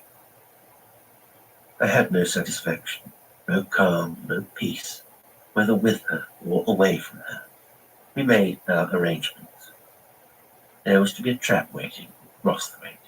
I was to walk over, meet her at the farm, take her down to the trap, and then we would drive away. The man from Keswick drove the trap with our bags out to Rosthwaite and left it there. And early on a dark afternoon, I started to walk up from the lake road. Dusk came very early at that time of the year, and I knew that we should have a dark walk down to Rosthwaite. But the path was easy to follow, and I wanted nobody to see us. I left my house that morning to drive into Keswick. Mary and I had a few last words. "You'll be back for supper?" she asked me. "Yes," I said. "About 7. And that was really the first lie that I had ever told her. She said nothing, gave me one look, then I left her. Now, this is the strange part of my little story. I can hardly expect you to believe me. I don't know that I even want you to. I only know that every word I say is true. I walked up the path crossed the bridge above the tumbling stream, and then stood looking back at what is one of the loveliest views in the world, across Lodore to the lake. I passed the line of bungalows on my right and came to my beloved field. As I reached its edge, darkness began to gather. It was too early for dusk, and yet the field was obscure, as though curtained by some thin mist. I was really out of breath. I leaned against a little stone wall, wondering what was the matter with me. As I stayed there, some thorn from a bush close by pricked my hand. I looked, but there was no bush near enough, I thought, to have touched me. The feeling of hostility greatly increased, and I wondered what was the matter with my nerves. I came away from the little wall and started to walk. The mist gathered more thickly, and I found myself wondering, of all the things in the world, whether I would find my way when I knew this field and the path that ran beside it utterly by heart. But I suddenly thought, no, I will cross the wall and go up the other side, away from the field. When I turned to find the wall, I found that I was slipping down a bank into the stream that ran under the wall. I caught at the turf with my hand. It broke away, and before I could stop myself, I was down in the stream. I stumbled about among the stones, water soaking into my shoes, and clambered up again.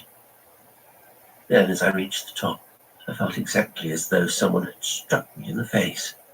I had a momentary impulse to call out abusively, as though it had been a living person.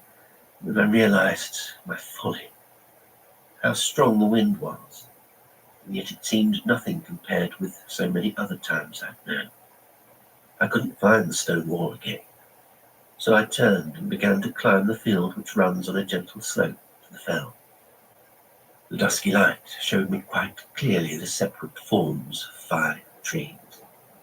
As I moved up the open ground, they were well away from me, yet very soon it was as though the wind was beating me toward the left. And although I moved forward, I seemed to make no real progress. It is a very small field and can be crossed in 2 minutes. But now, as the rain began to fall, striking my face, I felt as though I were blinded. I put my hand before my eyes, and then stumbled and fell onto my knees. And now I began to feel quite unreasoning terror. The rain was falling fast, and the mist was thick. But through the mist I seemed to see trees marching. I could see against the skyline the faint shape of the fell, which seemed an infinite distance away. I began to draw my breath with difficulty. It came in gasps, and my heart was hammering unsteadily. One knows that in nightmare dreams, and sometimes in actual fact, one moves round and round a very small space, losing altogether one's sense of direction.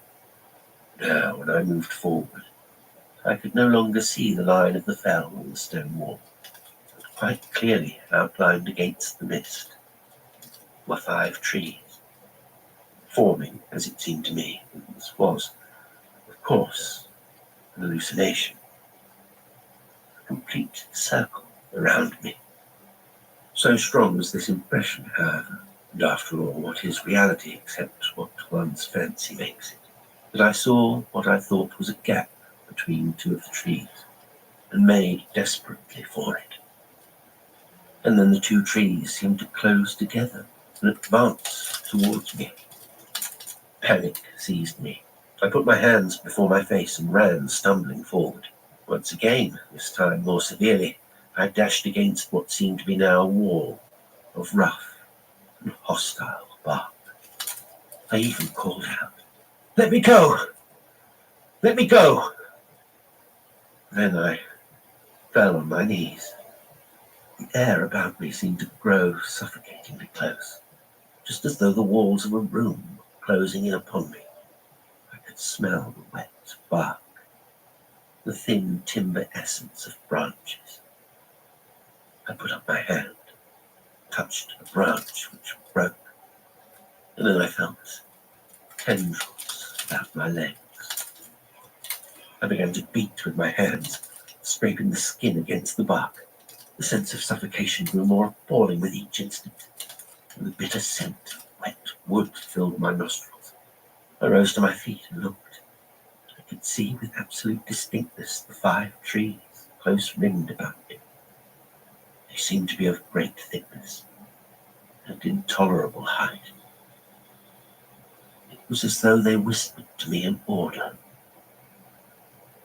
I obeyed it, and turned and climbed out with little frightened gasps.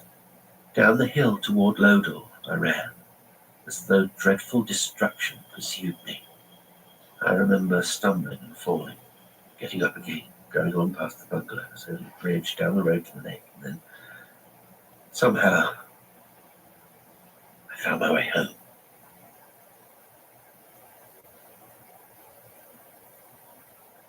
Mary has told me since how I arrived at the house that night. My hat was gone, my face covered with scratches, bleeding. My clothes were torn, my knees soaked with mud. She was sitting, reading. When I appeared at the door, she stood up. I cried, "Mary! Mary!" and ran to her. Kneeling down before her and straining upward, I laid my bleeding face against her breast. That was all. I did not see or hear of Miss Pearl Richardson again until 5 years later. And there was a paragraph in the paper saying that in a lodging house in Sheffield, a woman named Pearl Richardson killed herself by gas poisoning. This is the queerest experience of my life. And a year after this, as I've said, our first child was born, and until Mary's death, there were not, I am sure, 2 happier married people anywhere in England.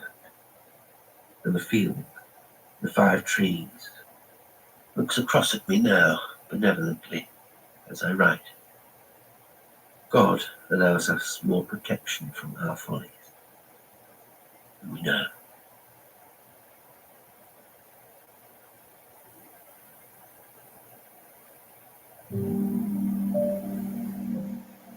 Today's story was Filled with 5 Trees by Hugh Walpole. It was read by Jasper Lestrange. I hope you enjoyed it, and until next time, sweet dreams.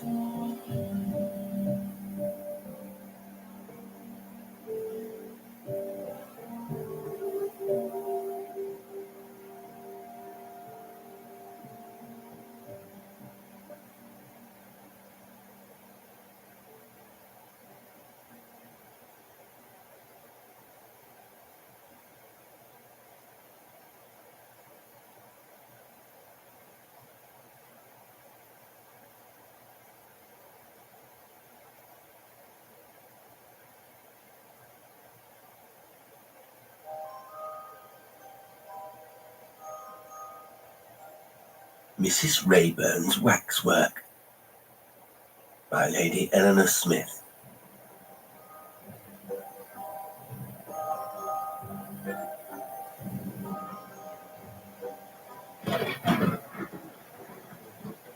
The rain, which had poured with a pitiless ferocity for so long upon the chimneys and roofs of the great manufacturing city, seemed at length to enclose the whole town within towering prison walls of burnished steel.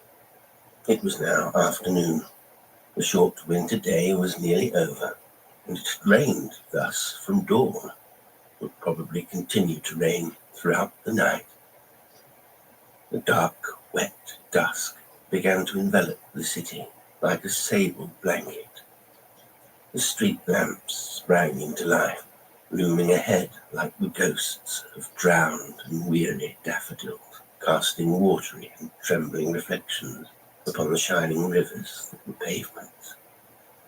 There were few people walking the mournful streets, and those there were had to struggle and batter their way through sharp gusts of wind, bent double beneath dripping and top-heavy umbrellas. Such a one was Patrick Lamb, and so great was his hurry that more than once, as he stumbled over an unperceived curb, he ran the risk of entangling both himself and his umbrella in the foaming, muddy torrents of the gutters beneath his feet. He had every reason to hurry. He was on his way to apply for a job, and he feared that unless he hastened, he would be too late to secure this vacancy, which meant so much to him. Turning at last into a dark and narrow street, he saw opposite to him a ramshackle building of yellow brick, from the roof of which swelled forth a glass dome encrusted with the dirt and soot of ages. A flight of shallow steps led to a swing door. This was his destination. He flung open the door and was immediately confronted by a turnstile, near which sat a seedy-looking man in an ill-fitting uniform, not unlike that of a fireman. "Sixpence, please," said the man, and whistled through his teeth. Patrick Lamb shook his head. No, I'm not a visitor. I have an appointment with Mr. Muggavan, the manager." "Ah," said the attendant knowingly, and showed him into a tiny slice of a room filled with papers, files, account books, and dust. Here sat Mr. Muggavan, a fat, podgy man with thick legs and a face like a tomato. "Good afternoon," said Patrick Lamb hesitatingly. "I hear that you have a vacancy here for an attendant." Mr. Muggavan stared for a moment at the young man's sallow, rather long face, at his deep-set grey eyes and slender, puny body. "Who told you so?"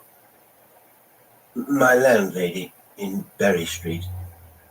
She knew the last man you had here." "And what made you come?" "Necessity.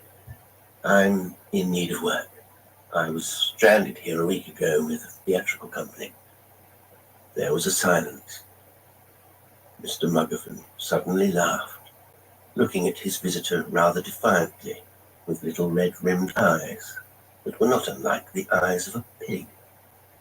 "Oh, rather a come-down, isn't it, for an actor to find himself minding Muggavan's waxworks?" "That doesn't matter, sir. And if you'll only let me, I'll mind them damn well." "It's long hours," said the proprietor, still speaking contemptuously. 9 in the morning till 7 at night, an hour for lunch and an hour for tea. £2 a week, and the attendant has to wear a uniform. An actor wouldn't fancy that, would he?" "Maybe I'm not an actor," said Patrick Lamb. Mr. Muggavan spat upon the floor.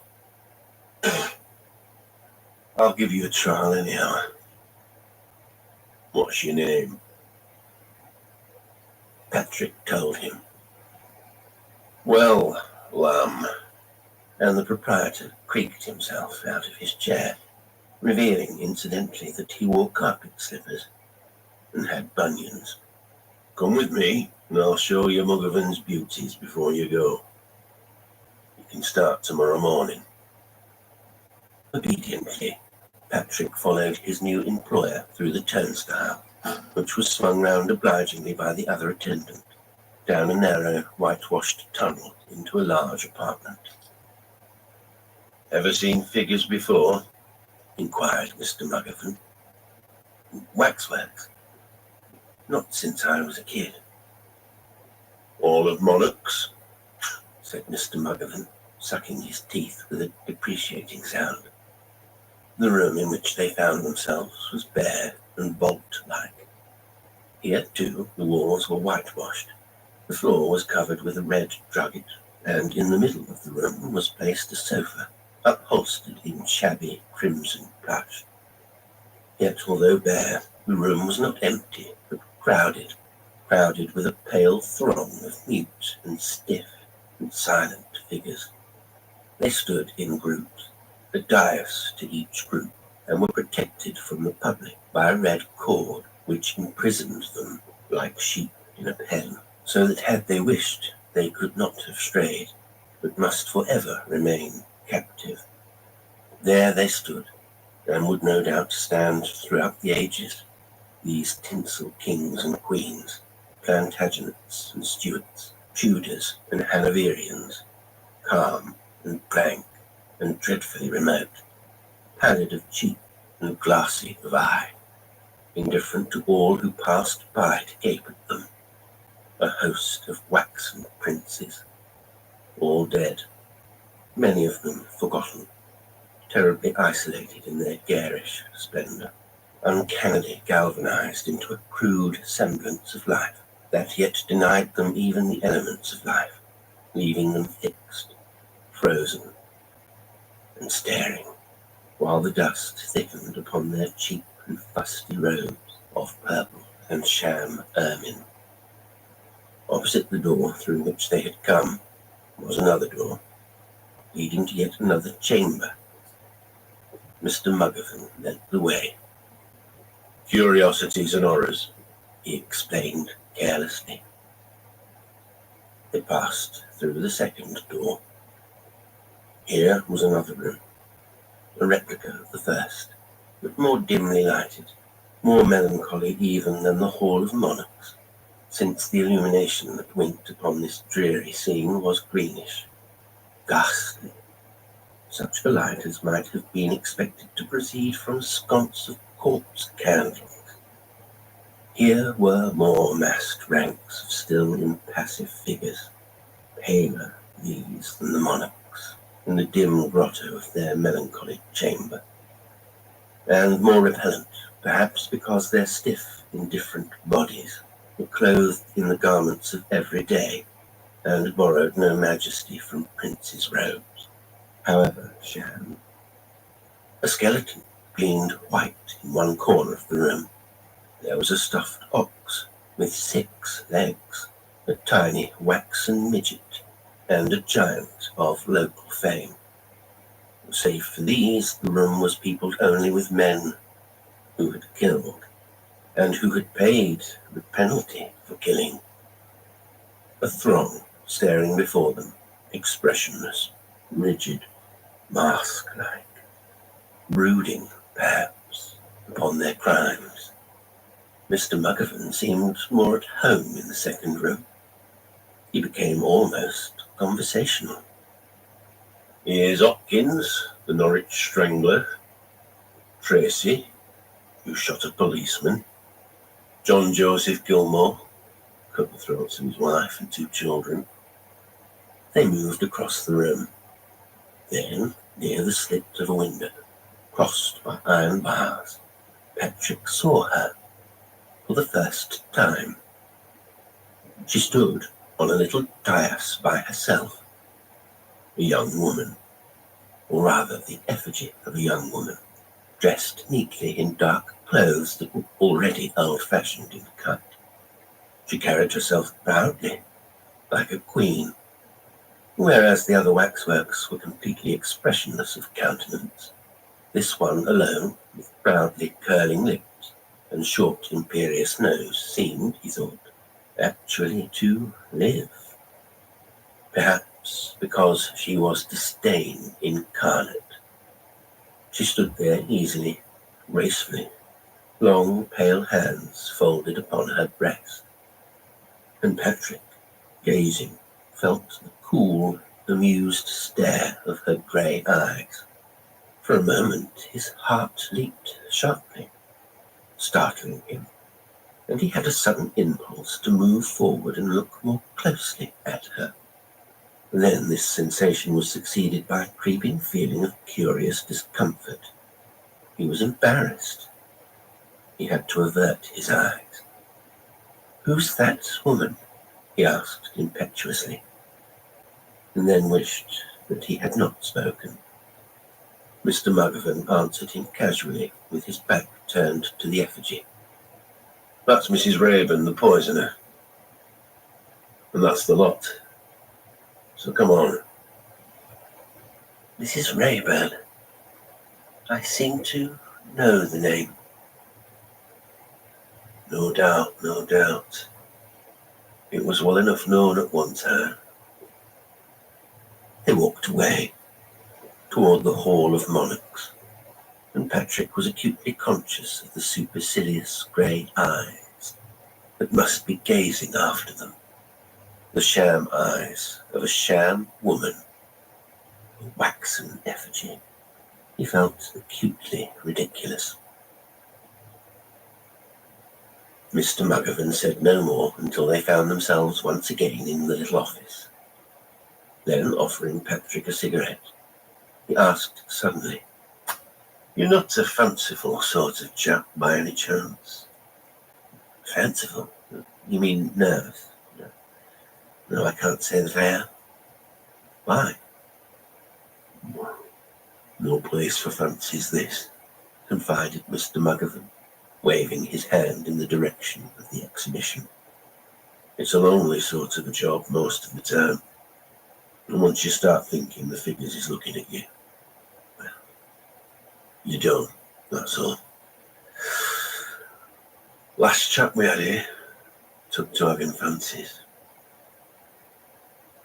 That's why you've got the job." Patrick felt suddenly rebellious. "I can safely say I shan't have fancies," he said, laughing. "I may not be particularly brave. In fact, I'm not. But I must say it would take more than a parcel of wax dolls to scare me." "Oh, figures aren't dolls," Mr. McGovern corrected, shocked. "Figures, then." And he thought, talking of figures, that woman, Mrs. Rayburn's, got a good one. But neither he nor Mr. McGovern mentioned the name of the woman poisoner aloud. "9 o'clock tomorrow, then," said Mr. McGovern. 9 o'clock tomorrow. And so they parted. He discovered the next day 2 things about his new job. One was that his long and often lonely vigil with the waxworks gave him at times the curious and eerie sensation of being buried alive in a vault filled with the dead. The other, that with the morning, Mrs. Rayburn, poisoner, had become once more a waxen effigy, and was no longer a living, breathing woman. This was comforting, yet in some strange way disappointing, for it was idle to deny that he had thought of her very frequently during the course of the night, and that the prospect of meeting once more the direct gaze of her rather mocking eyes had undoubtedly stimulated him, and sent him forth into the cheerless streets, kindled with an eager, sparkling excitement, which he rather half-heartedly strove to suppress. As the morning dragged by, he studied a catalogue of the exhibition, trying to memorize the many dossiers of princes and murderers. He was accustomed to learn by heart, and in 3 hours his task was almost complete, yet with one exception. A curious convulsion prevented him from reading, even to himself, a brief account in the catalogue of Mrs. Rayburn's crime, of discovering, through the medium of one cheap, smudged paragraph, that she had been an infamous woman, a monster of vice and cruelty. Taking a penknife from his pocket, he cut away from his catalogue all record of her dark deeds. Yet she remained throughout the morning a lifeless effigy, and after glancing at her once, he gladly looked away.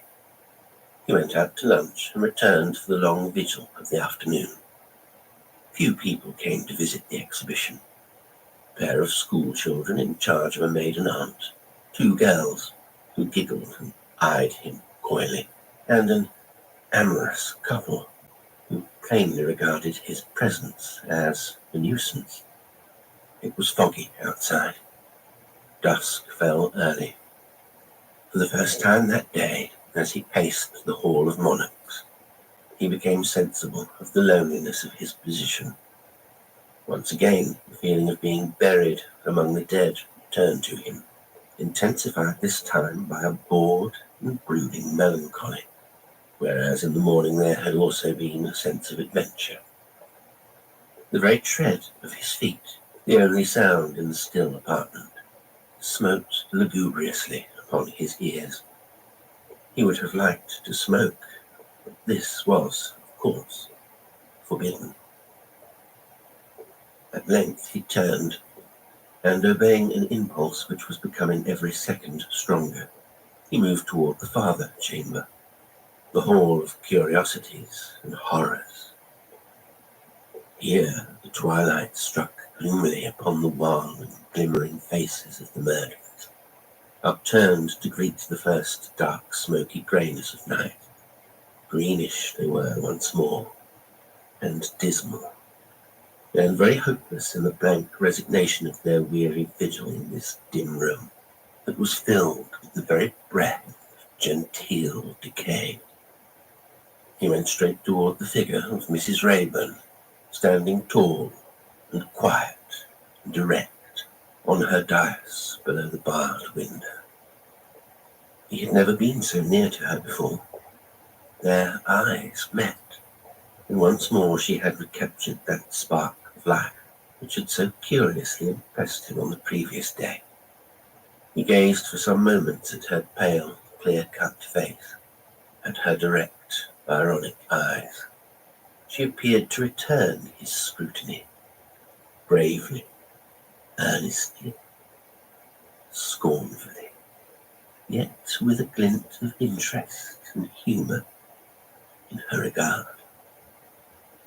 She seemed, he thought, a woman well used to curious eyes, well able to defend herself against the stares of the inquisitive.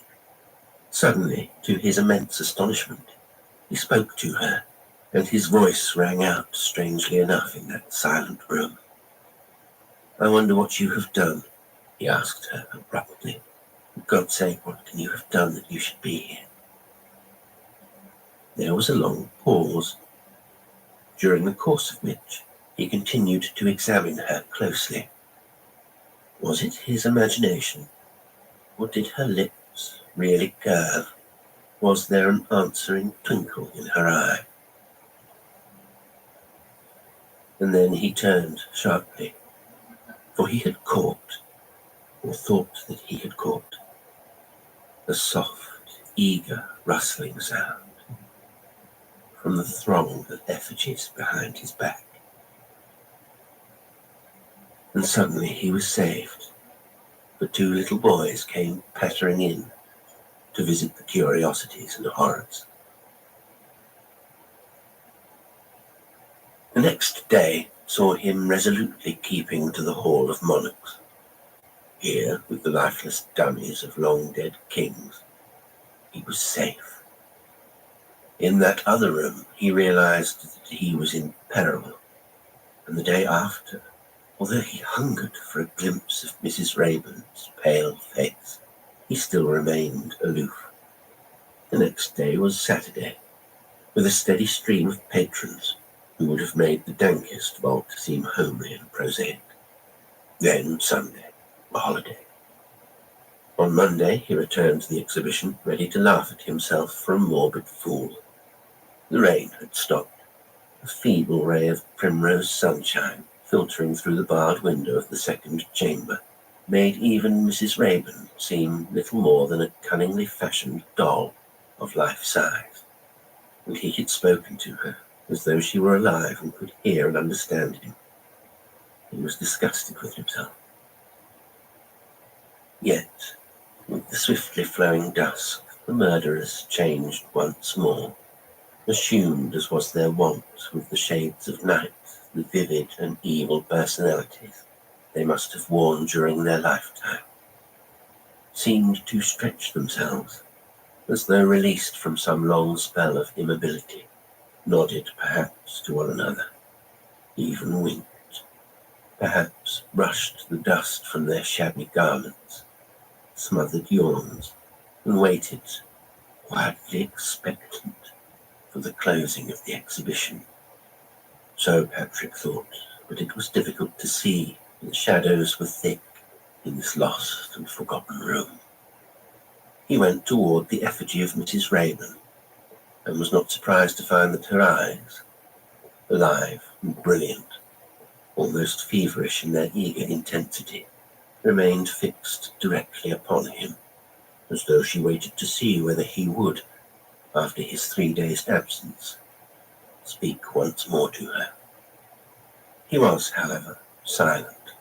He stared at her proud and beautiful mouth, at her long, pale hands, at the white stem of her throat, and admitted to himself that he desired her, yet he had no immediate wish to touch her, but only longed passionately for the stiff, waxen body of this effigy to melt and transform itself into warm, living flesh and blood.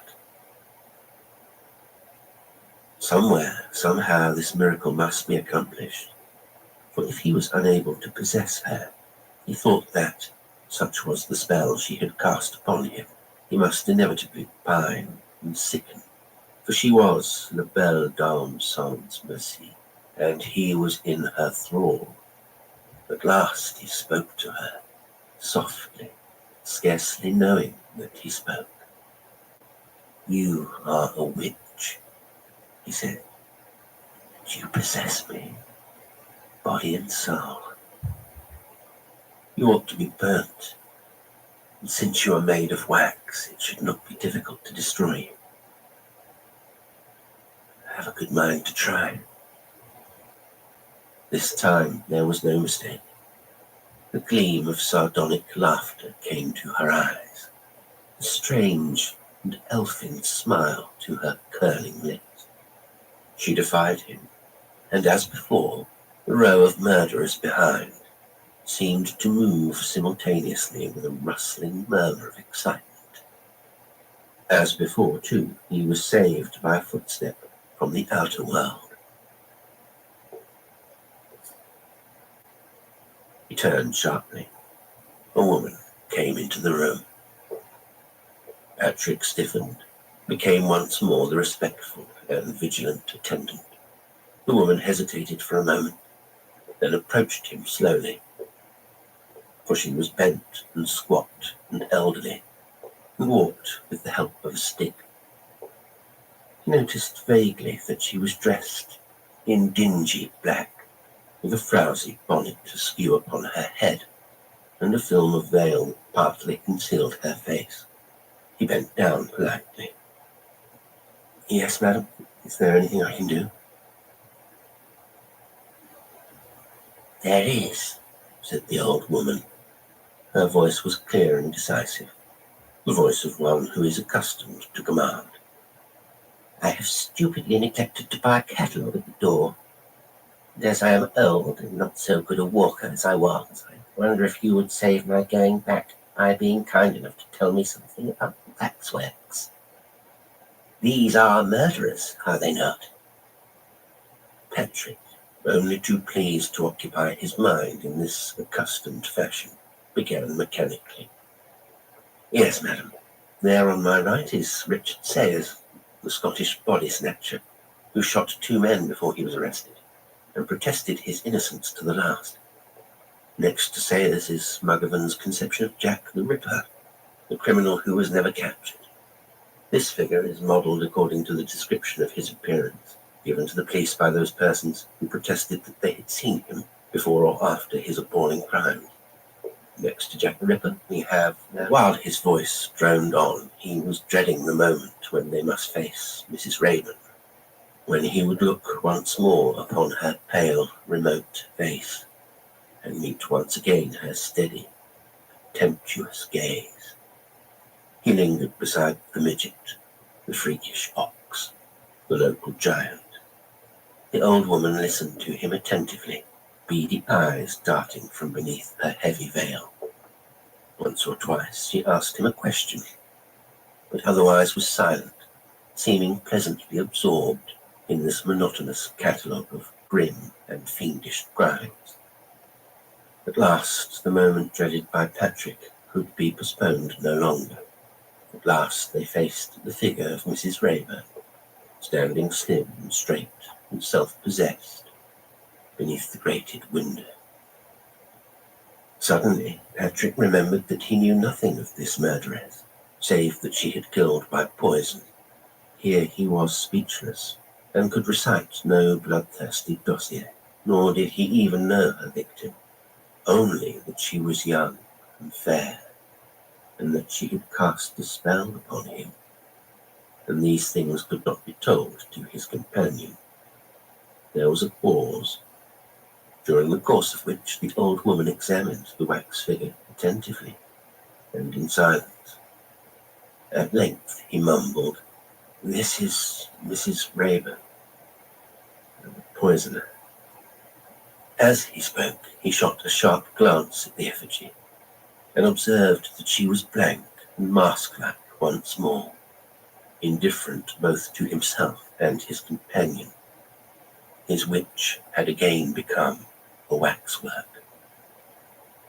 The old lady shuffled closer to the figure, peered with a certain attentive inquisitiveness, then turned to him and remarked critically, "The likeness is not very good."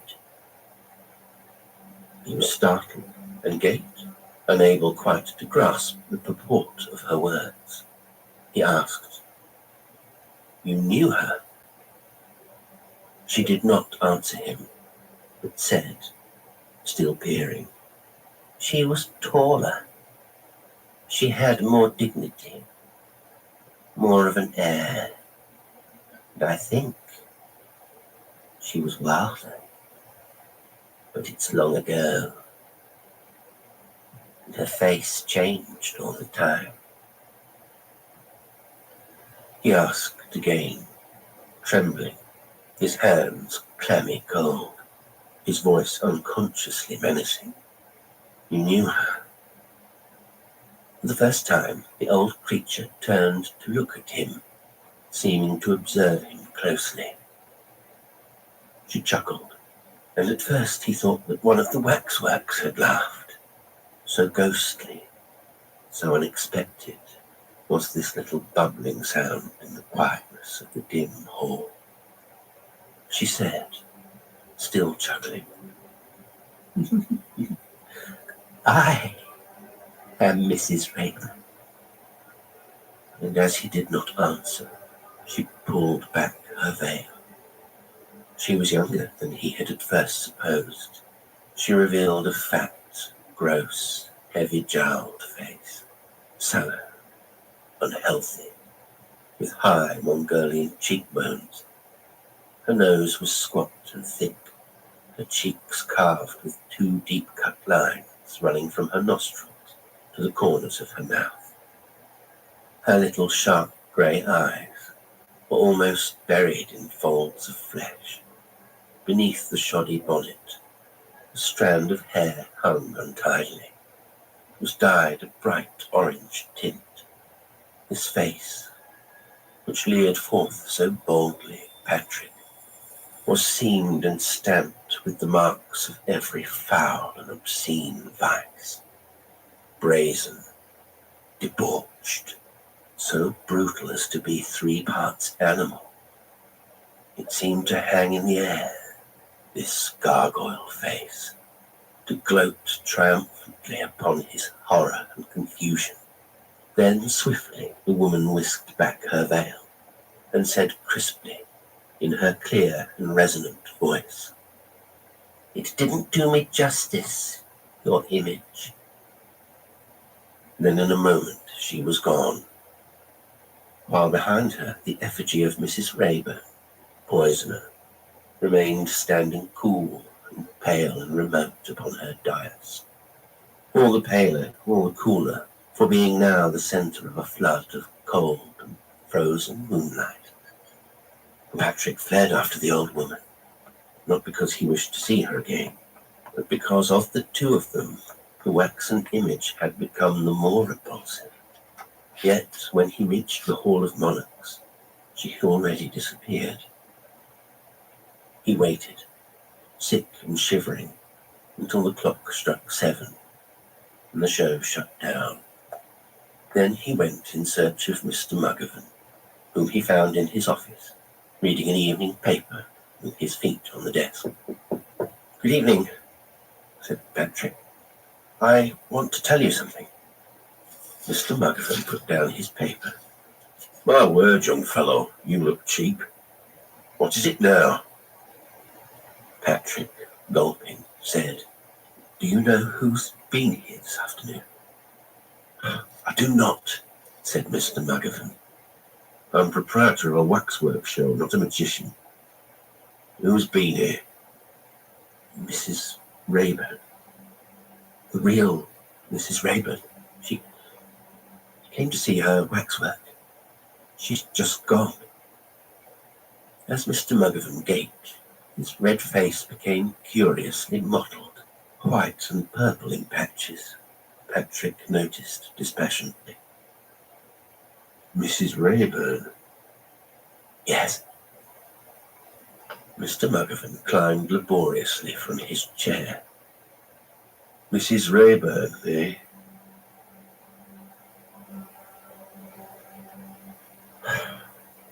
Somebody's been pulling your leg.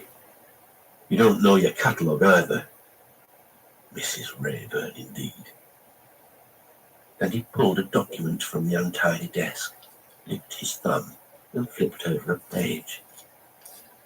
Mrs. Rayburn, he said, speaking very loud and not looking at Patrick, was scragged. Hanged, you understand. Hanged by the neck for the murder of her husband more than 20 years ago. That being so, you could hardly have seen her here just now. That's enough of your funny stuff for one day. Patrick said nothing. There was really nothing to say. Nor did Mr. Muggerson break the silence. He waddled to and fro about the little room, changing his carpet slippers for boots, struggling into his overcoat, cramming a check cap on his head.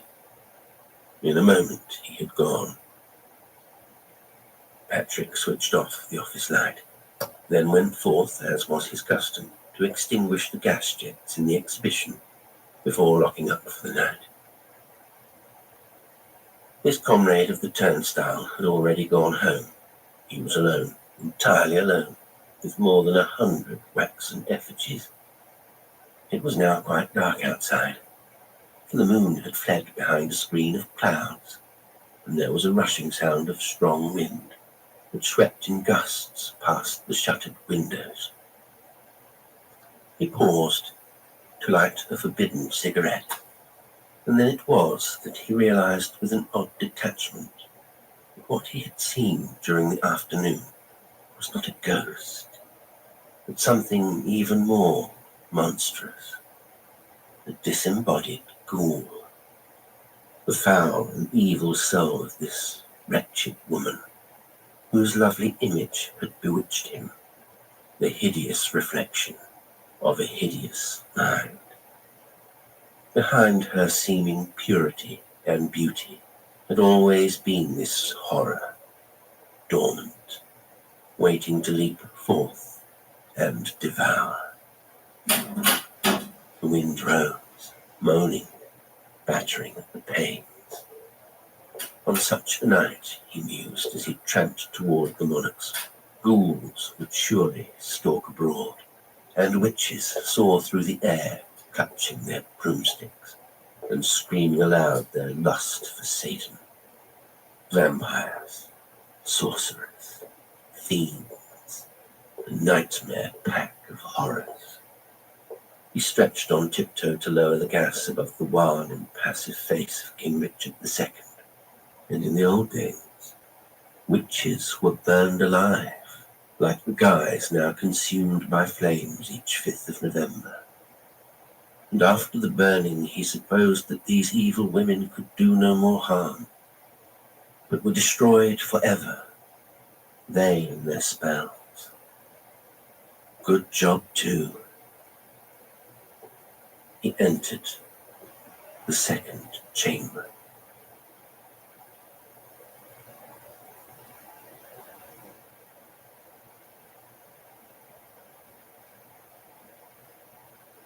That night, the inhabitants of the city were surprised to perceive a crimson flush sweeping the sky above the rooftops of a distant street.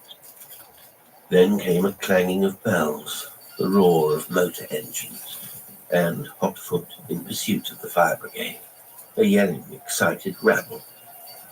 Muggavan's waxwork exhibition was on fire. No one wanted to miss the show. Doubly welcome because it was free. The wind was strong that night and licked the flames eagerly, strengthening them until the efforts of the men armed with hose pipes became pathetic in their futility. At length the roof crashed in, and a wall of roaring flame rose as though to leap into the sky. They were triumphant, these pillars of fire, as though they knew that they were purifying, destroying the witch. By morning, Muggavan's waxwork show was a drenched and sooty ruin. Many of the figures were entirely destroyed, the monarchs having been on the whole unluckier than the murderers.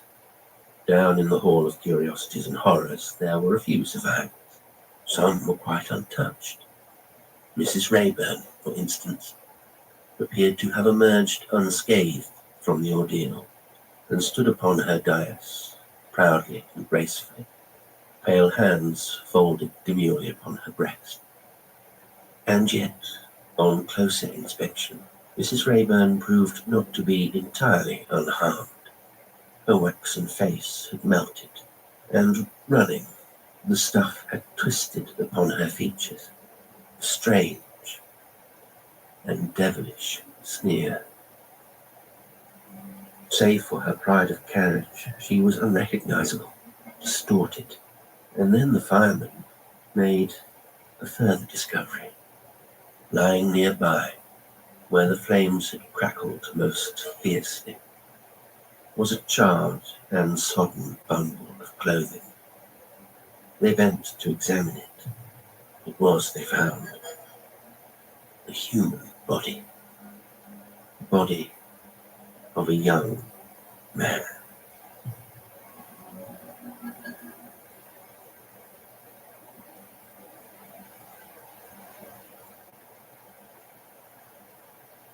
Today's story was Mrs. Rayburn's Waxwork by Lady Eleanor Smith. It was read by Jasper Lestrange. I do hope you enjoyed it, and until next time, sweet dreams.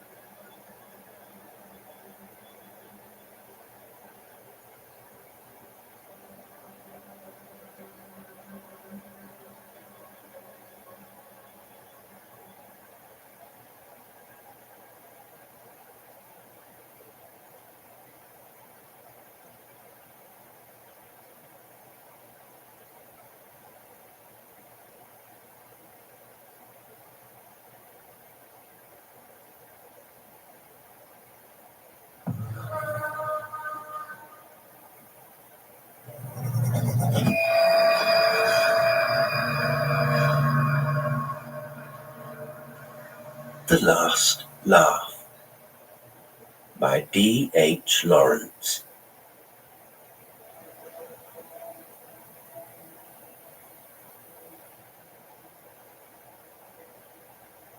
There was a little snow on the ground, and the church clock had just struck midnight. Hampstead, in the night of winter, for once was looking pretty, with clean white earth and lamps for moon, and dark sky above the lamps. A confused little sound of voices, a gleam of hidden yellow light, and then the garden door of a tall, dark Georgian house suddenly opened, and 3 people confusedly emerged. A girl in a dark blue coat and fur turban, very erect. A fellow with a little dispatch case, slouching. A thin man with a red beard, bareheaded, peering out of the gateway down the hill that swung in a curve downward toward London. "Look at it! A new world!" cried the man in the beard, ironically, as she stood on the step and peered out. No, Lorenzo, it's only whitewash, cried the young man in the overcoat. His voice was handsome, resonant, plangent, with a weary, sardonic touch. As he turned back, his face was dark in shadow. The girl with the erect, alert head like a bird turned back to the two men. What was that? She asked in her quick, quiet voice. Lorenzo says it's a new world. I say it's only whitewash, cried the man in the street. She stood still and lifted her woolly gloved finger. She was deaf and was taking it in. Yes, she had got it. She gave a quick, chuckling laugh, glanced very quickly at the man in the bowler hat, then back at the man in the stucco gateway, who was grinning like a satyr and waving goodbye. Goodbye, Lorenzo, came the resonant, weary cry of the man in the bowler hat. Goodbye, came the sharp night-bird call of the girl. The green gate slammed, then the inner door. The two were alone in the street, save for the policeman at the corner. The road curved steeply downhill. You'd better mind how you step, shouted the man in the bowler hat, leaning near the erect, sharp girl and slouching in his walk. She paused a moment to make sure what he had said. Don't mind me, I'm quite all right. Mind yourself, she said quickly. At that very moment he gave a wild lurch on the slippery snow, but managed to save himself from falling. She watched him on tiptoes of alertness. His bowler hat bounced away in the thin snow. They were under a lamp near the curve. As he ducked for his hat, he showed a bald spot, just like a tonsure, among his dark, thin, rather curly hair. And when he looked up at her, with his thick black brows sardonically arched, and his rather hooked nose self-derisive, jamming his hat on again, he seemed like a satanic young priest. His face had beautiful lines, like a fawn, and a doubtful, martyred expression, a sort of fawn on the cross, with all the malice of the congregation. Did you hurt yourself? She asked in her quick, cool, unemotional way. No, he shouted derisively. Give me the machine, won't you? She said, holding out her woolly hand. I believe I'm safer. Do you want it? He shouted. Yes, I'm sure I'm safer. He handed her the little brown dispatch case, which was really a Marconi listening machine for her deafness. She marched erect as ever. He shoved his hands deep in his overcoat pockets and slouched along beside her, as if he wouldn't make his legs firm. The road curved down in front of them, clean and pale with snow under the lamps. The motor car came churning up. A few dark figures slipped away into the dark recesses of the houses, like fishes among rocks above a seabed of white sand. On the left was a tuft of trees sloping upward into the dark. He kept looking around, pushing out his finely shaped chin and his hooked nose as if he were listening for something. He could still hear the motor car climbing onto the heath. Below was the yellow, foul-smelling glare of the Hampstead tube station. On the right, the trees. The girl, with her alert, pink and white face, looked at him sharply, inquisitively. She had an odd, nymph-like inquisitiveness, sometimes like a bird, sometimes a squirrel, sometimes a rabbit, never quite like a woman. At last he stood still, as if he would go no farther. There was a curious, baffled grin on his smooth, cream-coloured face. James, he said loudly to her, leaning toward her ear. Do you hear somebody laughing? Laughing? She retorted quickly. Who's laughing? I don't know. Somebody, he shouted, showing his teeth at her in a very odd way. No, I hear nobody, she announced. But it's most extraordinary, he cried, his voice slurring up and down. Put on your machine. Put it on, she retorted. What for? To see if you can hear it, he cried. Hear what? The laughing. Somebody laughing. It's most extraordinary. She gave her odd little chuckle and handed him her machine. He held it while she opened the lid and attached the wires, putting the band over her head and the receivers at her ears, like a wireless operator. Crumbs of snow fell down the cold darkness. She switched on. Little yellow lights and glass tubes shone in the machine. She was connected. She was listening. He stood with his head ducked, his hands shoved down in his overcoat pockets. Suddenly, he lifted his face and gave the weirdest, slightly neighing laugh, uncovering his strong, spaced teeth and arching his black brows, and watching her with queer, gleaming, goat-like eyes. She seemed a little dismayed. There, he said. Didn't you hear it? I heard you, she said, in a tone which conveyed that was enough. But didn't you hear it? He cried, unfurling his lips oddly again. No, she said. He looked at her vindictively and stood again with ducked head. She remained erect, her fur hat in her hand, her fine bobbed hair banded with the machine band and catching crumbs of snow. Her odd, bright-eyed, deaf nymph's face lifted with blank listening. There, he cried, suddenly jerking up his gleaming face. You mean to tell me you can't? He was looking at her almost diabolically, but something else was too strong for him. His face wreathed with a startling, peculiar smile, seeming to gleam, and suddenly the most extraordinary laugh came bursting out of him, like an animal laughing. It was a strange, neighing sound, amazing in her ears. She was startled and switched her machine quieter.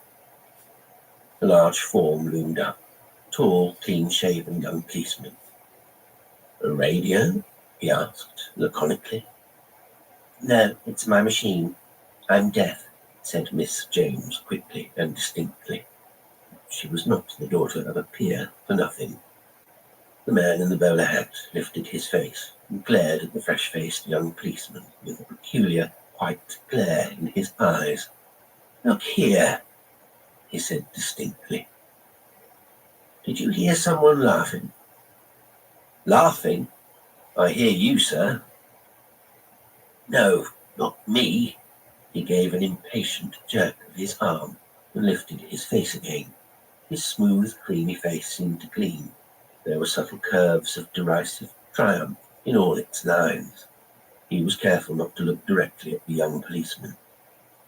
The most extraordinary laughter I ever heard, he added, and the same touch of derisive exultation sounded in his tones. The policeman looked down on him cogitatingly.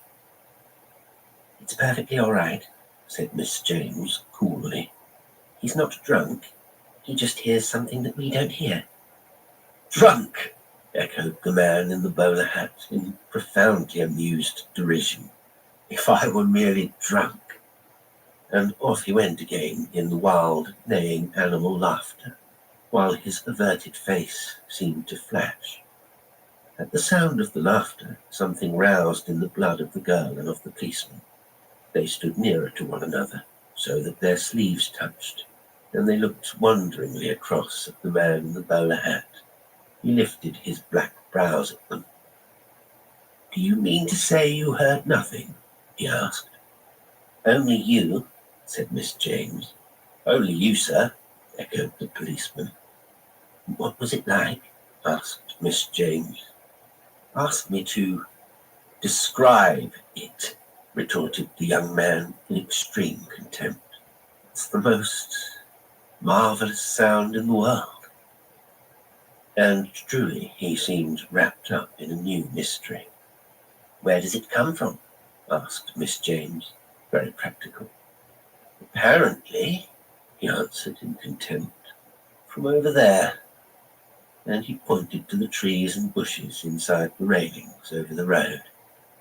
Well, let's go and see, she said. I can carry my machine and go on listening. The man seemed relieved to get rid of the burden. He shoved his hands in his pockets again and sloped off across the road.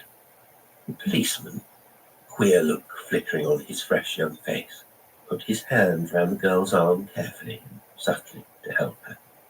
She did not lean at all on the support of the big hand, but she was interested, so she did not resent it.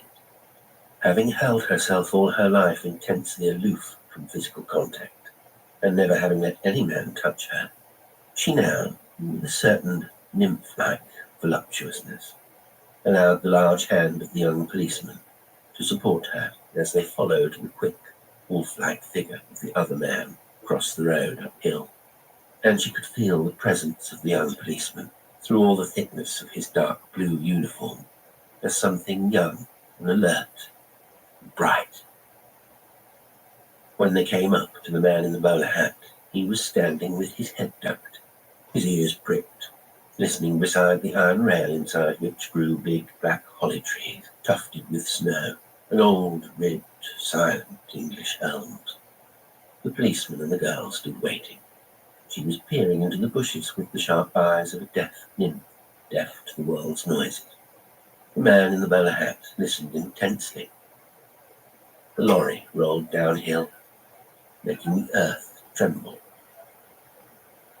There! Cried the girl as the lorry rumbled darkly past, and she glanced round with flashing eyes at her policeman, her fresh, soft face gleaming with startled life. She glanced straight into the puzzled, amused eyes of the young policeman. He was just enjoying himself. Don't you see? She said, rather imperiously. What is it, miss? Answered the policeman. I mustn't point, she said. Look where I look. And she looked away with brilliant eyes into the dark holly bushes. She must see something, for she smiled faintly, with subtle satisfaction, and she tossed her erect head in all pride of vindication. The policeman looked at her instead of into the bushes. There was a certain brilliance of triumph and vindication in all the poise of her slim body. I always knew I should see him, she said triumphantly to herself. Whom do you see? Shouted the man in the bowler hat. Don't you see him too? She asked, turning round her soft, arch, nymph-like face anxiously. She was anxious for the little man to see. No, I see nothing. What do you see, James? Cried the man in the bowler hat, insisting. A man. Where? There. Among the holly bushes.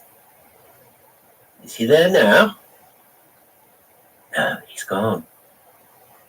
What sort of a man? Don't know. What did he look like? Can't tell you. But at that instant, the man in the bowler hat turned suddenly, and the arch, triumphant look flew to his face.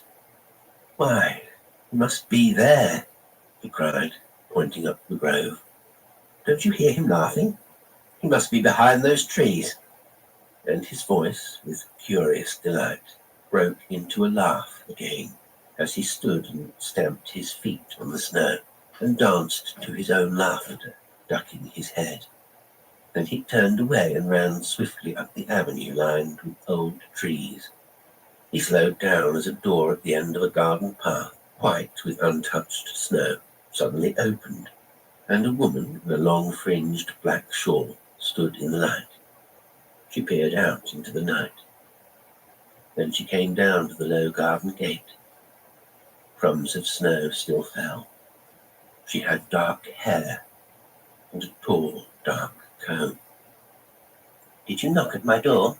she asked of the man in the bowler hat. I? No. Somebody knocked at my door. Did they?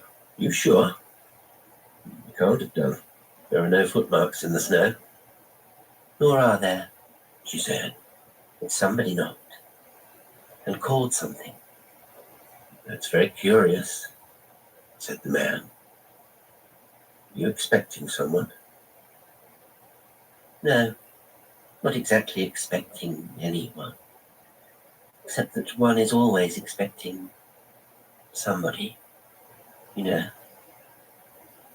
In the dimness of the snow-lit night, he could see her making big, dark eyes at him. Was it someone laughing? He said.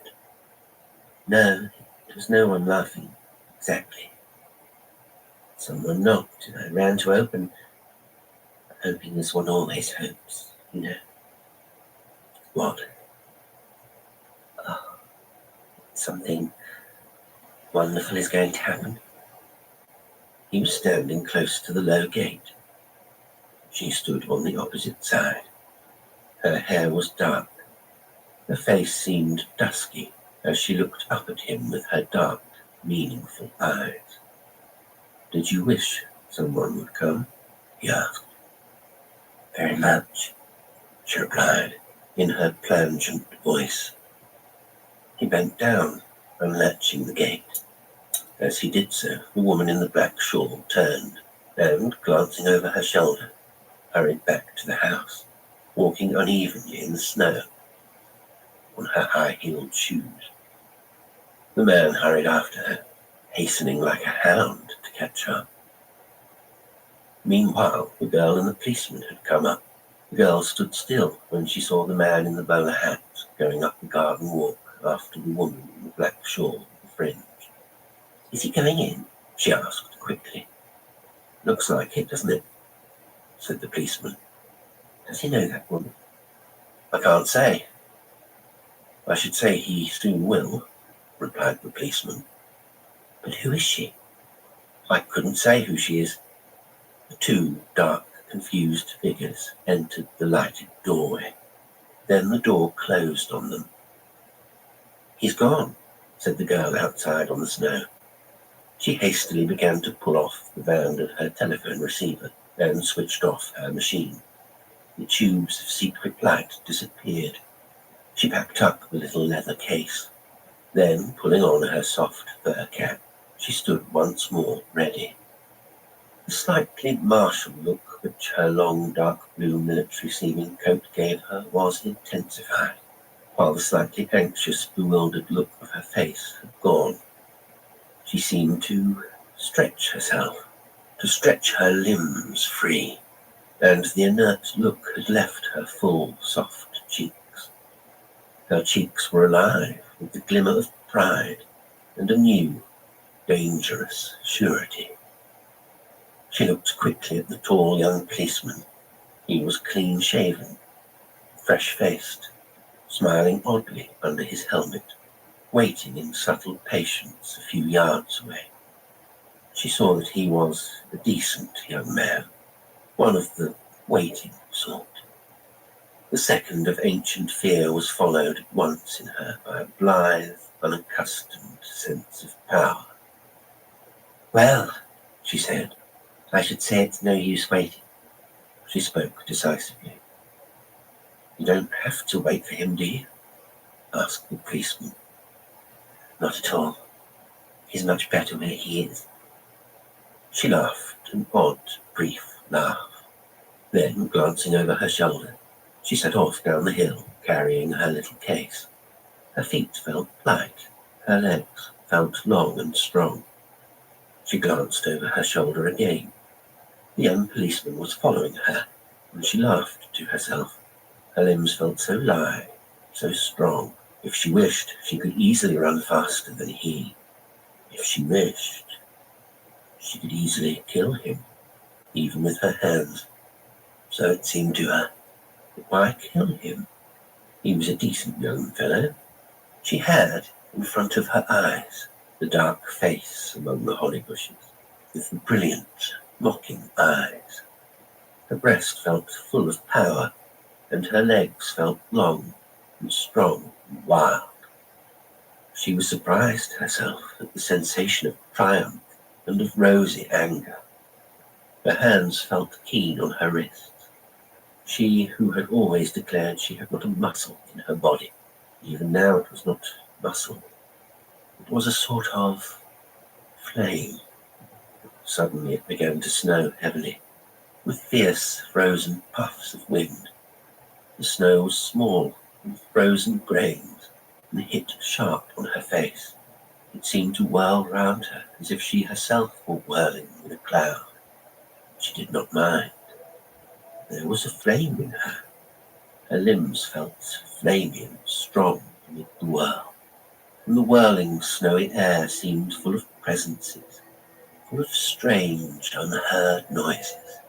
She was used to the sensation of noises taking place which she could not hear. The sensation became very strong. She felt something was happening in the wild air.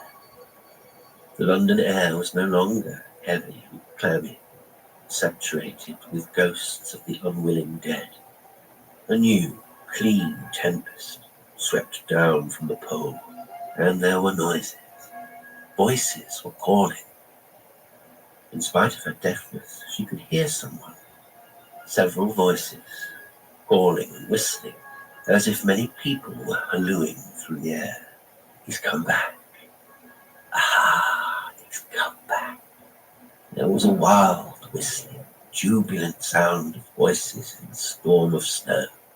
Then obscured lightning winked through the snow in the air. Is that thunder and lightning? She asked of the young policeman as she stood still, waiting for his form to emerge through the veil of whirling snow. Seems like it to me, he said. And at that very moment, the lightning blinked again, and the dark, laughing face was near her face. It almost touched her cheek. She started back, but a flame of delight went over her. There, she said. Did you see that? It lightened, said the policeman. She was looking at him almost angrily. But then the clean, fresh animal look of his skin and the tame animal look in his frightened eyes amused her. She laughed her low, triumphant laugh. He was obviously afraid, like a frightened dog that sees something uncanny. The storm suddenly whistled louder, more violently, and with a strange noise like castanets. She seemed to hear voices clapping and crying. He is here. He's come back. She nodded her head gravely. The policeman and she moved on side by side. She lived alone in a little stucco house in a side street down the hill. There was a church and a grove of trees, and then the little old row of houses. The wind blew fiercely, thick with snow. Now and again a taxi went by with its lights showing weirdly. The world seemed empty, uninhabited save by snow and voices. As the girl and the policeman turned past the grove of trees near the church, a great whirl of wind and snow made them stand still, and in the wild confusion they heard a whirling of sharp, delighted voices, something like seagulls, crying, "He's here! He's here!" "Well, I'm jolly glad he's back," said the girl calmly. "What's that?" said the nervous policeman, hovering near the girl. The wind let them move forward. As they passed along the railings, it seemed to them the doors of the church were open, and the windows were out, and the snow and the voices were blowing in a wild career all through the church. "How extraordinary that they left the church open," said the girl. The policeman stood still. He could not reply, and as they stood, they listened to the wind and the church full of whirling voices, all calling confusedly. "Now I hear the laughing," she said suddenly. It came from the church, a sound of low, subtle, endless laughter. strange, naked sound.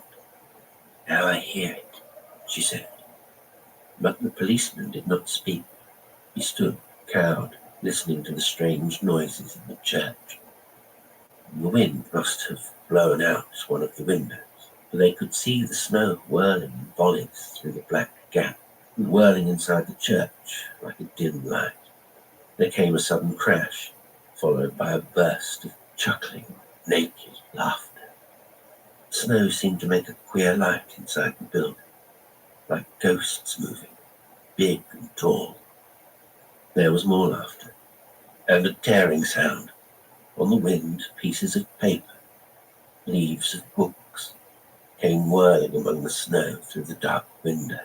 Then the white thing, soaring like a crazy bird, rose up on the wind as if it had wings, and lodged on a black tree outside, struggling. It was the altar cloth.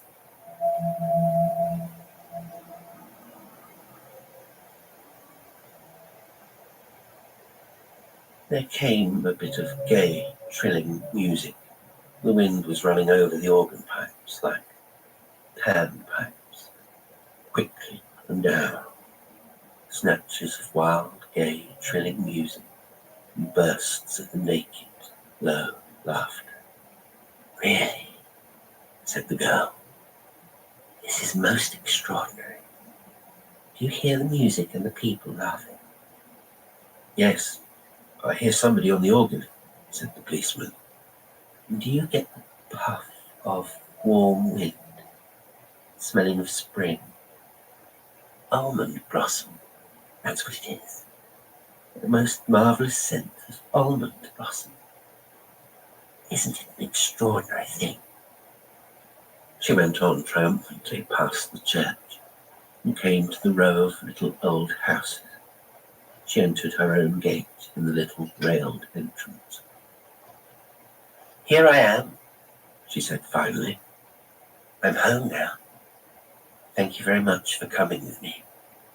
She looked at the young policeman. His whole body was white as a wall with snow, and in the vague light of the arc lamp from the street, his face was humble and frightened. Can I come in and warm myself a bit? He asked humbly. She knew it was fear rather than cold that froze him.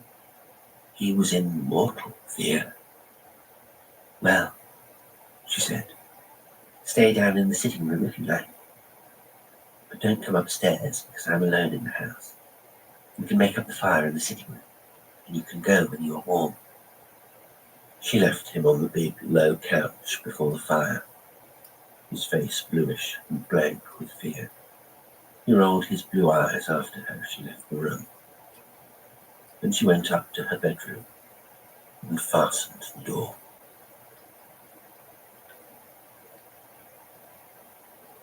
In the morning, she was in her studio upstairs in her little house, looking at her own paintings and laughing to herself.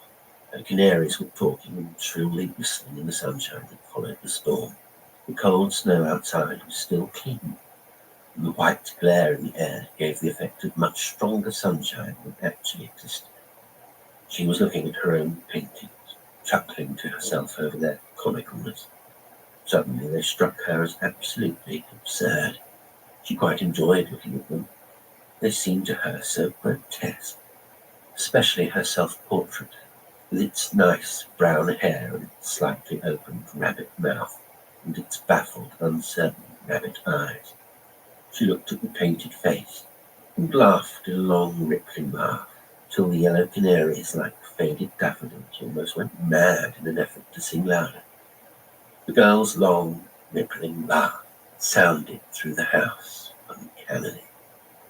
The housekeeper, a rather sad-faced young woman of the superior sort, nearly all people in England were of the superior sort, superiority being an English ailment, came in with an inquiring and rather disapproving look.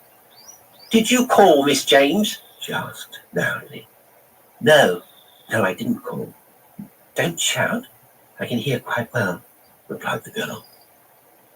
The housekeeper looked at her again. You knew there was a young man in the sitting room, she said. No. Really? Cried the girl. What, the young policeman? I'd forgotten all about him. He came in the storm to warm himself. Hasn't he gone? No, Miss James. How extraordinary of him. What time is it? 9:15. Why didn't he go when he was warm? I must go and see him, I suppose. He says he's lame, said the housekeeper, censoriously and loudly. Lame? That's extraordinary. He certainly wasn't last night. But don't shout. I can hear quite well. Is Mr. Marchbanks coming in to breakfast, Miss James? Said the housekeeper, more and more censorious. I couldn't say, but I'll come down as soon as mine's ready. I'll be down in a minute anyhow to see the policeman. Extraordinary that he's still here. She sat down before her window in the sun and think a while. She could see the snow outside, the bare purplish trees. The air all seemed rare and different. Suddenly, the world had become quite different, as if some skin or integument had broken, as if the old, mouldering London sky had crackled and rolled back like an old skin, shriveled, leaving an absolutely new blue heaven. It really is extraordinary, she said to herself. I certainly saw that man's face. What a wonderful face it was. I shall never forget it. Such laughter. He laughs longest who laughs last. He certainly will have the last laugh. I like him for that. He will laugh last. Must be someone really extraordinary. How very nice to be the one to laugh last. He certainly will. A wonderful being. I suppose I must call him a being. He's not a person exactly. But how wonderful of him to come back and alter all the world immediately. Isn't that extraordinary? I wonder if he'll have altered Marchbanks. Of course, Marchbanks never saw him. But he heard him. Wouldn't that do as well, I wonder? She went off into a muse about Marchbanks. She and he were such friends. They had been friends like that for almost 2 years. Never lovers. Never that at all. But friends. And after all, she had been in love with him, in her head. This seemed now so funny to her, that she had been in her head so much in love with him. After all, life was too absurd. Because now she saw herself and him as such a funny pair. He so funnily taking life terribly seriously, especially his own life, and she so ridiculously determined to save him from himself. Oh, how absurd. Determined to save him from himself, and wildly in love with him in the effort, the determination to save him from himself. Absurd, absurd, absurd. Since she had seen the man laughing among the holly bushes, such extraordinary, wonderful laughter, she had seen her own ridiculousness. Really, what fantastic silliness, saving a man from himself, saving anybody. What fantastic silliness. How much more amusing and lively to let a man go to perdition in his own way. Perdition was more amusing than salvation, anyhow, and a much better place for most men to go to.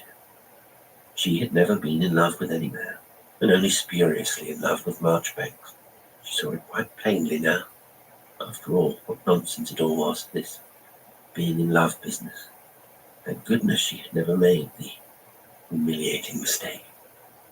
No, the man among the holly bushes made her see it all so plainly, the ridiculousness of being in love. The infra-dig business of chasing a man or being chased by a man. Is love really so absurd and infra-dig? She said aloud to herself. Why, of course, came a deep, laughing voice. She started round, but nobody was to be seen. I expect it's that man again, she said to herself. Really is remarkable, you know. I consider it's a remarkable thing that I never really wanted a man. Any man. And there I am, over 30. It is curious. Whether it's something wrong with me or right with me, I can't say. I don't know till I've proved it.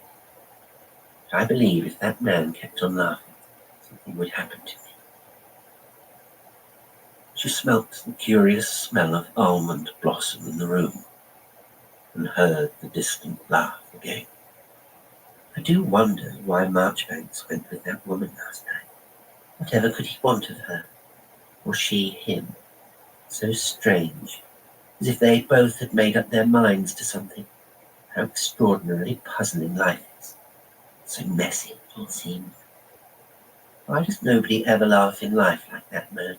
He did seem so wonderful, so scornful, so proud and so real. With those laughing, scornful, amazing eyes just laughing and disappearing again. I can't imagine him chasing any woman, thank goodness. It's all so messy.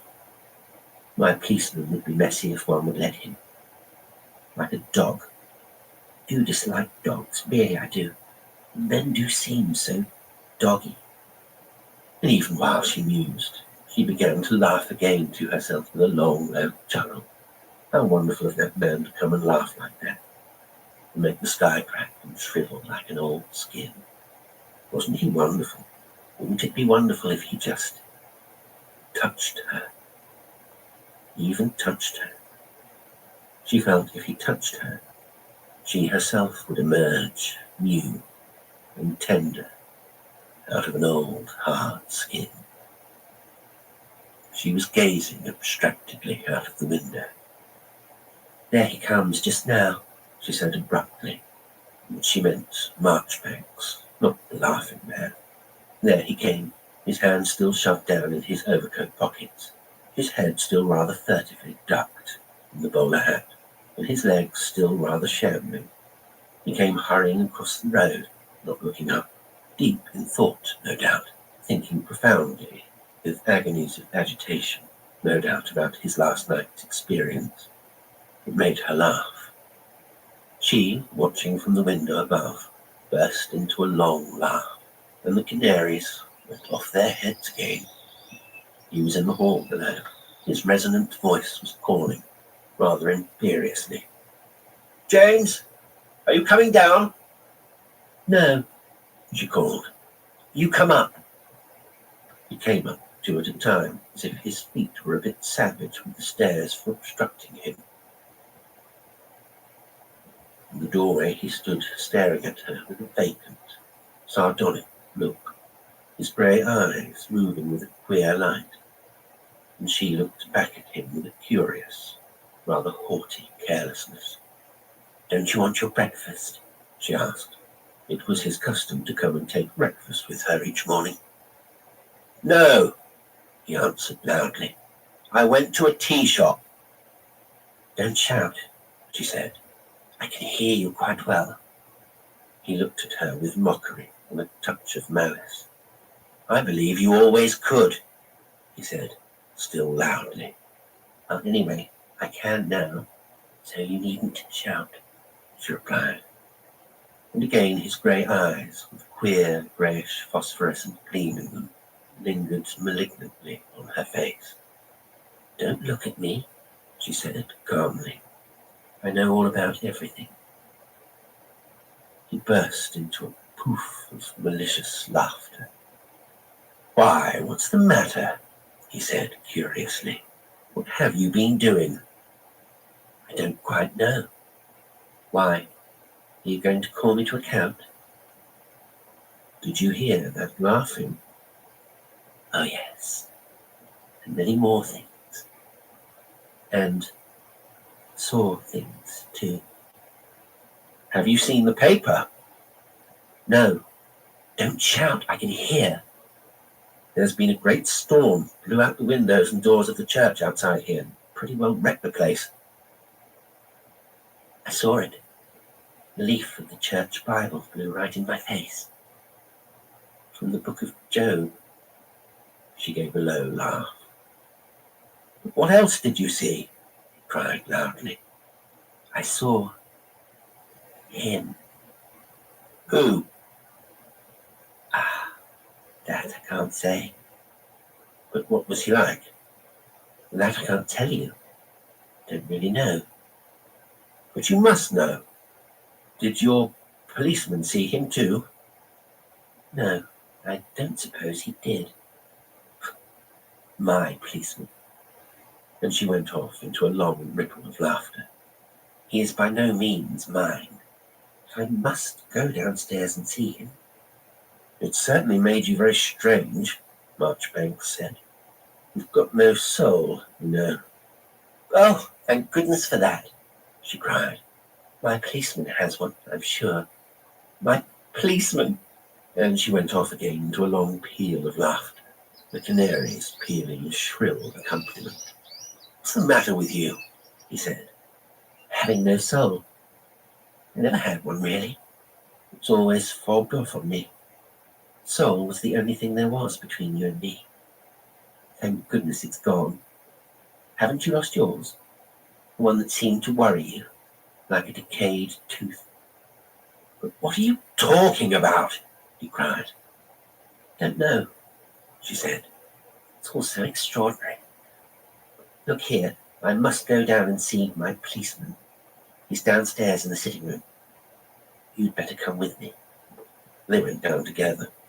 The policeman, in his waistcoat and shirt sleeves, was lying on the sofa, with a very long face.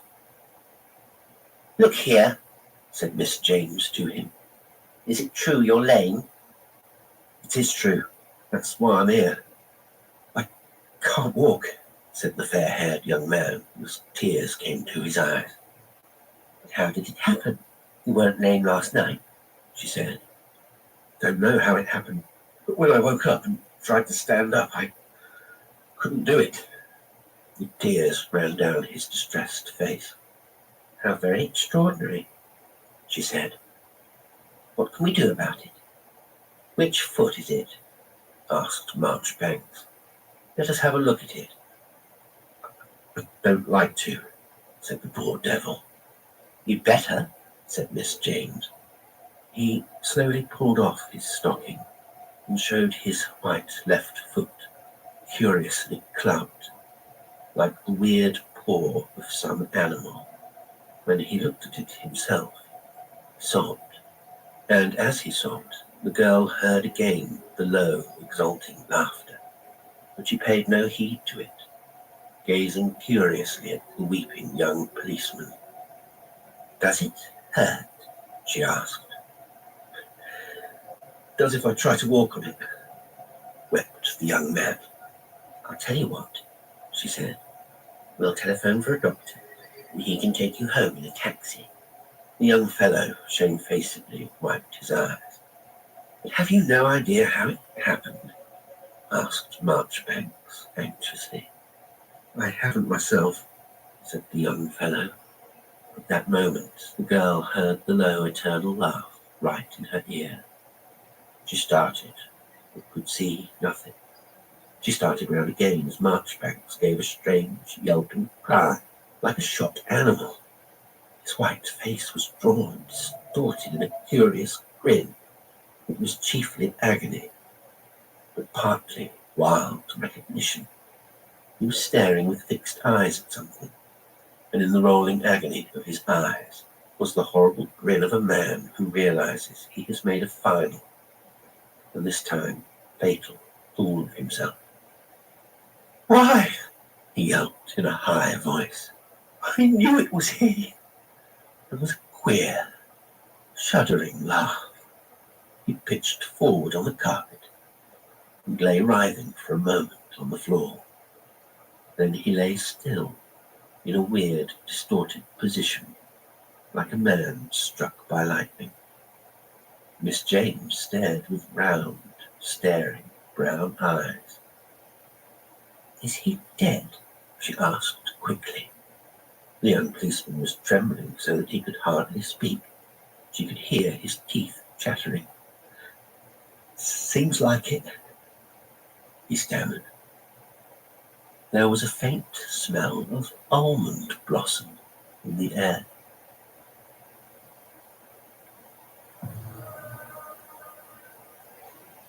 Today's story was The Last Laugh by D.H. Lawrence. It was read by Jasper Lestrange. I hope you enjoyed it, and until next time, sweet dreams.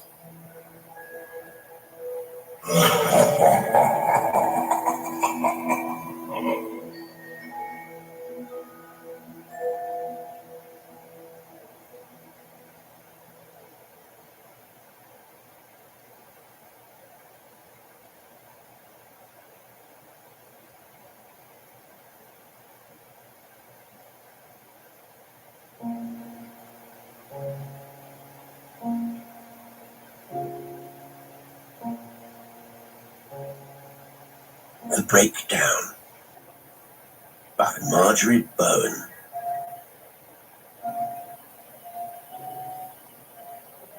The local line had broken down, as it not infrequently did, and the little group of people who had stepped out of the London Express and hurried across the platform to make the connection were left stranded.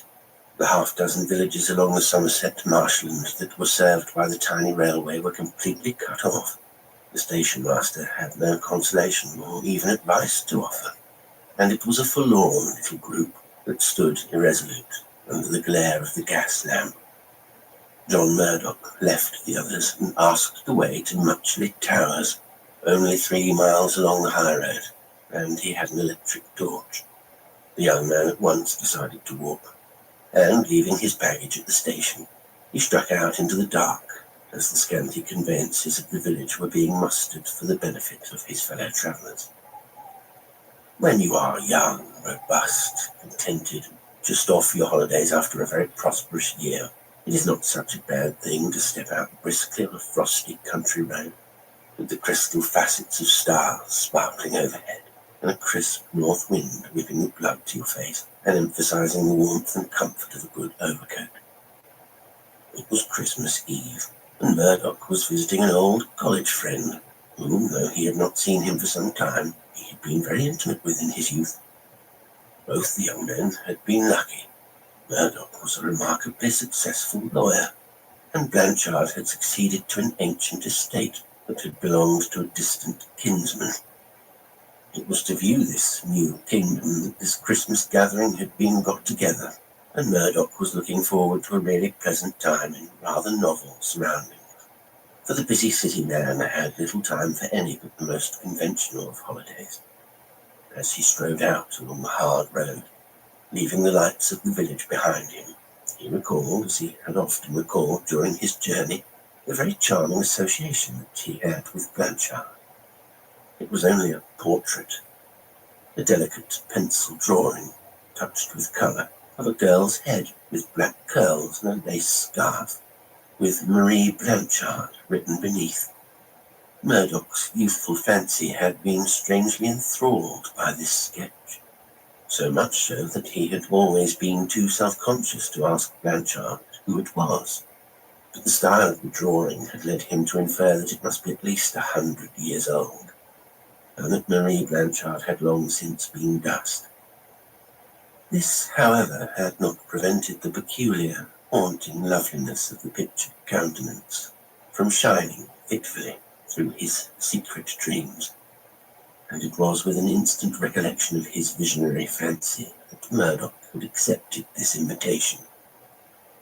Now, as he trudged through the star-spangled dark, he was thinking with a delightful thrill that he might see again that enchanting drawing, or even another portrait, or some delightful memorial of the vanished lady. It was very cold. The deep midwinter chill began to penetrate even Murdoch's fleecy coat. When he snapped on his torch, the acrid sweep of electric light showed only the frozen ridges of the road, and the bleak hedges, dry, hard, and lifeless as bone. Murdoch began to wonder how much further Muchley Towers was, and how he should find it, as his quick walking brought him no nearer any sign of human habitation. As the wild clouds began to roll over the stars, he regretted his impulse to walk. and flashed the torch about to discover any place or person where he could ask his way.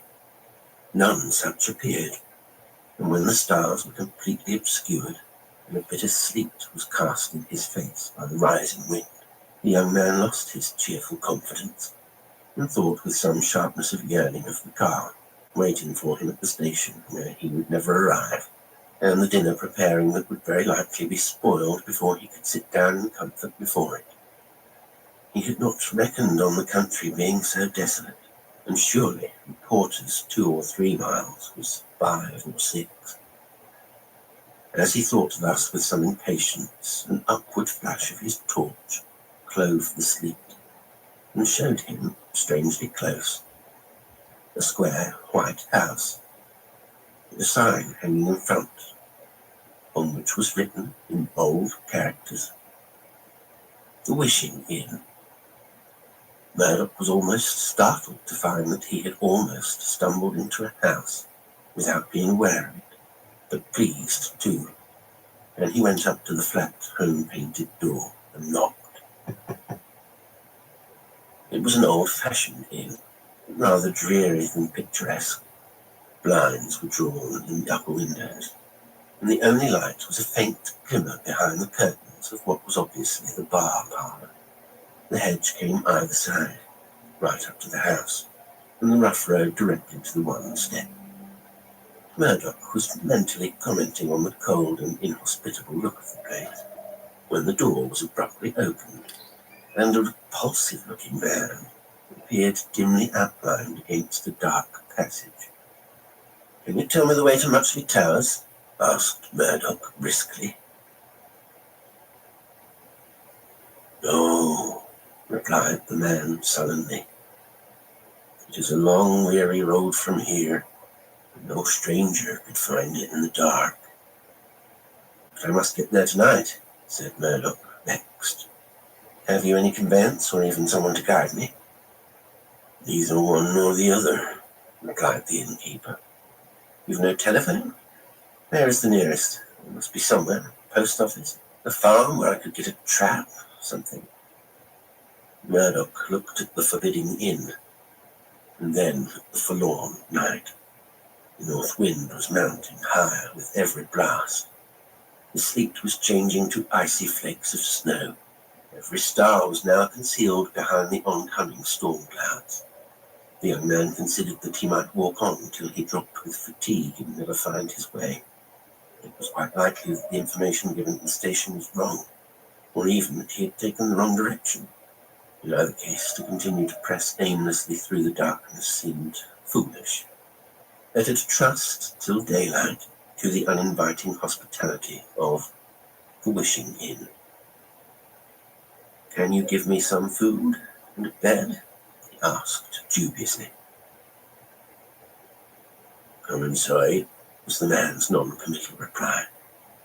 Murdoch stepped across the dingy threshold, glad to be out of the blast, yet reluctant to enter the musty dusk of the passage.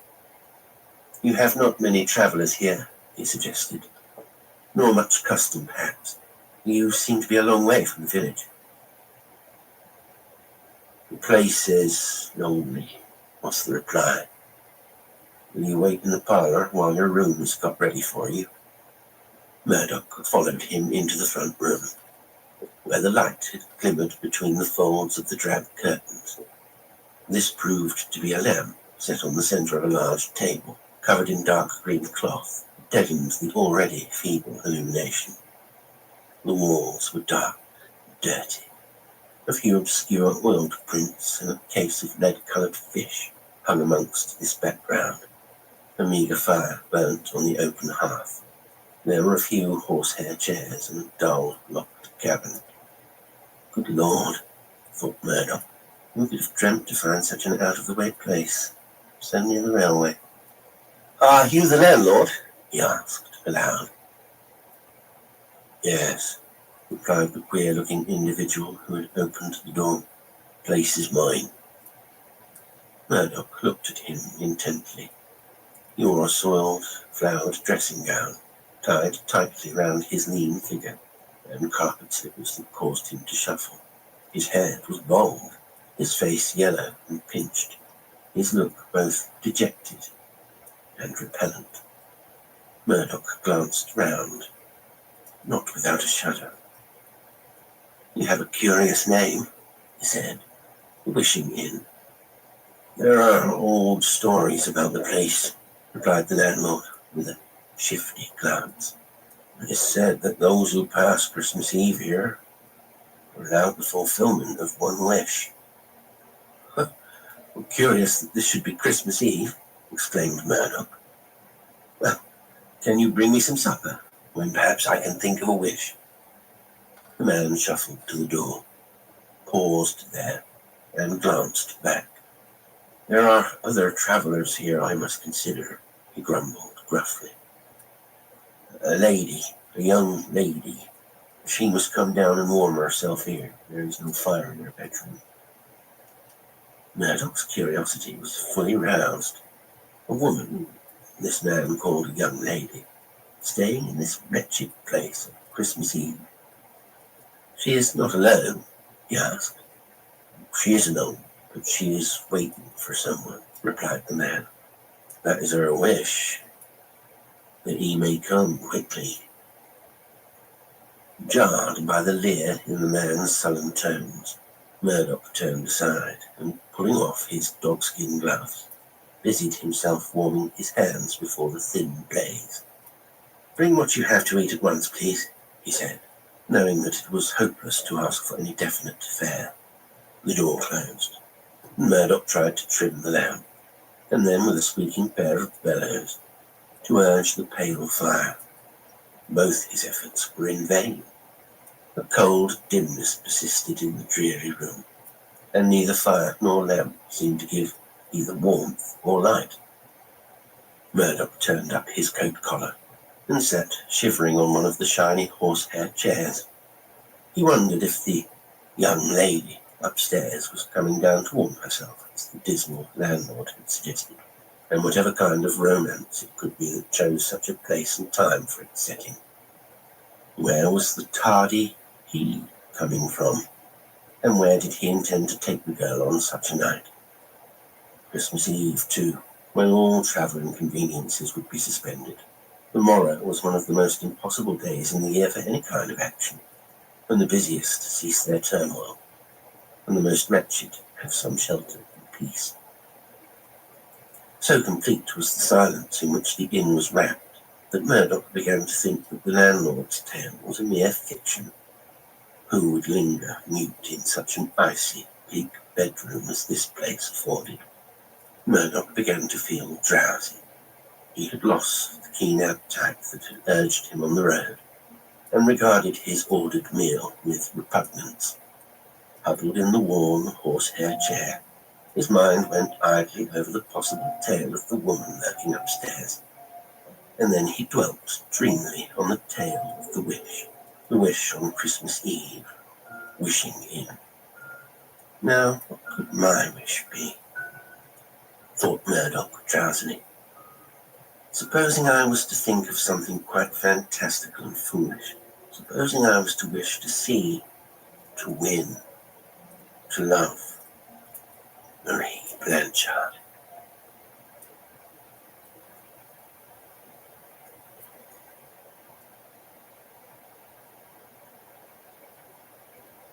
As he whispered the name, it seemed to him that a deeper chill took possession of the room, that the dreary fire could not warm, or the dreary lamp light. He turned round sharply, as if in apprehension. The door was opened, though he heard no sound, and a figure stood on the threshold.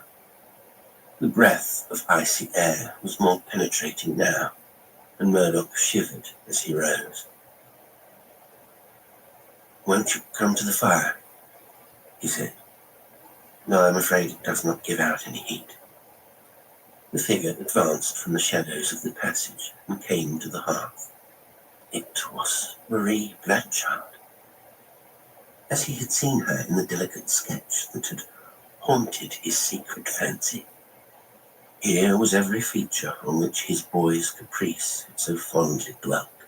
The straight nose, the level brows, the dark, liquid eyes, the fine black ringlets loosely confined with a silver ribbon, the slender neck and shoulders, the lace scarf and the clinging gown of fine, floating muslin. Despite the attire and the bitterness of the season, she looked as fresh and blooming as if she wandered in a shadowed summer garden. She looked at him with the petulant, wilful yet beseeching expression that so well became her type of loveliness, and that in her portrait had so long haunted Murdoch. "He has not come," she said. "He has not come. You will, sir, help me to find him." She bent towards him, clasping her hands, and a queer perfume, like the last breath of dying flowers, was wafted to the young man. "Who am I to find?" he stammered. "Are you not Marie Blanchard?" "Yes, I am that unfortunate woman, and I am here to meet my lover. If he does not come back, take me back." "They call this the Wishing Inn," said Murdoch. "I wished to see you, and you came." She turned on him her sad, limpid gaze, and Murdoch shuddered. "I used to worship a picture of you," he continued. Unheeding, she turned towards the door. "Oh, come, will you not help me find my lover?" she entreated.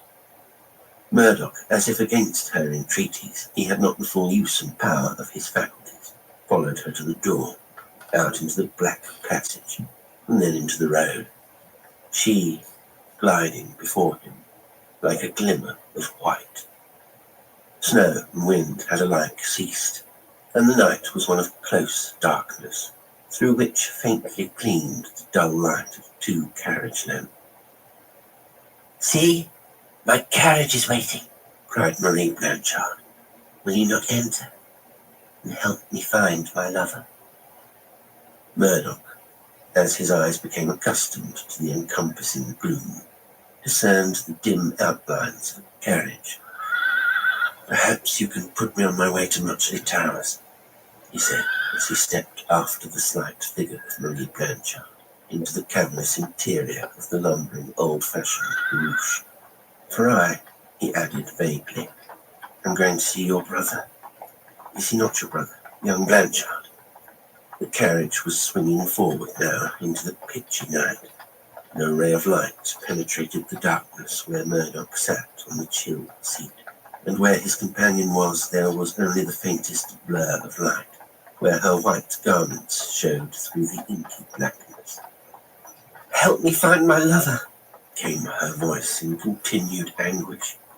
"Ah, make haste to find him before it is too late." "Who is he, and how can I help you?" answered Murdoch wildly. "And how can we find him? And where are you driving in this haste?" For the carriage was bumping and jolting over what appeared to be rough heath, strewn with boulders.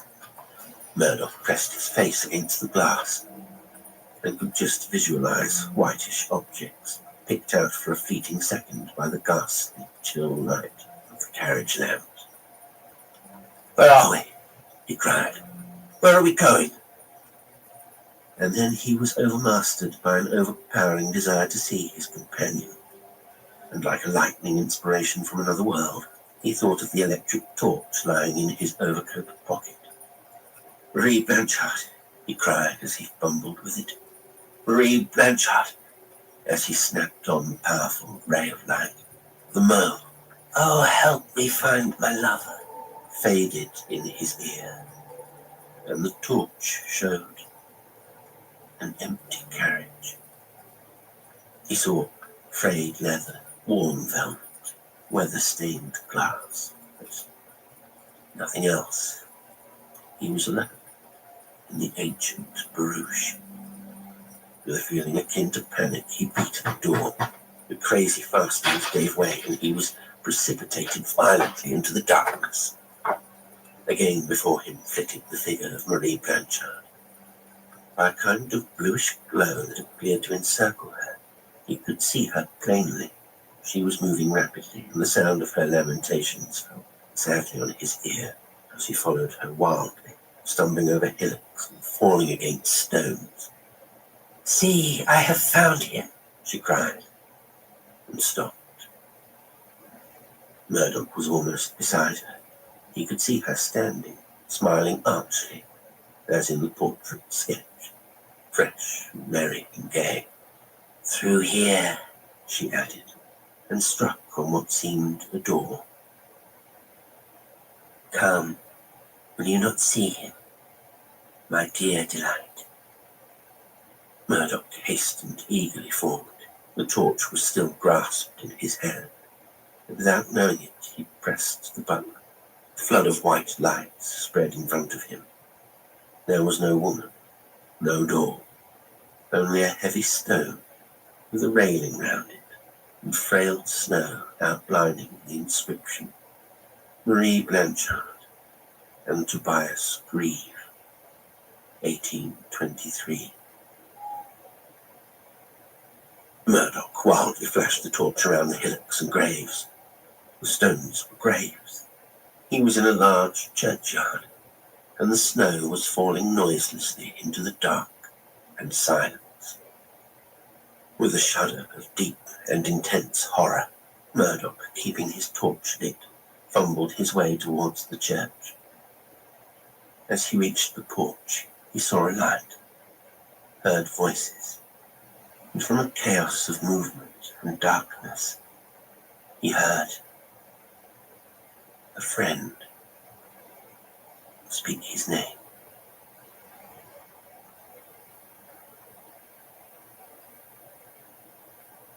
"You were pretty well done," grinned young Blanchard the next morning as Murdoch lingered over a late Christmas breakfast. "Why, you crept into the church like a ghost." "I felt like one," replied Murdoch briefly. "If you hadn't been there." "Well, it is just the one night in the year you would have found anyone, and then it was only because we were late with decorations. I say, old chap, how did you get so far out of your way? Why were you in such a state?" "Oh, I don't know," replied Murdoch sheepishly. "I've been overworking lately. The dark and the cold and no food. I say," he added abruptly, "isn't a place here called the Wishing Inn?" "Used to be. Pulled down about 100 years ago." "Why?" "Oh, I heard someone in the train mention it," said Murdoch. "Any story?" "Yes. An ancestress of mine, Marie Blanchard, ran away on Christmas Eve to that inn to meet her lover.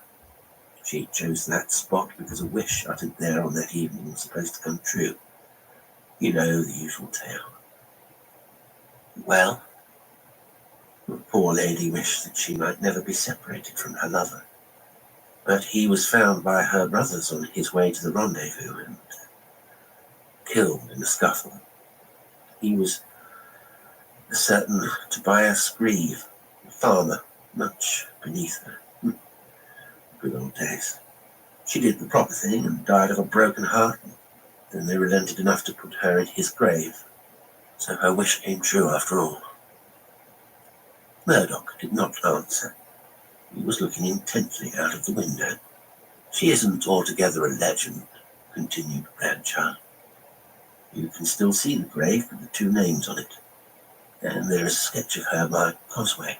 I liked it so I used to have it in my rooms. Do you remember? As for the Wishing Inn..." The door opened, and a girl stood on the threshold, the exact counterpart of Murdoch's vision of the night, except that she was dressed in furs and a plumed hat. "You haven't met my sister Marie, the same name as the lady of the adventure. Would rather like her to." Murdoch thought of his last night's wish, and his heart thrilled as he looked into the fair girl's eyes. To meet, to love, to win. Marie Blanchard.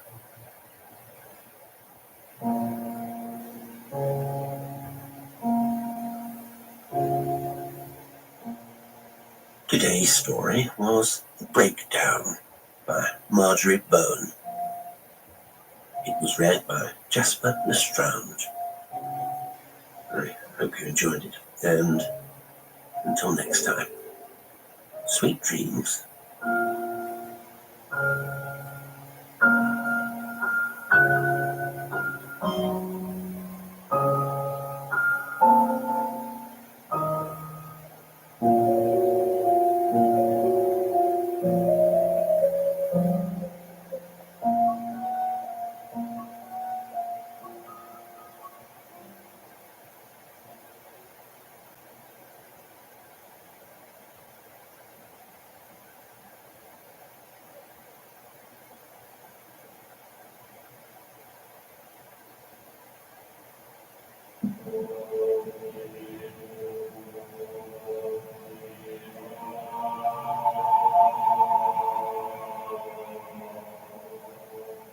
The Horror of Abbott's Grange by Frederick Cowles.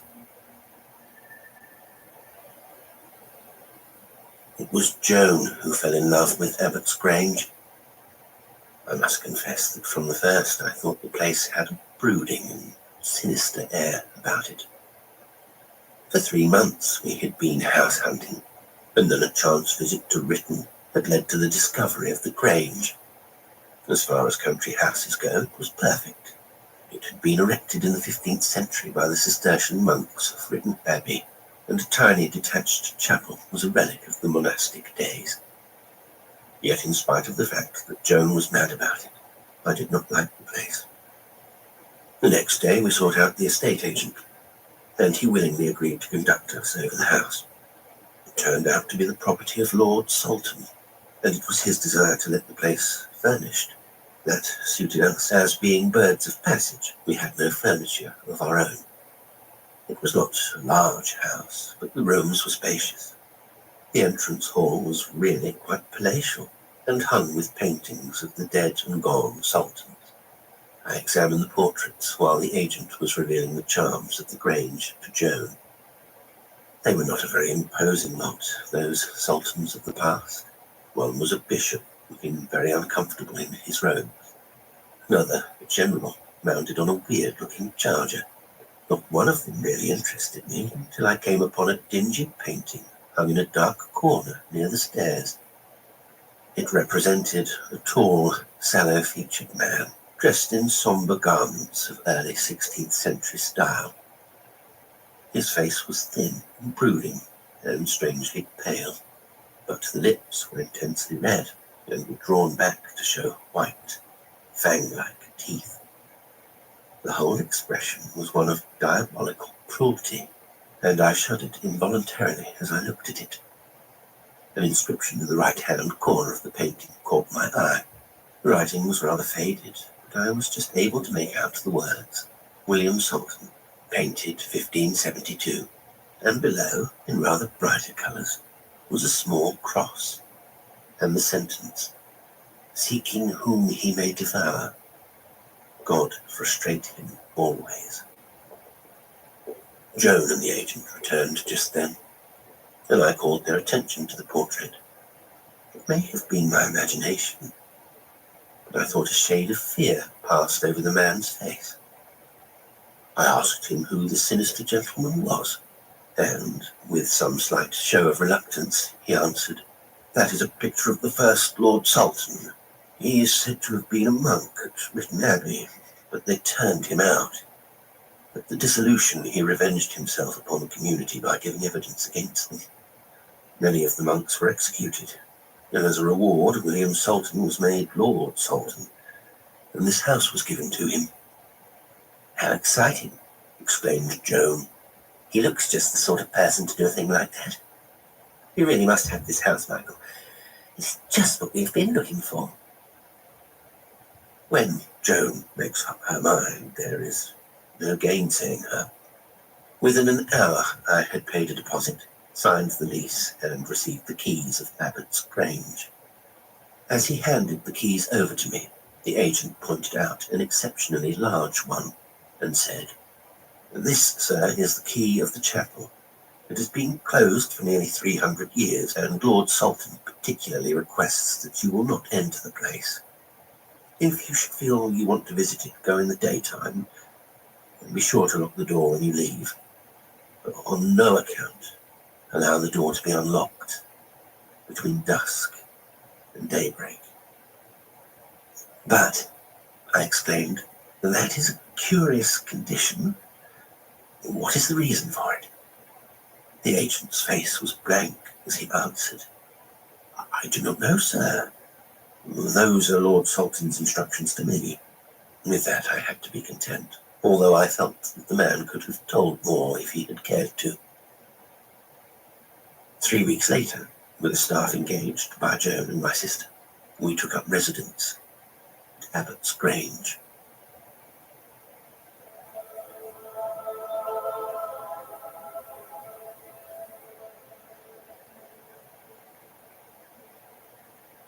Of course, Joan had to have a housewarming party. By making up extra beds on sofas and floors, we managed to invite about 20 people down. Then there were a few local residents, such as the vicar and the doctor, who were asked to dinner. Before the meal, I was standing in front of the fire in the hall. The others were all dressing, and there was only a dim light burning on the staircase. I was thinking how impressive the place looked when, quite suddenly, somebody switched on all the lights. It was the butler, taking some glasses to the dining room. "Good Lord, man," I shouted. "Why on earth did you switch all those lights on like that?" He looked rather confused, and then he blurted out, "I always do that, sir. None of us will come into the hall after dark unless the lights are full on." "What on earth is there to be frightened of here?" I stormed. "You must be like a lot of children afraid of the dark." The man's voice was apologetic as he replied, "It isn't that, sir. It's that painting under the stairs.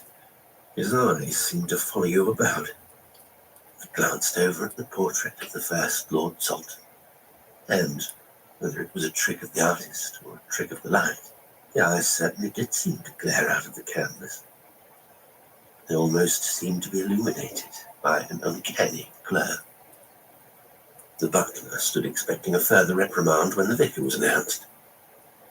The clergyman turned out to be quite an affable little man, the usual type of country parson, but endowed with more brains than most.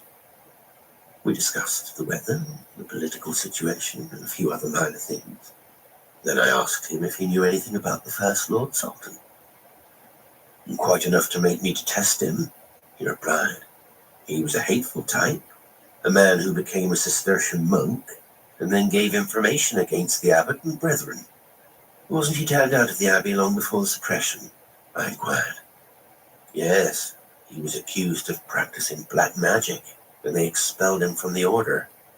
I think the details are given in a manuscript that used to be in the library. If you like, we will look and see if it is still there." I readily agreed, and we were just moving off when the gong went, and the guests began to come down for dinner, so we had to postpone our visit to the library. The meal was quite a jolly function. As usual, Joan had managed to assemble quite a distinguished and interesting company. There was Vincent Dunn, the actor, Rita Young, the film star, Edmund Morton, the novelist, Malcolm Dale, the explorer, and a host of other celebrities of one sort or another. And they were all quite human, which says a lot for Joan's taste.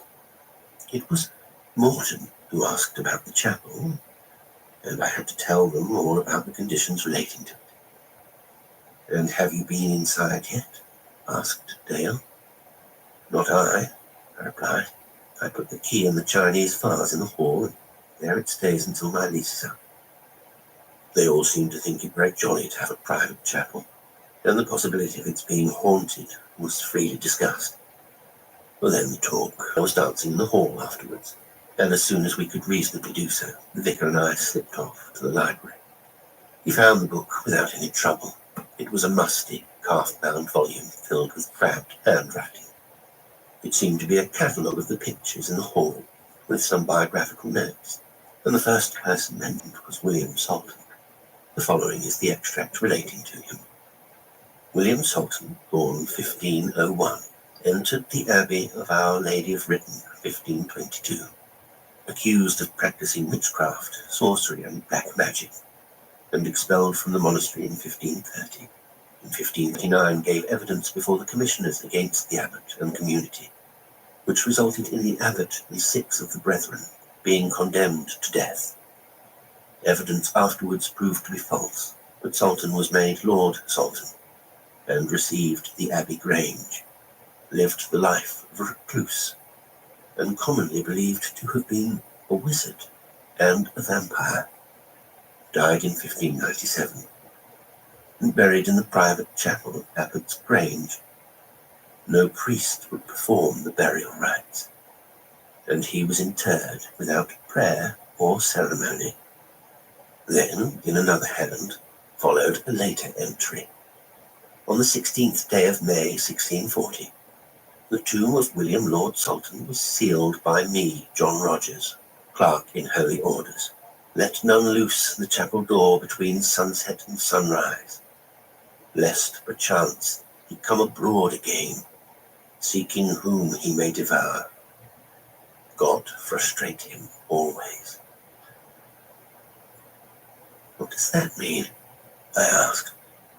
Well, answered the parson, I should say that the first Lord Salton could not rest in his grave, and John Rogers was called in to lay his unquiet spirit. An argument on ghosts seemed to be impending, when Malcolm Dale burst into the room. I have never seen a man looking so utterly terrified. He sank into a chair, asked for a drink, and gulped down the brandy I handed to him. It was some time before he could speak coherently, but at last he managed to blurt out his story. It appeared that the mention of the chapel had fired his curiosity, and that when the dancing was well on the go, he had taken the key from the vase and had gone out to investigate. He took an electric flashlight with him, but had some difficulty in unlocking the door. The keyhole, he declared, was filled with rubbish, and he had had to scrape it clean with his pocket knife. At last he got the key in, and then it wouldn't turn. So he went over to the garage and got a spanner. With this he managed to twist the key in the lock. The rest of the story shall be told in his own words. When I got into the place, I noticed at once how intensely cold it was, even colder than most old churches. My light was just enough for me to see that there were no seats in the building. Precious little else. I had almost decided to go out again when I noticed a sort of table tomb near the east end, and so went up to examine it. Suddenly, without any warning, it seemed to crack, and out of it sprang the figure of a man with deadly white face, long, sharp teeth.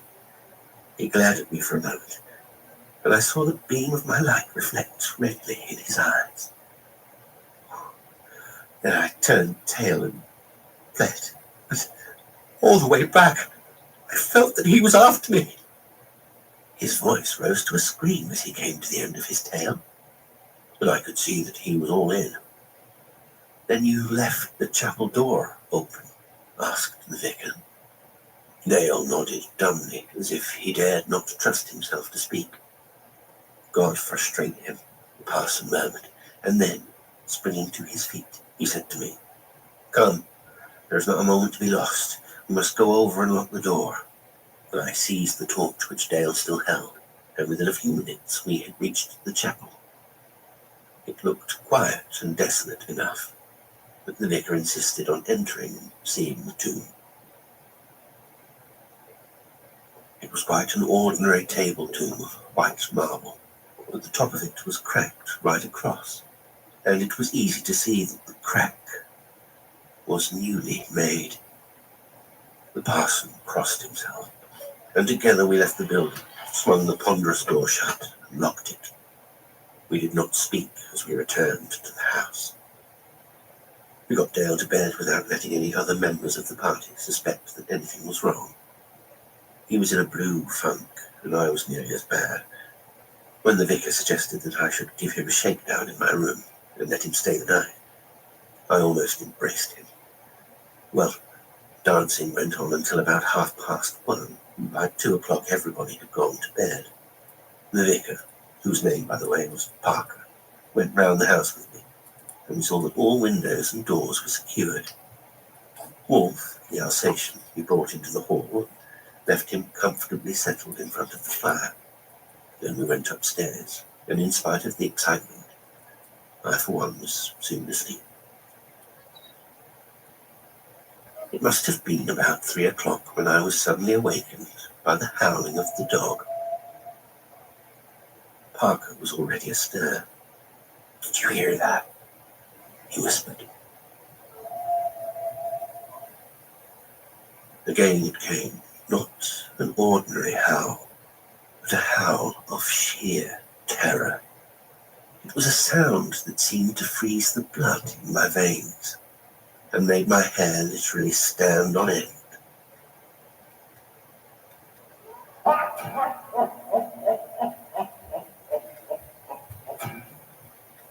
Then came a shriek of horrible laughter that was even more nerve-wracking. "Come along," said Parker. "We must see what is wrong." And he made for the door.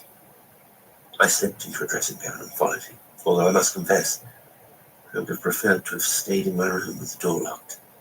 The landing was dark, except for the pale light of the moon filtering through the leaded windows, and the electric light switch was at the head of the stairs. Before we could reach it, Parker suddenly gripped my arm and whispered, "Look, just beyond that suit of armor." I looked to the spot he indicated. At first, only a shadow was visible, and then, gradually, peering out of the darkness, I made out a white, grinning face. The features of the first Lord Sultan. Even as I looked, the figure moved and glided away down the staircase. I was badly shaken, but Parker, who seemed to possess nerves of steel, bounded over to the switch and flooded the staircase with light. There was nothing to be seen, but in a wave, a deadly, sickening smell came up the stairs to us. It was the fetid odor of corruption. A nauseating, vile stink made me feel ill. Parker led the way down the staircase and at once turned all the lights on in the hall. I noticed that his lips were moving in prayer, and beads of perspiration stood on his brow. The place was empty, and it was some minutes before we saw the dog. Poor Wolf was lying near the door, and he was quite dead. Somehow the body seemed shrunken, although when we examined it, the only marks we could find were 2 tiny wounds in the throat. "Doesn't he look to you as if he has shrunk?" I asked Parker. "Yes, your blood. Every drop of blood has been drained from his body." At that moment, a voice came from the top of the stairs. "Is anything wrong, sir?" It was the butler, and he was shaking with fright. "Come down, man," I called, and then turned back to the dog. "We're up against," began Parker, and then he was interrupted by a terrified scream. We jumped up at once, and there was the butler, gibbering like a maniac at the foot of the stairs. "Be quiet," hissed Parker, crossing the hall. "Look," wailed the man. His quivering finger pointed towards the picture of the first Lord Sultan. But there was no picture in the frame. The canvas was blank.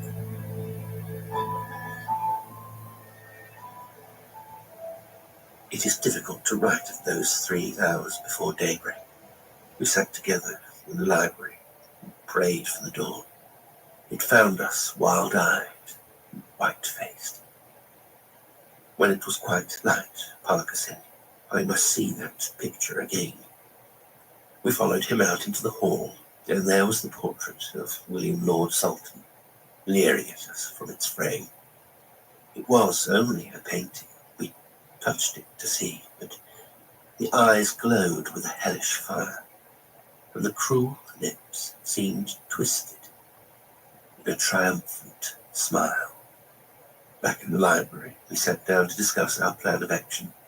The butler, his name was Clark, took things quite well, and Parker included him in the discussion. "It all seems too terrible to be true," I said.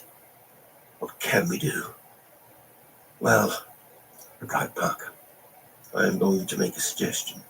I have a friend, a Benedictine monk at Fairley Abbey.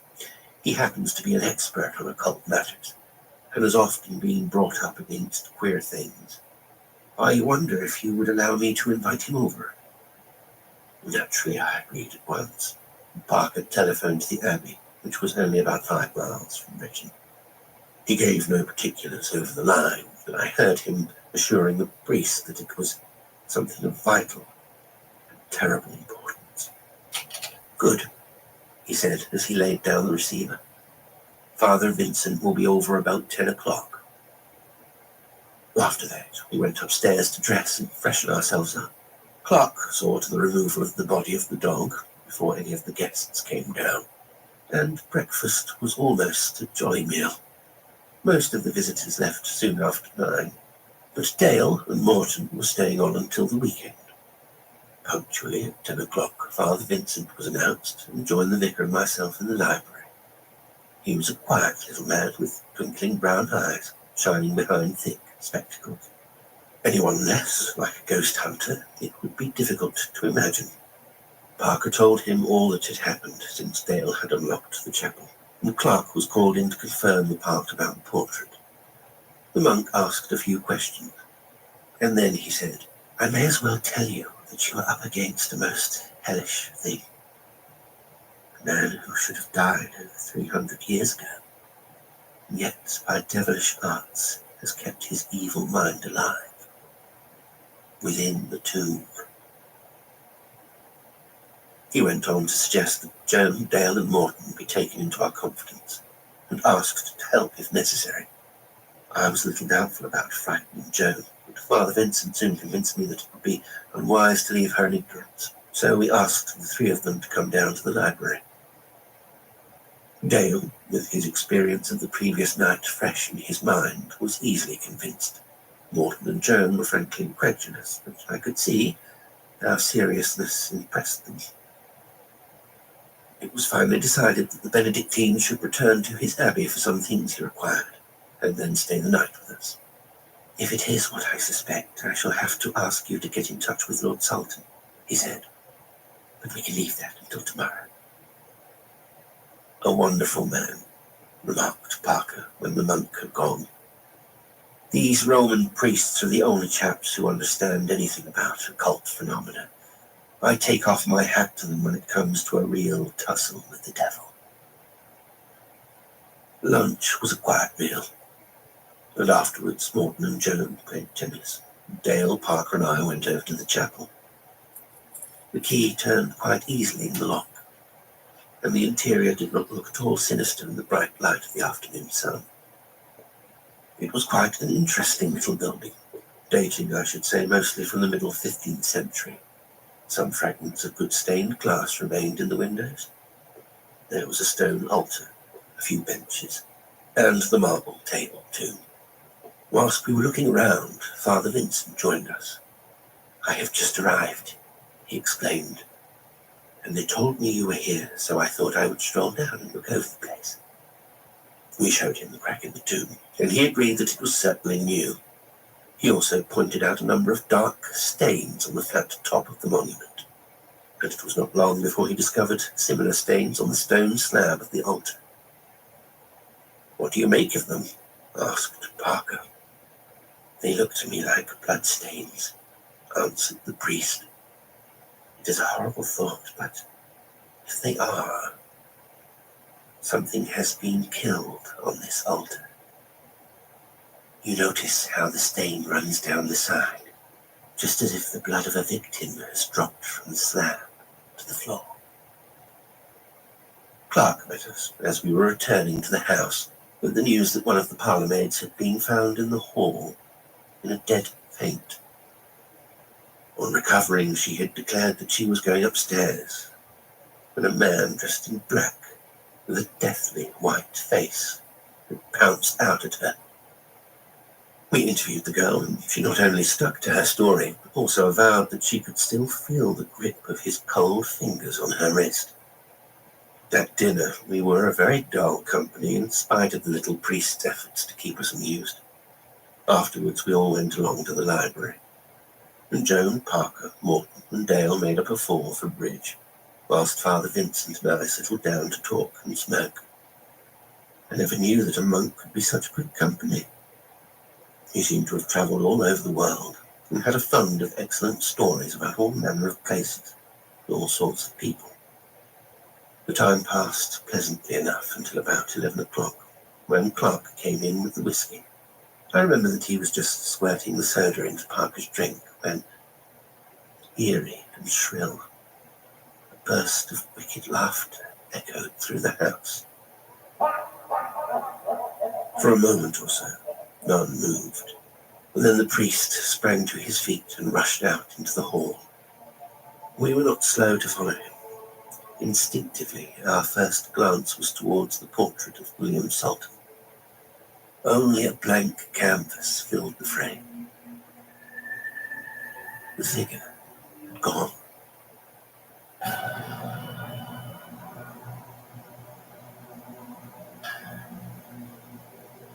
I don't think the servants will come to any harm, said the priest later on. He will hardly go into the new wing of the house. We had sent Joan off to bed, and Father Vincent had carefully fastened a crucifix to the door of her room and sprinkled the threshold with holy water. The rest of us, including Clark the butler, had agreed to keep watch in the hall. The monk had made us sit in a semicircle round the fire. All around he had sprinkled his holy water, and on the mantelpiece he had lighted 2 blessed candles.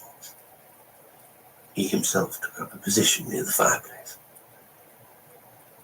"It is as well for you to know what you are up against," he went on. "This William Salton, however melodramatic it may sound, undoubtedly sold his soul to the devil. Unholy sacrifices were offered by him in the chapel. And after death, there was no rest for him in the grave.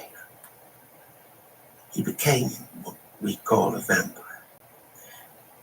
Evidently, the portrait is connected with him in some very intimate way, and he can, by some fell means, animate the painted figure for his own ends. Around you I have sprinkled holy water, blessed with the rites of Holy Church, and I want no one to pass beyond the circle until the portrait is back in its frame." "You think it will return, then?" asked Morton. "It must return," was the reply. "You," the monk went on, turning to me, "must watch the frame very carefully, and let us know if you see anything out of the ordinary. I want Mr. Parker to keep an eye on the staircase, Mr. Dale to watch the door, and Mr. Morton to keep the passage to the kitchens under observation." We sat there, smoking in silence. The priest had his breviary and was reading his office, and Parker idly turned the pages of a magazine.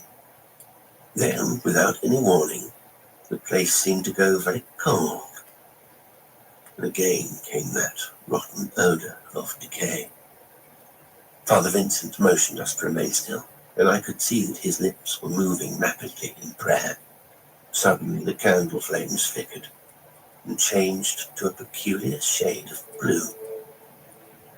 It was getting too much for us. Our nerves were all keyed up to breaking pitch, and I was not surprised to hear Dale move his chair and notice him throw his head back in a queer way he had. What followed is too horrible to think about. There came a sickening, sucking sound. Poor Dale screamed, and I had a vague vision of 2 fang-like teeth at his throat. It was all over in a moment. We jumped up, and as we did so, there came that peal of wicked laughter again. We looked towards the picture. The figure was there once more. Dale was unconscious, and the others carried him up to his room whilst I telephoned for the doctor. Better not say too much to the medico, said Parker. He wouldn't understand. I wonder exactly what did happen, remarked Morton. I think poor Dale pushed his chair back and got his head beyond the circle of holy water, answered Father Vincent. We waited up in Dale's room for the doctor to come, and as soon as we heard the sound of his car in the drive, Clark went to let him in. He was a fussy little man who cleared us all out of the room whilst he made his examination. He was soon out again. His brow was crinkled in a puzzled frown, and he inquired at once how it had happened.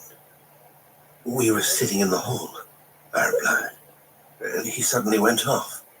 Just a gasp, and then he was unconscious. Just so, he went on. Weak heart. Seems to me that the trouble is long-standing. Has he been in the tropics at all? He is an explorer, I answered, and has been in all parts of the world. In fact, he has only just come back from the East. And that accounts for it. So many of these people get heart trouble and never bother about it. One thing puzzles me. That is 2 tiny, festering punctures in the throat. Looks as if he may have scraped a couple of pimples while shaving. We made no comment, but I saw Parker start forward as if to say something and then think better of it. Don't worry about him. He will be all right as soon as he recovers consciousness, the doctor assured us. But he was wrong. Poor Dale never recovered consciousness. By 8 o'clock, he was dead.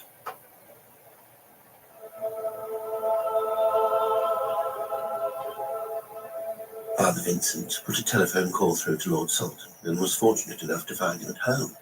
He promised to leave London at once, and true to his word, he was at Abbott's Grange soon after lunch. He turned out to be quite a young man, and greeted both Parker and Father Vincent as old friends. We gathered in the library, and Father Vincent gave him the facts of the case. I could see that the boy was very much upset, particularly when we had to tell him of the death of Dale.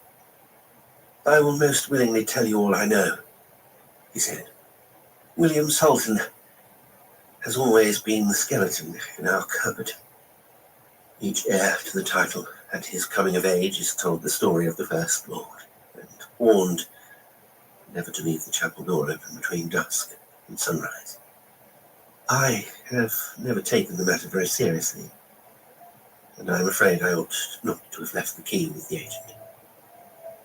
As you already know, my ancestor was once a Cistercian monk. He was turned out of the monastery for practicing witchcraft and the black art.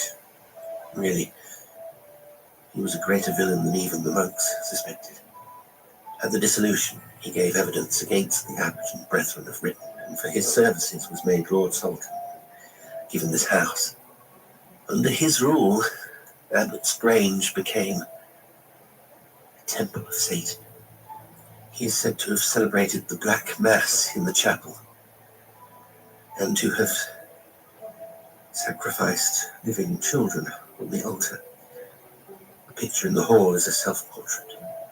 Tradition says that canvas is really the skin of one of his victims, coated over with human blood. Even after his death, he terrorized the district. For over half a century, there were tales of children stolen from their cradles in the dead of night by a man with a strangely white face. And in 1630, the Lord Salton of the time went into the chapel and found the altar dripping with fresh blood. He called in a parson named John Rogers, who carried out some religious ceremony there. Since then, the chapel has not been opened after sunset until this week. With a word of apology, he got up and went over to one of the oak bookcases. Sliding a concealed panel at the end, he took out from the cavity behind 2 small, vellum-bound books. Laying these on the table, he went on. These books are diaries kept by William Salton. I have never read them through. I know of 2 passages which may interest you. He opened one of the books and read from it. At last I have completed the portrait in the manner laid down by the master Cepharius. Now, even if my body decays, I have that which will give me the semblance of life. The other note, he continued, was made in the 2nd volume by John Rogers. Ah, here it is. Terrible is the power of the evil one. He that is dead yet wanders abroad, seeking whom he may devour. I have watched and prayed. It seems that he may only be free of the grave for 3 days at a time. Then for 3 days he must rest within the tomb. I have sealed him there. But should he ever break free again, let it be remembered that on the 3rd day he will return to the grave. That will be tomorrow, interpolated Father Vincent. God grant that nothing happens tonight. You must see that it doesn't, answered Sultan. If I am able to keep him within the picture for tonight, have I your permission to do whatever I think fit in the morning? Asked the priest. You can do whatever you like, was the reply. I am only too anxious that such a heritage of evil shall not be handed on to my successors. Sultan asked if I could put him up for the night, and we were all very glad to have him to stay.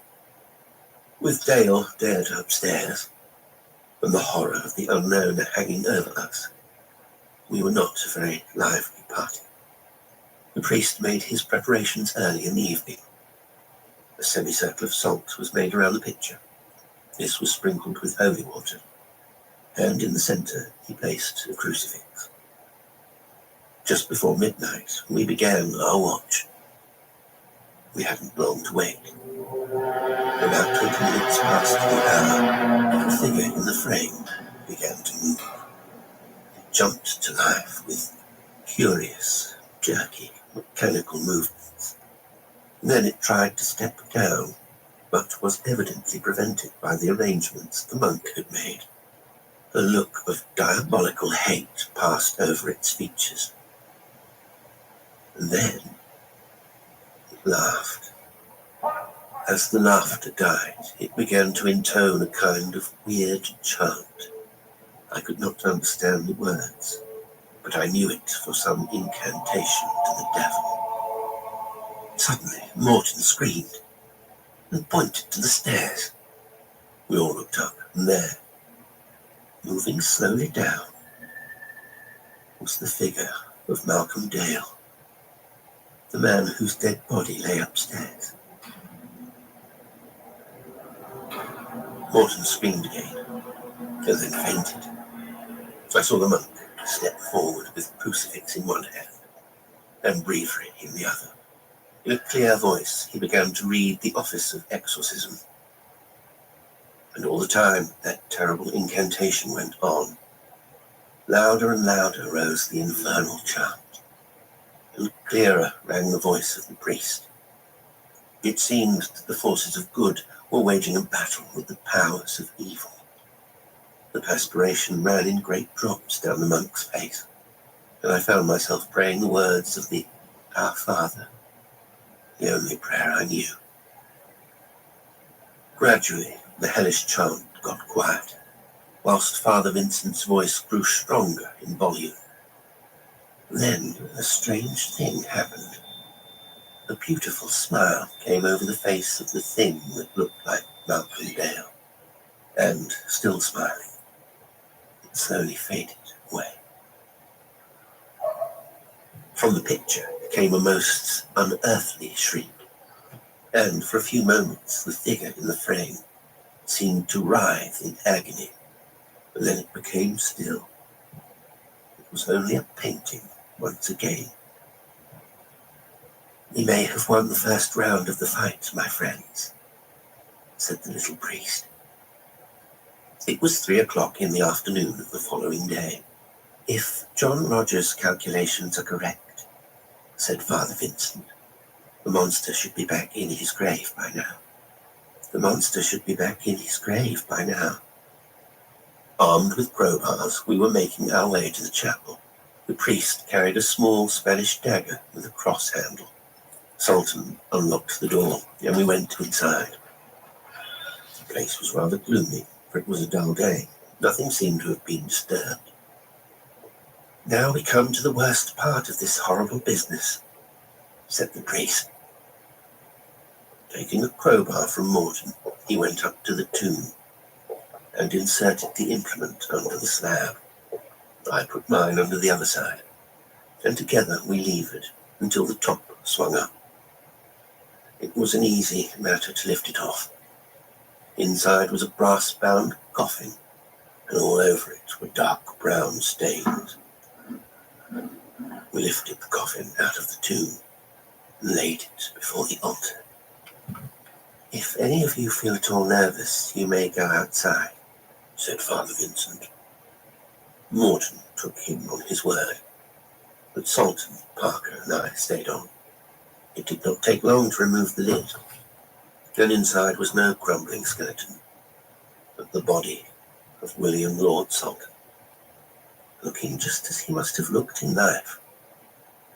His eyes gleamed at us with a malevolent stare. His lips were unnaturally red, and his white, fang-like teeth protruded over his bottom lip. "Stand back!" cried the monk. He raised his dagger aloft, and then, praying in Latin, brought it down into the creature's heart. The red mouth opened in a piercing shriek. The body writhed, as if in agony, and then it slowly crumbled to dust before our eyes. We sealed the coffin and placed it back in the tomb. The slab was returned to its position, and Sultan promised to see that it was cemented down. One more task remained. We took down the portrait of William Sultan, carried it into the grounds, soaked it in petrol, and set fire to it. As the flames licked that white face, it seemed to leer at us again, and I fancied the lips parted in a snarl. Sultan was very good about the lease, for, naturally, neither Joe nor I felt that we could remain on at Abbott's Grange after what had happened. I took her away to the south of France, where the sunshine and gaiety helped her to forget the nightmare of that tragic week. But I saw Malcolm Dale die, the picture come to life. Dale's ghost walk at the bidding of the monster, and the corpse of William Sultan living after over 300 years in the tomb. It will be many years before I can forget the horror of Abbott's Grange.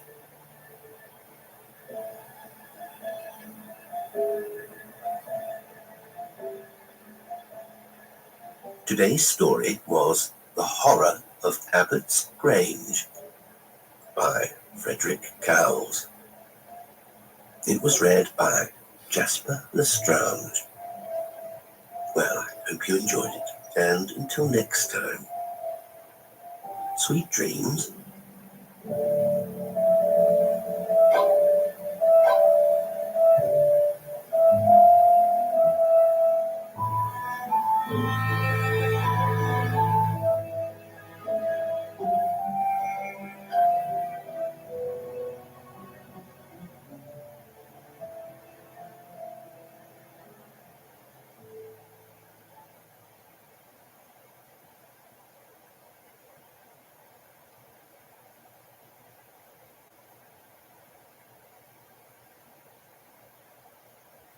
A Whistle and I'll Come to You, My Lad, by M. R. James. This story was first read at a Christmas gathering in 1903, then published the following year as part of the anthology Ghost Stories of an Antiquary. I have great pleasure in presenting it for you tonight.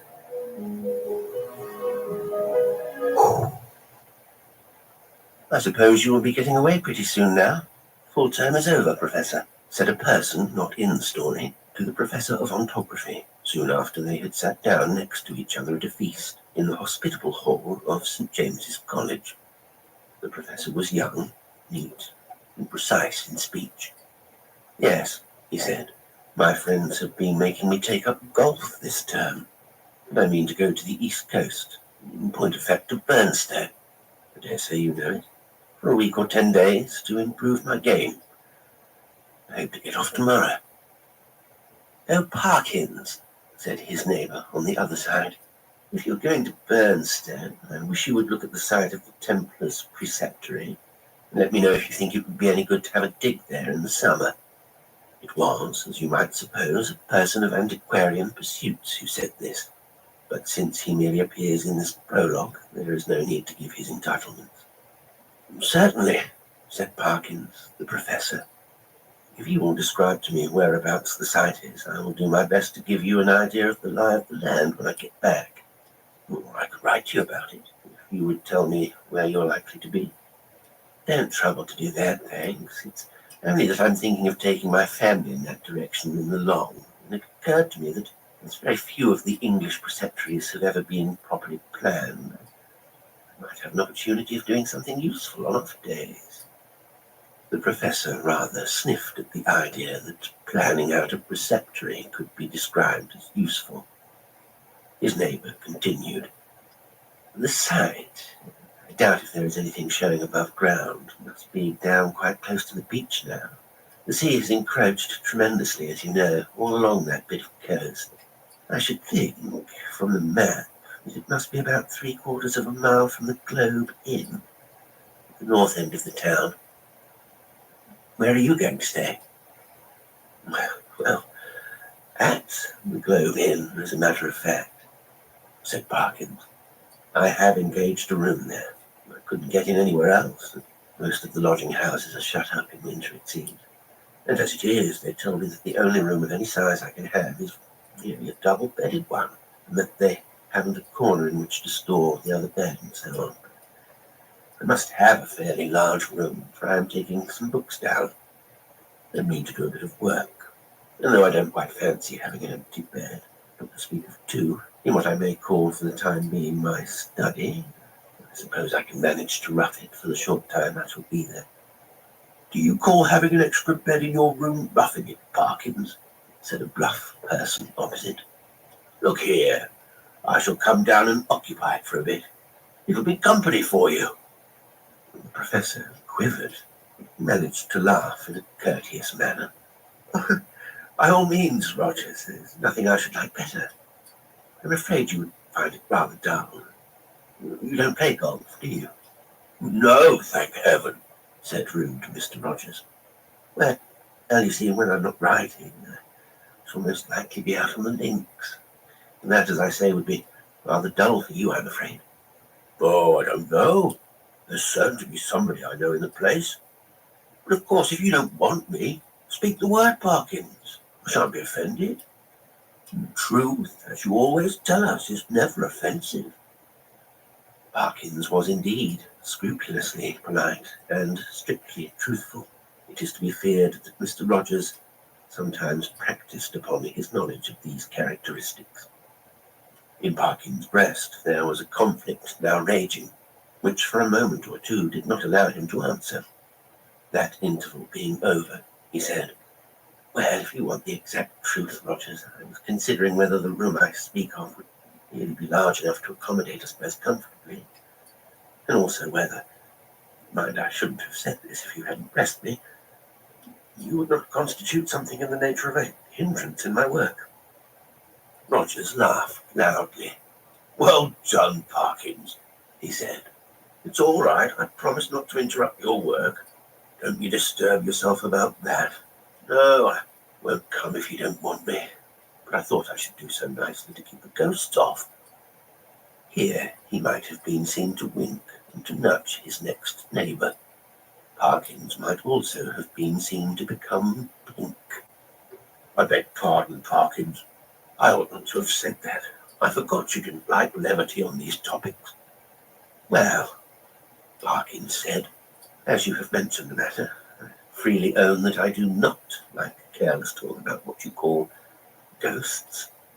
A man in my position, he went on, raising his voice a little, cannot, I find, be too careful about appearing to sanction the current beliefs on such subjects. As you know, Rogers, or as you ought to know, for I think I have never concealed my view.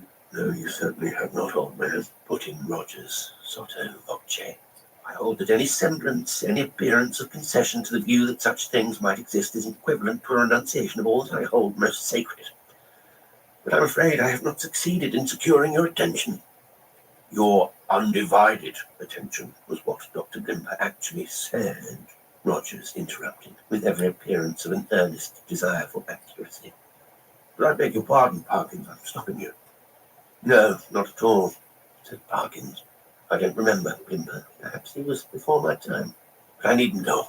I'm sure you know what I mean. Yes, said Rogers rather hastily. Just so. We'll go into it fully at Burnstow or somewhere. In repeating the above dialogue, I have tried to give the impression which it made on me that Parkins was something of an old woman, rather hen-like perhaps in his little ways, totally destitute, alas, of the sense of humour, but at the same time dauntless and sincere in his convictions, and a man deserving of the greatest respect. Whether or not the reader has gathered so much, that was the character which Parkins had. On the following day, Parkins did, as he had hoped, succeed in getting away from his college, and in arriving at Burnstow.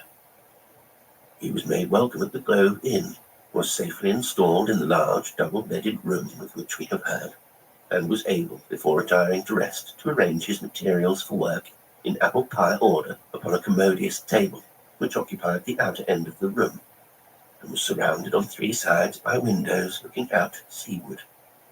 That is to say, the central window looked straight out to sea, and those on the left and right commanded prospects along the shore to the north and south, respectively. On the south, we saw the village of Burnstow. On the north, no houses were to be seen, but only the beach and the low cliff backing it. Immediately in front was a strip, not considerable, of rough grass, dotted with old anchors, capstans, and so forth. Then a broad path, then the beach. Whatever may have been the original distance between the Globe Inn and the sea, not more than 60 yards now separated them. The rest of the population of the inn was, of course, a golfing one, and included a few elements that called for a special description. The most conspicuous figure was perhaps that of an ancien militaire, secretary of a London club, and possessed of a voice of incredible strength, and of views of a pronounced Protestant type. These were apt to find utterance after his attendance upon the ministrations of the vicar, an estimable man with inclinations towards a picturesque ritual, which he gallantly kept down as far as he could out of deference to East Anglian tradition. Professor Parkins, one of whose principal characteristics was pluck, spent the greater part of the day following his arrival at Burnstow in what he had called improving his game, in company with this Colonel Wilson. And during the afternoon, whether the process of improvement were to blame or not, I am not sure, the Colonel's demeanour assumed a colouring so lurid that even Parkins jibbed at the thought of walking home with him from the links. He determined, after a short and furtive look at that bristling moustache and those incarnadined features, that it would be wiser to allow the influences of tea and tobacco to do what they could with the Colonel before the dinner hour should render a meeting inevitable. I might walk home tonight along the beach, he reflected. Yes, and take a look, there will be light enough for that, at the ruins of which Disney was talking. I don't exactly know where they are, by the way. I expect I can hardly help stumbling on them. This he accomplished, I may say, in the most literal sense, for in picking his way from the links to the shingle beach, his foot caught, partly in a gorse root and partly in a biggish stone, and over he went. When he got up and surveyed his surroundings, he found himself in a patch of somewhat broken ground, covered with small depressions and mounds. These later, when he came to examine them, proved to be simply masses of flints embedded in mortar and grown over with turf. He must, he quite rightly concluded, be on the site of the preceptory he had promised to look at. It seemed not unlikely to reward the spade of the explorer. Enough of the foundations was probably left at no great depth to throw a great deal of light on the general plan. He remembered vaguely that the Templars, to whom this site belonged, were in the habit of building round churches, and he thought a particular series of the humps or mounds near him did appear to be arranged in something of a circular form. Few people can resist the temptation to try a little amateur research in a department quite outside their own, if only for the satisfaction of showing how successful they would have been had they only taken it up seriously.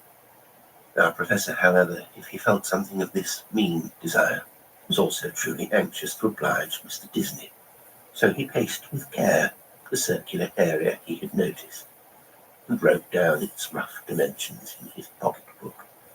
Then he proceeded to examine an oblong eminence which lay east of the centre of the circle, and seemed to his thinking likely to be the base of a platform or altar. At one end of it, the northern, a patch of the turf was gone, removed by some boy or other creature, terrae maturae. It might, he thought, be as well to probe the soil here for evidences of masonry, and he took out his knife and began scraping away the earth. And now followed another little discovery. A portion of soil fell inward as he scraped, and disclosed a small cavity. He lighted one match after another to help him to see of what nature the hole was, but the wind was too strong for them all. By tapping and scratching the sides with his knife, however, he was able to make out that it must be an artificial hole in masonry. It was rectangular, and the sides, top and bottom, if not actually plastered, were smooth and regular. Of course, it was empty. No. As he withdrew the knife, he heard a metallic clink, and when he introduced his hand, it met with a cylindrical object lying on the floor of the hole. Naturally enough, he picked it up, and when he brought it into the light, now fast fading, he could see that it too was of man's making, a metal tube about 4 inches long, and evidently of some considerable age. By the time Parkins had made sure that there was nothing else in this odd receptacle, it was too late and too dark for him to think of undertaking any further search. What he had done had proved so unexpectedly interesting that he determined to sacrifice a little more of the daylight on the morrow to archaeology. The object which he now had safe in his pocket was bound to be of some slight value at least, he felt sure. Bleak and solemn was the view on which he took a last look before starting homeward.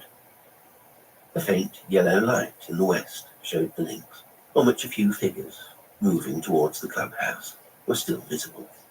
The squat Martello Tower, the lights of Oldsley Village, the pale ribbon of sands intersected at intervals by black wooden groins, the dim and murmuring sea.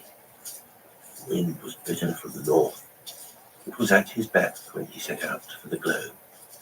He quickly rattled and clashed through the shingle and gained the sand, upon which, but for the groins which had to be got over every few yards, the going was both good and quiet. One last look behind to measure the distance he had made since leaving the ruined Templars church showed him a prospect of company on his walk, in the shape of a rather indistinct person, who seemed to be making great efforts to catch up with him, but made little, if any, progress. I mean that there was an appearance of running about his movements, that the distance between him and Parkins had did not seem materially to lessen. So, at least, Parkins thought, and decided that he almost certainly did not know him, and that it would be absurd to wait until he came up. For all that, company, he began to think, would really be very welcome on that lonely shore, if only you could choose your companion. In his unenlightened days, he had read of meetings in such places, which even now would hardly bear thinking of. He went on thinking of them, however, until he reached home, and particularly of one which catches most people's fancy, sometimes their childhood. Now I saw in my dream that Christian had gone but a very little way when he saw a foul fiend coming over the field to meet him. What should I do now, he thought, if I looked back and caught sight of a black figure, sharply defined against the yellow sky, and saw that it had horns and wings? I wonder whether I should stand or run for it. Luckily, the gentleman behind is not of that kind, and he seems to be about as far off now as when I saw him first. Well, at this rate, he won't get his dinner as soon as I shall. Dear me, it's within a quarter of an hour of the time now. I must run. Parkins had, in fact, very little time for dressing. When he met the Colonel at dinner, peace, or as much of her as that gentleman could manage, reigned once more in the military bosom. Nor was she put to flight in the hours of bridge that followed dinner, for Parkins was a more than respectable player. When, therefore, he retired towards 12 o'clock, he felt that he had spent his evening in quite a satisfactory way, and that even for so long as a fortnight or 3 weeks, life at the Globe would be supportable under similar conditions. Especially, thought he, if I go on improving my game. As he went along the passages, he met the boots of the Globe, who stopped and said, "Beg your pardon, sir, but as I was brushing your coat just now, there was something fell out of the pocket. I put it on your chest of drawers, sir, in your room, sir. A piece of a pipe or something, if that, sir. Thank you, sir. You'll find it on your chest of drawers, sir. Good night, sir." The speech served to remind Parkins of his little discovery of that afternoon. It was with some considerable curiosity that he turned it over by the light of his candle. It was of bronze, he now saw, and was shaped very much after the manner of the modern dog whistle. In fact, it was, yes, certainly it was, actually no more nor less than a whistle. He put it to his lips, but it was quite full of fine, caked-up sand or earth, which would not yield to knocking, but must be loosened with a knife. Tidy as ever in his habits, Parkins cleared out the earth onto a piece of paper, and took the latter to the window to empty it out. The night was clear and bright, as he saw when he had opened the casement, and he stopped for an instant to look at the sea and note a belated wanderer stationed on the shore in front of the inn. Then he shut the window, a little surprised at the late hours people kept at Burnstow, and took his whistle to the light again. Why, surely there were marks on it. Not merely marks, but letters. A very little rubbing rendered the deeply cut inscription quite legible. But the professor had to confess, after some earnest thought, that the meaning of it was as obscure to him as the writing on the wall to Belshazzar. There were legends both on the front and on the back of the whistle. One read thus: "Flower, fern, miss, flee." The other, "Quis est iste quae venit." I ought to be able to make it out, he thought. I suppose I am a little rusty in my Latin, but I come to think of it, I don't believe I even know the word for a whistle. The long one does seem simple enough.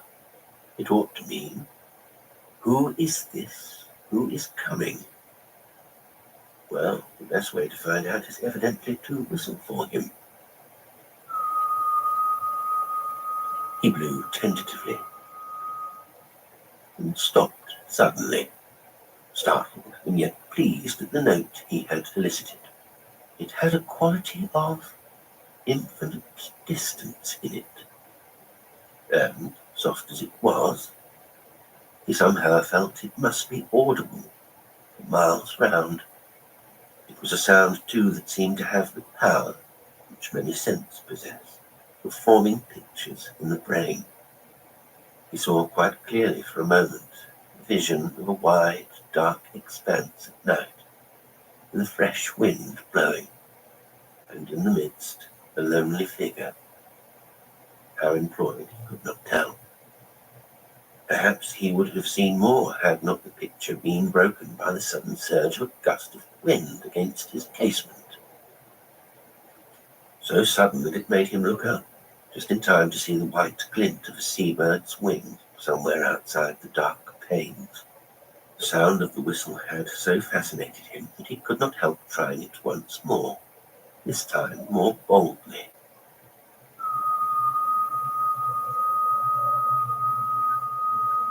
The note was little, if at all, louder than before, and repetition broke the illusion. No picture followed, as he had half hoped it might. But what is this? Goodness, what force the wind can get up in a few minutes. What a tremendous gust. There, I knew that window fastening was no use. I thought so. Both candles out. It's enough to tear the room to pieces. The first thing was to get the window shut. While you might count 20, Parkins was struggling with the small casement, held almost as if he were pushing back a sturdy burglar, so strong was the pressure. It slackened all at once, and the window banged to and latched itself. Now to relight the candles and see what damage, if any, had been done. No, nothing seemed amiss. No glass even was broken in the casement, but the noise had evidently roused at least one member of the household. The colonel was to be heard stumping in his stockinged feet on the floor above, and growling. Quickly as it had risen, the wind did not fall at once. On it went, moaning and rushing past the house, at times rising to a cry so desolate that, as Parkins disinterestedly said, it might have made fanciful people feel quite uncomfortable. Even the unimaginative, he thought, after a quarter of an hour, might be happier without it. Whether it was the wind or the excitement of golf, or of the researches in the preceptory that kept Parkins awake, he was not sure. Awake he remained, in any case, long enough to fancy, as I'm afraid I often do myself under such conditions, that he was the victim of all manner of fatal disorders. He would lie counting the beats of his heart, convinced that it was going to stop work every moment, and would entertain grave suspicions of his lungs, brain, liver, etc. Suspicions which he was sure would be dispelled by the return of daylight, but which until then refused to be put aside. He found a little vicarious comfort in the idea that someone else was in the same boat, a near neighbour. In the darkness it was not easy to tell his direction, was tossing and rustling in his bed too.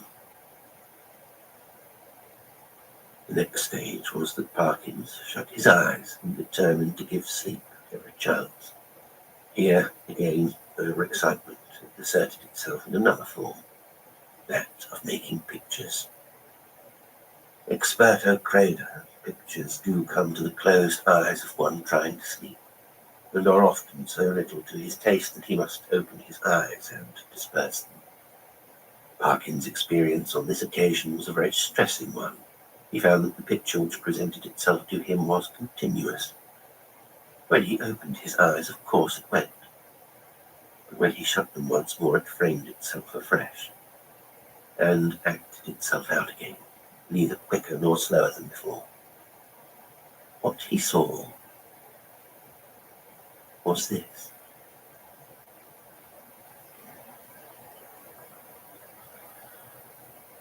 A long stretch of shore, shingle-edged by sand, and intersected at short intervals with black groins running down to the water. A scene, in fact, so like that of his afternoon's walk, that, in the absence of any landmark, it could not be distinguished therefrom. The light was obscure, conveying an impression of gathering storm, late winter evening, and slight cold rain. On this bleak stage at first no actor was visible, when in the distance a bobbing black object appeared. A moment more, and it was a man, running, jumping, clambering over the groins, and every few seconds looking eagerly back. The nearer he came, the more obvious it was that he was not only anxious, even terribly frightened, though his face was not to be distinguished. He was, moreover, almost at the end of his strength. On he came, each successive obstacle seemed to cause him more difficulty than the last. Will he get over this next one? Thought Parkins. Seems a little higher than the others. Yes. Half climbing, half throwing himself, he did get over, and fell all in a heap on the other side, the side nearest to the spectator. There, as if really unable to get up again, he remained crouching under the groin, looking up in attitude of painful anxiety. So far, no cause whatever for the fear of the runner had been shown. But now, there began to be seen, far up the shore, a little flicker of something light-coloured, moving to and fro with great swiftness and irregularity. Rapidly growing larger, it too declared itself as a figure, in pale, fluttering draperies, ill-defined. There was something about its motion which made Parkins very unwilling to see it at close quarters. It would stop, raise arms, bow itself toward the sand, then run, stooping across the beach to the water edge and back again, and then rising upright, once more continue its course forward at a speed that was startling and terrifying. The moment came when the pursuer was hovering about from left to right, only a few yards beyond the groin where the runner lay in hide. After 2 or 3 ineffectual castings hither and thither, it came to a stop, stood upright, with arms raised high, and then darted straight forward towards the groin. It was at this point that Parkins always failed in his resolution to keep his eyes shut. With many misgivings as to incipient failure of eyesight, overworked brain, excessive smoking, and so on, he finally resigned himself to light his candle, get out a book, and pass the night waking rather than be tormented by this persistent panorama, which he saw clearly enough could only be a morbid reflection of his walk and his thoughts on that very day. The scraping of match on box, and the glare of light must have startled some creatures of the night, rats or whatnot, which he heard scurry across the floor from the side of his bed with much rustling. Ah, dear, the match is out. Fool that it is. But the second one burned better, and a candle and book were duly procured, over which Parkins pored till sleep of a wholesome kind came upon him, and that in no long space. For about the first time in his orderly and prudent life, he forgot to blow out the candle, and when he was called next morning at 8, there was still a flicker in the socket, and a sad mess of guttered grease on the top of the little table. After breakfast, he was in his room, putting the finishing touches to his golfing costume. Fortune had again allotted the colonel to him for a partner, when one of the maids came in. "Oh, if you please," she said, "would you like any extra blankets on your bed, sir?" "Ah, thank you," said Parkins. "Yes, I think I should like one. It seems likely to turn rather colder." In a very short time, the maid was back with the blanket. "Which bed should I put it on, sir?" she asked. "What? Why, that one. The one I slept in last night," he said, pointing to it. "Oh, yes, I beg your pardon, sir, but you seem to have tried both of them. Leastways, we had to make them both up this morning." "Really? How very absurd," said Parkins. I certainly never touched the other, except to lay some things on it. Did it actually seem to have been slept in? Oh, yes, sir, said the maid. Why, all the things was crumpled and throwed about all ways, if you'll excuse me, sir. Quite as if anyone hadn't passed a very poor night, sir. Dear me, said Parkins. Well, I may have disordered it more than I thought when I unpacked my things. I'm very sorry to have given you the trouble, I'm sure. I expect a friend of mine soon, by the way. A gentleman from Cambridge, to come and occupy it for a night or two. That will be all right, I suppose, won't it? Oh, yes, to be sure, sir. Thank you, sir. It's no trouble, I'm sure, said the maid, and departed to giggle with her colleagues. Parkins set forth with a stern determination to improve his game. I am glad to be able to report that he succeeded so far in this enterprise that the colonel, who had been rather repining at the prospect of a second day's play in his company, became quite chatty as the morning advanced, and his voice boomed out over the flats, as certain also of our own minor poets have said, like some great burden in a Minster tower. Extraordinary wind that we had last night, he said. In my old home we should have said someone had been whistling for it. Should you indeed? Said Parkins. Is there a superstition of that kind still current in your part of the country? I don't know about superstition, said the colonel. They believe in it all over Denmark and Norway, as well as on the Yorkshire coast. And my experience is, mind you, that there's generally something at the bottom of what these country folk hold to, and have held to for generations. But it's your drive, or whatever it might have been. The golfing reader will have to imagine appropriate digressions at the proper intervals. When the conversation was resumed, Parkins said with a slight hesitancy, Apropos of what you were saying just now, Colonel, I think I ought to tell you that my own views on such subjects are very strong.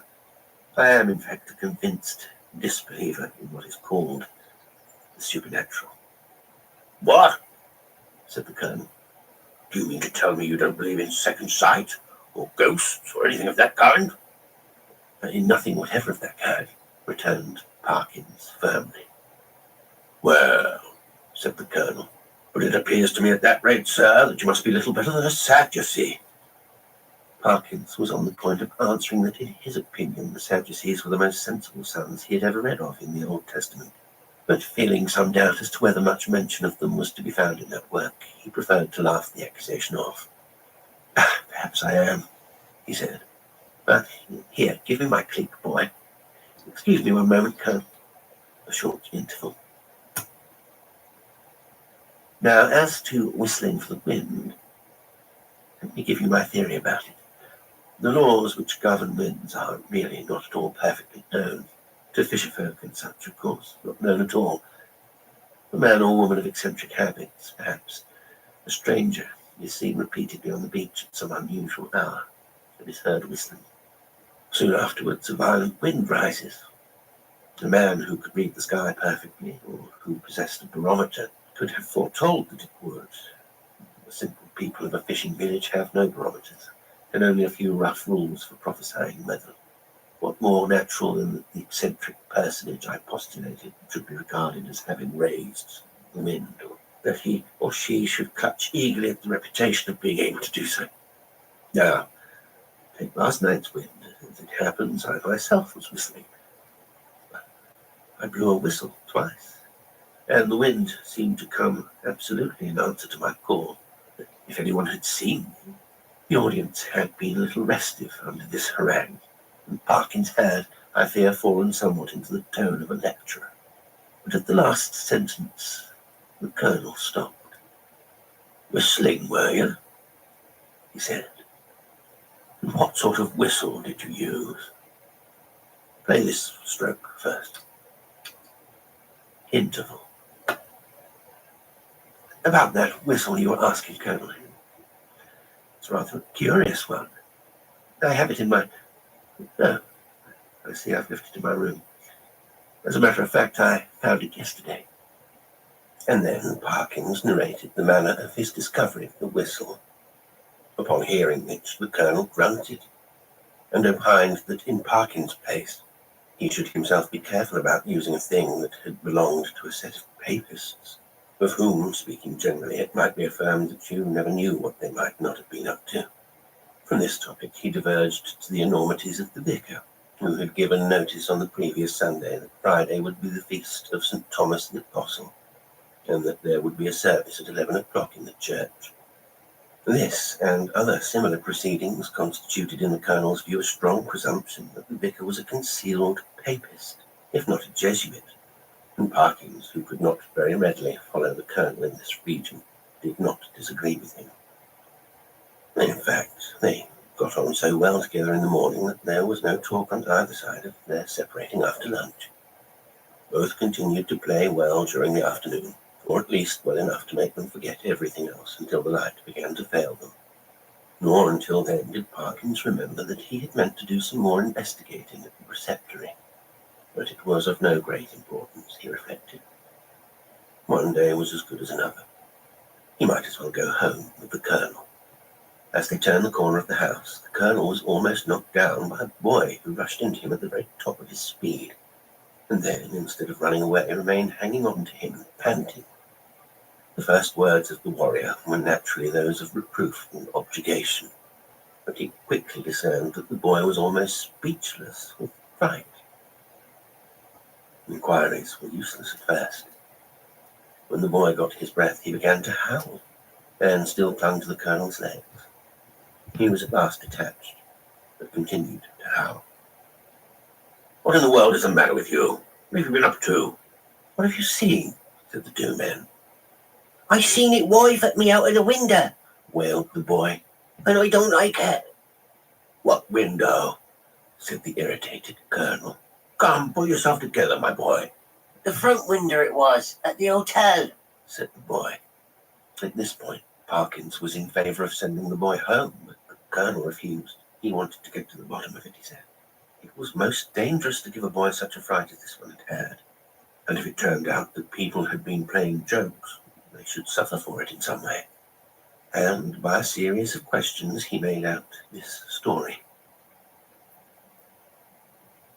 The boy had been playing about on the grass in front of the globe with some others. Then they had gone home to their teas, and he was just going when he happened to look up at the front window and see it waving at him. It seemed to be a figure of some sort, in white as far as he knew, couldn't see its face. But it waved at him, and it warned a right thing, not to say not a right person. Was there a light in the room? No, he didn't think to look if there was a light. Which was the window? Was it the top one or the second one? The second one it was. The big window. What got two little ones at the sides. Very well, my boy, said the Colonel after a few more questions. You run away home now. I expect it was some person trying to give you a start. Another time, like a brave English boy, you just throw a stone. No, not that exactly, but you go and speak to the waiter or to Mr. Simpson, the landlord. Yes, and say that I advised you to do so. The boy's face expressed some of the doubt he felt as to the likelihood of Mr. Simpson's lending a favourable ear to his complaint, but the Colonel did not appear to perceive this, and went on. Here's a sixpence. No, I see it's a shilling. You be off home, and don't think any more about it. The youth hurried off with agitated thanks, and the Colonel and Parkins went round to the front of the globe and reconnoitred. There was only one window answering to the description they had been hearing. Well, that's curious, said Parkins. It's evidently my window the lad was talking about. Come up for a moment, Colonel Wilson. You ought to be able to see if anyone has been taking liberties in my room. They were soon in the passage, and Parkins made as if to open the door. Then he stopped and felt in his pockets. This is more serious than I thought, was his next remark. I remember now that before I started this morning I locked the door. It is locked now. And what is more, here is the key. And he held it up. Now, he went on, If the servants are in the habit of going into one's room during the day when one is away, I can only say that, well, that I don't approve of it at all. Conscious of a somewhat weak climax, he busied himself in opening the door, which was indeed locked, and in lighting candles. No, he said, nothing seems disturbed. Except your bed, put in the colonel. Excuse me, that isn't my bed, said Parkins. I don't use that one. It does look as if someone had been playing tricks with it. It certainly did. Clothes were bundled up and twisted together in a most tortuous confusion. Parkins pondered.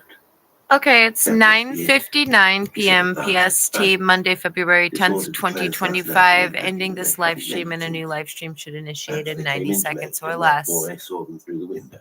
Then they were called away and locked the door after them. Yes.